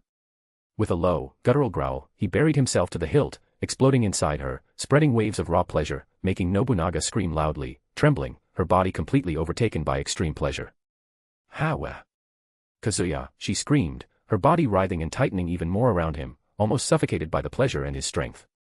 The final thrust made her mind go blank, her small body consumed by the massive cock filling every inch of her. When the movements finally slowed, Nobunaga was panting, trembling, and pressed against his chest, her skin glistening with sweat and water. The tub was a mess of foam, water, and raw pleasure, their bodies still pressed together, breathing heavily, but with wild, satisfied smiles. A/N books for every 5 5-star reviews plus 1 extra chapter released. Gemstone for every 100 power stones plus 1 extra chapter released. The more support you give, the faster new chapters will arrive. Rocket Fire. Books for $5.99, you get full access to all content, no holding back. Thank you so much for your support, and see you in the next chapter. Chapter 109, Chapter 106, Innocent Angel. 1 week after the incident with Kokobile, Kazuya, and Chaldea's routine had returned to normal, or at least, as normal as life could be when dealing with angels, demons, and fallen ones. That weekend, Kazuya found himself far from Japan, sitting on a polished stone bench in front of the Trevi Fountain in Rome. The afternoon sun made the water shimmer in shades of blue, reflecting like falling crystals. The air carried the scent of street flowers and nearby cafes, mingled with the lively chatter of tourists tossing coins into the fountain, each whispering their secret wishes. It was one of Italy's most romantic postcards, perfect for dates, perhaps too perfect. He let out a heavy sigh, resting his chin in his hand. Having multiple wives is already a nightmare, since they all want to spend time alone with me, and now this. He murmured, low enough not to be overheard. Beside him, Gabriel smiled, her eyes sparkling like a child at an amusement park. She leaned slightly to admire the details of the fountain sculptures, marveling as if it were her first time seeing something so mundane. She wore a light white dress that swayed gently in the breeze. Despite her innocent and angelic beauty, the contrast between her perfect curves and pure gaze made every man passing by turn their heads, some staring shamelessly. Kazuya massaged his forehead. It wasn't surprising. After all, how could someone so alluring carry such innocence? It felt like a prank God himself had orchestrated. Michael, always with his responsible older brother demeanor, had asked him to entertain his sulky little sister, as Gabriel had been complaining about her lack of free time. And now, here he was, trying to relax while the entire world ogled her as if she were a living masterpiece. Gabriel turned to him, holding a golden coin between her fingers. Kazu-chan, is it true that if I toss this and make a wish, it might come true? She asked, her expression so genuine it was impossible not to smile. He took a deep breath, letting out an ironic chuckle. Who knows? Maybe it'll work for someone like you, he replied, with that carefree attitude only he could pull off, even with half the plaza staring at the angel beside him. Gabriel lit up at his response, her blue eyes sparkling, and leaned a bit closer to the fountain. The movement intensified the stares from the men around, and Kazuya could only think that God truly had a strange sense of humor. Life definitely doesn't get any easier, he muttered, resigned, as he watched Michael's sulky little sister enjoy herself. Of course, he had come of his own accord too. What kind of person would he be to ignore his guardian angel? The sound of water splashing against the stone was constant, but Gabriel's soft laughter seemed to stand out above it all. She tossed the coin gently, closing her eyes for a brief moment, as if she truly believed the wish would be granted. When the coin disappeared into the clear water, she clapped her hands discreetly, smiling with satisfaction. Done. I made my wish, she said, turning to him with a victorious glint in her eyes. Kazuya raised an eyebrow. And are you going to tell me what it was? Gabriel shook her head, her golden blonde hair catching the sunlight with an almost celestial glow. I can't. If I tell you, it won't come true, right? Hey, you really believe in that stuff? Kazuya let out a low laugh, but there was something amusing about seeing her embrace even the most trivial superstitions. Of course I believe, she replied instantly, raising a finger as if correcting a student. If humans believe in it, there must be something special about it. I like to think every sincere wish has power. He stared at her for a few seconds, as if weighing her words. In the end, he looked back at the fountain, chuckling to himself. You're really one of a kind, Gabriel. They continued walking through the plaza, leaving behind the crowd gathered around the Trevi Fountain. Gabriel seemed fascinated by everything, the small souvenir shops, the street musicians playing violins, even the pigeons approaching in search of food. Every little detail made her stop, point, and smile, as if she were discovering the world for the first time. Kazuya, on the other hand, followed her at a leisurely pace, hands in his pockets, his expression relaxed but with that air of someone who'd seen it all. Still, there was something refreshing about watching her innocence. As they passed a gelateria, Gabriel gently tugged at his shirt sleeve. Kazu-chan, can we try some? He sighed theatrically. You really don't need to ask twice. A few minutes later, they were seated at a small wrought iron table, each holding a cup of gelato. Gabriel had chosen fragola and limone, while he went with pistachio. She took her first spoonful, and her eyes widened. It's so sweet. It's ice cream. It's supposed to be sweet, Kazuya commented, but the way she smiled afterward made him let out an involuntary laugh. Gabriel leaned forward a bit, eyeing his cup. Can I try yours? You're gonna end up stealing it, aren't you? He teased but extended the cup toward her. She took a delicate spoonful and tasted it, closing her eyes as if it were the most delicious thing in the world. This one's even better, she said excitedly. Why do you always pick the tastiest flavors? Natural talent, he replied with a lazy smile. Time seemed to pass slowly at that little cafe. Gabriel swung her feet in the air, watching the people around with curiosity. Couples walked hand in hand, children chased pigeons, and the sun bathed the ancient Italian buildings in golden light. Suddenly, she spoke, almost in a whisper. It's so different. Different from what? Kazuya asked, leaning in slightly. From heaven, she replied, turning her gaze to him. There was a soft hint of melancholy in her voice. Up there, everything is perfect, pristine. Here, it's chaotic, noisy, full of strange smells, but it's beautiful too. Kazuya didn't respond right away. He just looked at her for a moment, taking in the sincerity of her confession. Then, with a half-smile, he said, "Imperfection has its charm." Gabriel smiled back, as if she'd received exactly the response she'd hoped for. Later, as they walked through the narrow streets near the Piazza di Spagna, she stopped in front of a flower shop window. The reflection in the glass showed her radiant face, her blue eyes lost among the vibrant colors of the bouquets. Kazuya sighed, already guessing. "Want one?" She turned, blushing slightly. "Can I?" He stepped inside without waiting for an answer and bought a single white rose. When he handed it to her, he saw the brightest smile of the day. "Thank you, Kazu-chan." "Don't thank me. I'm just following your brother's orders," he said in a teasing tone, but the way she clutched the rose to her chest made him look away, hiding a faint smile. As night began to fall, the city lit up with golden lights reflecting on the cobblestone streets. They returned to the fountain, now less crowded. Gabriel leaned against the railing, watching the water gleam under the moonlight. "It was fun," she said softly, as if reluctant for the night to end. Kazuya stepped closer, leaning beside her. "Don't get used to it, little angel. I don't have time to play tour guide every day." She laughed softly, tilting her head. "Then I'll savor every moment." With that said, after a long stroll, Kazuya and Gabriel ended up at a traditional restaurant with a simple but cozy facade, featuring wooden tables and red checkered tablecloths. Outside, the Roman night glowed with street lamps, and cheerful voices echoed through the streets. They settled near the window, where they could see the city's movement. A waiter brought warm Italian bread and olive oil, while Gabriel flipped through the menu as if it were a sacred relic. "Kazu-chan, look at this, so many different things. Carbonara, lasagna, ravioli. I don't know what to choose." Kazuya shrugged, grabbing a piece of bread and dipping it in the olive oil. "Close your eyes and point to a random name. It's all good here." Gabriel puffed out her cheeks, a bit sulky. "You don't take anything seriously, do you?" "I do," he replied with a lazy smile. "I'm taking this amazing bread very seriously." She couldn't hold back a laugh, and soon they placed their orders. While they waited, Gabriel played with the white rose she still carried, twirling it between her fingers. Her gaze, however, grew more pensive. After a few seconds of silence, she asked bluntly, "Kazu-chan, is it true you're going to marry Serafall?" Kazuya raised an eyebrow, surprised by the direct question. "Who told you that?" "My brother was talking to Ajuka, and he mentioned it vaguely," she replied, looking away. Her voice carried a childish hint of poorly disguised jealousy. "She keeps saying she's my rival, and that she won't lose to me." He rested his chin in his hand, chuckling softly. "Is that so? And what do you think about it?" "I don't think she's bad," Gabriel continued, biting her lip. "She's funny, even fun. But you don't like the idea of me ending up with her," Kazuya finished, blunt, with that carefree tone that always diffused any attempt at drama. Gabriel blushed, hiding her face behind the rose. "Maybe." Kazuya let out a long sigh and leaned back in his chair. "Look, I don't even know if that's going to happen. Probably just going on a few dates, and handling the situation like an adult." "Like an adult?" Gabriel blinked, confused. "Yeah. Talk, evaluate, decide if it's worth it," he explained, swirling his glass of water. "Marriage isn't something you settle just because someone declared they wanted to commit politically, right? At least I don't." She stayed silent for a moment, processing his words. Then, she gave a soft smile, still with a hint of sulkiness. "I'm glad to hear that."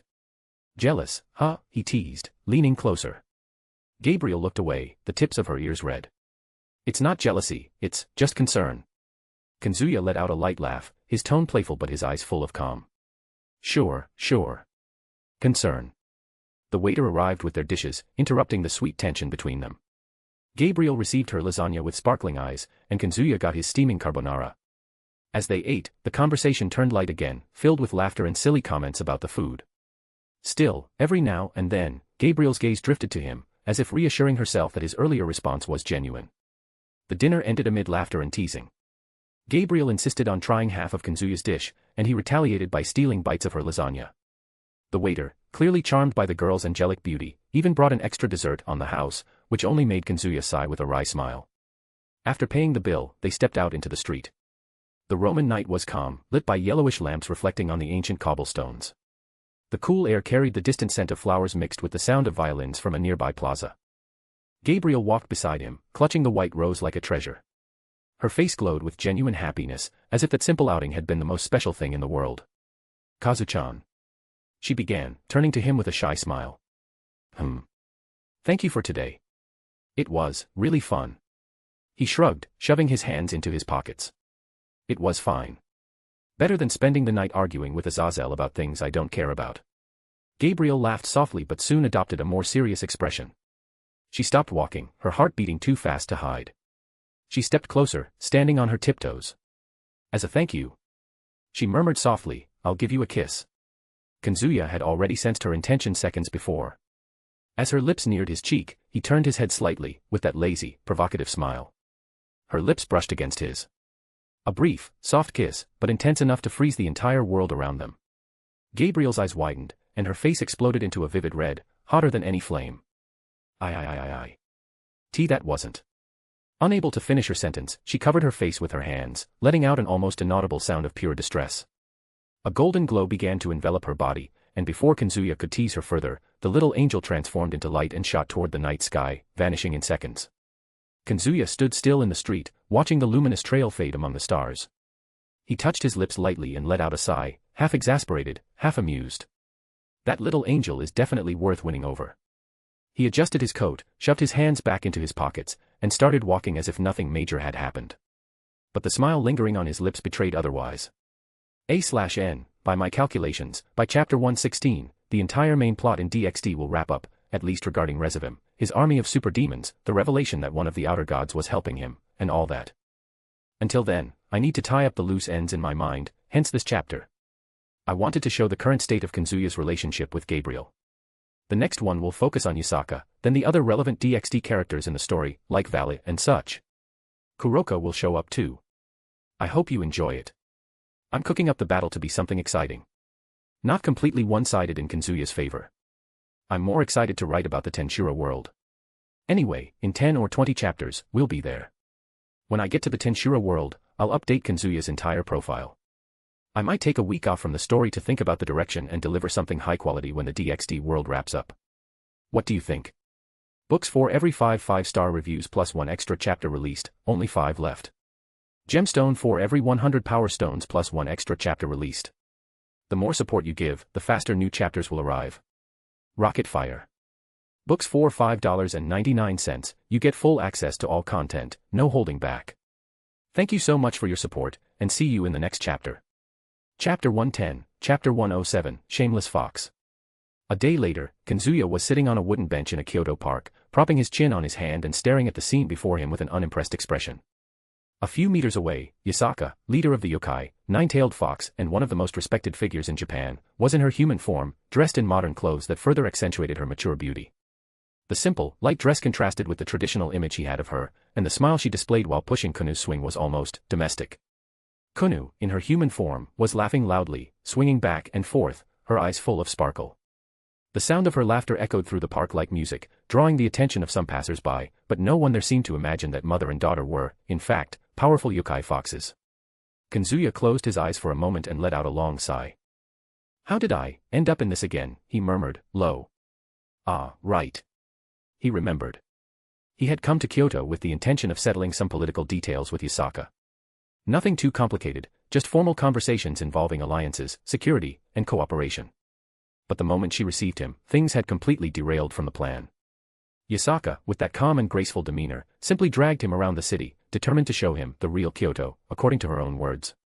And now, here he was, in an ordinary park, watching the yokai leader have fun as if she were just a normal mother with her daughter. Sneaky fox. He grumbled, squinting his eyes. He leaned back on the bench, his gaze rising to the blue Kyoto sky. She definitely wants me to become Kunu's dad. The idea was absurd. But at the same time, seeing Yasaka laughing in such a natural way and Kunu yelling, "Higher, mommy," the scene seemed dangerously cozy. Kazuya sighed again, leaning back against the bench with the expression of someone who had already accepted the inevitable. His life wouldn't be even a little peaceful. Kunu finally slowed the swing, still laughing and kicking her feet in the air, and Yasaka ruffled her daughter's hair before stepping away. With graceful steps, she walked to the bench where Kazuya was sprawled out, almost like a spectator at a show he hadn't bought a ticket for. As soon as she sat down next to Kazuya, he couldn't help but notice what any man would notice first, her enormous breasts pressed against the fabric of the modern dress. It was impossible to ignore. They settled in a provocative way, even without her making any effort. For a moment, Kazuya thought that if Yasaka had any special power, it would surely be the ability to distract any room just by existing. "I see you're having a lot of fun," Kazuya commented, his voice laced with sarcasm. Yasaka tucked a strand of her own hair behind her ear and smiled with contained mischief. "Isn't it nice, Kazuya? Spending time without wars, without political arguments, just enjoying a bit of ordinary life." He arched an eyebrow. "Enjoying ordinary life, huh? It seems more like a refined way of kidnapping me and dragging me into playing happy family." Yasaka brought a hand to her mouth, laughing softly. "What a cold way to put it. I just wanted to share something simple. It's not always that I can be just a mother." For a moment, her eyes shone with sincerity, which made Kazuya sigh and look away. "TCH, you know how to manipulate words, don't you?" "I don't manipulate anything," she retorted, leaning in a bit more, so that her invisible tail seemed almost to twitch behind her. "I'm just showing that there's a place for you too, outside of politics and all that." Kazuya let out a dry laugh, settling back better on the bench. "Oh, sure. And coincidentally, this place puts me at your side, taking care of a little fox girl." "Kuoh needs a strong father figure," Yasaka replied without losing her smile, as if it were the most obvious thing in the world. "You fit that profile.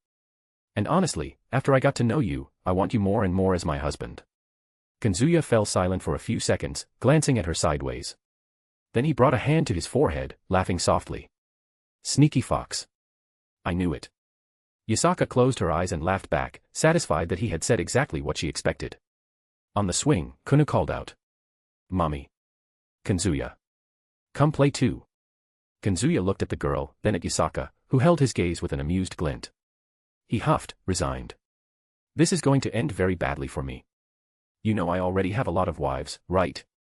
Are you sure you still want me as a husband?" "I don't see a problem, strong men have the right to have more than one wife," Yasaka murmured, standing up and extending her hand to him. "Fu. And by the way you were looking at my cleavage earlier, it betrays that you're interested in me too." For a moment, Kazuya just stared at her hand in silence, before letting out another theatrical sigh and standing up. Kazuya walked to the swing with dragging steps, as if he were heading to his own judgment. Kuoh clapped her hands when he approached. "Kazuya. Push harder, harder." He arched an eyebrow and, without thinking twice, gave a firm push.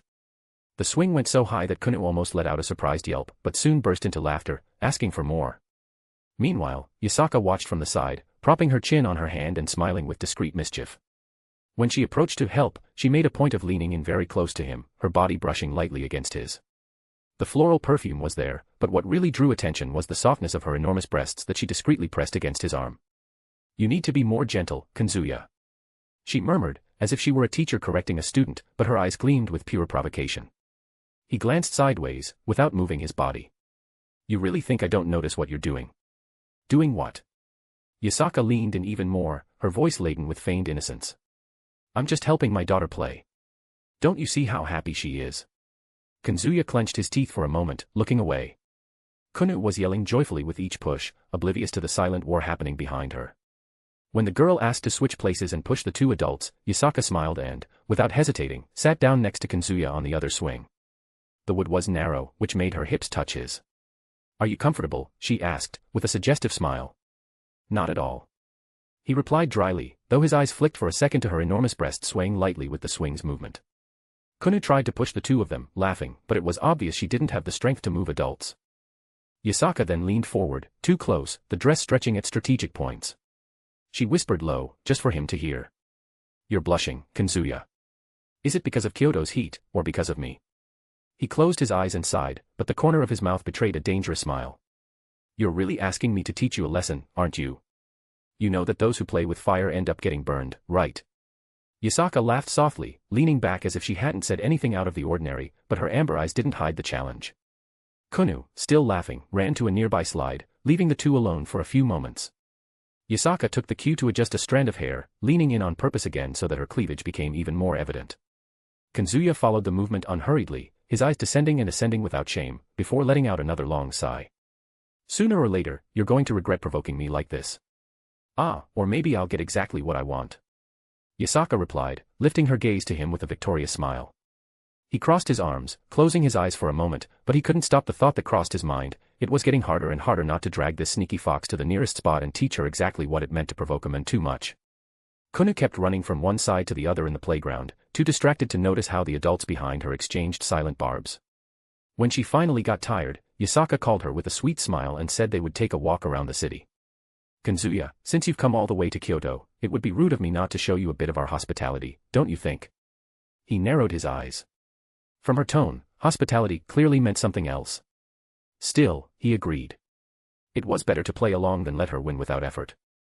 Besides, he had agreed to go out with Yasaka earlier of his own free will. He wanted a break from Chaldea. Dealing with eccentric wives and problematic servants was exhausting even for someone like him. Some time later, they were already walking through the illuminated streets of the city. Red lanterns swayed in the wind, little shops sold typical sweets, and the air carried the scent of spices. Kuoh ran a few steps ahead, enchanted by every detail. Meanwhile, Yasaka walked beside Kazuya. She had changed her blouse for a light, modern kimono that left her shoulders exposed and clung treacherously to her curves. Every step seemed calculated to sway not only the fabric but also her enormous breasts that seemed to challenge him to look. Beautiful, isn't it, she said, as if talking about the lanterns. Kyoto has a unique charm at night. Kazuya grumbled trying to keep his gaze fixed on the street. But it was hard when Yasaka deliberately drew close, almost pressing her bare arm against his. You're tense, Kazuya, she teased, with a soft smile. Maybe you need to relax a bit. There's a bathhouse nearby, traditional, of course. He nearly stumbled. You're kidding me, right? Maybe. Her little laugh was pure mischief, but coated in a mask of elegance. Kuoh stopped in front of a sweet stall, and Yasaka took the opportunity to lean toward Kazuya, her voice low, like a whisper. Don't worry. I know how to be patient. But don't think I don't notice how your eyes follow me. He breathed deeply, closing his eyes for a moment. This fox was really testing his limits. And worse, she seemed to enjoy every reaction from him. When they resumed walking, Yasaka gently pulled his arm, guiding him to a narrower street, lit only by a few lanterns. Kazuya, there are places in Kyoto that aren't in the tourist guides. Secret places. Would you like to see them? Her smile was a clear invitation. He glanced at her sideways, and the tension between them seemed about to explode. You know damn well you're playing with fire, Yasaka. And who said foxes are afraid of fire, she replied, her voice velvety. Kazuya almost laughed, but swallowed hard. It was official, if he kept following this fox, sooner or later, she would get exactly what she wanted. The narrow street ended at a stone staircase, lit only by paper lanterns. Yasaka climbed the steps with the same grace as a priestess, but the calculated sway of her hips betrayed that there was nothing sacred about that invitation. Kuoh, satisfied with the sweets she had bought, ran a few steps ahead, but soon got distracted by a small fountain and started playing with the water, leaving the two behind. Yasaka took advantage of the moment and slowed her pace, until she was walking side by side with Kazuya. When the night breeze blew, the light kimono molded even more to her body, highlighting the generosity of her breasts that swayed softly. This temple is little visited at night, she said, with a serene smile, as if she were just being a tour guide. Almost no one climbs up here. We can be in peace. Kazuya narrowed his eyes. You call this a tourist stroll? Because it's looking more and more like a trap. If it were a trap. She leaned her body in, approaching on purpose, her voice soft and velvety. You'd already be caught in my claws, don't you think? He let out a low laugh, but his eyes still carried the dangerous glint. You really don't know when to stop, Yasaka. At the top of the staircase, a small courtyard surrounded by lanterns came into view, overlooking the entire illuminated city of Kyoto. It was a postcard-worthy scene. Kuoh ran to the edge, pointing excitedly at the lights.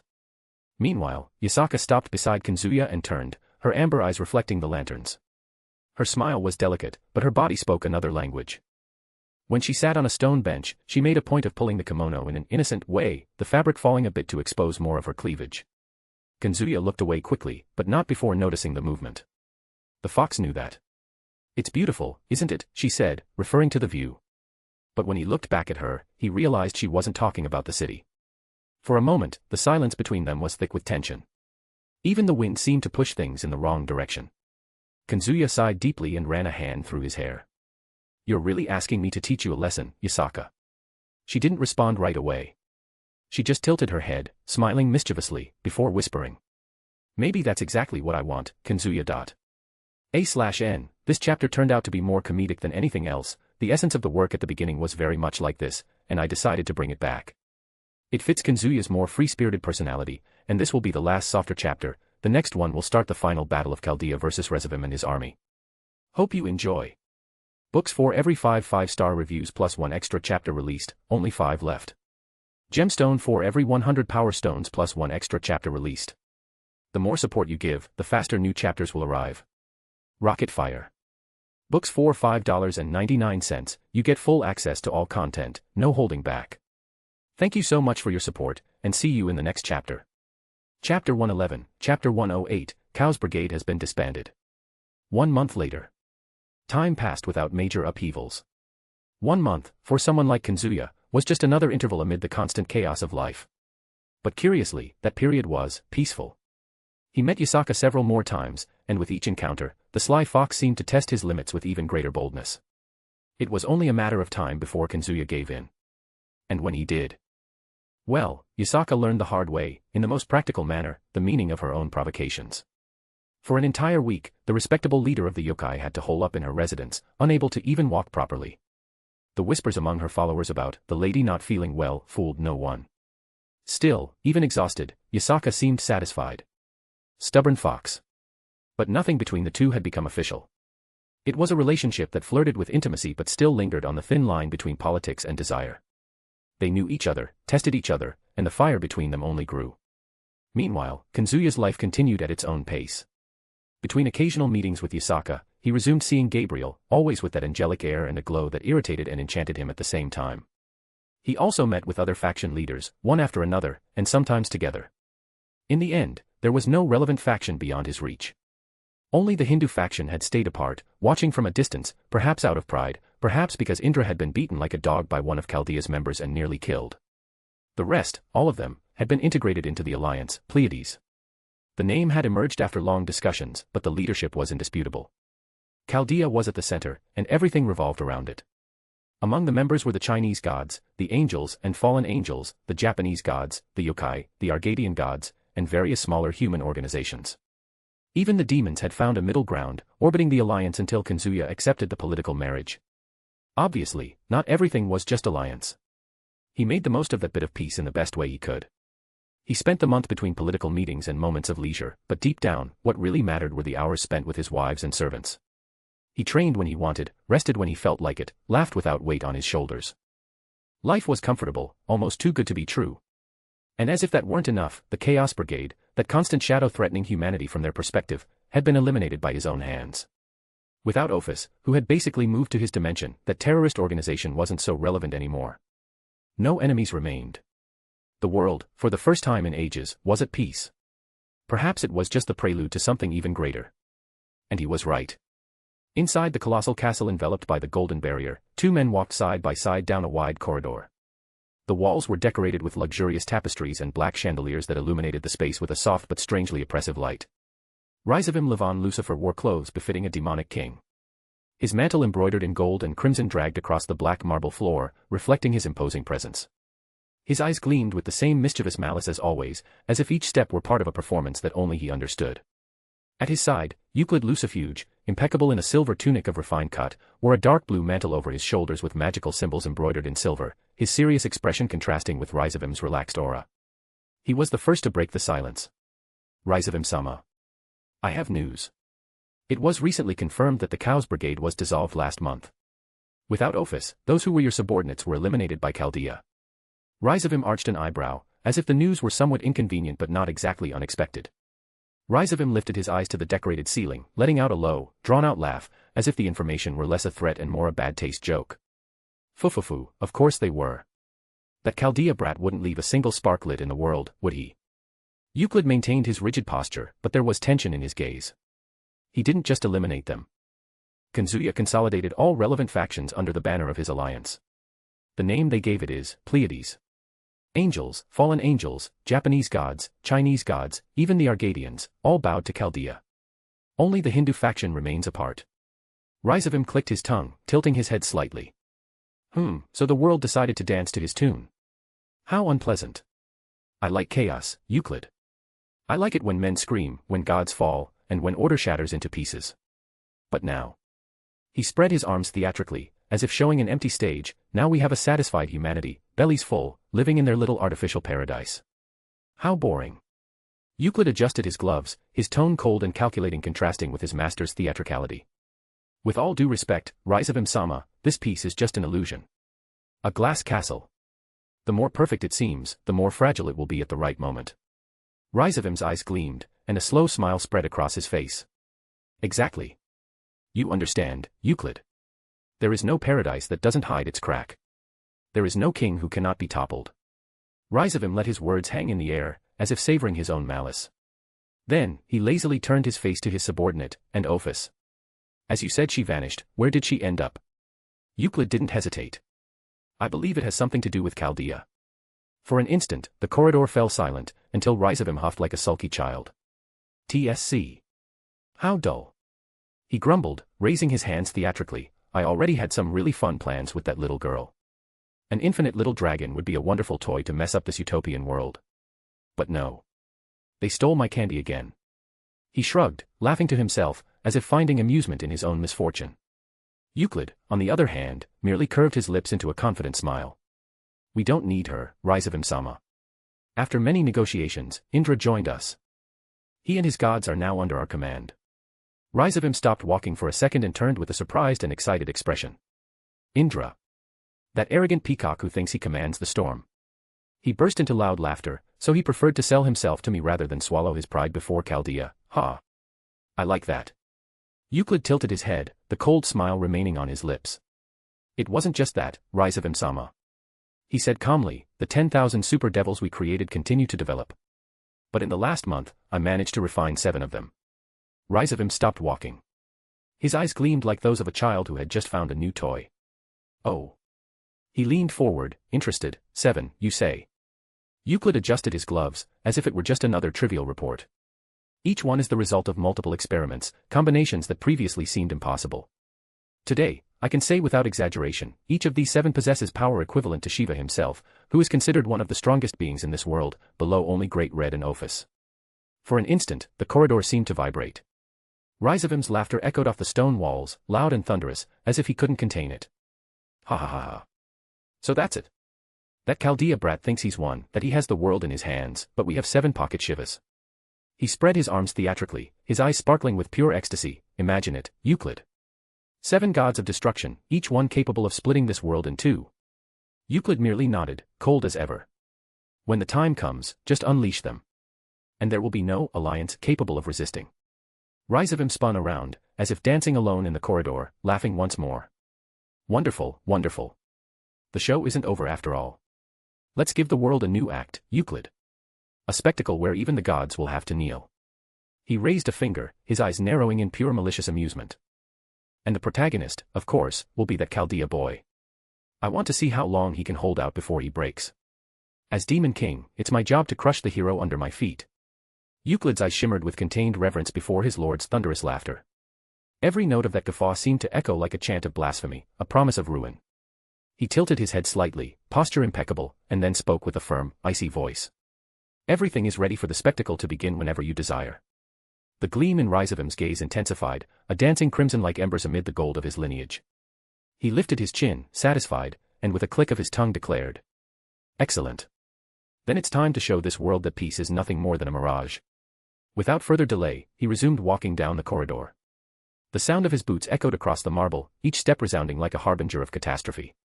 Euclid followed a step behind, rigid as an inseparable shadow, his serious face reflecting a silent fervor. They soon arrived before a double door, black and ornamented with runes that writhed as if alive. As they approached, the symbols opened like hungry eyes, recognizing the presence of Lucifer's heir. With a simple touch from Ryzovim, the doors swung wide open. What lay beyond was no ordinary room. It was an endless abyss, an expanse of stone and darkness that stretched as far as the eye could see. Endless rows of devils filled the space, organized in military columns that pulsed like a living army. Their auras were suffocating, each one more violent than the last. But even among thousands, 7 figures stood out.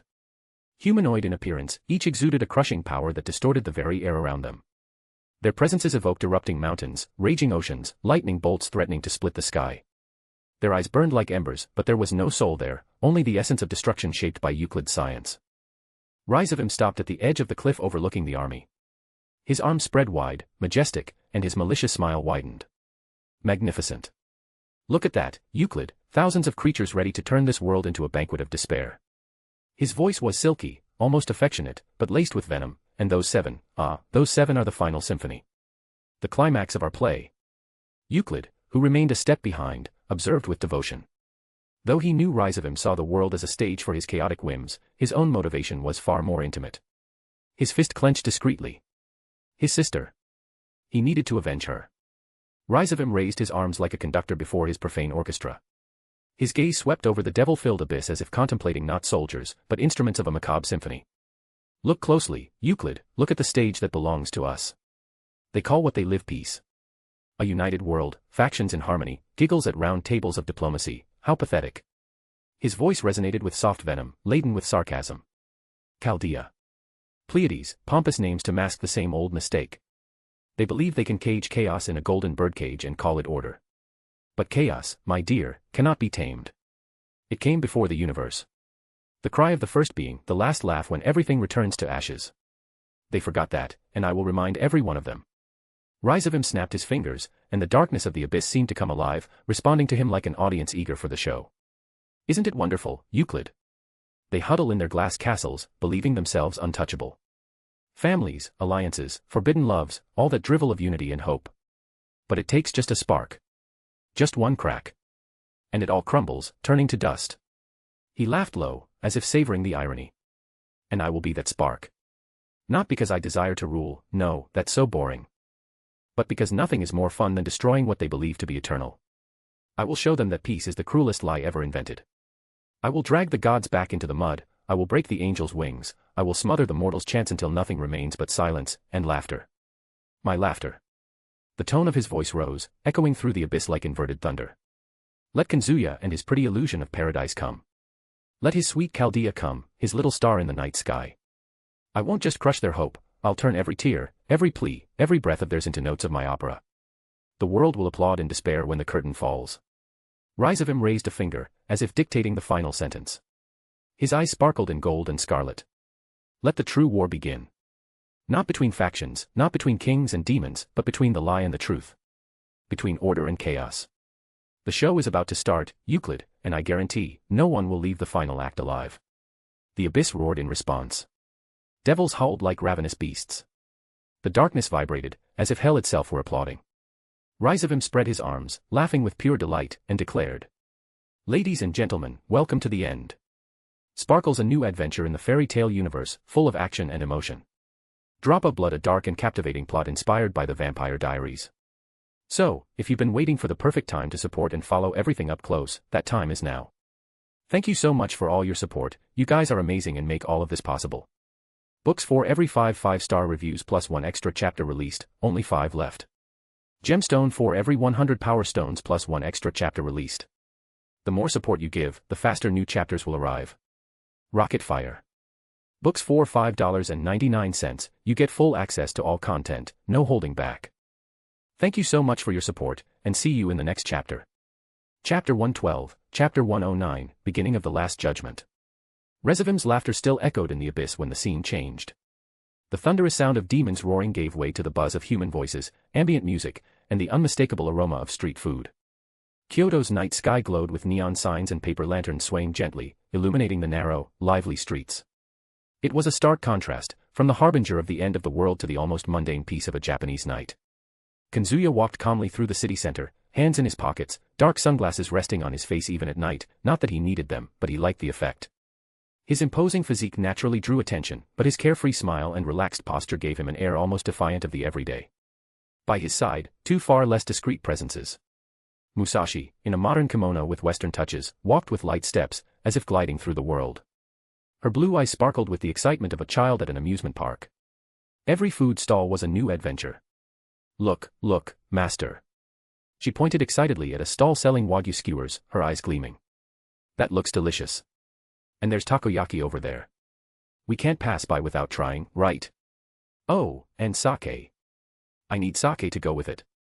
Before even waiting for a response, the swordswoman was already leaning over the stall, almost hypnotized by the aroma.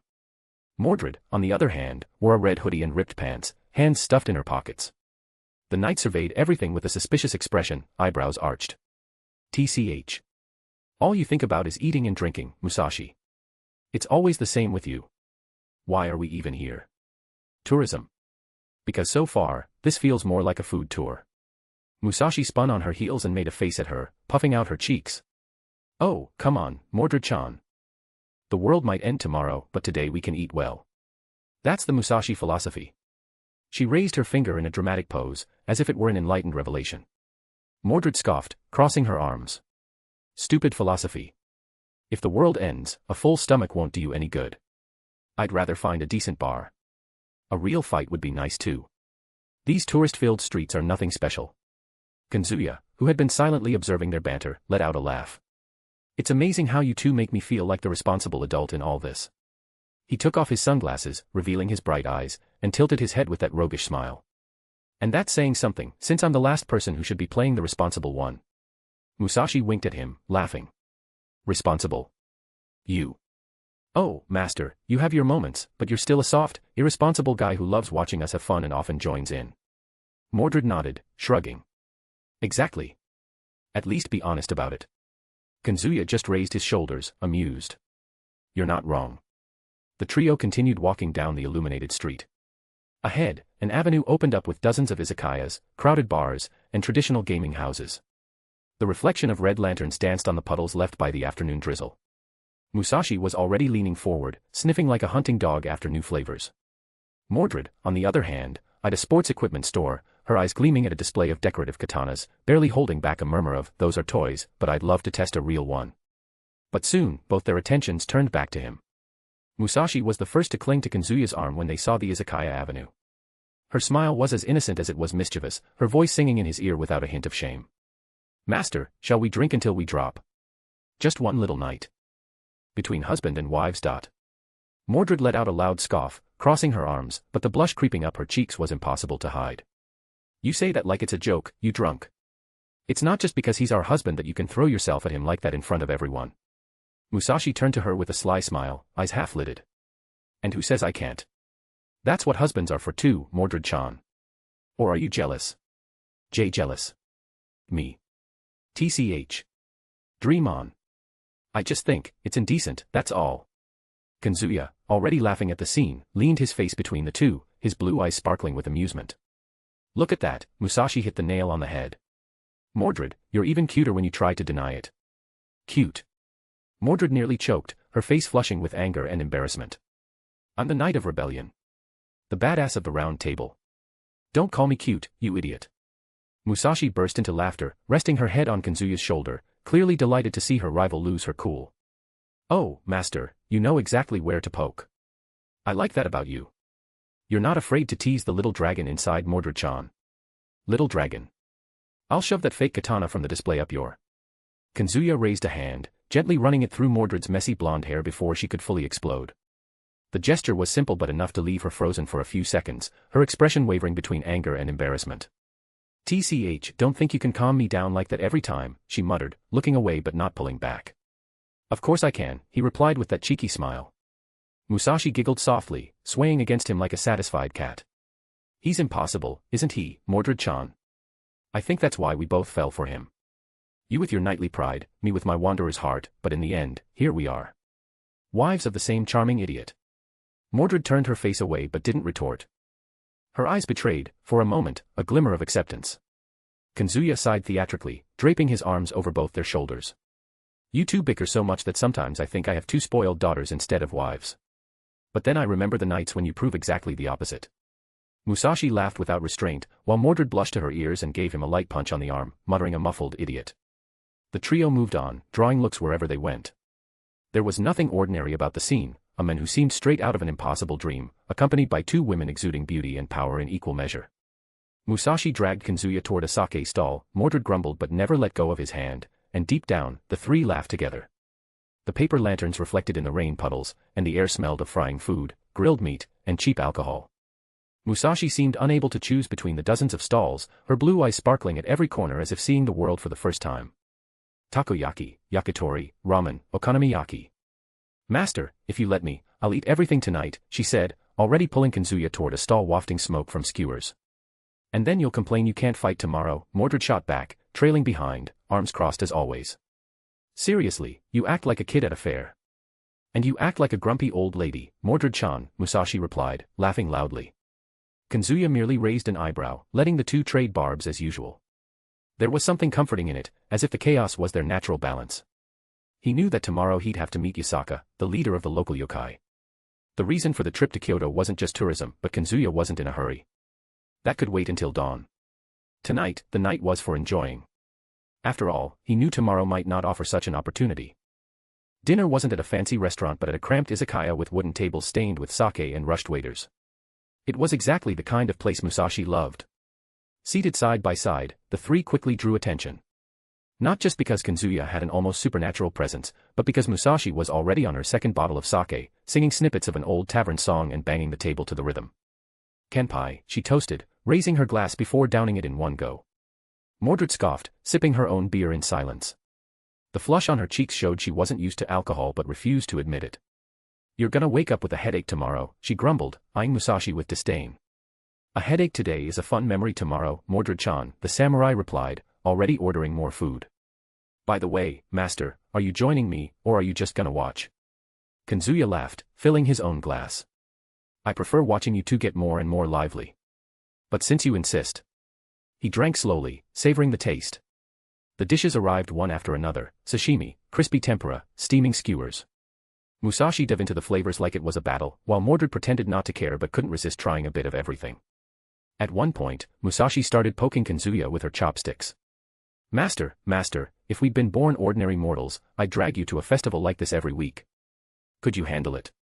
"I don't know," he replied, resting his chin on his hand. "You'd probably bankrupt me in a month." Her laughter echoed through the bar, drawing curious glances from other tables. Mordred just rolled her eyes, but her expression softened when she realized she was smiling too. "I won't say it out loud, but this is fun. You're an insufferable master sometimes, but the night wouldn't be the same without you," she murmured, almost inaudible in the din. Kazuya didn't miss his chance. "See, Musashi. Even the rebel knight knows when I'm right. Don't get used to it." Mordred snapped, shoving another piece of meat in her mouth to avoid saying more. Hours later, outside the izakaya, the trio walked through Kyoto's streets, laughing. Musashi sang off-key, holding Kazuya's hand, while Mordred followed on his other side, feigning annoyance but gripping his hand just as tightly. A light rain had returned, giving the sidewalks a glassy sheen. Neon lights reflected in the puddles, and the city seemed to pulse with their laughter. "You know," Kazuya said with a lopsided smile, "if someone looked from the outside, they'd think we're just a normal couple." "Well, a very loud triple couple." Musashi raised her head as if it were the greatest revelation in the world. "And aren't we?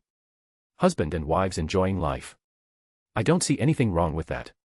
Mordred cleared her throat, blushing. "Yeah. Just don't let anyone think I agreed to this willingly. You won me over, master, but I'm still me." "And I expect nothing less," he replied, giving her hand a light squeeze. The chosen hotel wasn't luxurious but comfortable, with modern rooms and wide windows showing Kyoto's glowing night. Upon entering, Musashi practically threw herself onto the bed, laughing loudly. "Ah, finally. A soft bed after all that sake. Master, you should lie down with me already." Mordred sighed, closing the door behind her. "You have no shame, do you? We're in a decent hotel, and you act like it's a roadside tavern. And you pretend you don't like it," Musashi teased, winking at her. Kazuya just tossed his coat aside, sitting on the edge of the bed.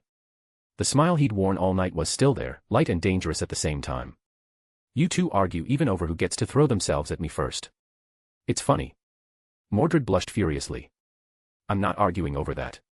TCH, idiot." Musashi laughed, pulling Kazuya's arm until he fell beside her. "Don't play hard to get, Mordred-chan. Deep down, we both know how much we like our master. This night is just proof of that." For a moment, silence filled the room. Only the distant city sounds came through the window, along with the glow of neon signs. Mordred, still hesitant, approached and sat on his other side. "I just want to make it clear that, despite everything, being here, with you two, isn't bad." Kazuya draped his arms over their shoulders, pulling them close. "Then we're in agreement. The world can wait until tomorrow. Tonight, it's just ours." Musashi closed her eyes, chuckling softly, while Mordred sighed, resting her head against him, red to her ears. Slowly, the three fell asleep and slept together. The first awake was Mordred. The room was still shrouded in darkness, cut only by the reddish light streaming through the window. The night opened her eyes slowly, grumbling from a slight hangover, but soon noticed Kazuya's absence from the bed. Musashi, tangled in the sheets beside her, was still sleeping like a rock, a silly smile on her lips, probably dreaming of sake or food. Mordred sat up, rubbing her eyes, and then saw Kazuya's silhouette. He stood by the window, shirtless, arms crossed, his gaze fixed on the horizon as if carrying an invisible weight. The crimson reflection illuminated his face, highlighting a rare seriousness. "Master." Her voice came out low, almost a whisper. He didn't respond immediately. He only raised a hand, signaling for her to approach quietly. His tone held no anger or fear, just the cold certainty of someone who knew this moment was coming. "It started," he murmured, not taking his eyes off the view before him. At that moment, Musashi stirred, waking lazily. She yawned loudly, rubbing her eyes, until she noticed the room was bathed in an impossible red light. What's that smell? Blood," she mumbled, before sitting up and looking at the window. In seconds, the sleep vanished from her face. Both approached, standing behind Kazuya. What they saw wasn't Kyoto. Not anymore. The sky, which should have been blue, was stained scarlet, as if the very firmament had been torn and bathed in blood. The sun didn't shine gold but red, a sphere of infernal fire burning the horizon. And in the air, cutting through the vastness, hundreds of grotesque silhouettes flew. Each one was a distorted version of humanity, humanoid but larger than any building, with defined muscles and organic armor that seemed fused to their skin. Their eyes glowed with red and amber light, reflecting the fury of entire worlds. Twisted horns curved upward, some thin and sharp as steel blades, others thick and gnarled like demonic roots sprouting from giant skulls. Strong, almost beastly jaws revealed sharp teeth capable of tearing through time itself. Their long, powerful hands ended in claws that could crush cars and demolish buildings with a single gesture. Their wings were membranous, like those of giant bats, but black as obsidian, and each flap sent vibrations through the air, ripping off rooftops and causing small explosions of debris in the streets. Their aura was palpable, suffocating heat, the smell of burning sulfur, and a sense of despair that seeped into the bones of anyone who looked at them. It was truly the final judgment. In addition, I post daily chapters of my main series. My unique skill is Fate Gacha, DxD. I was reincarnated as a side character, so I decided to become the villain, Blue Lock. I am Iseiji Yoichi. Your support helps me keep writing every day and bring you even more content. Red Heart. Books for $5.99, you get full access to all content, no holding back. For every 5 5-star reviews plus 1 extra chapter released, only 5 left. For every 100 power stones plus 1 extra chapter released. The more support you give, the faster new chapters will arrive. Chapter 113, Chapter 110, Battle of Kyoto, I. Kyoto had never been as alive as it was that dawn. Paper lanterns still swayed in the streets, tourists laughed in lines at izakayas, and groups of students returned home talking loudly after karaoke. But in seconds, that normalcy was ripped away from everyone. The scarlet sky that opened above the city drew the first screams. Some who had woken early for work thought it was just a strange aurora, or perhaps out-of-season fireworks. But soon, silhouettes began to form, immense, grotesque, filling the skies like clouds of flesh and hatred. Curious gazes turned into horrified ones. Is this a movie? Some kind of hologram, someone shouted, trying to rationalize. But the illusion shattered the moment the first roar echoed. It wasn't the sound of a machine or a loudspeaker. It was visceral, so deep it vibrated in the bones, making children cry and adults fall to their knees. And then, amidst the monsters, one of them raised its hand before everyone. Gigantic, with curved black horns and eyes like erupting embers. With an almost blasphemous calm, it bit its own finger. Thick, dark blood dripped, falling like drops of fire. Each drop, upon touching the air, twisted. Flesh molded, bones grew, and soon dozens, then hundreds of smaller versions plummeted in free fall. Clones. They crashed onto streets, rooftops, and busy intersections. The impacts shattered asphalt, cracked concrete, and flipped cars in seconds. But worse than the impact was what came next. One of the clones landed right in the middle of Shijo Avenue, crushing 3 cars under its feet. People ran in all directions, but not fast enough. The demon opened its mouth, revealing blade-like teeth, and bit into a screaming woman, tearing her in two before everyone. Blood splattered over those running, and panic exploded. Run! Run! Other clones landed on buildings, piercing walls with sharp claws. In an izakaya, customers were still trying to understand what was happening when the side wall was torn open, and one of these creatures reached in, pulling 2 people out like rag dolls. Their screams lasted only a second before turning to silence. At Kyoto Station, dozens of clones invaded the platforms. People tried to board trains that were going nowhere, crushing themselves against closed doors. Children were pushed, mothers screamed for their kids, and amidst it all, a demon charged through the tracks, tearing train cars like cardboard. The air filled with the smell of iron and smoke. Alarms blared, but no one heard anything beyond the screams and roars. In the Gion district, where tourists walked through narrow streets lit by lanterns, the clones fell like a rain of death.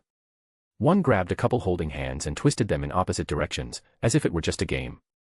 Another tore off an elderly man's head and hurled it onto the rooftops, laughing in a guttural sound no one would ever forget. At every corner, the scene repeated, ordinary lives brutally interrupted. Uniformed students torn apart before they could comprehend what they saw. Workers trapped in traffic jams turned to ashes along with their burning cars. Entire groups of people crushed under claws that descended like guillotines. Kyoto, which minutes before had pulsed with life, was now a theater of horror. Some still tried to resist. Police officers fired their guns at the monsters, but the bullets ricocheted as if they were nothing. Firefighters attempting to save civilians trapped in burning buildings were devoured before even reaching the ladders. One clone ripped an electric pole from a street and stabbed it into the ground, impaling 3 people at once, leaving their bodies dangling like broken marionettes. Another, in an almost childish cruelty, tore off the arms and legs of still-living victims, tossing them back and forth just to hear their screams. In the Kuoh River, dozens of bodies already floated, dragged by the current, while clones walked along the banks, throwing others alive into the water as if it were fun. The chaos spread faster than any evacuation could contain. Sirens didn't stop, but they were useless. Hospitals were invaded, ambulances turned to scrap in seconds. And amidst it all, ordinary citizens, people who had never even dreamed of the supernatural, understood the bitter truth: this wasn't war, it wasn't a natural disaster. It was the end of the world, happening before their eyes. A mother, holding her son's hand, ran down a side street trying to escape. But a clone landed in front of them, blocking the way. The boy cried loudly, and the demon, curious, tilted its head as if examining a toy. Then, it simply crushed the small body under its foot, while the mother went mad with despair. The monster's laughter echoed through the deserted street. Further ahead, a group of students returning from karaoke hid behind a toppled vending machine. They clutched their phones, trying to call for help, but the signal was gone. When they thought they were safe, a claw pierced the machine, pulling 2 of them out. The others only saw the bodies flying before running off in tears. Kyoto burned in flames. The red in the sky reflected on the streets, in the terrified eyes of those still breathing. The demons were in no hurry. They moved like predators who knew victory was assured. They toyed with their prey, destroyed buildings for fun, spread terror as if it were their natural language. And from above, the true demon who had created the clones watched everything with cold eyes, like an artist admiring his work. Its gaze settled on a specific spot near a hotel. One of them advanced toward a child, each step making the ground tremble. The little girl, trembling, had nowhere to run. Every instinct told her this was her end. Suddenly, an arm appeared between her and the monster. Mordred was there, appearing out of nowhere as if she had emerged from the air itself. Her right arm, partially covered in armor, intercepted the demon's strike with an impact that echoed like muffled thunder, clang. And the monstrous blade was stopped by an arm clad in gleaming steel. "Ha!" a defiant, insolent voice laughed. "What a pathetic scene, bullying a kid. I expected more." Mordred stared at the demon with sparkling eyes, half her body already covered in armor. Red lightning ran like electric veins over the metal, reflecting the fury only she could carry. She glanced quickly at the small child trembling behind her. "Hey, kid. Run as fast as you can. This trash is mine." The child, still shaking, swallowed hard and stumbled down the street, disappearing into the ruined alleys. Mordred clenched her fists, her armor completing with a metallic roar, and a crimson cloak flared behind her like a war banner. Time to end this clown show. The clone let out a furious roar but had no time to attack again. The sword was raised, and the air ignited with red lightning. Clarent Blood Arthur. The strike pierced the creature's chest like an inevitable sentence. The monstrous body shattered into light and ashes, its scream of pain mingling with the thunder that exploded through the skies. Meanwhile, not far away, a deadly dance unfolded. Musashi moved with almost supernatural grace, her 2 blades slicing through space in clean, perfect lines. Each step, each spin, each cut was a painting drawn in demonic blood. "Humph. You're just brute meat with no technique," she smiled, cleaving another clone in half. "This is turning into a warm-up." She appeared where the danger was greatest, cutting down creatures before they could reach civilians, moving as if she were omnipresent. With each strike, more people were saved, more screams silenced. The 2 weren't the only ones who appeared to save people. Kazuya, who had already foreseen what would happen, had made his preparations and called several servants from Chaldea to aid in the battle. A vibrant shout echoed through the burning streets. "Boom! How could the Empress let such a grand stage go without her presence?" Nero Claudius appeared, her red blade gleaming with each theatrical spin. With a single slash, she severed a clone's head, spinning in the same motion to pierce another. Her eyes sparkled with excitement, even amidst the carnage. What a spectacle! I, Nero Claudius, will bring the flame of glory upon these despicable beasts. Elsewhere, an ethereal, intoxicating laugh resounded through the smoke. Era, such a rush to die you all have. You dare attack Yasaka City, my dear friend. Shouldn't Doji walk through the wreckage, the air heavy with the intoxicating scent of sake and poison. Her blade barely needed effort, each swing cutting 3-4 clones at once, their bodies falling like broken dolls. Her smile was both charming and terrifying. What a fun party, blood, screams, and despair. Hee, keep screaming for me, isn't it delicious? In another part of the city, a black thunderbolt fell upon an entire intersection, melting the asphalt and the grotesque bodies of the clones. From the smoky shadows, a figure emerged, black dress billowing in the wind and a dark sword in hand. "TCH, insignificant creatures," said Saber Alter, her voice cold as steel, "attacking civilians like this, if it's destruction you desire, then you'll have it in abundance."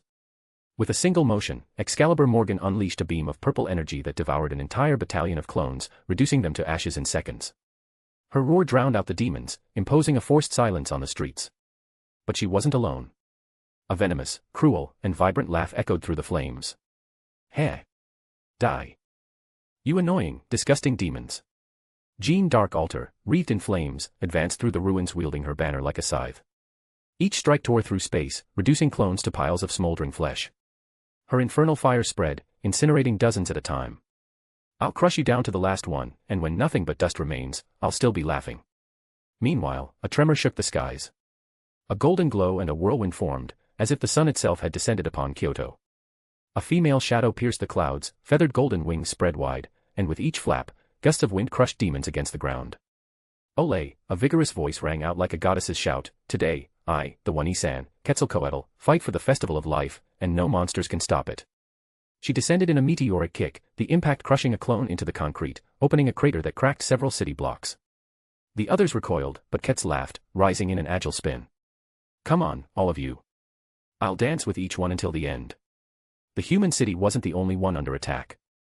Yurikyoto, the hidden city of yokai, had never faced such calamity. The barriers that kept the place concealed shattered like glass, and the demonic creatures passed through effortlessly, as if the ancient seals were mere fragile curtains. The narrow streets of the city were overtaken by the same scarlet sky engulfing Kyoto. The mystical lanterns that usually glowed softly exploded one after another as the demons' shadows reached them.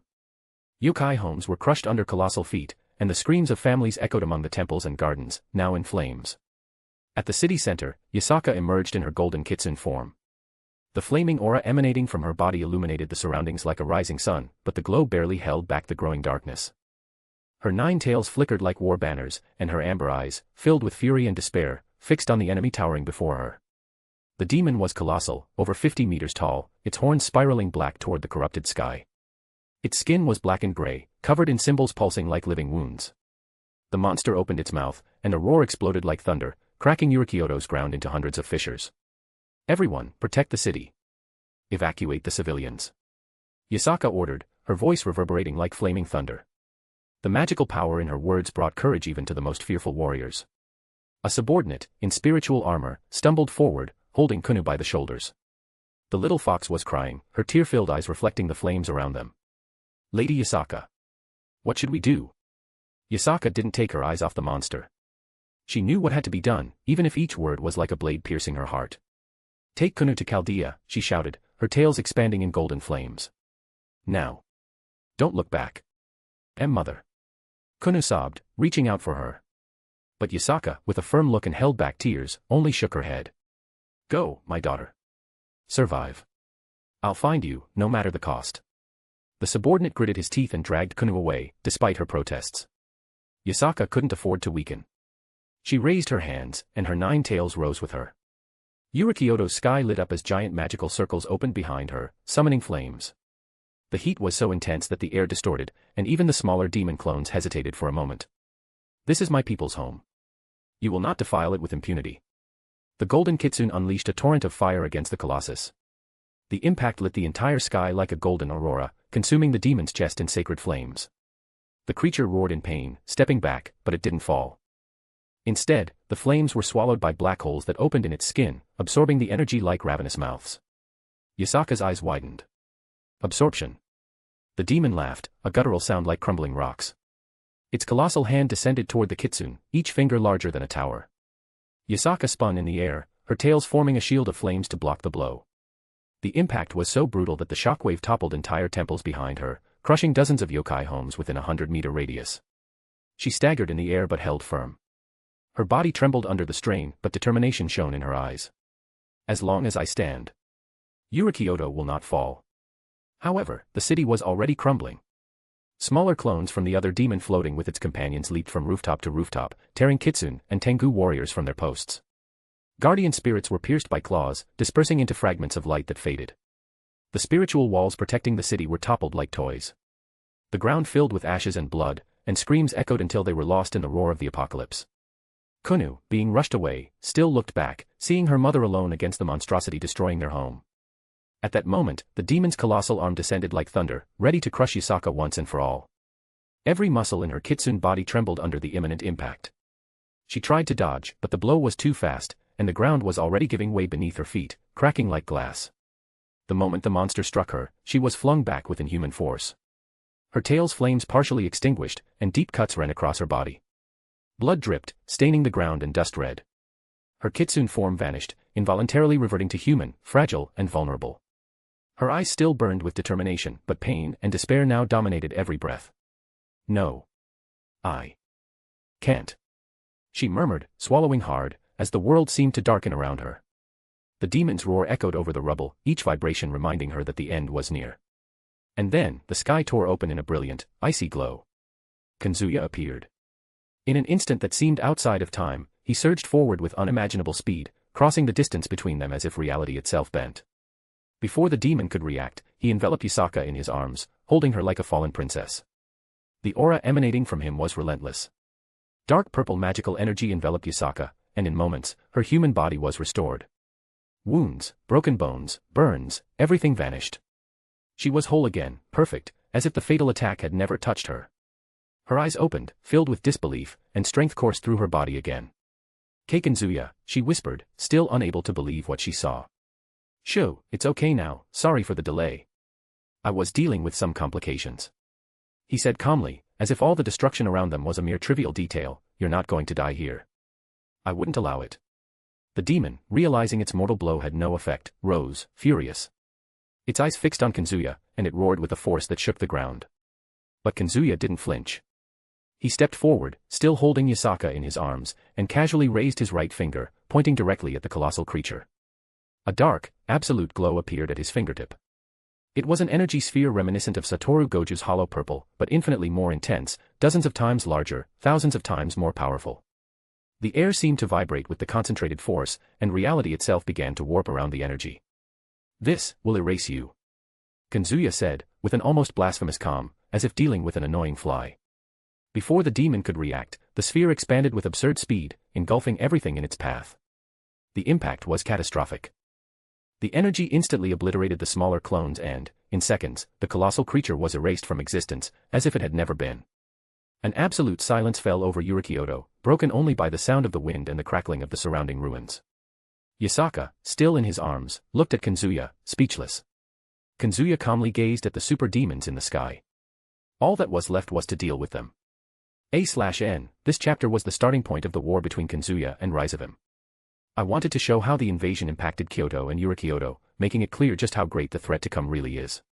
At the same time, I brought in the servants, each leaving their own mark on the battle, and of course, the moment when Kazuya appeared to turn the tide.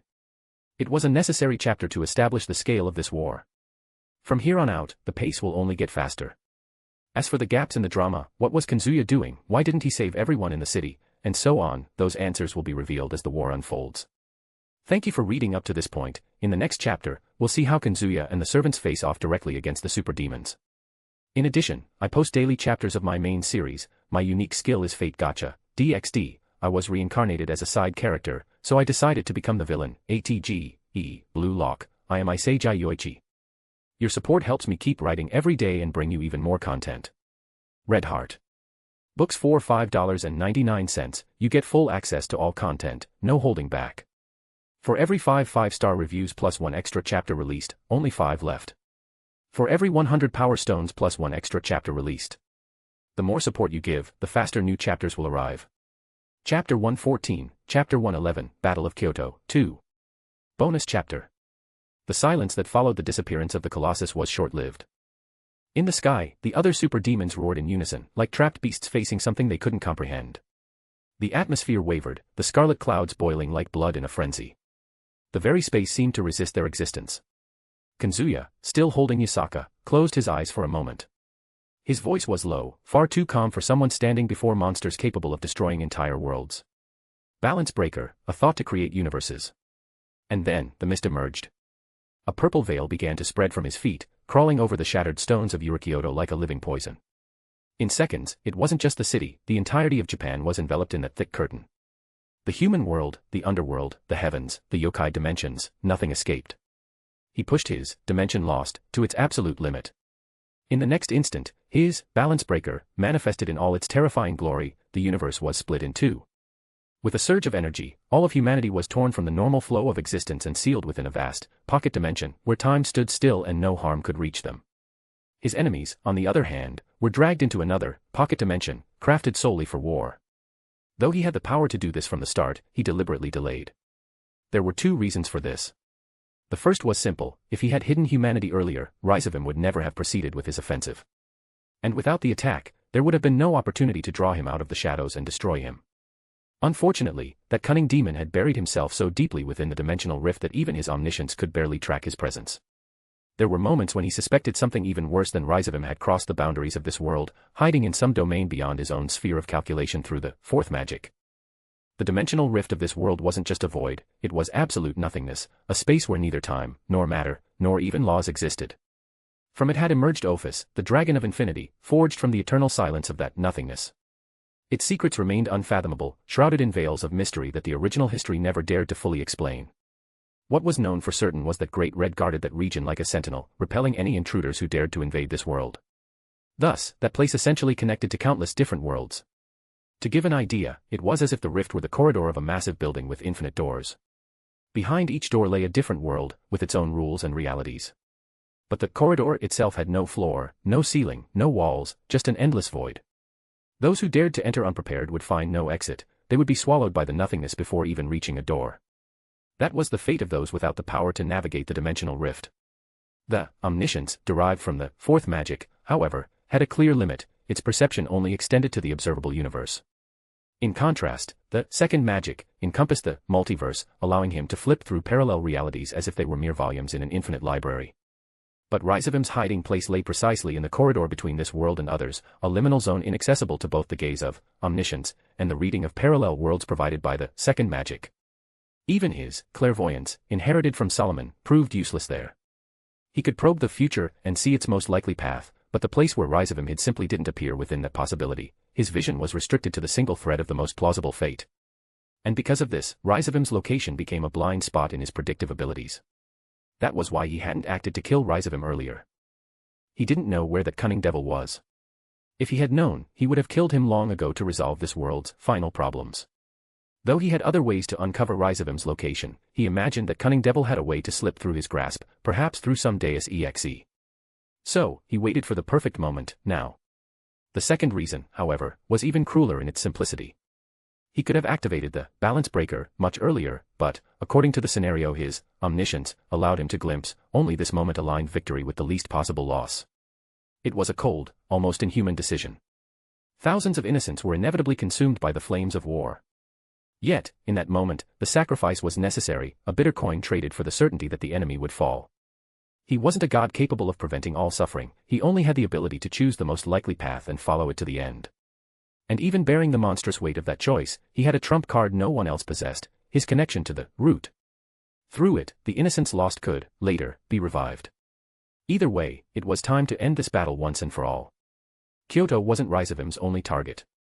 The heavens, Grigori, Asgard, and even the land of the Japanese gods, as well as human nations across the world, had plunged into chaos. The demon attacked on multiple fronts, leading his army of super demons to strike all his allies. He, in turn, had deployed his servants with surgical precision, positioning them to hold each front. That was why only a few were gathered here, the rest were engaged in critical battles scattered across the world, fighting to contain the destruction. That was, after all, the second reason for activating the balance breaker. At this moment, all fronts had been attacked exactly as he had foreseen. A single gesture was enough, and Ryougi's entire army was swallowed by a pocket dimension, isolating them in a battlefield governed solely by his rules. The purple mist began to dissipate slowly, like smoke retreating after a devastating storm. When the last wisps faded into the air, Yasaka opened her eyes, filled with a mix of awe and reverence. Yurikyoto had vanished so abruptly it was almost shocking. Now, before them, stretched a vast hill, surrounded by towering mountain ranges and dense forests, where ancient trees stood like silent sentinels. The wind carried the damp scent of vegetation, and the distant sound of flowing streams pierced the absolute silence of the new dimension. Every detail seemed too vivid to be real, every color intensely saturated, as if the entire world had been painted by divine hands. Beside Kazuya stood his servants, Mordred, Musashi, Quetzalcoatl, Shutenduji, Salter, Jalter, and Nero. The silence was broken not by the demons, but by the voices of the women beside Kazuya. Mordred let out a loud huff, resting Clarent on her shoulder and glaring at the sky filled with grotesque shadows. Great. Finally, a battle against someone interesting is about to start. Those clones weren't even worth the effort, Master. 100, 200, who knows how many of those monsters up there? She grinned fiercely, her crimson eyes gleaming. Doesn't matter. I just want to see how many can stand before they turn to dust. Musashi, in contrast, let out a calm sigh, as if analyzing every detail of the landscape. When you said to prepare because we'd be entering a pocket dimension, Master, I never thought it'd be a place like this. She commented, sliding her fingers along the hilt of her katanas. Her smile was serene, but her eyes were already fixed on the enemies above. The perfect stage for a dance. Quetzalcoatl raised her arms like a fighter about to step into the ring. See, Cielito, she shouted, vibrant, her golden eyes sparkling. You brought us straight to the best arena possible. Those demons don't even know they're about to be crushed in a lucha de verdad. Shutenduji let out a soft giggle, covering her mouth with her sleeve. Ufufu, what a delicious fragrance. Her eyes glinted, narrow like a predator's. Salter, as always, was the coldest. She stood tall, her eyes fixed on the sky. I was starting to get bored dealing with those clones. Jalter smirked, her eyes flashing as she declared, I'm gonna have fun burning every piece of those bastards until there's nothing but ashes left. And finally, Nero. She took 2 steps forward, her red cape billowing in the wind, and raised her sword as if standing before an invisible audience. Sublime. Absolutely sublime, she proclaimed, her theatrical tone echoing through the valley. This is the perfect stage for the eternal glory of Empress Nero Claudius. Her eyes sparkled as they turned to Kazuya, but then stopped abruptly on Yasaka, still in his arms. Her triumphant smile vanished in an instant. But. Nero cleared her throat loudly, trying to maintain her composure. Doesn't it seem inappropriate, my praetor? Holding another lady like that in the midst of battle. The others reacted almost immediately. TCH. Mordred raised an eyebrow. I agree with the Empress there, it's kinda weird. Ufufu.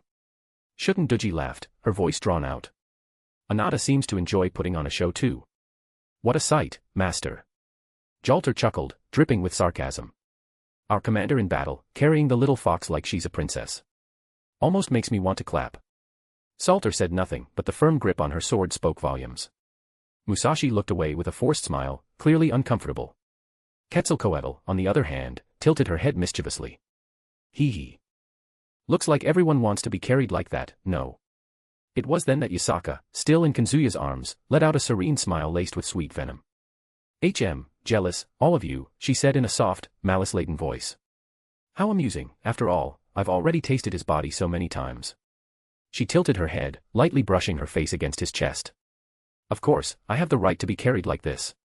Her words were like sparks tossed into gunpowder. The air grew heavier instantly. Nero turned red, indignant. What? Insolent, she roared, pointing her sword at Yasaka. Don't you dare say such things in the presence of the legitimate empress. Jalter looked grim at the woman's words, about to retort, but was interrupted by the infuriating woman beside her. Salter didn't take her eyes off the sky, but the stiffness in her voice betrayed her discomfort. Useless words. Ufufu. Shuten clapped lightly, her smile growing wider. I love it when wives and lovers fight. It's always so intense. Kazuya sighed deeply, finally setting Yasaka down with a calmness that contrasted with the heated atmosphere. Enough, he said, his voice low but firm.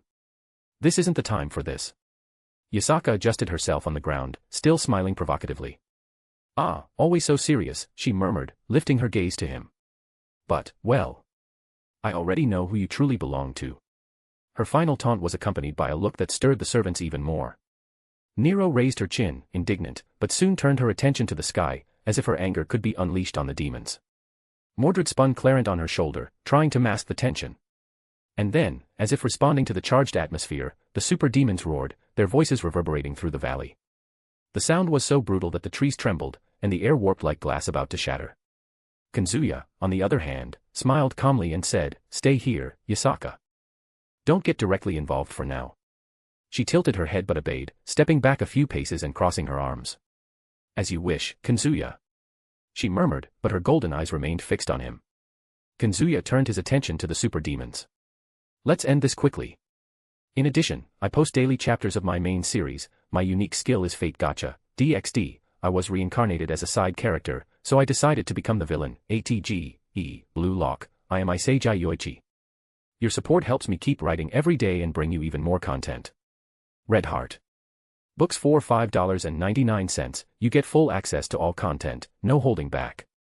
For every 5 5-star reviews plus 1 extra chapter released, only 5 left. For every 100 Power Stones plus 1 extra chapter released. The more support you give, the faster new chapters will arrive. Chapter 115, Chapter 112, Battle of Kyoto, 3. Kazuya casually raised his hand, as if he were merely swatting an insect. "I don't like those who arrogantly stand above me." The sky lit up.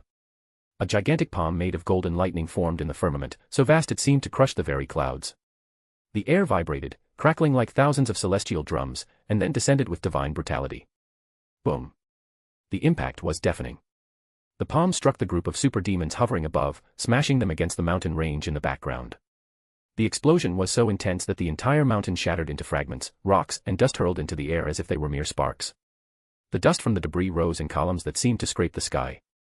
Amid the chaos of falling rocks and the distant echo of the collapsing mountain range, something stirred.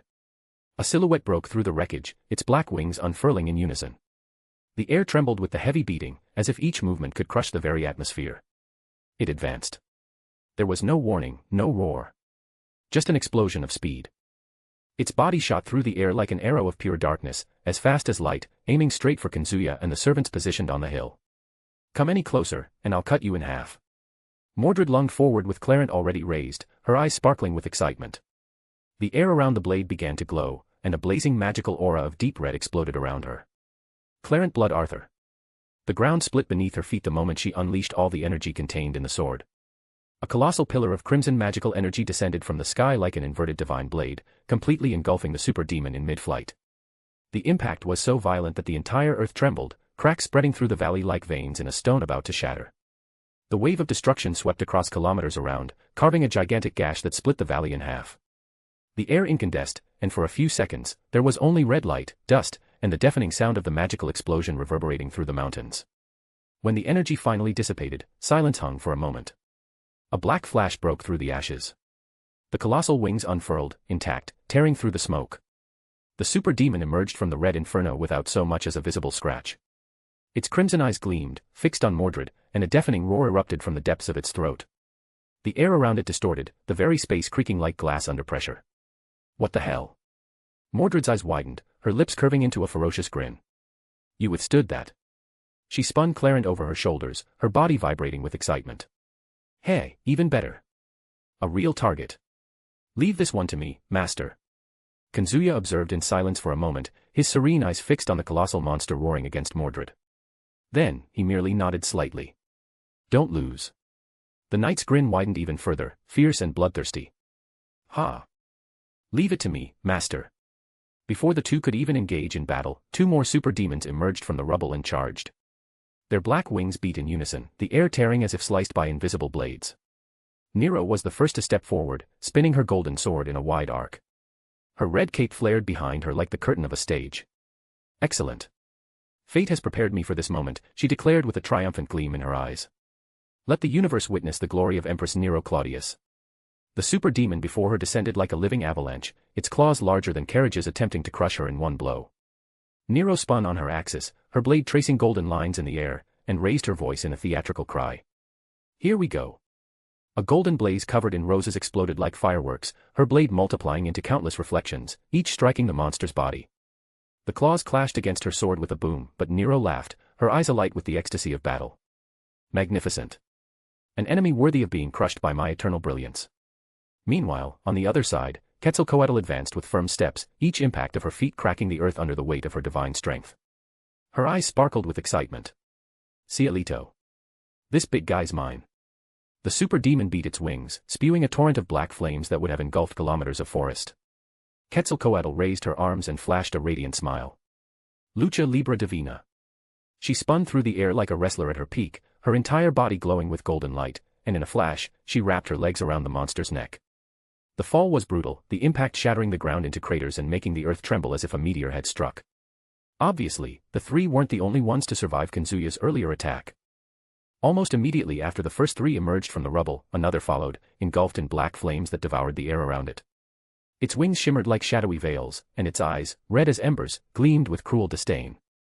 The demonic being raised its hands, and its flesh seemed to writhe grotesquely. From its skin, dark figures began to project, tearing free like living parasites. In seconds, dozens of identical clones launched into the sky, flying toward the distant city. This plague again. Jalter narrowed her eyes, her expression twisting between fury and coldness. Her banner appeared in flames in her hand, the fabric rippling like an omen of calamity. I won't let you filth taint my destruction. If anyone's going to burn that city, it'll be me. She raised the banner high, and a colossal blaze of fire erupted, covering the sky with a profane aurora. The flames engulfed the swarm of clones, consuming them in a purifying inferno that spared neither friend nor foe, only destroyed. The sky darkened further, as if night itself had descended. Meanwhile, Salter was already advancing across the ground, her black Excalibur dragging against the rocks, leaving a trail of purple energy. Pathetic. They can't even die properly. She raised the sword with one arm, her icy, disdainful voice echoing like a verdict. Excalibur Morgan. A slash of pure darkness swept across the horizon, cutting through the body of the true super demon hovering before her. The magical wave tore the entire mountain behind it as if it were made of paper, hurling tons of rock into the air. But when the dust settled, the enemy was still there, completely intact.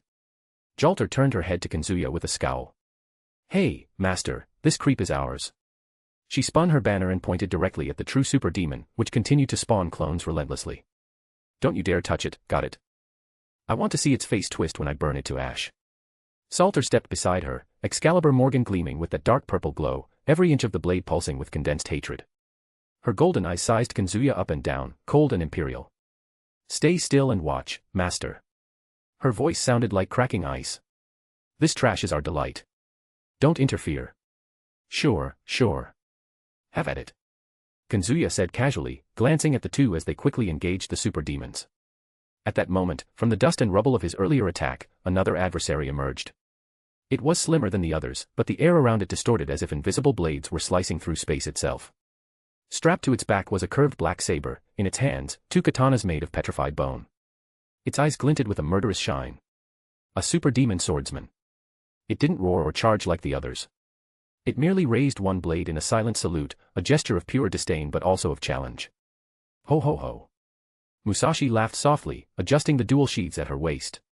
Her blue eyes sparkled, as if all the slaughter around her had vanished, leaving only this enemy before her. A duelist, huh? I was getting bored just watching my friends play with these monstrosities. She took a deep breath, sliding her fingers over the hilts of her two katanas. All right, big guy. I'll be your dance partner today. Kazuya sighed as his servant immediately darted toward the super demon. A few moments passed, and no more super demons emerged. As for the rest, well, he took them to another, pocket dimension, to deal with them alone. The reason for letting his servants fight in this war, which he could end single-handedly, wasn't just about not underestimating his enemies or being too lazy to deal with them all. It was also to test the mythological mystic code he had unlocked in each of his servants. Although some of them didn't even need it to defeat all the super demons and res of him. He only unlocked this power in his servants to be certain. It would be like crushing an ant with an atomic bomb. But it would be interesting. Oh, but these super demons have the ability to destroy the world. An army of them could conquer countless worlds. Well, they'd be nothing in the world he and his servants came from. In a particular timeline, around 14,000 years before the 21st century AD, in the world of Fate/Extra, there was a cycle on the planet that was halted by an event of catastrophic proportions. Velber 02, also known as the Umbral Star, a predatory construct created by an unknown alien race with the purpose of seeking out, destroying any intelligent life, and absorbing any form of data, had entered the solar system. Upon finding life on Earth, it automatically initiated an invasion protocol. The Moon Cell, a system of unknown origin made of photonic crystals and acting as a supercomputer located on the Moon, was immediately attacked by Velber. Velber sent a construct called the Ark of Stars containing Safar, the White Titan, as an anti-cell to the Moon Cell and managed to absorb 80% of the system's data. At the same time, Safar used its own data to attack Earth with a gigantic avatar. This avatar, besides being enormous, was immensely powerful, capable of destroying even gods. With each target destroyed, Velber absorbed the enemy's data and grew exponentially in size and power. With this, Velber brought humanity to the brink of extinction and destroyed several pantheons of gods. The White Titan on Earth, after this, became nearly unstoppable, surpassing the strength of an Ultimate One type. However, in a critical moment amid the chaos the world was in, a light of hope appeared in the form of a holy sword. Excalibur, wielded by an unknown individual, speculated to be King Arthur as a grand servant, delivered a powerful attack against Velber. As the sword's seal was lifted, which normally restricts the blade from using much of its power against enemies that aren't a threat to the world, the attack was lethal, and the White Titan was destroyed. In the Moon Cell, the computer managed to defeat Safar and sealed her in a lost area of the Moon Cell known as the Star of Tears, as the Moon Cell had no way to destroy her. Thus, Velber's invasion was thwarted, though it cost much of human civilization on the planet. However, the White Titan's avatar was not completely destroyed, and a part of it fell to the planet, becoming a reduced form. In the wreckage of Velber on Earth resided the body of the Titan's more human-like form, which thousands of years later was found by the Huns. Thus, Altera, also known as Attila the Hun, the conqueror known for years as the Scourge of God, who brought divine punishment to civilizations, was born. While alive, Attila, in a way, still followed her programming as a machine of destruction, but this time guided by the purpose of the Huns. She carried Photon Ray, a divine construct she obtained after defeating Mars, or Ares, the god of war, as a Titan. The Titan sealed on the moon saw her human form's life as dreams. In the world of Stay Night and similar ones, as the Moon Cell doesn't exist, the invasion happened the same way, but Safar did not invade the moon, existing only as the White Titan that invaded the planet. Within the Moon Cell, it is possible to unlock a servant's origin, granting them power comparable to BB's 10 crowns. This phenomenon is called the mythological mystic code. The 10 crowns represent the beginning of human history, the dawn of civilization and light. In other words, they are the power of the origin that gave rise to the human genome, something present in all humans. By penetrating the virtual body and mind of a servant, it is possible for the master to directly access the core of the heroic spirit. Thus, the root is reached, unleashing the mythological mystic code, the deepest origin of the hero, often unknown even to themselves. The 0 point that gave rise to their existence. By removing this limiter, the servant achieves a degree of fundamental truth, equivalent to that of BB, who was an almost omnipotent entity in the Moon Cell, able to elevate their spiritual rank at will. With this power, it was stated in the original story that Hakuno's servants, be it Nero Claudius, No Name, Tamamonome, or Gilgamesh, depending on the player's choice, had a 0.9999% chance of victory against BB. To further increase those odds, it's worth noting that in the original game's story, Rin Tosaka redirected all the power that previously protected the school building against BB and the alter egos, transferring those resources to strengthen Hakuno and their servants. Thus, when they faced BB, they were elevated to the same level of power as her, making it possible to defeat her by severing her connection to the Moon Cell before she could unleash her noble phantasm. The only 4 servants who have awakened this form became capable of moving faster than light. This was demonstrated when Kiera Sesioin launched them to the edge of the galaxy, from where they returned instantly. Though this feat surprised her, Kiera's defeat was only possible because the alter egos, BB, and Sakura within her prevented her from using her omnipotence to protect Hakuno, whom she loved. She herself stated that if she had been aware of this weakness, she would have simply launched the servants to some distant realm and then destroyed that realm along with them. However, the mythological mystic code places an immense burden on the servant. Sakura explains that the basic structure of a heroic spirit is not capable of withstanding such power, asking Hakuno Kishinami to limit its use to only once. Later, when discussing how to free Altera from the shackles of the Umbral Star, Nero assessed that this power would be enough to face Velber, though she feared her cyberframe wouldn't withstand the strain for long. Still, considering they also possessed the royal authority of the regalia, Nero believed they could perform miracles. Even so, Hakuno doubted its effectiveness. The mythological mystic code is merely the manifestation of a hero's origin, while Altera's strength is sustained by the Umbral Star, a completely different level of power. To face her, something on the same scale would be needed. Even combining the power of the royal authority and Saber's maximum potential with the mythological mystic code, the formats of the Moon Cell and the Umbral Star are too distinct. Hakuno concluded that this solution wouldn't address the root of the problem. Since all the servants' power ultimately derives from the moon's holy grail, the most they could achieve would be the destruction of Safar, and even then, with no guarantee of success.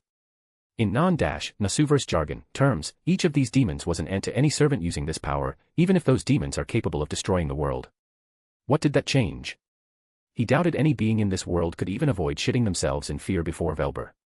Kazuya shifted his gaze from the battlefield and turned to the Oni, slightly lifting his chin.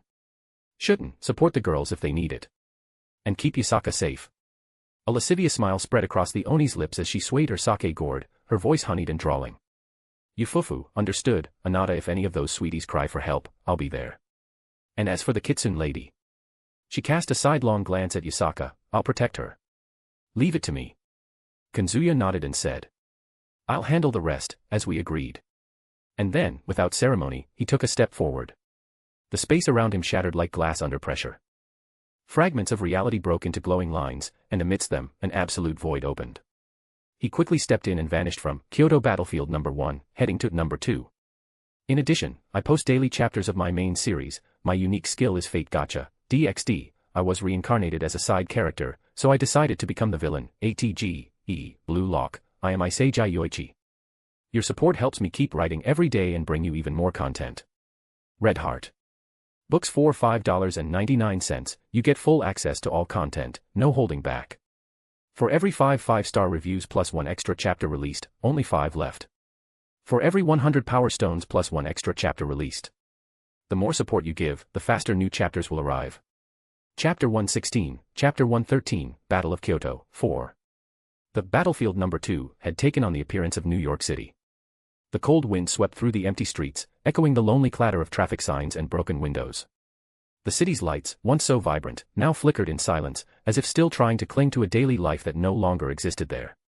Abandoned cars rested in the middle of the avenues, some with their doors open, others crushed by the impact of colossal forces. Kazuya appeared silently at the top of a skyscraper.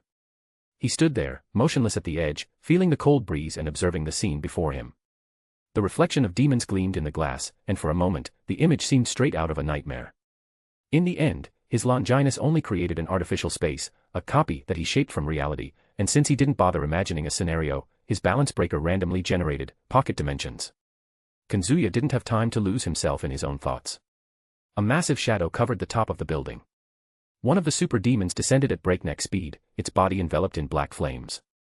It raised its claw and, with a single gesture, unleashed a torrent of fire. It wasn't an ordinary blaze.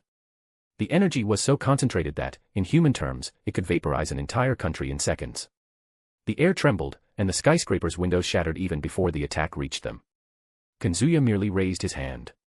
A blue glow formed in his palm, dense and absolute, like a point that devoured the space around it. The infernal torrent collided with that color and vanished. No explosion, no resistance. The fire was simply erased from existence, as if it had never been unleashed. The flames that could have reduced New York to ashes disappeared before him like sparks snuffed out by rain. Kazuya sighed, letting his arm fall back to his side. Too noisy. Above, the super demon hesitated. For a moment, even those flames that shouldn't be contained seemed to betray its arrogance. Kazuya raised his gaze, blue against crimson, and the cold wind swept across the top of the building. My turn. Kazuya looked up at the demon. His eyes glowed with a deep, calm, and lethal blue, in contrast to the incandescent crimson emanating from the creature. The super demon roared, puffing out its chest and preparing another attack, but Kazuya didn't move. He merely raised his hand again, 2 fingers pointing forward as if it were a trivial gesture. A vivid red appeared in the air. It wasn't just a color, it was a concept. A distortion that collapsed matter, heat, and energy into a single direction. The space seemed to twist, repelled and crushed into an absolute red line. He used the principles of the second magic in his spell inspired by Satoru Gojo, making it infinitely stronger. The demon opened its mouth to roar, but there was no time. The red reached it. In an instant, half of the creature's body was obliterated without resistance. Blood rained down toward the ground. The night sky glowed for a moment, illuminated by the dissipated energy. Then, silence. The skyscraper remained intact. The cold wind swept through the dead city once more. Kazuya lowered his hand, as if he had merely brushed aside an annoyance. At that moment, 5 roars echoed simultaneously. From all sides, the sky was filled with demonic wings. Each of the super demons carried a power that, anywhere else, would be enough to doom the world. One of them raised its arms and summoned pillars of black fire that rose like volcanoes erupting in the heart of the city. Another opened its mouth and unleashed waves of destructive energy that tore entire blocks apart. The others joined in, shaping spheres of water, blood-red lightning, and slashing gusts that distorted even space itself. All the attacks were launched toward Kazuya. In a matter of seconds, half of the artificial New York was swallowed in destruction. Skyscrapers fell like dominoes, avenues cracked into craters, and the sky blazed with flashes that seemed like the end of times. A white glare dominated everything, followed by a shockwave that swept across kilometers. Dust and smoke covered the skies, muffling the sounds for a moment. The 5 demons hovered in the air, their bodies tense, wings beating hard to clear the curtain of ashes. The smell of destruction permeated the air. When the smoke cleared, Kazuya was there. Not a scratch, his clothes untouched. The top of the skyscraper where he stood had been completely destroyed, but he remained suspended in the air, standing on nothing, as if it were natural. His blue eyes gleamed in the dark like sharpened blades. He raised his right hand, fingers opening gently. The air shifted. A thunderclap rumbled, deep, as if it came from the very heart of the dimension. The dark clouds were torn apart in an instant, revealing fissures of pure golden light. The entire space trembled with the manifestation of the authority of lightning he had received from Zeus. As a chief god, bearer of the great bolts capable of destroying skies, galaxies, and the scythe of Adamus. It is said he even holds the authority to incinerate the entire universe. And then, the lightning struck. It wasn't just electricity. It was a concentrated bolt of superconductor plasma, where each charged particle moved at near light speed, compressed into a beam so dense it distorted the space-time around it. The flash that descended from the heavens didn't just burn the air, it ionized it completely, creating a column where oxygen and nitrogen molecules were literally stripped of their electrons, leaving only a corridor of pure energy. The impact didn't just cause heat. The level of energy released was comparable to a localized supernova, enough to unleash in microseconds more energy than billions of nuclear bombs combined. The flash tore through the artificial New York from top to bottom, turning night into day. Entire skyscrapers were vaporized before the shockwave even hit them. The very matter of the artificial city was converted into incandescent plasma, its atoms stripped down to their nuclei, while the surface below was crushed into a blazing crater. The 5 super demons didn't have time to scream. Their biological structures weren't just destroyed, they were broken down to the subatomic level, reduced to fundamental particles before dispersing into the incandescent atmosphere. The impact was so absolute that the remaining half of the city simply vanished. Kazuya slowly lowered his hand, his gaze calm, as if he had merely flicked on a light switch. The wind blew, carrying the ashes of what was once an illusory metropolis. In the distance, across the ruined horizons of the dimension, dozens of malevolent presences rose simultaneously. When he sent them to this battlefield number 2, they had all been scattered in different directions. Naturally, they were more super demons. Dozens of them, spread across the outskirts of the city. He vanished. In less than a microsecond, he crossed the artificial atmosphere at 99.999% the speed of light. The shock of his movement generated waves of blue Cherenkov radiation, as if the air itself had become a luminous sea. The first demon was crushed before it could comprehend. Kazuya's hand gripped its head, and a 1.21 teravolt electrical discharge coursed through its brain. Molecules broke apart, atoms ionized, and the entire body collapsed into incandescent plasma. It disintegrated without leaving even a shadow. The second roared and manipulated gravity, bending the light around its body. A black sphere was forming in its hands, ready to devour kilometers of space. Kazuya passed through the event horizon, as if it were air, his figure no longer obeying the usual laws of physics. A kick cloaked in relativistic plasma collided with the creature's chest. The pressure of the impact was comparable to the collision of 2 supermassive stars. The demon shattered into elementary particles, vanishing before it could release the roar trapped in its throat. 2. 3 advanced together. One spat a black flame whose temperature surpassed the ignition point of deuterium, capable of initiating nuclear reactions in anything it touched. Another conjured blades of cutting energy that vibrated at frequencies of spontaneous fission, ready to split any atomic nucleus in 2. The third concentrated spheres of negative energy that diluted the universal constants around them. Kazuya danced among them all. With every movement, reality seemed to lag, as if struggling to keep up with something beyond the speed of light. He passed through the nuclear blaze and dissipated it with the palm of his hand, the heat absorbed and nullified by a discharge of superconductor plasma that neutralized the ongoing fusion. Spinning his body, the tips of his fingers sliced through one of the cutting blades, the vibrational energy was inverted by an electromagnetic shockwave, collapsing it in silence. In the next instant, he appeared in front of the third, 2 fingers resting on its forehead. A blue spark pierced its skull, and the entire body imploded in a burst of gamma rays, evaporating into the air. 3 bodies vanished in less than the blink of an eye. 5 more came. The artificial sky was covered in spears, spheres, waves. Phenomena that could extinguish entire civilizations. One raised its hand and concentrated energy until the sky was covered in red clouds, drops of ionized perchloric acid, so corrosive it could dissolve metal in seconds, began to rain in torrents, each drop burning like liquid plasma.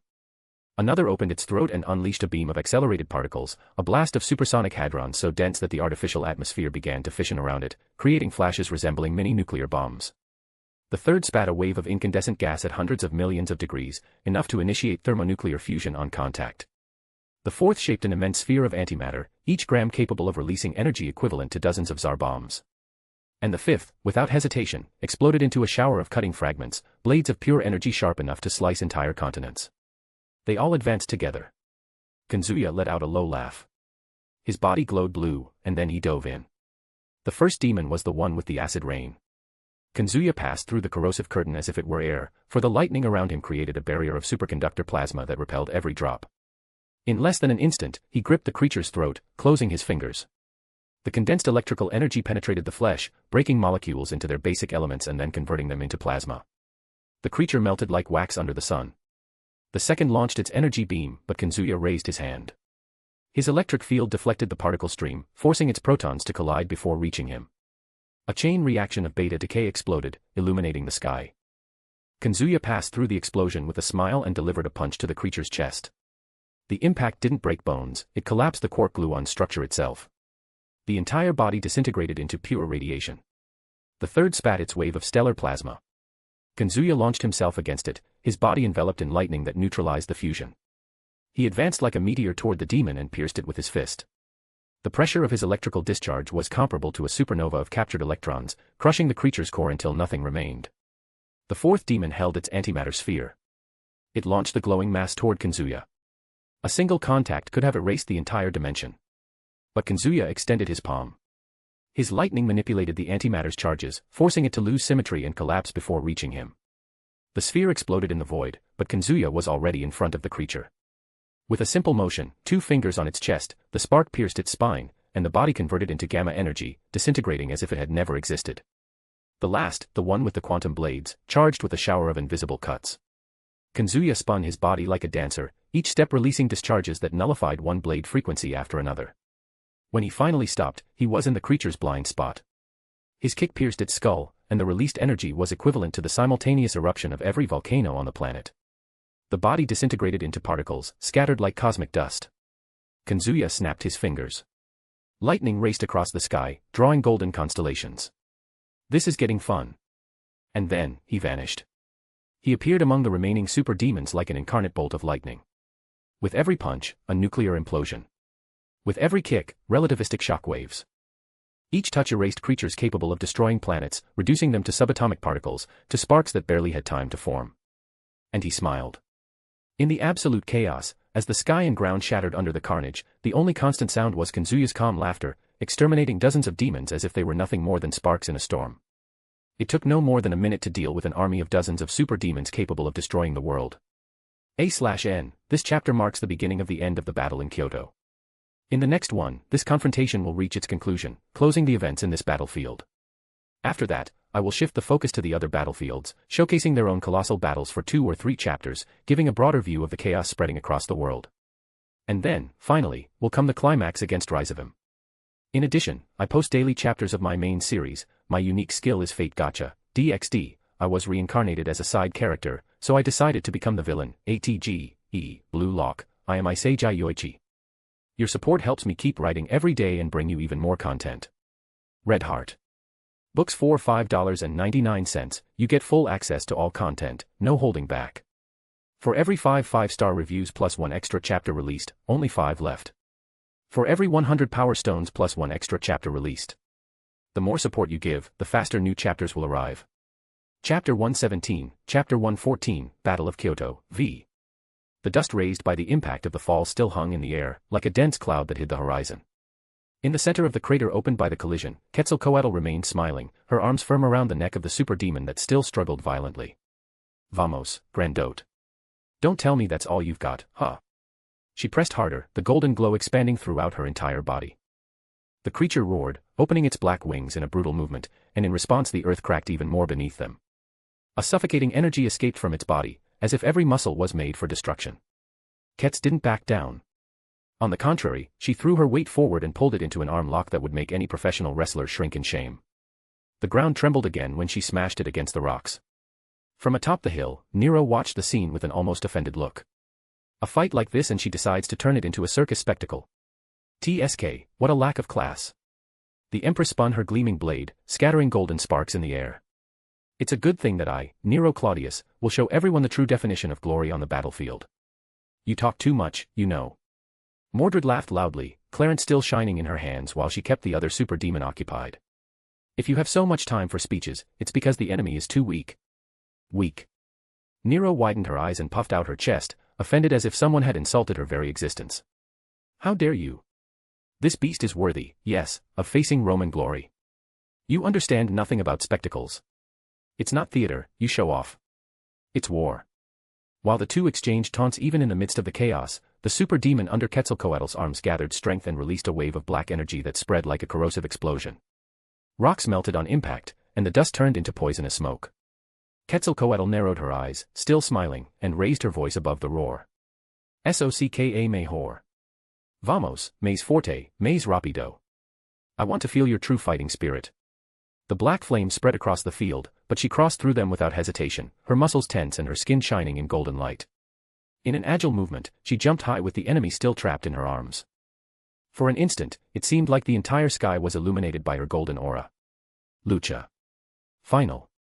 With a perfect spin, she smashed the super demon against the ground for the third time, opening a new crater that swallowed the previous one. The impact swept the dust in all directions like an explosion. Even so, the creature got up. Its body was covered in wounds, wings torn in several places, but its red eyes burned even more intensely than before. Quetzalcoatl let out a warm laugh, wiping the sweat from her forehead with the back of her hand. Wufufu. That's how I like it. You can really take it, Verdad. Then, you won't have a choice. I'll have to use a special move on you. Her eyes shone, but there was no arrogance in them, just that unwavering passion that always drove her. Because a real fight needs emotion from both sides, Cielito. The super demon's body trembled. The wounds opened by Quetzalcoatl's brutal force closed in a single instant, flesh and bones reconstructing as if time had been rewound just for it. The wings, previously torn, opened again in all their imposingness, each black feather radiating suffocating energy. Regeneration instantanea. Quetzalcoatl murmured, furrowing her brows. This is going to be problematic, Cielito. The creature raised one of its claws slowly, almost in disdain, and just the pressure of the movement distorted the air around it. The energy accumulated at its tip wasn't common magic, it was pure conversion of matter into energy, a spark capable of releasing the force of a continental eruption. If that were fired at Kyoto, not even the city's foundations would remain. Quetzalcoatl smiled, as if she had expected exactly that. Perfecto. I won't let you hit anyone, of course, but I'm already excited. The strike came without warning. A beam of black energy expanded, cutting the air in a perfect straight line, thin as a scalpel, devastating as a meteor collision. Quetzalcoatl advanced against it, her body enveloped in golden light. With a quick spin, she twisted her torso and blocked the creature's advance with her forearm, the impact exploding in seismic waves that cracked kilometers of soil. Heh. You're fast, big guy. The demon roared, and in an instant, disappeared from in front of her. It appeared behind, the claw descending diagonally. Quetzalcoatl spun on her axis and raised her knee, intercepting the strike with a force that made the air scream around them. The impact resonated like thunder, each clash of their bodies spreading shockwaves that cut distant trees like invisible blades. They exchanged dozens of blows in seconds. Fist against claw. Knee against wing. Elbow against jaws. Each collision left the space around oscillating as if it couldn't withstand the absurd pressure. Quetzalcoatl was radiant. Maravilhoso. You're like a real fighter. No tricks, just strength, speed, and instinct. The demon didn't respond, but its red gaze burned with murderous fury. It increased its speed even more, moving beyond human perception. And, for the first time, Quetzalcoatl was forced to step back. The ground beneath her crumbled, cracking like glass. She took a deep breath, laughing in the midst of the chaos. Wufufu. So you still had that up your sleeve? Well then, Cielito, now it's my turn. She jumped forward, her fist enveloped in shining gold. The super demon also raised its claw. The two collided. The sound wasn't of a simple impact, but the roar of a natural catastrophe. Nearby mountains shuddered, the entire forest around was uprooted by the air displacement. Shockwaves crossed valleys like invisible tsunamis, breaking rocks into dust. Even so, neither yielded. Quetzalcoatl, with her smile wide open and her gaze shining. The battle took on proportions bordering on the absurd. Each exchanged blow was like the meeting of two natural disasters. The air vibrated, the earth split, and even the horizon seemed to shudder before the collision between the goddess of combat and the monster that carried enough power to extinguish entire nations. Quetzalcoatl was a golden lightning bolt in constant motion. Her feet barely touched the ground before shattering it, and each punch she threw was accompanied by a wave of energy that swept kilometers. She didn't hesitate, didn't retreat, didn't slow down, fighting with the same passion with which she embraced life. The super demon, in turn, was a living wall. Its black claws cut the air at invisible speeds, each attack accompanied by micro-explosions of energy. Space distorted around it, the pressure was so great that the simple flap of its wings toppled smaller mountains in the distance. SOES. Maze Forte. Quetzalcoatl shouted, intercepting a claw with her forearm and returning a powerful hook to the creature's chin. The impact raised a column of dust and made the demon's skull turn to the side with a dry snap. But before the head even completed the movement, it had already regenerated. The broken vertebrae snapped, returning to place in a blink. Too fast, murmured Quetzalcoatl, still smiling. But not faster than I can take down. She dove back into the offensive.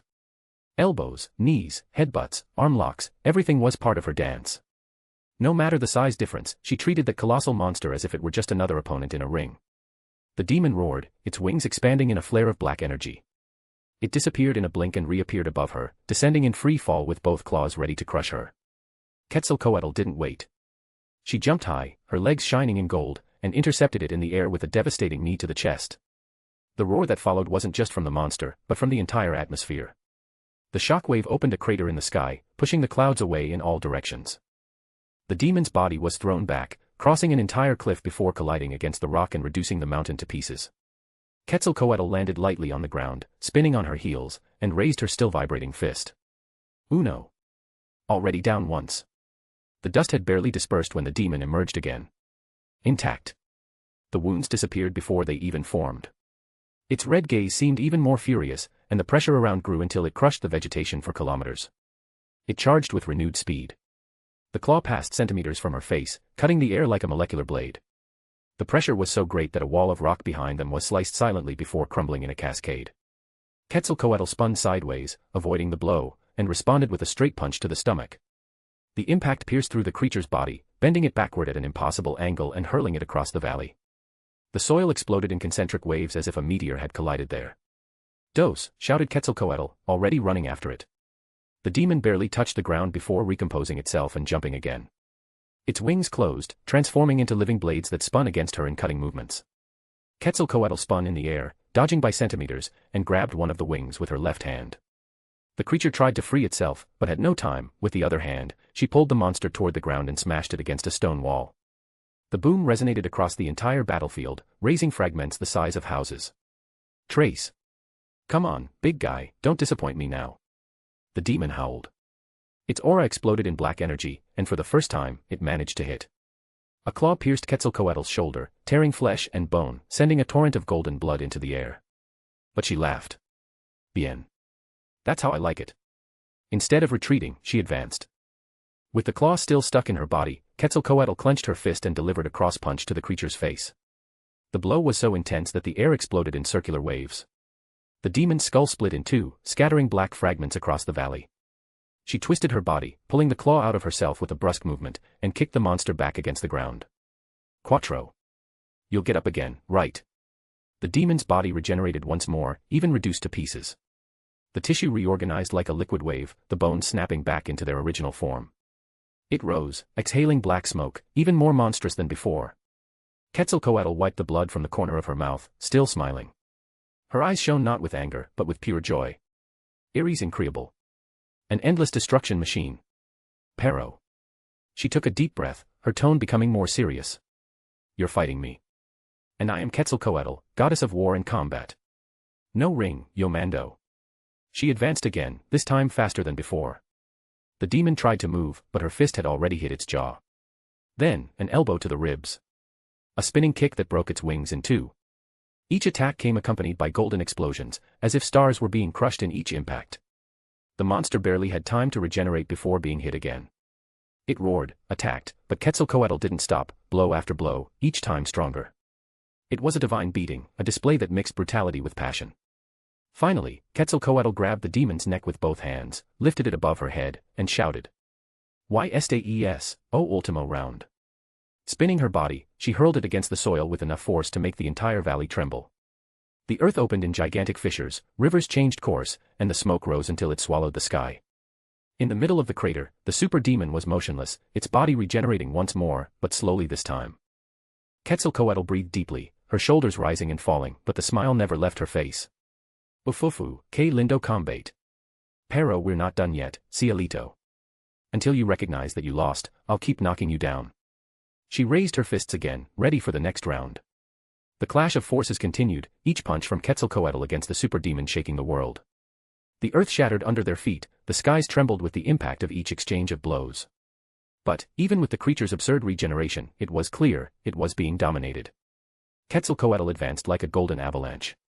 Her fists, knees, and elbows hit with superhuman precision, each impact crushing bones, tearing flesh, and sending the demon back like a rag doll. With every second, she smiled more. Anda, grandote. Isn't this the best you can do? The super demon roared in fury, regenerating, trying to counterattack with claws and blasts of black energy capable of disintegrating mountains. But Quetzalcoatl moved like a divine fighter, dodging, spinning, breaking attacks midway with elbows or devastating kicks. A headbutt from her opened a crater in the ground by smashing the monster's skull against the rock. It regenerated in instants, but was already staggering under the relentless rhythm. Then, Quetzalcoatl retreated. During the fight, she had retreated enough from the others to use her noble phantasm and end it quickly. The Piedra del Sol, solar calendar stone, that was Quetzalcoatl's noble phantasm and trump card. It is a megalith from the ancient Aztecs, famous for housing the Aztec calendar, which, according to reports, showed the entire past and present of the world. With 3.75 meters in diameter, this megalith appears above as a true gate, projecting part of its authority due to Quetzalcoatl being the great foundation of this activity. Intense solar winds spread over a vast expanse, reflecting the divine majesty of its bearer. When used in the Babylonian singularity, even retaining only half of her divinity, Quetzalcoatl managed to evaporate most of Tiamat's chaos tide with this noble phantasm. Ishtar speculates that, if Quetzalcoatl had used the Piedra del Sol in the city of Uruk, the entire city would have been vaporized. This feat deeply impressed corrupted Ushawakamaru, who stated that only a noble phantasm capable of concentrating all the magical energy of an entire era would be able to destroy the Sea of Life, implying that only the bands of light in the sky could rival Tiamat. The difference from the previous era is that, being summoned by Kazuya in this world, her current level was far superior to what she had during the seventh singularity. With the true power of her noble phantasm in hand, destroying a mere super demon was as easy as crushing an ant with a finger. Suddenly, flames appeared in her palm, golden fire, intense, that illuminated the entire battlefield as if a miniature sun had just been born there. With her eyes closed, she began to chant. The past is here. The flame shone brighter, the heat making the air tremble and the rocks around crack. The present is here. She raised her hand toward the sky. Above her, a colossal magical circle formed, filled with rotating Aztec symbols. The solar calendar resplendid, golden and blue lightning tearing the skies, as if the firmament itself answered the call. The future is here. The circle shone so brightly that the entire horizon was tinged with gold. The super demon growled, instinctively retreating before the divine pressure descending upon it. Come the winds, come the lightning. The air split in thunders. Electric currents cut the sky and crashed against the ground. Each lightning bolt that jumped from the Aztec calendar carried electric charges so dense that they generated magnetic fields capable of distorting the atmosphere on a local scale. The concentration of energy made spacetime vibrate, creating plasma microwaves that instantly heated the soil and air, transforming moisture into explosive vapor. When the morning star shines, let all know that the sun's light reaches every corner of the earth. At that instant, from the center of the magical circle descended an incandescent stone, red like pure magma. Quetzalcoatl grabbed it firmly, and as soon as her fingers closed around it, her hand was swallowed by intense and blinding golden flames, as if she had captured the very heart of the sun. She took a deep breath, her muscles tensing, her eyes burning in flames, and with a passionate shout declared. Piedra del Sol. The goddess's fist ignited the air as she advanced. The impact of her punch colliding against the super demon's chest was accompanied by an explosion so bright that it seemed the sun itself had plummeted upon the earth. The wave of destruction swept everything. Entire mountains were pulverized, rivers evaporated in instants, and the earth opened in magma scars that extended for kilometers. The super demon didn't even have time to scream, its body, its essence, and even its regeneration were obliterated, reduced to nothing by the solar force. The glare lasted long seconds, consuming the world around. The golden glare of the Piedra del Sol still burned on the horizon when a new glow, different, began to spread across the battlefield. It was a more refined gold, accompanied by intense red, like the fabric of a grand stage being raised to receive its star. From the top of the hill, Nero Claudius raised her arm in a theatrical gesture, and around her body multiple columns of light emerged. Each one exploded into fragments of fire and scarlet petals, which spun in the air as if celebrating her arrival. Fu. She sighed, displaying a confident smile while the sparks clung to her body. The feathered goddess had her moment, but now. It's time for the true star to shine. The flames molded into fabric and metal. Golden shoulder pads took shape, descending in elegant plates as if they were part of imperial armor. The gleaming bust, adorned with vivid red details, reflected the artificial sunlight from Quetzalcoatl. A short skirt, in Roman cuts, descended in metallic layers, each movement producing reflections that resembled living embers. Behind her, two enormous red ribbons opened like wings of flaming silk, dancing in the wind. A light crown rested on her head, not just an adornment, but the declaration that there stood Rome personified. That was her mythological mystic code of the emperor, which thanks to her master she could access whenever she wanted. Nero opened her green eyes, which sparkled like incandescent emeralds. Behold. The battlefield stage accepts no mediocrity. Today, Nero Claudius, the empress who will never know defeat, is reborn in her attire worthy of Olympus and the Colosseum. Although her transformation took no more than a moment, the super demon she faced roared, darkness condensing around its body. The black wings expanded, and a gravitic sphere was born between its claws. It was small at first glance, but the pressure emanating from it made light itself curve, as if the entire battlefield were being sucked into an abyss without return. Rocks melted in the air, the soil creaked, trees were disintegrated into dust. Nero didn't retreat. You want to swallow me in your darkness? Ha! What a pathetic attempt before a star that never fades. With a theatrical spin, the Empress raised the Estus, original flame. The super demon's attack was fired. The unstable micro-black hole was launched like a world-devouring projectile. The extreme gravity made the layers of air tear in booms, as if thousands of thunders exploded at the same time. Nero moved. In less than a fraction of a second, she had disappeared from human field of vision, crossing the distance as if she had torn space. To ordinary eyes, it was as if dozens of Neros were dancing around the enemy. The blade cut the air. The sphere of darkness was split in half before even reaching its peak, fragmenting into particles that dispersed like ashes. The impact was so subtle before her speed that the super demon didn't even notice when its weapon was nullified. Ahaha. Did you see that? The stage doesn't wait for hesitance. Nero advanced again. Her sword described a ruby arc, clashing against the monster's black claw.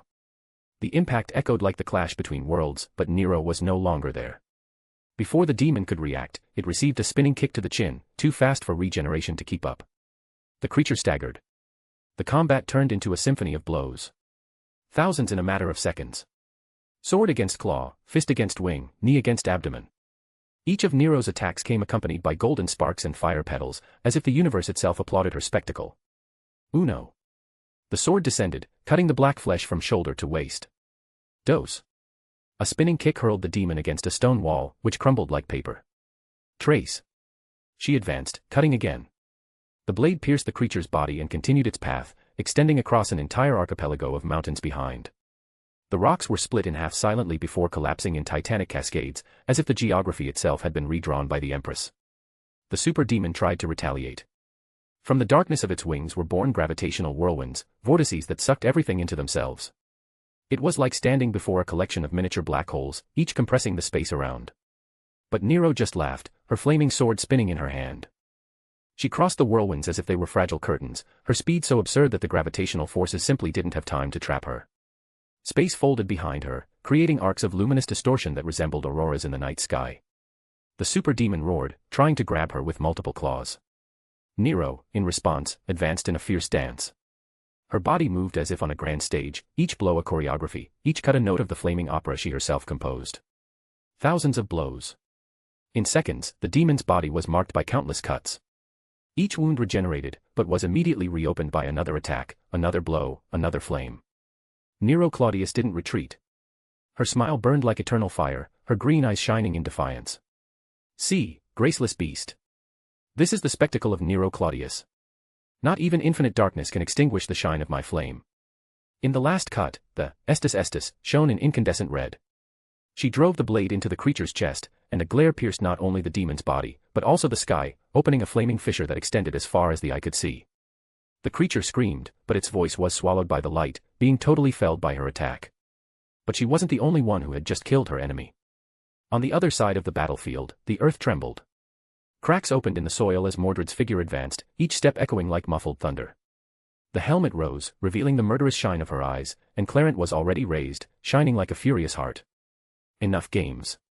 She growled, spitting the words like venom. Her enemy was annoying. A super demon that kept using illusions had no fun, so she decided to end it quickly. Her mythological mystic code, activated, she called it, True King's Code. Red runic circles enveloped the armor and transformed it completely. A crown of twisted blades rose over her head, resembling a fusion between a royal crown and iron thorns. Each point of the crown shone in burning red, as if made of incandescent crystal. Lightning snaked across the entire field, and magical energy began to accumulate on a scale that broke any notion of human or divine limit. Clarence shone in a burning ruby. The air around was shattered, fragmented into layers of pure magical pressure. I am not the king, but someone who walks behind her. For the king's tranquility, I will destroy all enemies. Clarence. Blood. Arthur. Mordred's shout echoed like a war thunder. The blade released its fury. The sky tore. A colossal pillar of red energy, intertwined by countless crimson lightning bolts, descended like the final execution of a furious god. The power was not just comparable but equivalent to a rain of multiple shots from Rangaminiad. It was as if Mordred, in that instant, had claimed for herself not only the sword stolen from her father, but also the right to rival the sacred spear that pierced reality. The super demon didn't even have time to react. Its body was crushed in fractions of a second, everything obliterated until not even dust remained. The impact crossed the battlefield, devastating everything for kilometers around. Mountains were leveled, forests evaporated, and even the horizon seemed to have been scratched off the map by that red glare that consumed the skies. When the light finally dissipated, only silence remained. A charged, heavy silence, as if reality itself were stunned. Mordred panted as her mythological mystic code deactivated, leaning Clarence on the ground. The metal still shone in vivid red, spitting sparks of electricity. She raised her face, her eyes burning in defiance, while smiling slightly. She quickly turned her attention to two people who approached. Salter walked ahead with Excalibur Morgan still dripping black energy. Her voice was firm, but loaded with that characteristic coldness. Not bad. But you took too long to finish with just one enemy. Mordred gritted her teeth, gripping Clarence firmly. TCH, always have to belittle, don't you? Before she could retort more, Jean Alter slammed her flag on the ground, the flames surrounding her exploding with the gesture. TSC. She clicked her tongue and cast a sideways glance at the Tyrant King, and you there, standing like a statue. Don't you think you're a bit out of place to give an opinion? After all, who was it that reduced that thing to dust? Salter raised her eyes slowly. You talk too much. She responded in a low voice, almost disinterested, but the venom was in the subtlety. A dog that barks so much is usually trying to convince itself of what it did. Jalter's eyes sparked, but before she could retort again, a golden gust illuminated the sky. Quetzalcoatl landed. Her smile was as vibrant as the heat that enveloped her. Excellent. Everyone finished quickly with their enemies. She looked at Mordred and winked lightly, and you, Nina, very well. It was beautiful to watch. Don't treat me like a child. Mordred retorted, blushing slightly, but Quetzalcoatl just laughed tenderly, ignoring the aggressive tone. It was then that everyone turned their gaze to the horizon. Atop a ruined hill, two silhouettes collided. Musashi was there, her two katanas flaming in blue aura, facing a swordsman super demon. Unlike the other creatures, that demon fought with discipline. Each strike of its colossal blade opened craters in the ground, but Musashi spun her swords at impossible angles, dodging lightly, laughing in the midst of the fight. Ufufu, you're really good. But not enough. Her voice sounded clear even from there, loaded with excitement. The final clash toppled the entire hill, the landscape swallowed in light and dust. The super demon advanced, the black blade in hand trembling as if the air itself surrendered to the cut. Each blow was capable of slicing the ground, the rocks, even deforming the space around. Even so, Musashi didn't retreat. Seeing that the others had finished their battles, she also decided to end her fight at that moment. She took a deep breath, her eyes calm and serene, as if the enemy's fury were just a passing breeze. Time to take this seriously. When the enemy attacked, Musashi advanced. The super demon's blow cut the air, tearing space as if it wanted to erase everything in its path. But for her, there was no surprise, no danger. She moved the sword. Not with force, but with absolute certainty. As a swordswoman who achieved nothingness, her skill surpassed time, space, and existence, transforming her sword into a blade that reduces all existence to a single possibility and becomes one with nothingness. She wields a sword of zero, designed to bring an end that is inevitable even for gods and Buddha. She doesn't limit herself to eliminating only results, but also to creating a new possibility while eliminating all others. In a single movement, her sword met the enemy. A clean, precise cut, that didn't need to destroy, just seal the end. The super demon didn't even have a chance to react, since her opponent's skills transcend time, space, and existence, leading her to a realm of nothingness without time or space, devoid of thought and feeling, beyond the fissure of reality and dreams.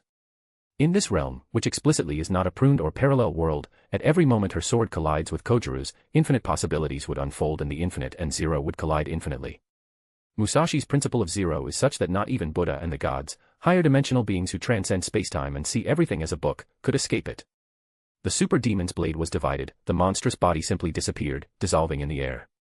And with that, the last battle came to an end. Atop a distant hill, kilometers from anything that still resembled the battlefield, the air seemed heavier. There they were, Shunduji, with her provocative smile and gaze loaded with satisfaction, casually leaning against an enormous sake bottle, and Yasaka standing by her side while sighing in relief. Both observed the vastness below, like silent spectators of a drama that was already concluding. Shunduji sighed, a deep and satisfied sound that seemed to cut the silence. Her eyes shone with a touch of amusement and impatience. Finally, it's over and I didn't even need to help any of them. She said with a pout on her face, my Anata would have been happy if I told him how I helped my sisters from his imperial harem. But, damn, they took too long. Yasaka remained silent, just adjusting her posture slightly, as if pondering something deeper than simple words could express. Chaldea was truly scary. Without a doubt, it was the strongest organization in the world. Fortunately, she made the right choice in allying with them. A/N, this chapter ended up being longer than I expected. I admit I got carried away while writing. Right now I'm working on the battle between Karna and Indra and Shiva, which is turning out to be epic and intense. So, enjoy this chapter of about 7,000 words. The next one will be even bigger, with at least 12,000 words. After this colossal battle of Karna, comes the final fight, Kazuya vs Resivim, which will be shorter but decisive. Then, Kazuya will deal with the EXE gods, and a year will pass with him in DxD before we finally begin the world of Tensei Shitara Slime Ken. Get ready, things are only going to get more intense from here. In addition, I post daily chapters of my main series. My unique skill is Fate Gacha, DxD. I was reincarnated as a side character, so I decided to become the villain, Blue Lock. I am Iseiji Yoichi. Your support helps me keep writing every day and bring you even more content. Red Heart. Books for $5.99, you get full access to all content, no holding back. For every 5 5-star reviews plus 1 extra chapter released, only 5 left. For every 100 Power Stones plus 1 extra chapter released. The more support you give, the faster new chapters will arrive. Chapter 118, Chapter 115, I'm a good Kohai. The battle in Kyoto had ended. But it wasn't the only one. Heaven, inevitably, ended up becoming one of Ryzivim's main targets. As a demon, he never tolerated the idea of the existence of angels. For him, they were a race that simply didn't need to exist. That's why the attack happened a few minutes ago. And on a much larger scale than in Kyoto. The first heaven, the lowest of the 7, where low-level fallen angels and messengers tended to their tasks, now looked like a battlefield. The silver clouds, once full of shine and calm, were stained with dark tones, almost violet, remnants of the demonic energy that still floated in the air. The winds, which always blew gentle and warm, now carried the metallic smell of burned iron. A short time ago, more than 1,000 super demons crossed the gates to enter heaven.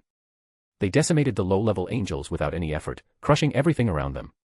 Since they were caught by surprise, it took them a while to react, and that was the price of inattention.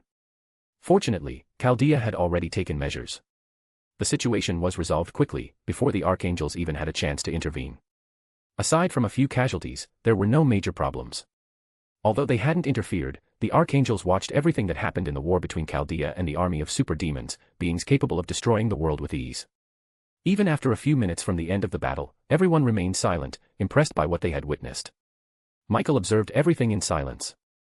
The only thing going through his mind. And to think that it was just a girl who prevented this. That one with lilac hair that seemed to float even without wind, the mischievous gaze, and a smile that challenged all divine conventions. She was standing before his eyes after dealing with an entire army of world destroyers, something her father wasn't capable of doing. He felt a shiver run down his spine. It wasn't fear, it was something more complex, the kind of discomfort that arises in the face of something that simply shouldn't exist. He still clearly remembered how that little girl had played with the super demons, terrorizing them as if they were broken toys. Honestly, he felt so much pity for them that, for a moment, he almost intervened, just to grant them a merciful death. That girl was truly terrifying. He took a deep breath, trying to regain his composure as he stepped forward a few paces, the light emanating from his wings bathing the violet mist left by the demons. The expression on his face was serene, but his eyes betrayed the perplexity. Miss BB. On behalf of all of us, I thank you. If it weren't for your intervention, I fear the first heaven would have been reduced to ashes. Heaven is in your debt. BB shifted her gaze from the horizon and stared at him with that mischievous smile that seemed to play with the archangel's words. Her eyes sparkled as if reflecting a private universe. Ah, no need to thank me, Michael-san. She tilted her head to the side, resting a finger on her chin in a theatrical gesture. I just followed my senpai's orders. As a good kohai, I can't help but obey, right? Michael blinked, slightly confused. Orders, from your senpai? You mean Kazuya-san? Yes.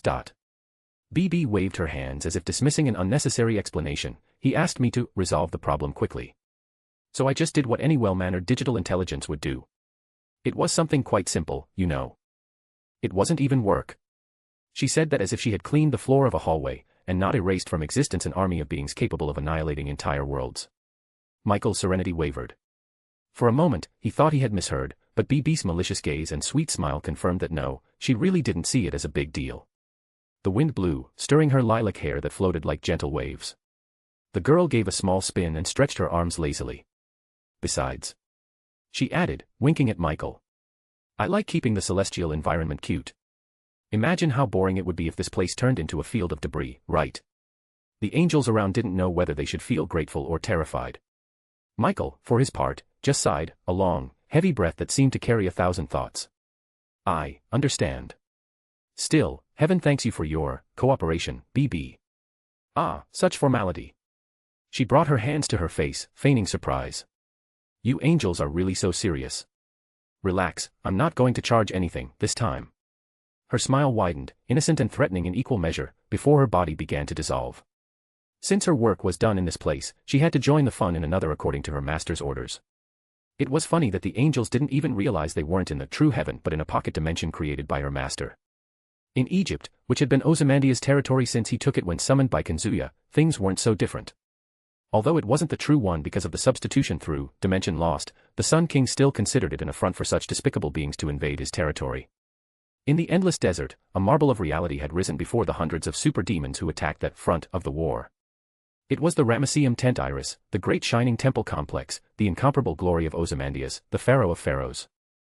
The golden columns that formed the temple gates rose from nowhere, sculpted from pure condensed sunlight. A myriad of complexes materialized like solid mirages, temples, mausoleums, altars, and corridors that seemed to stretch across the entire celestial horizon. The air trembled with a divine reverberation, as if the world itself had bowed its head before the splendor of a king. Ozymandias, seated on his golden throne inside the main temple, observed everything with the serene and arrogant gaze of one who knew he was above all eras. Pathetic. He murmured, his voice reverberating through the colossal walls of the temple, reaching every corner of his domain. My friend said to be careful, but these demons were nothing special. Before his eyes, hundreds of super demons lay in ruins or, more precisely, in dust. The vast majority never made it past the gate to his throne room. Those who managed to cross the initial defenses were struck down by the divine curses and the solar power of the temple. The guardian beasts, phantasmagorical creatures, circled the air roaring in chorus. Ozymandias raised his golden staff and lightly touched the ground with the tip. The sound echoed like thunder. The entire temple responded. Within his domain, he was the incarnate sun god himself. The Ramesseum Tent Iris was not just a monument to Egypt's glory, it was a complete world, a reality marble that united all the divine complexes, from Karnak to Dendera, centered on the great Ramesseum. Every stone, every pillar, and every ray of light obeyed his absolute will. He controlled everything from his throne room, which functioned as the central core, the brain of the structure. Through it, Ozymandias could direct the flow of magical energy, reinforcing certain areas and shutting down others as he wished. Thus, the pharaoh reigned over his empire with the precision of a captain guiding a starship. At the center of it all, the great Dendera lamp shone. The sacred artifact, powered by solar energy and the magic of Amon-Ra, was the luminous heart of the complex. Its light reverberated on the walls covered in living hieroglyphs that told the story of the God King, shining as if the gods themselves revered him. This light sustained the temple's power and also its main weapon, the Dendera lamp, an instrument of divine destruction. When activated, it channeled Ozymandias' solar judgment in a divine punishment attack of astronomical range, so intense that it could erase an entire city in a single shot. It was said that a full discharge of the lamp was as powerful as a solar explosion, capable of wiping Tokyo off the map in an instant. Even Excalibur Proto, in its almost released form, needed to be combined with a triple stella spell to surpass the power of that light. But Ozymandias rarely needed to resort to that extreme. The secondary temples were filled with divine blessings and curses, inherited from the Egyptian gods consecrated in them. A gesture from the pharaoh was enough to invoke these forces. One of the blessings kept himself and his guardian beasts in a state of divine immortality, nullifying fatal wounds, regenerating lost limbs, and even restoring his head if decapitated. To defeat him, it would be necessary to completely destroy the Ramesseum Tent Iris and him along with it, a practically impossible task. The curses, on the other hand, were manifestations of pure divine authority. One of them emanated from an Egyptian spirit that poisoned any invader, killing common creatures in seconds and weakening powerful servants. Even Arash, resistant to all known poisons, suffered when breathing there, his lungs burned, and his muscles became heavy as lead. Imagine mere superdemons. Another curse blocked the use of noble phantasms within the domain, imprisoning any attempt to release heroic power. Only those with strong ties to divine spirits or holders of their own divinity could resist it. And there were still the physical defenses. The outer walls of the complex were made of the legendary divine steel of the Hittites, metal so resistant that it could repel anti-army noble phantasms without suffering even a scratch. In addition, the complex possessed an anti-purge composite armor, capable of withstanding world-scale attacks, the same ones that could erase entire dimensions. In other words, not even the farthest end tower could reduce the Ramesseum tent iris to ashes. Imagine mere superdemons. They didn't even stand a chance. At his feet, the golden desert that stretched within his reality was covered with charred demon remains. The flames danced under the eternal sunlight, consuming what was left of them until only dust remained.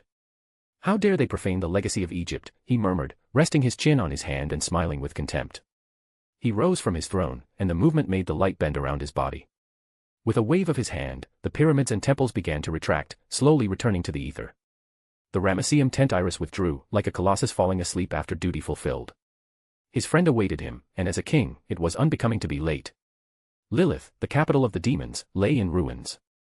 Well, just the copy of the true one made by Kazuya's Longinus, although he arrived a bit late to help as in other battlefields, and the demons had several victims because of that. Victims who were pulled into the pocket dimension that he had created. The air smelled of blood.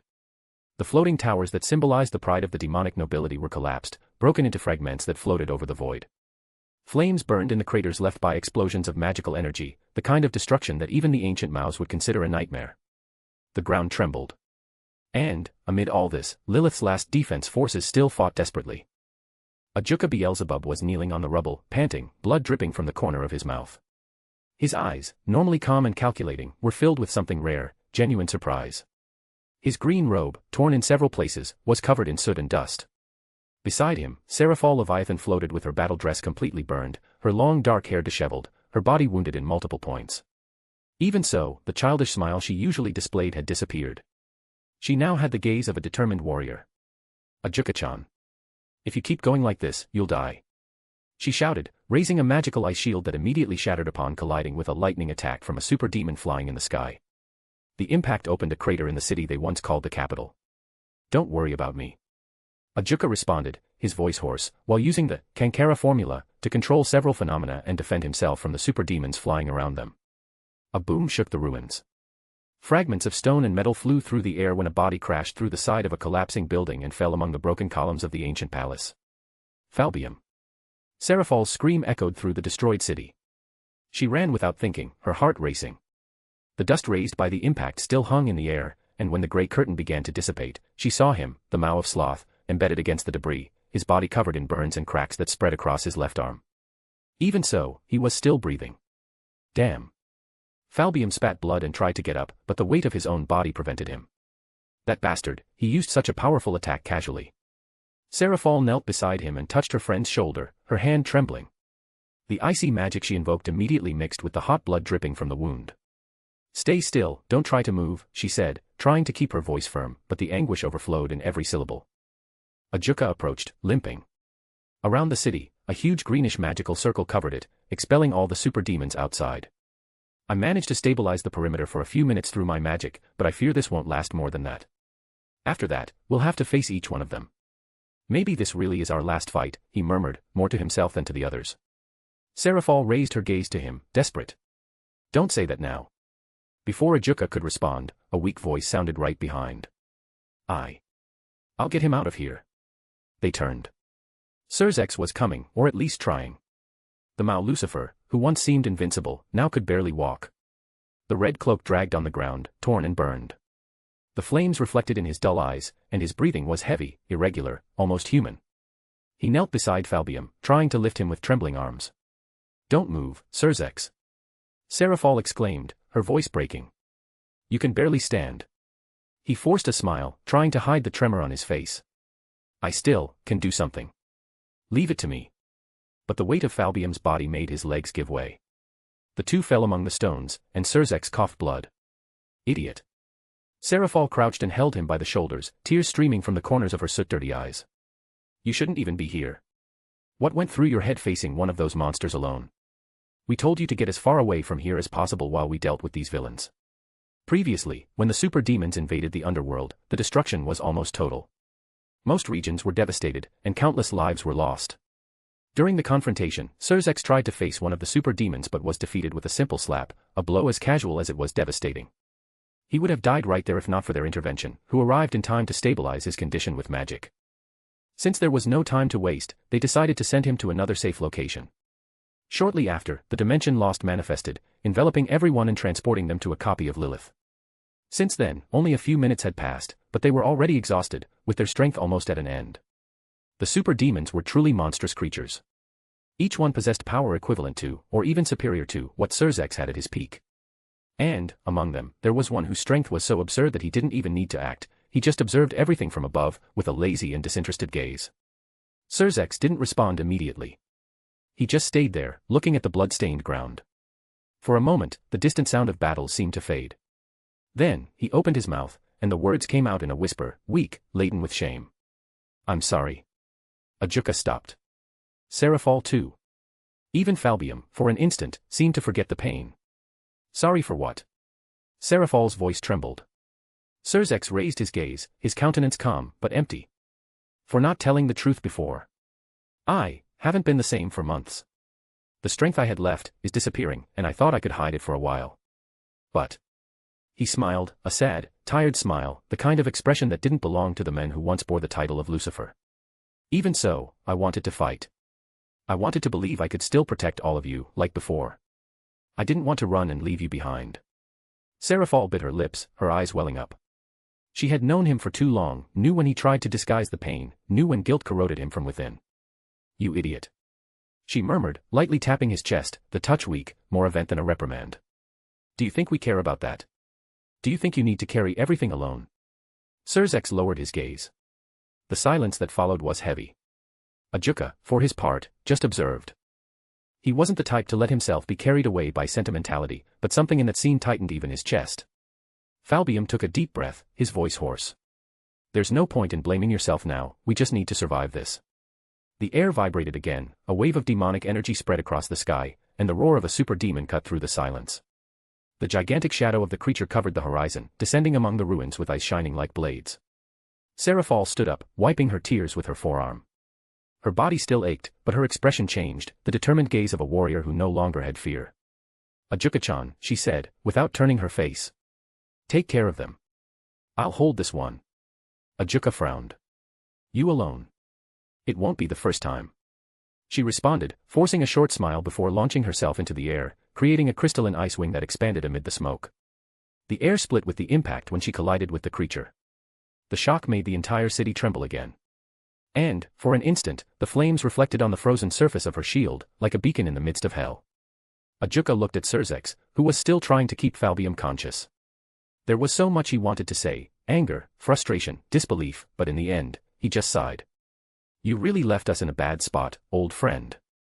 Surzex tried to laugh, but the sound came out as a weak groan. I know, and I'll still try to fix it. Ajuka looked away, clenching his fist. He wanted to believe. He really did. But, looking at the state of the Lucifer before him, the flame of doubt seemed inevitable. The roar of the super demon echoed again, and Seraphol's eyes shone high above, like a last glimmer of hope over the ruins of Lilith. But she didn't need to get actively involved in the combat. The sky split. It was as if space itself had been torn from within, a sharp sound, more felt than heard, vibrated in the bones of everyone still breathing among the ruins of Lilith. The air trembled, distorted, and for a brief second, everything seemed to stop. The wind ceased, the fire froze in midair, and even the roar of the super demon fell silent. Then, the light fell. A colossal spear, made of pure golden magical energy, pierced the clouds and perforated the horizon. It wasn't just brightness, it was density. The very structure of reality yielded under the impact. A column of condensed plasma, hot enough to vaporize matter before the light even touched it, descended with the fury of an ancient god. The sound came afterward. A thunder that wasn't sound, but a crushing pressure that forced Seraphol to fall to her knees in midair, her ice wings crumbling into particles. What is this? The question escaped without her realizing. The super demons, hundreds of them, were swallowed in a single instant. No screams, no resistance. Just a flash. The impact spread across the sky like a sea of gold, expanding in concentric rings that tore through space. The ground rose and disintegrated. The city's flames were extinguished, replaced by a shimmering void, where pure energy still pulsed like the heart of a dying star. Ajuka, even with his rational and cold mind, couldn't calculate what he saw.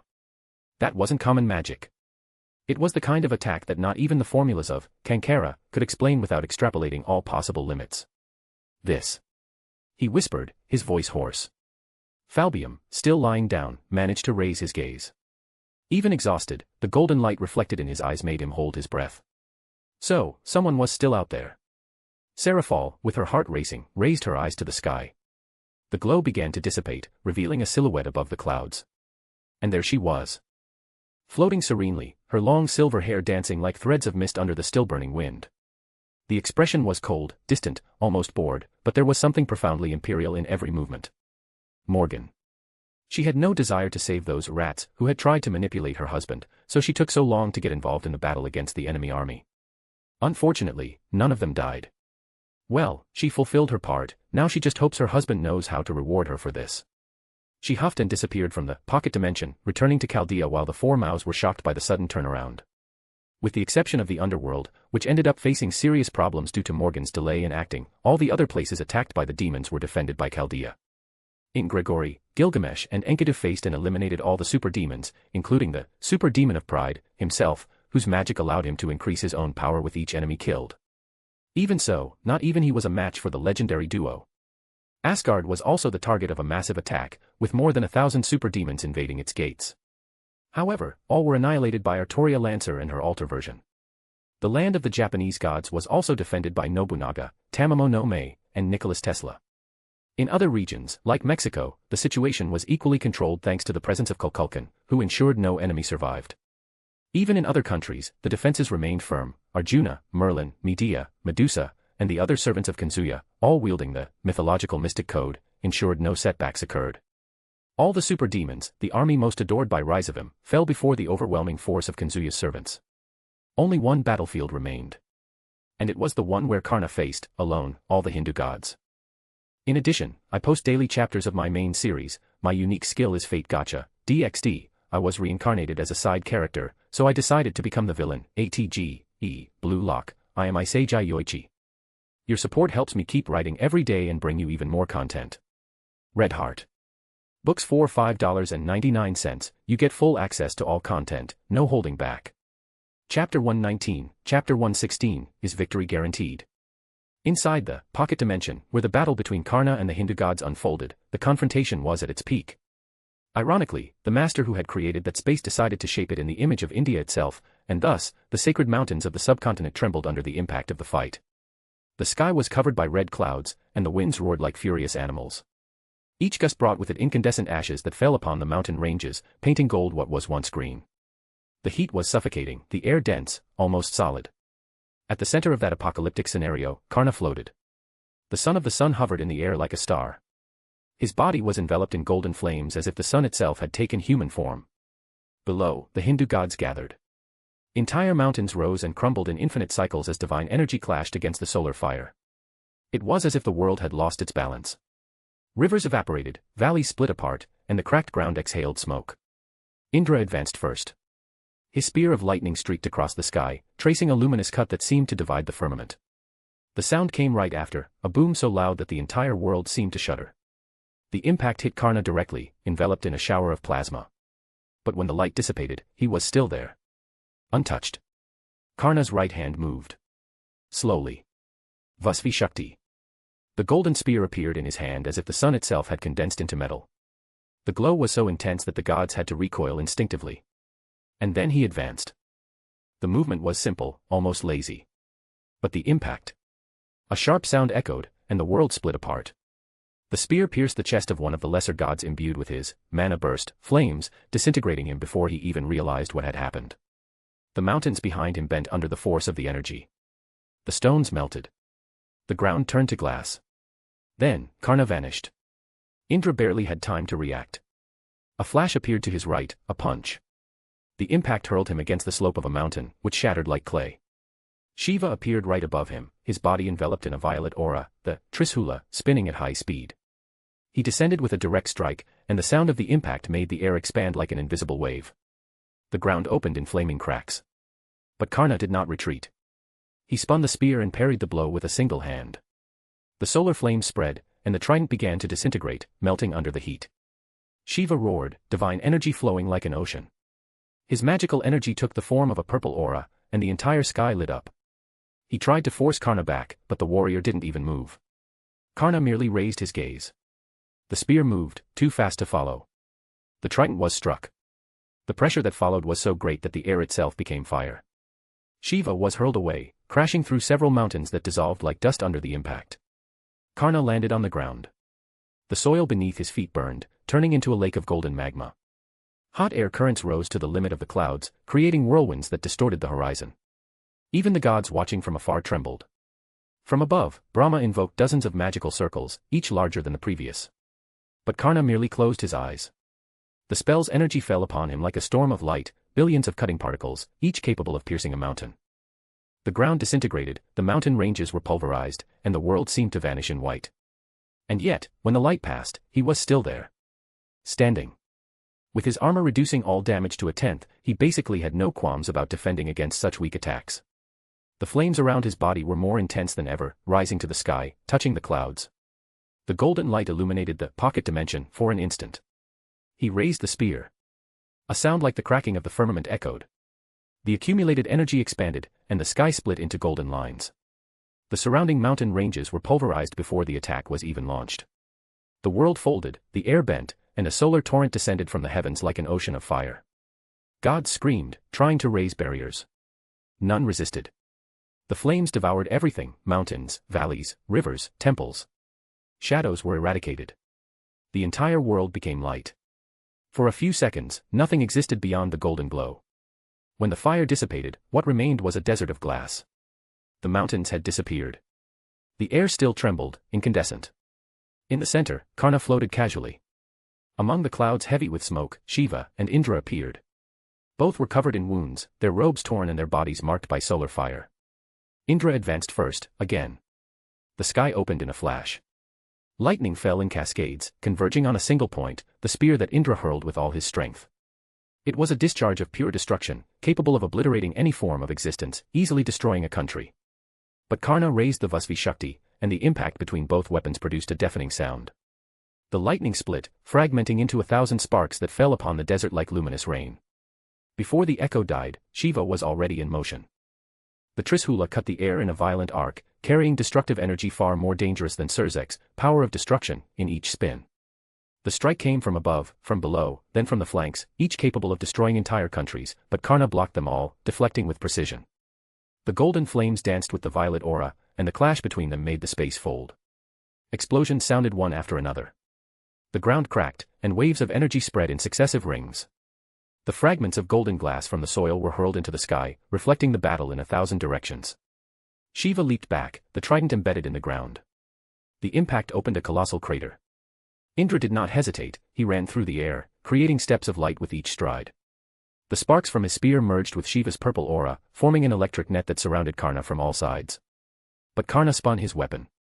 The solar energy exploded outward from his body, breaking the prison. Indra's net dissolved into dust. He advanced again, the strike cutting the air in a straight line. Indra tried to block, but the force hurled him far. Shiva replaced him, intercepting the spear with the Trishula. The two remained locked, sparks and flames spreading like meteors. The god of gods gritted his teeth.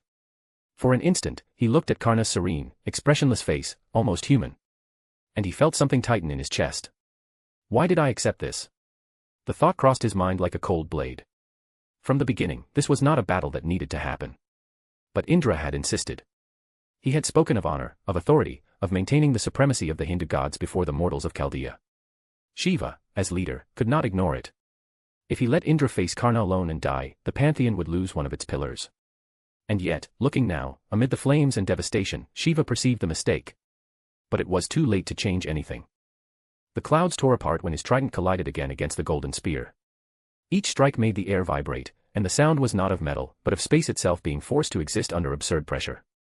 The next impact spread waves of pure energy in all directions, dunes of glass shattered, and the desert that resulted from the battle so far trembled like a living being. Karna spun his body, deflecting the Trishula's lateral blade with a short movement, the speed distorting the horizon. His left elbow struck Shiva's abdomen, and the impact made the violet aura shatter into luminous fragments. The god staggered in the air, spitting sparks of energy before being hurled back, opening a corridor of destruction for kilometers on the surface. Indra reappeared right above, bleeding, his face taken by fury. Lightning accumulated around his arms as he summoned the power of the storm. The entire firmament responded to his call, clouds forming in spirals, lightning colliding with each other, the atmosphere itself about to tear. He unleashed everything. A white bolt crossed the world, piercing the air and descending straight upon Karna. The light consumed the desert of glass, the skies, and even the distant mountains. For an instant, everything became a sphere of pure destruction. Silence came right after. But, at the center of the flash, he was still there. Karna emerged as if he had walked through the light itself. The heat from his body made the air vibrate, and his silhouette seemed that of a god made of fire. He advanced. A single movement, too fast to follow. The explosion that followed made the world lose color. Indra was struck head-on, a direct punch to the abdomen. The solar energy pierced his body, creating a flash that tore the sky and opened a dimensional rift. The impact hurled him into the space above the dimension, his divine armor shattering like glass before a storm. Before the glow faded, Karna was already above. He appeared before Indra in the blink of an eye and brought down the spear like a golden meteor. The Vasvi Shakti spun, the cutting sound echoing like 1,000 blades vibrating in unison. The strike pierced Indra's divine defenses and hurled him back to the surface, where he fell like a shooting star. The explosion that followed was enough to erase entire seas. The ground turned to magma, and the entire dimension trembled. The edges of the world unraveled into lines of light, the space could no longer contain the magnitude of the destruction. Karna landed in the air, the aura around him expanding like a miniature sun. Each breath created wind currents that melted the horizon. Then Shiva returned. From the crater where he had fallen, he emerged enveloped in energy. His body bled, but the purple aura around him flared like a living storm. The Trishula reappeared in his hand, regenerated by the force of creation itself. He leaped. The strike was so fast that the air fragmented into blades. The trident moved in sequence, each thrust creating whirlwinds of destruction. Karna responded in the same instant, each block an explosion, each deflection a wave of heat that made the world shudder. The two vanished. Space distorted, and only flashes could be seen, appearing and disappearing in multiple directions. The sound arrived delayed, explosions that came after, echoing like thunder after lightning. The ground no longer existed. The sky split into rifts of energy. When the movement ceased, Karna appeared behind Shiva. The spear streaked the air horizontally. The cut did not hit the body but hit the world. The golden line expanded, and everything ahead dissolved into light. Shiva was engulfed, the impact hurling him against the horizon, his body enveloped in solar fire. The trident fell. The metallic sound echoed for an instant, small, almost human, before being swallowed by the roar of the fire. Indra quickly saved Shiva, catching him from behind and preventing him from hitting a mountain hundreds of kilometers away. Both were wounded and panting, but they seemed determined somehow. Indra's arrogance was not there, to Shiva's surprise, who smiled ironically. Who would have thought that their long battle would end because of a common enemy from their pantheon? On the other hand, Karna appeared above them, floating and motionless. He looked at the two gods and, calmly, raised the spear. His voice was low, yet relentless. On the battlefield, there are no regrets. My father, I ask your forgiveness. For the first and last time.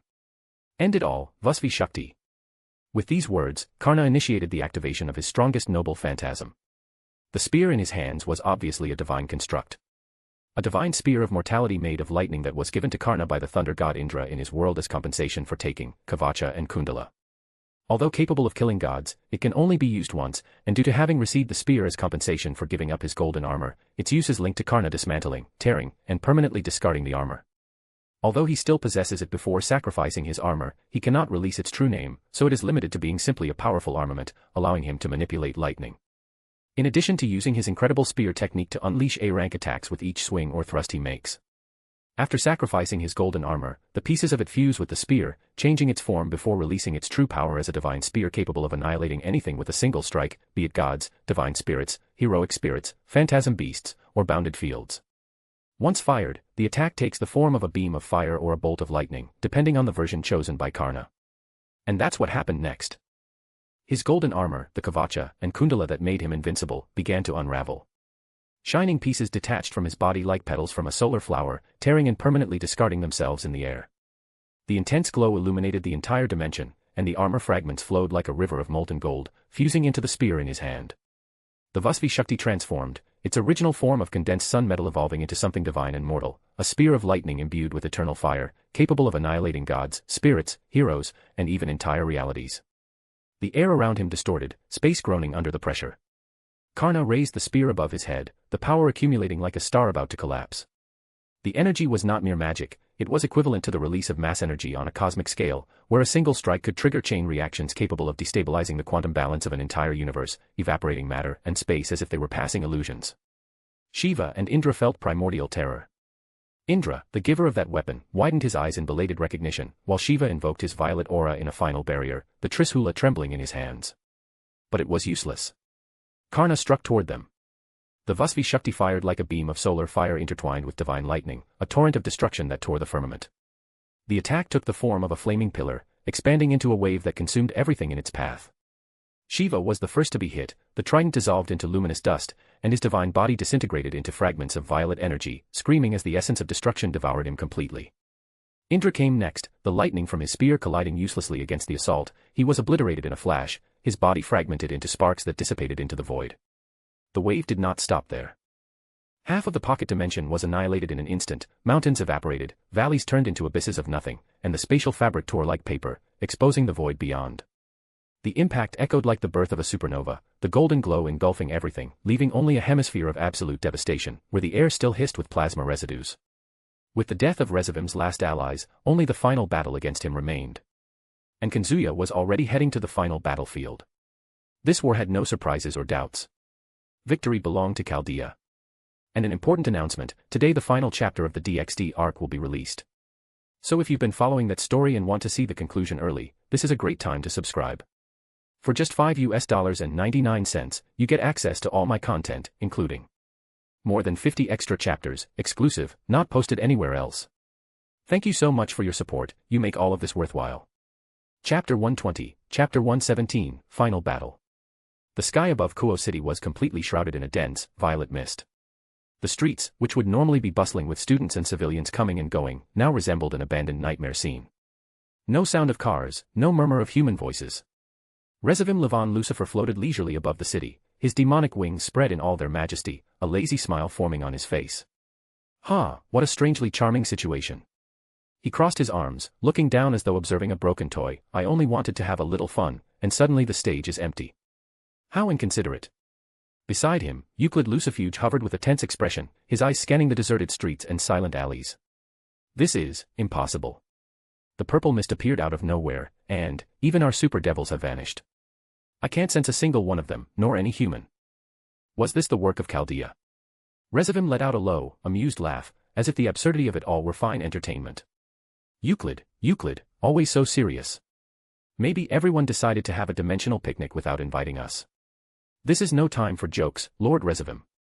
Euclid's eyes flashed coldly. All our plans to attack every faction were predicted. Only that could explain such a rapid response. And the purple mist.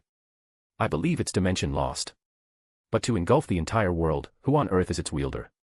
Resivim gave a lazy sigh, resting a hand on his chin as he gazed at the mist-tinted horizon. The crimson glow in his eyes flickered between boredom and curiosity. Dimension lost, is it? How nostalgic. How long has it been since I last saw that little wonder in action? The good old days when people had the decency to use forbidden artifacts to spread chaos, not hide the entire world. He let out a soft, low, sarcastic chuckle, the kind that sounded more like mockery than genuine reaction. But you're right, Euclid. Someone is moving very fast. Too fast, if I may say so. I'd barely announced the first act of the play, and they're already trying to tear down the stage. Such poor manners, truly, today's heroes don't know how to wait for the main villain's entrance. Euclid kept his icy expression. If it really is Chaldea, they've foreseen every single one of our moves from the start. That level of precision would only be possible if someone on our side were feeding them information. Classic conspiracy paranoia. Resivim replied, amused, giving a light laugh. You talk as though betrayal weren't the inevitable spice of any grand plan. Honestly, Euclid, you should relax more. A little unexpected chaos makes everything tastier.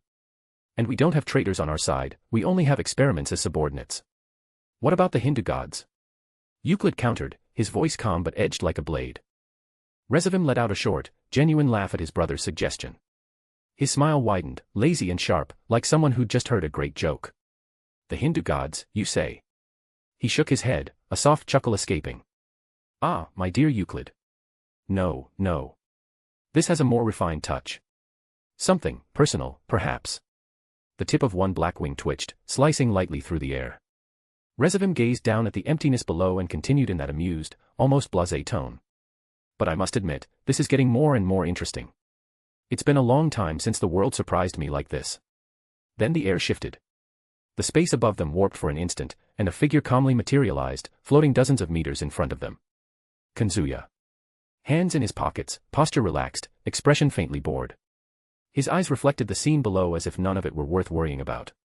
The breeze ruffled his white hair. Resivim raised an eyebrow, his lips curving into an almost delighted smile. Oh, well, look at this. He spread his arms like a host welcoming a distinguished guest. Ryougi Kazuya himself, the strongest man in humanity, honoring me with his presence. What a rare privilege. Or should I call you Lord of Chaldea? Kazuya rested his gaze on him, the same lazy, uninterested look of someone dragged away from a warm coffee to deal with a trivial nuisance. Ah, just call me the most honored under heaven and earth. I think that fits better. His voice was light, almost casual. I was wondering which idiot thought it'd be a good idea to mess with the humanity under my protection. Resivim kept smiling.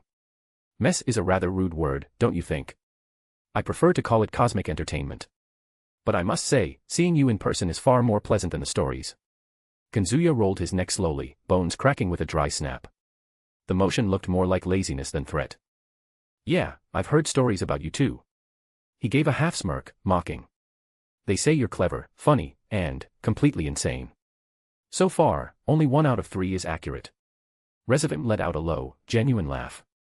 Ah, they say you're the strongest human alive, yet I don't sense a shred of magical energy from you. So I suppose we're even on that front.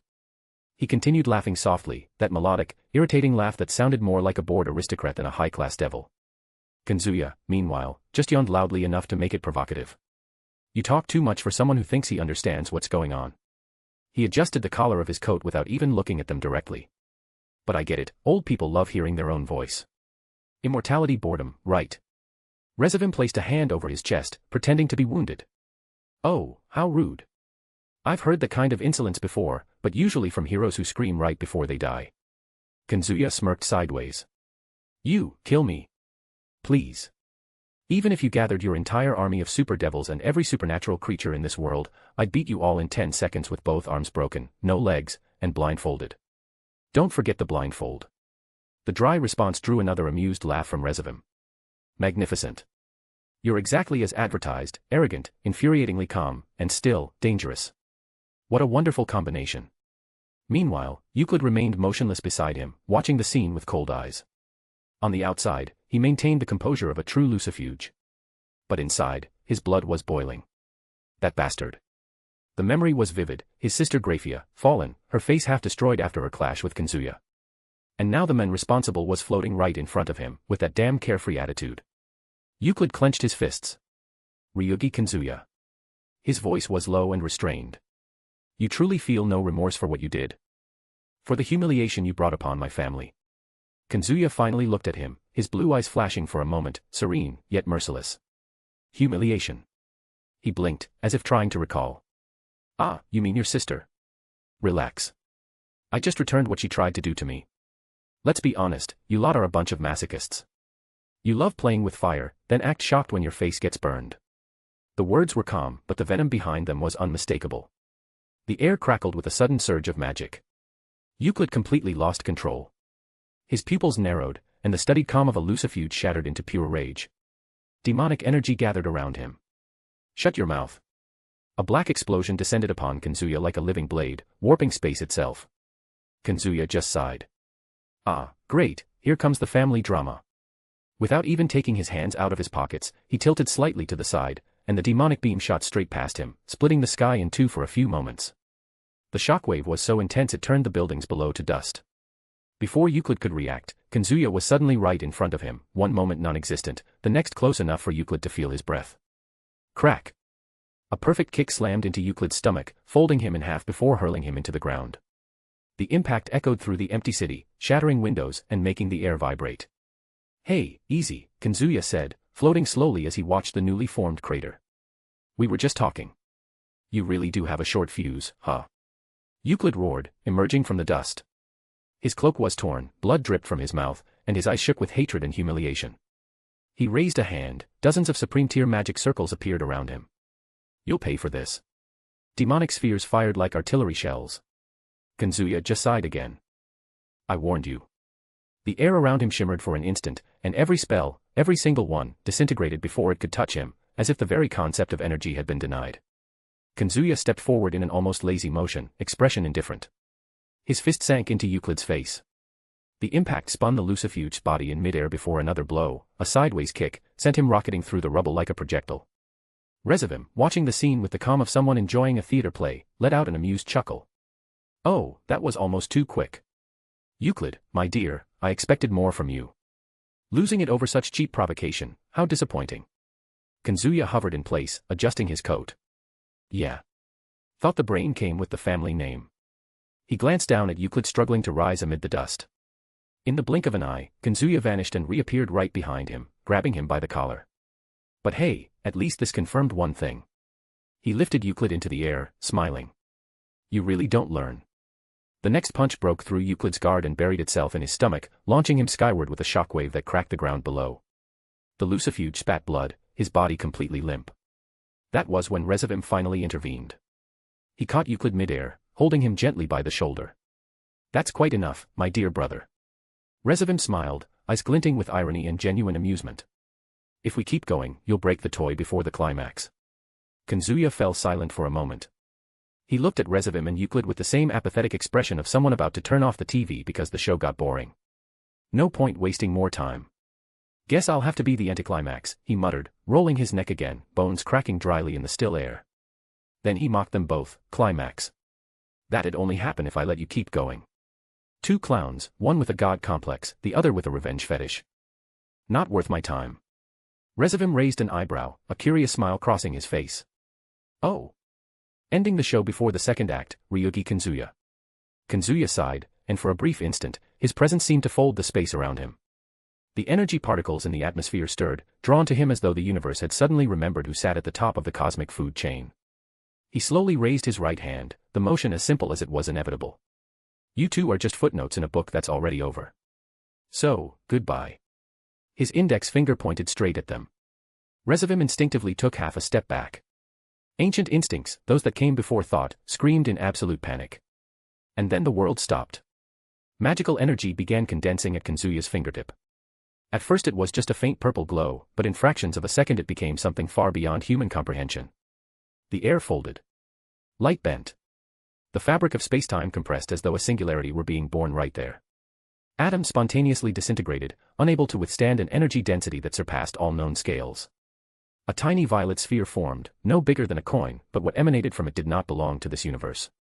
Every released photon vibrated at unstable quantum frequencies, disintegrating matter before contact. The compression was so extreme that, theoretically, its energy density exceeded that of a collapsing star. The air turned to plasma, and the local gravitational field warped light as if a black hole were being created.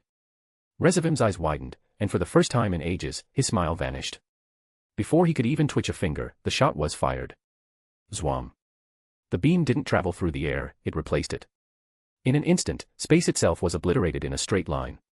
A pure lance of violet magical energy carrying conceptual annihilation of everything it touched, moving at the speed of light.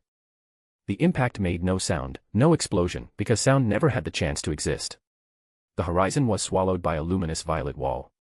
The entire Kuoh region vanished in a brief, absolute flash, and the sky itself seemed to tear. When the light finally faded, only silence remained. No Resivim. No Euclid. No air. No dust. Nothing. Just a perfectly spherical crater where a chunk of reality had been cleanly excised from the universe. Kazuya slowly lowered his hand, gazing at the emptiness left behind. And that's why I hate wasting time on villains who talk too much. Though, now that I think about it, it's a bit hypocritical of me, I also tend to ramble before a fight. Guess I'm pretty hard to understand myself, huh? He let out a sigh. Then, without another word, he turned his back and vanished as if he'd never been there. Despite the anticlimactic ending, that was indeed the conclusion of the war between Chaldea and Resivim. In the end, Resivim never stood a chance. A/N, hey, everyone. Smiling face with sunglasses, so, yes, that's exactly what you read, Resivim and Euclid had less chance than an insect under a table slap. And Kazuya? Well, he basically looked at the world, yawned, and said, "Okay, so when does the hard mode start?" I confess I sped up the final battle, not because I didn't enjoy writing every detail. I love a good destructive power showcase, but honestly, for the power level of the servants and Kazuya, the DxD world is like that initial tutorial in a video game. You learn the basics, but the real fun hasn't even started yet. Now, the war against Chaldea is officially over. But hold on, we're not throwing in the towel just yet, because the EXE gods are next in line. I'm not sure if I should write about them in such depth. What do you think? The Tenshura world will be written in full detail, and after that, I believe I'll send Kazuya into the Marvel and DC universes. What do you think? And an important announcement, today the final chapter of the DxD arc will be released. So if you've been following that story and want to see the conclusion early, this is a great time to subscribe. For just $5.99, you get access to all my content, including more than 50 extra chapters, exclusive, not posted anywhere else. Thank you so much for your support, you make all of this worthwhile.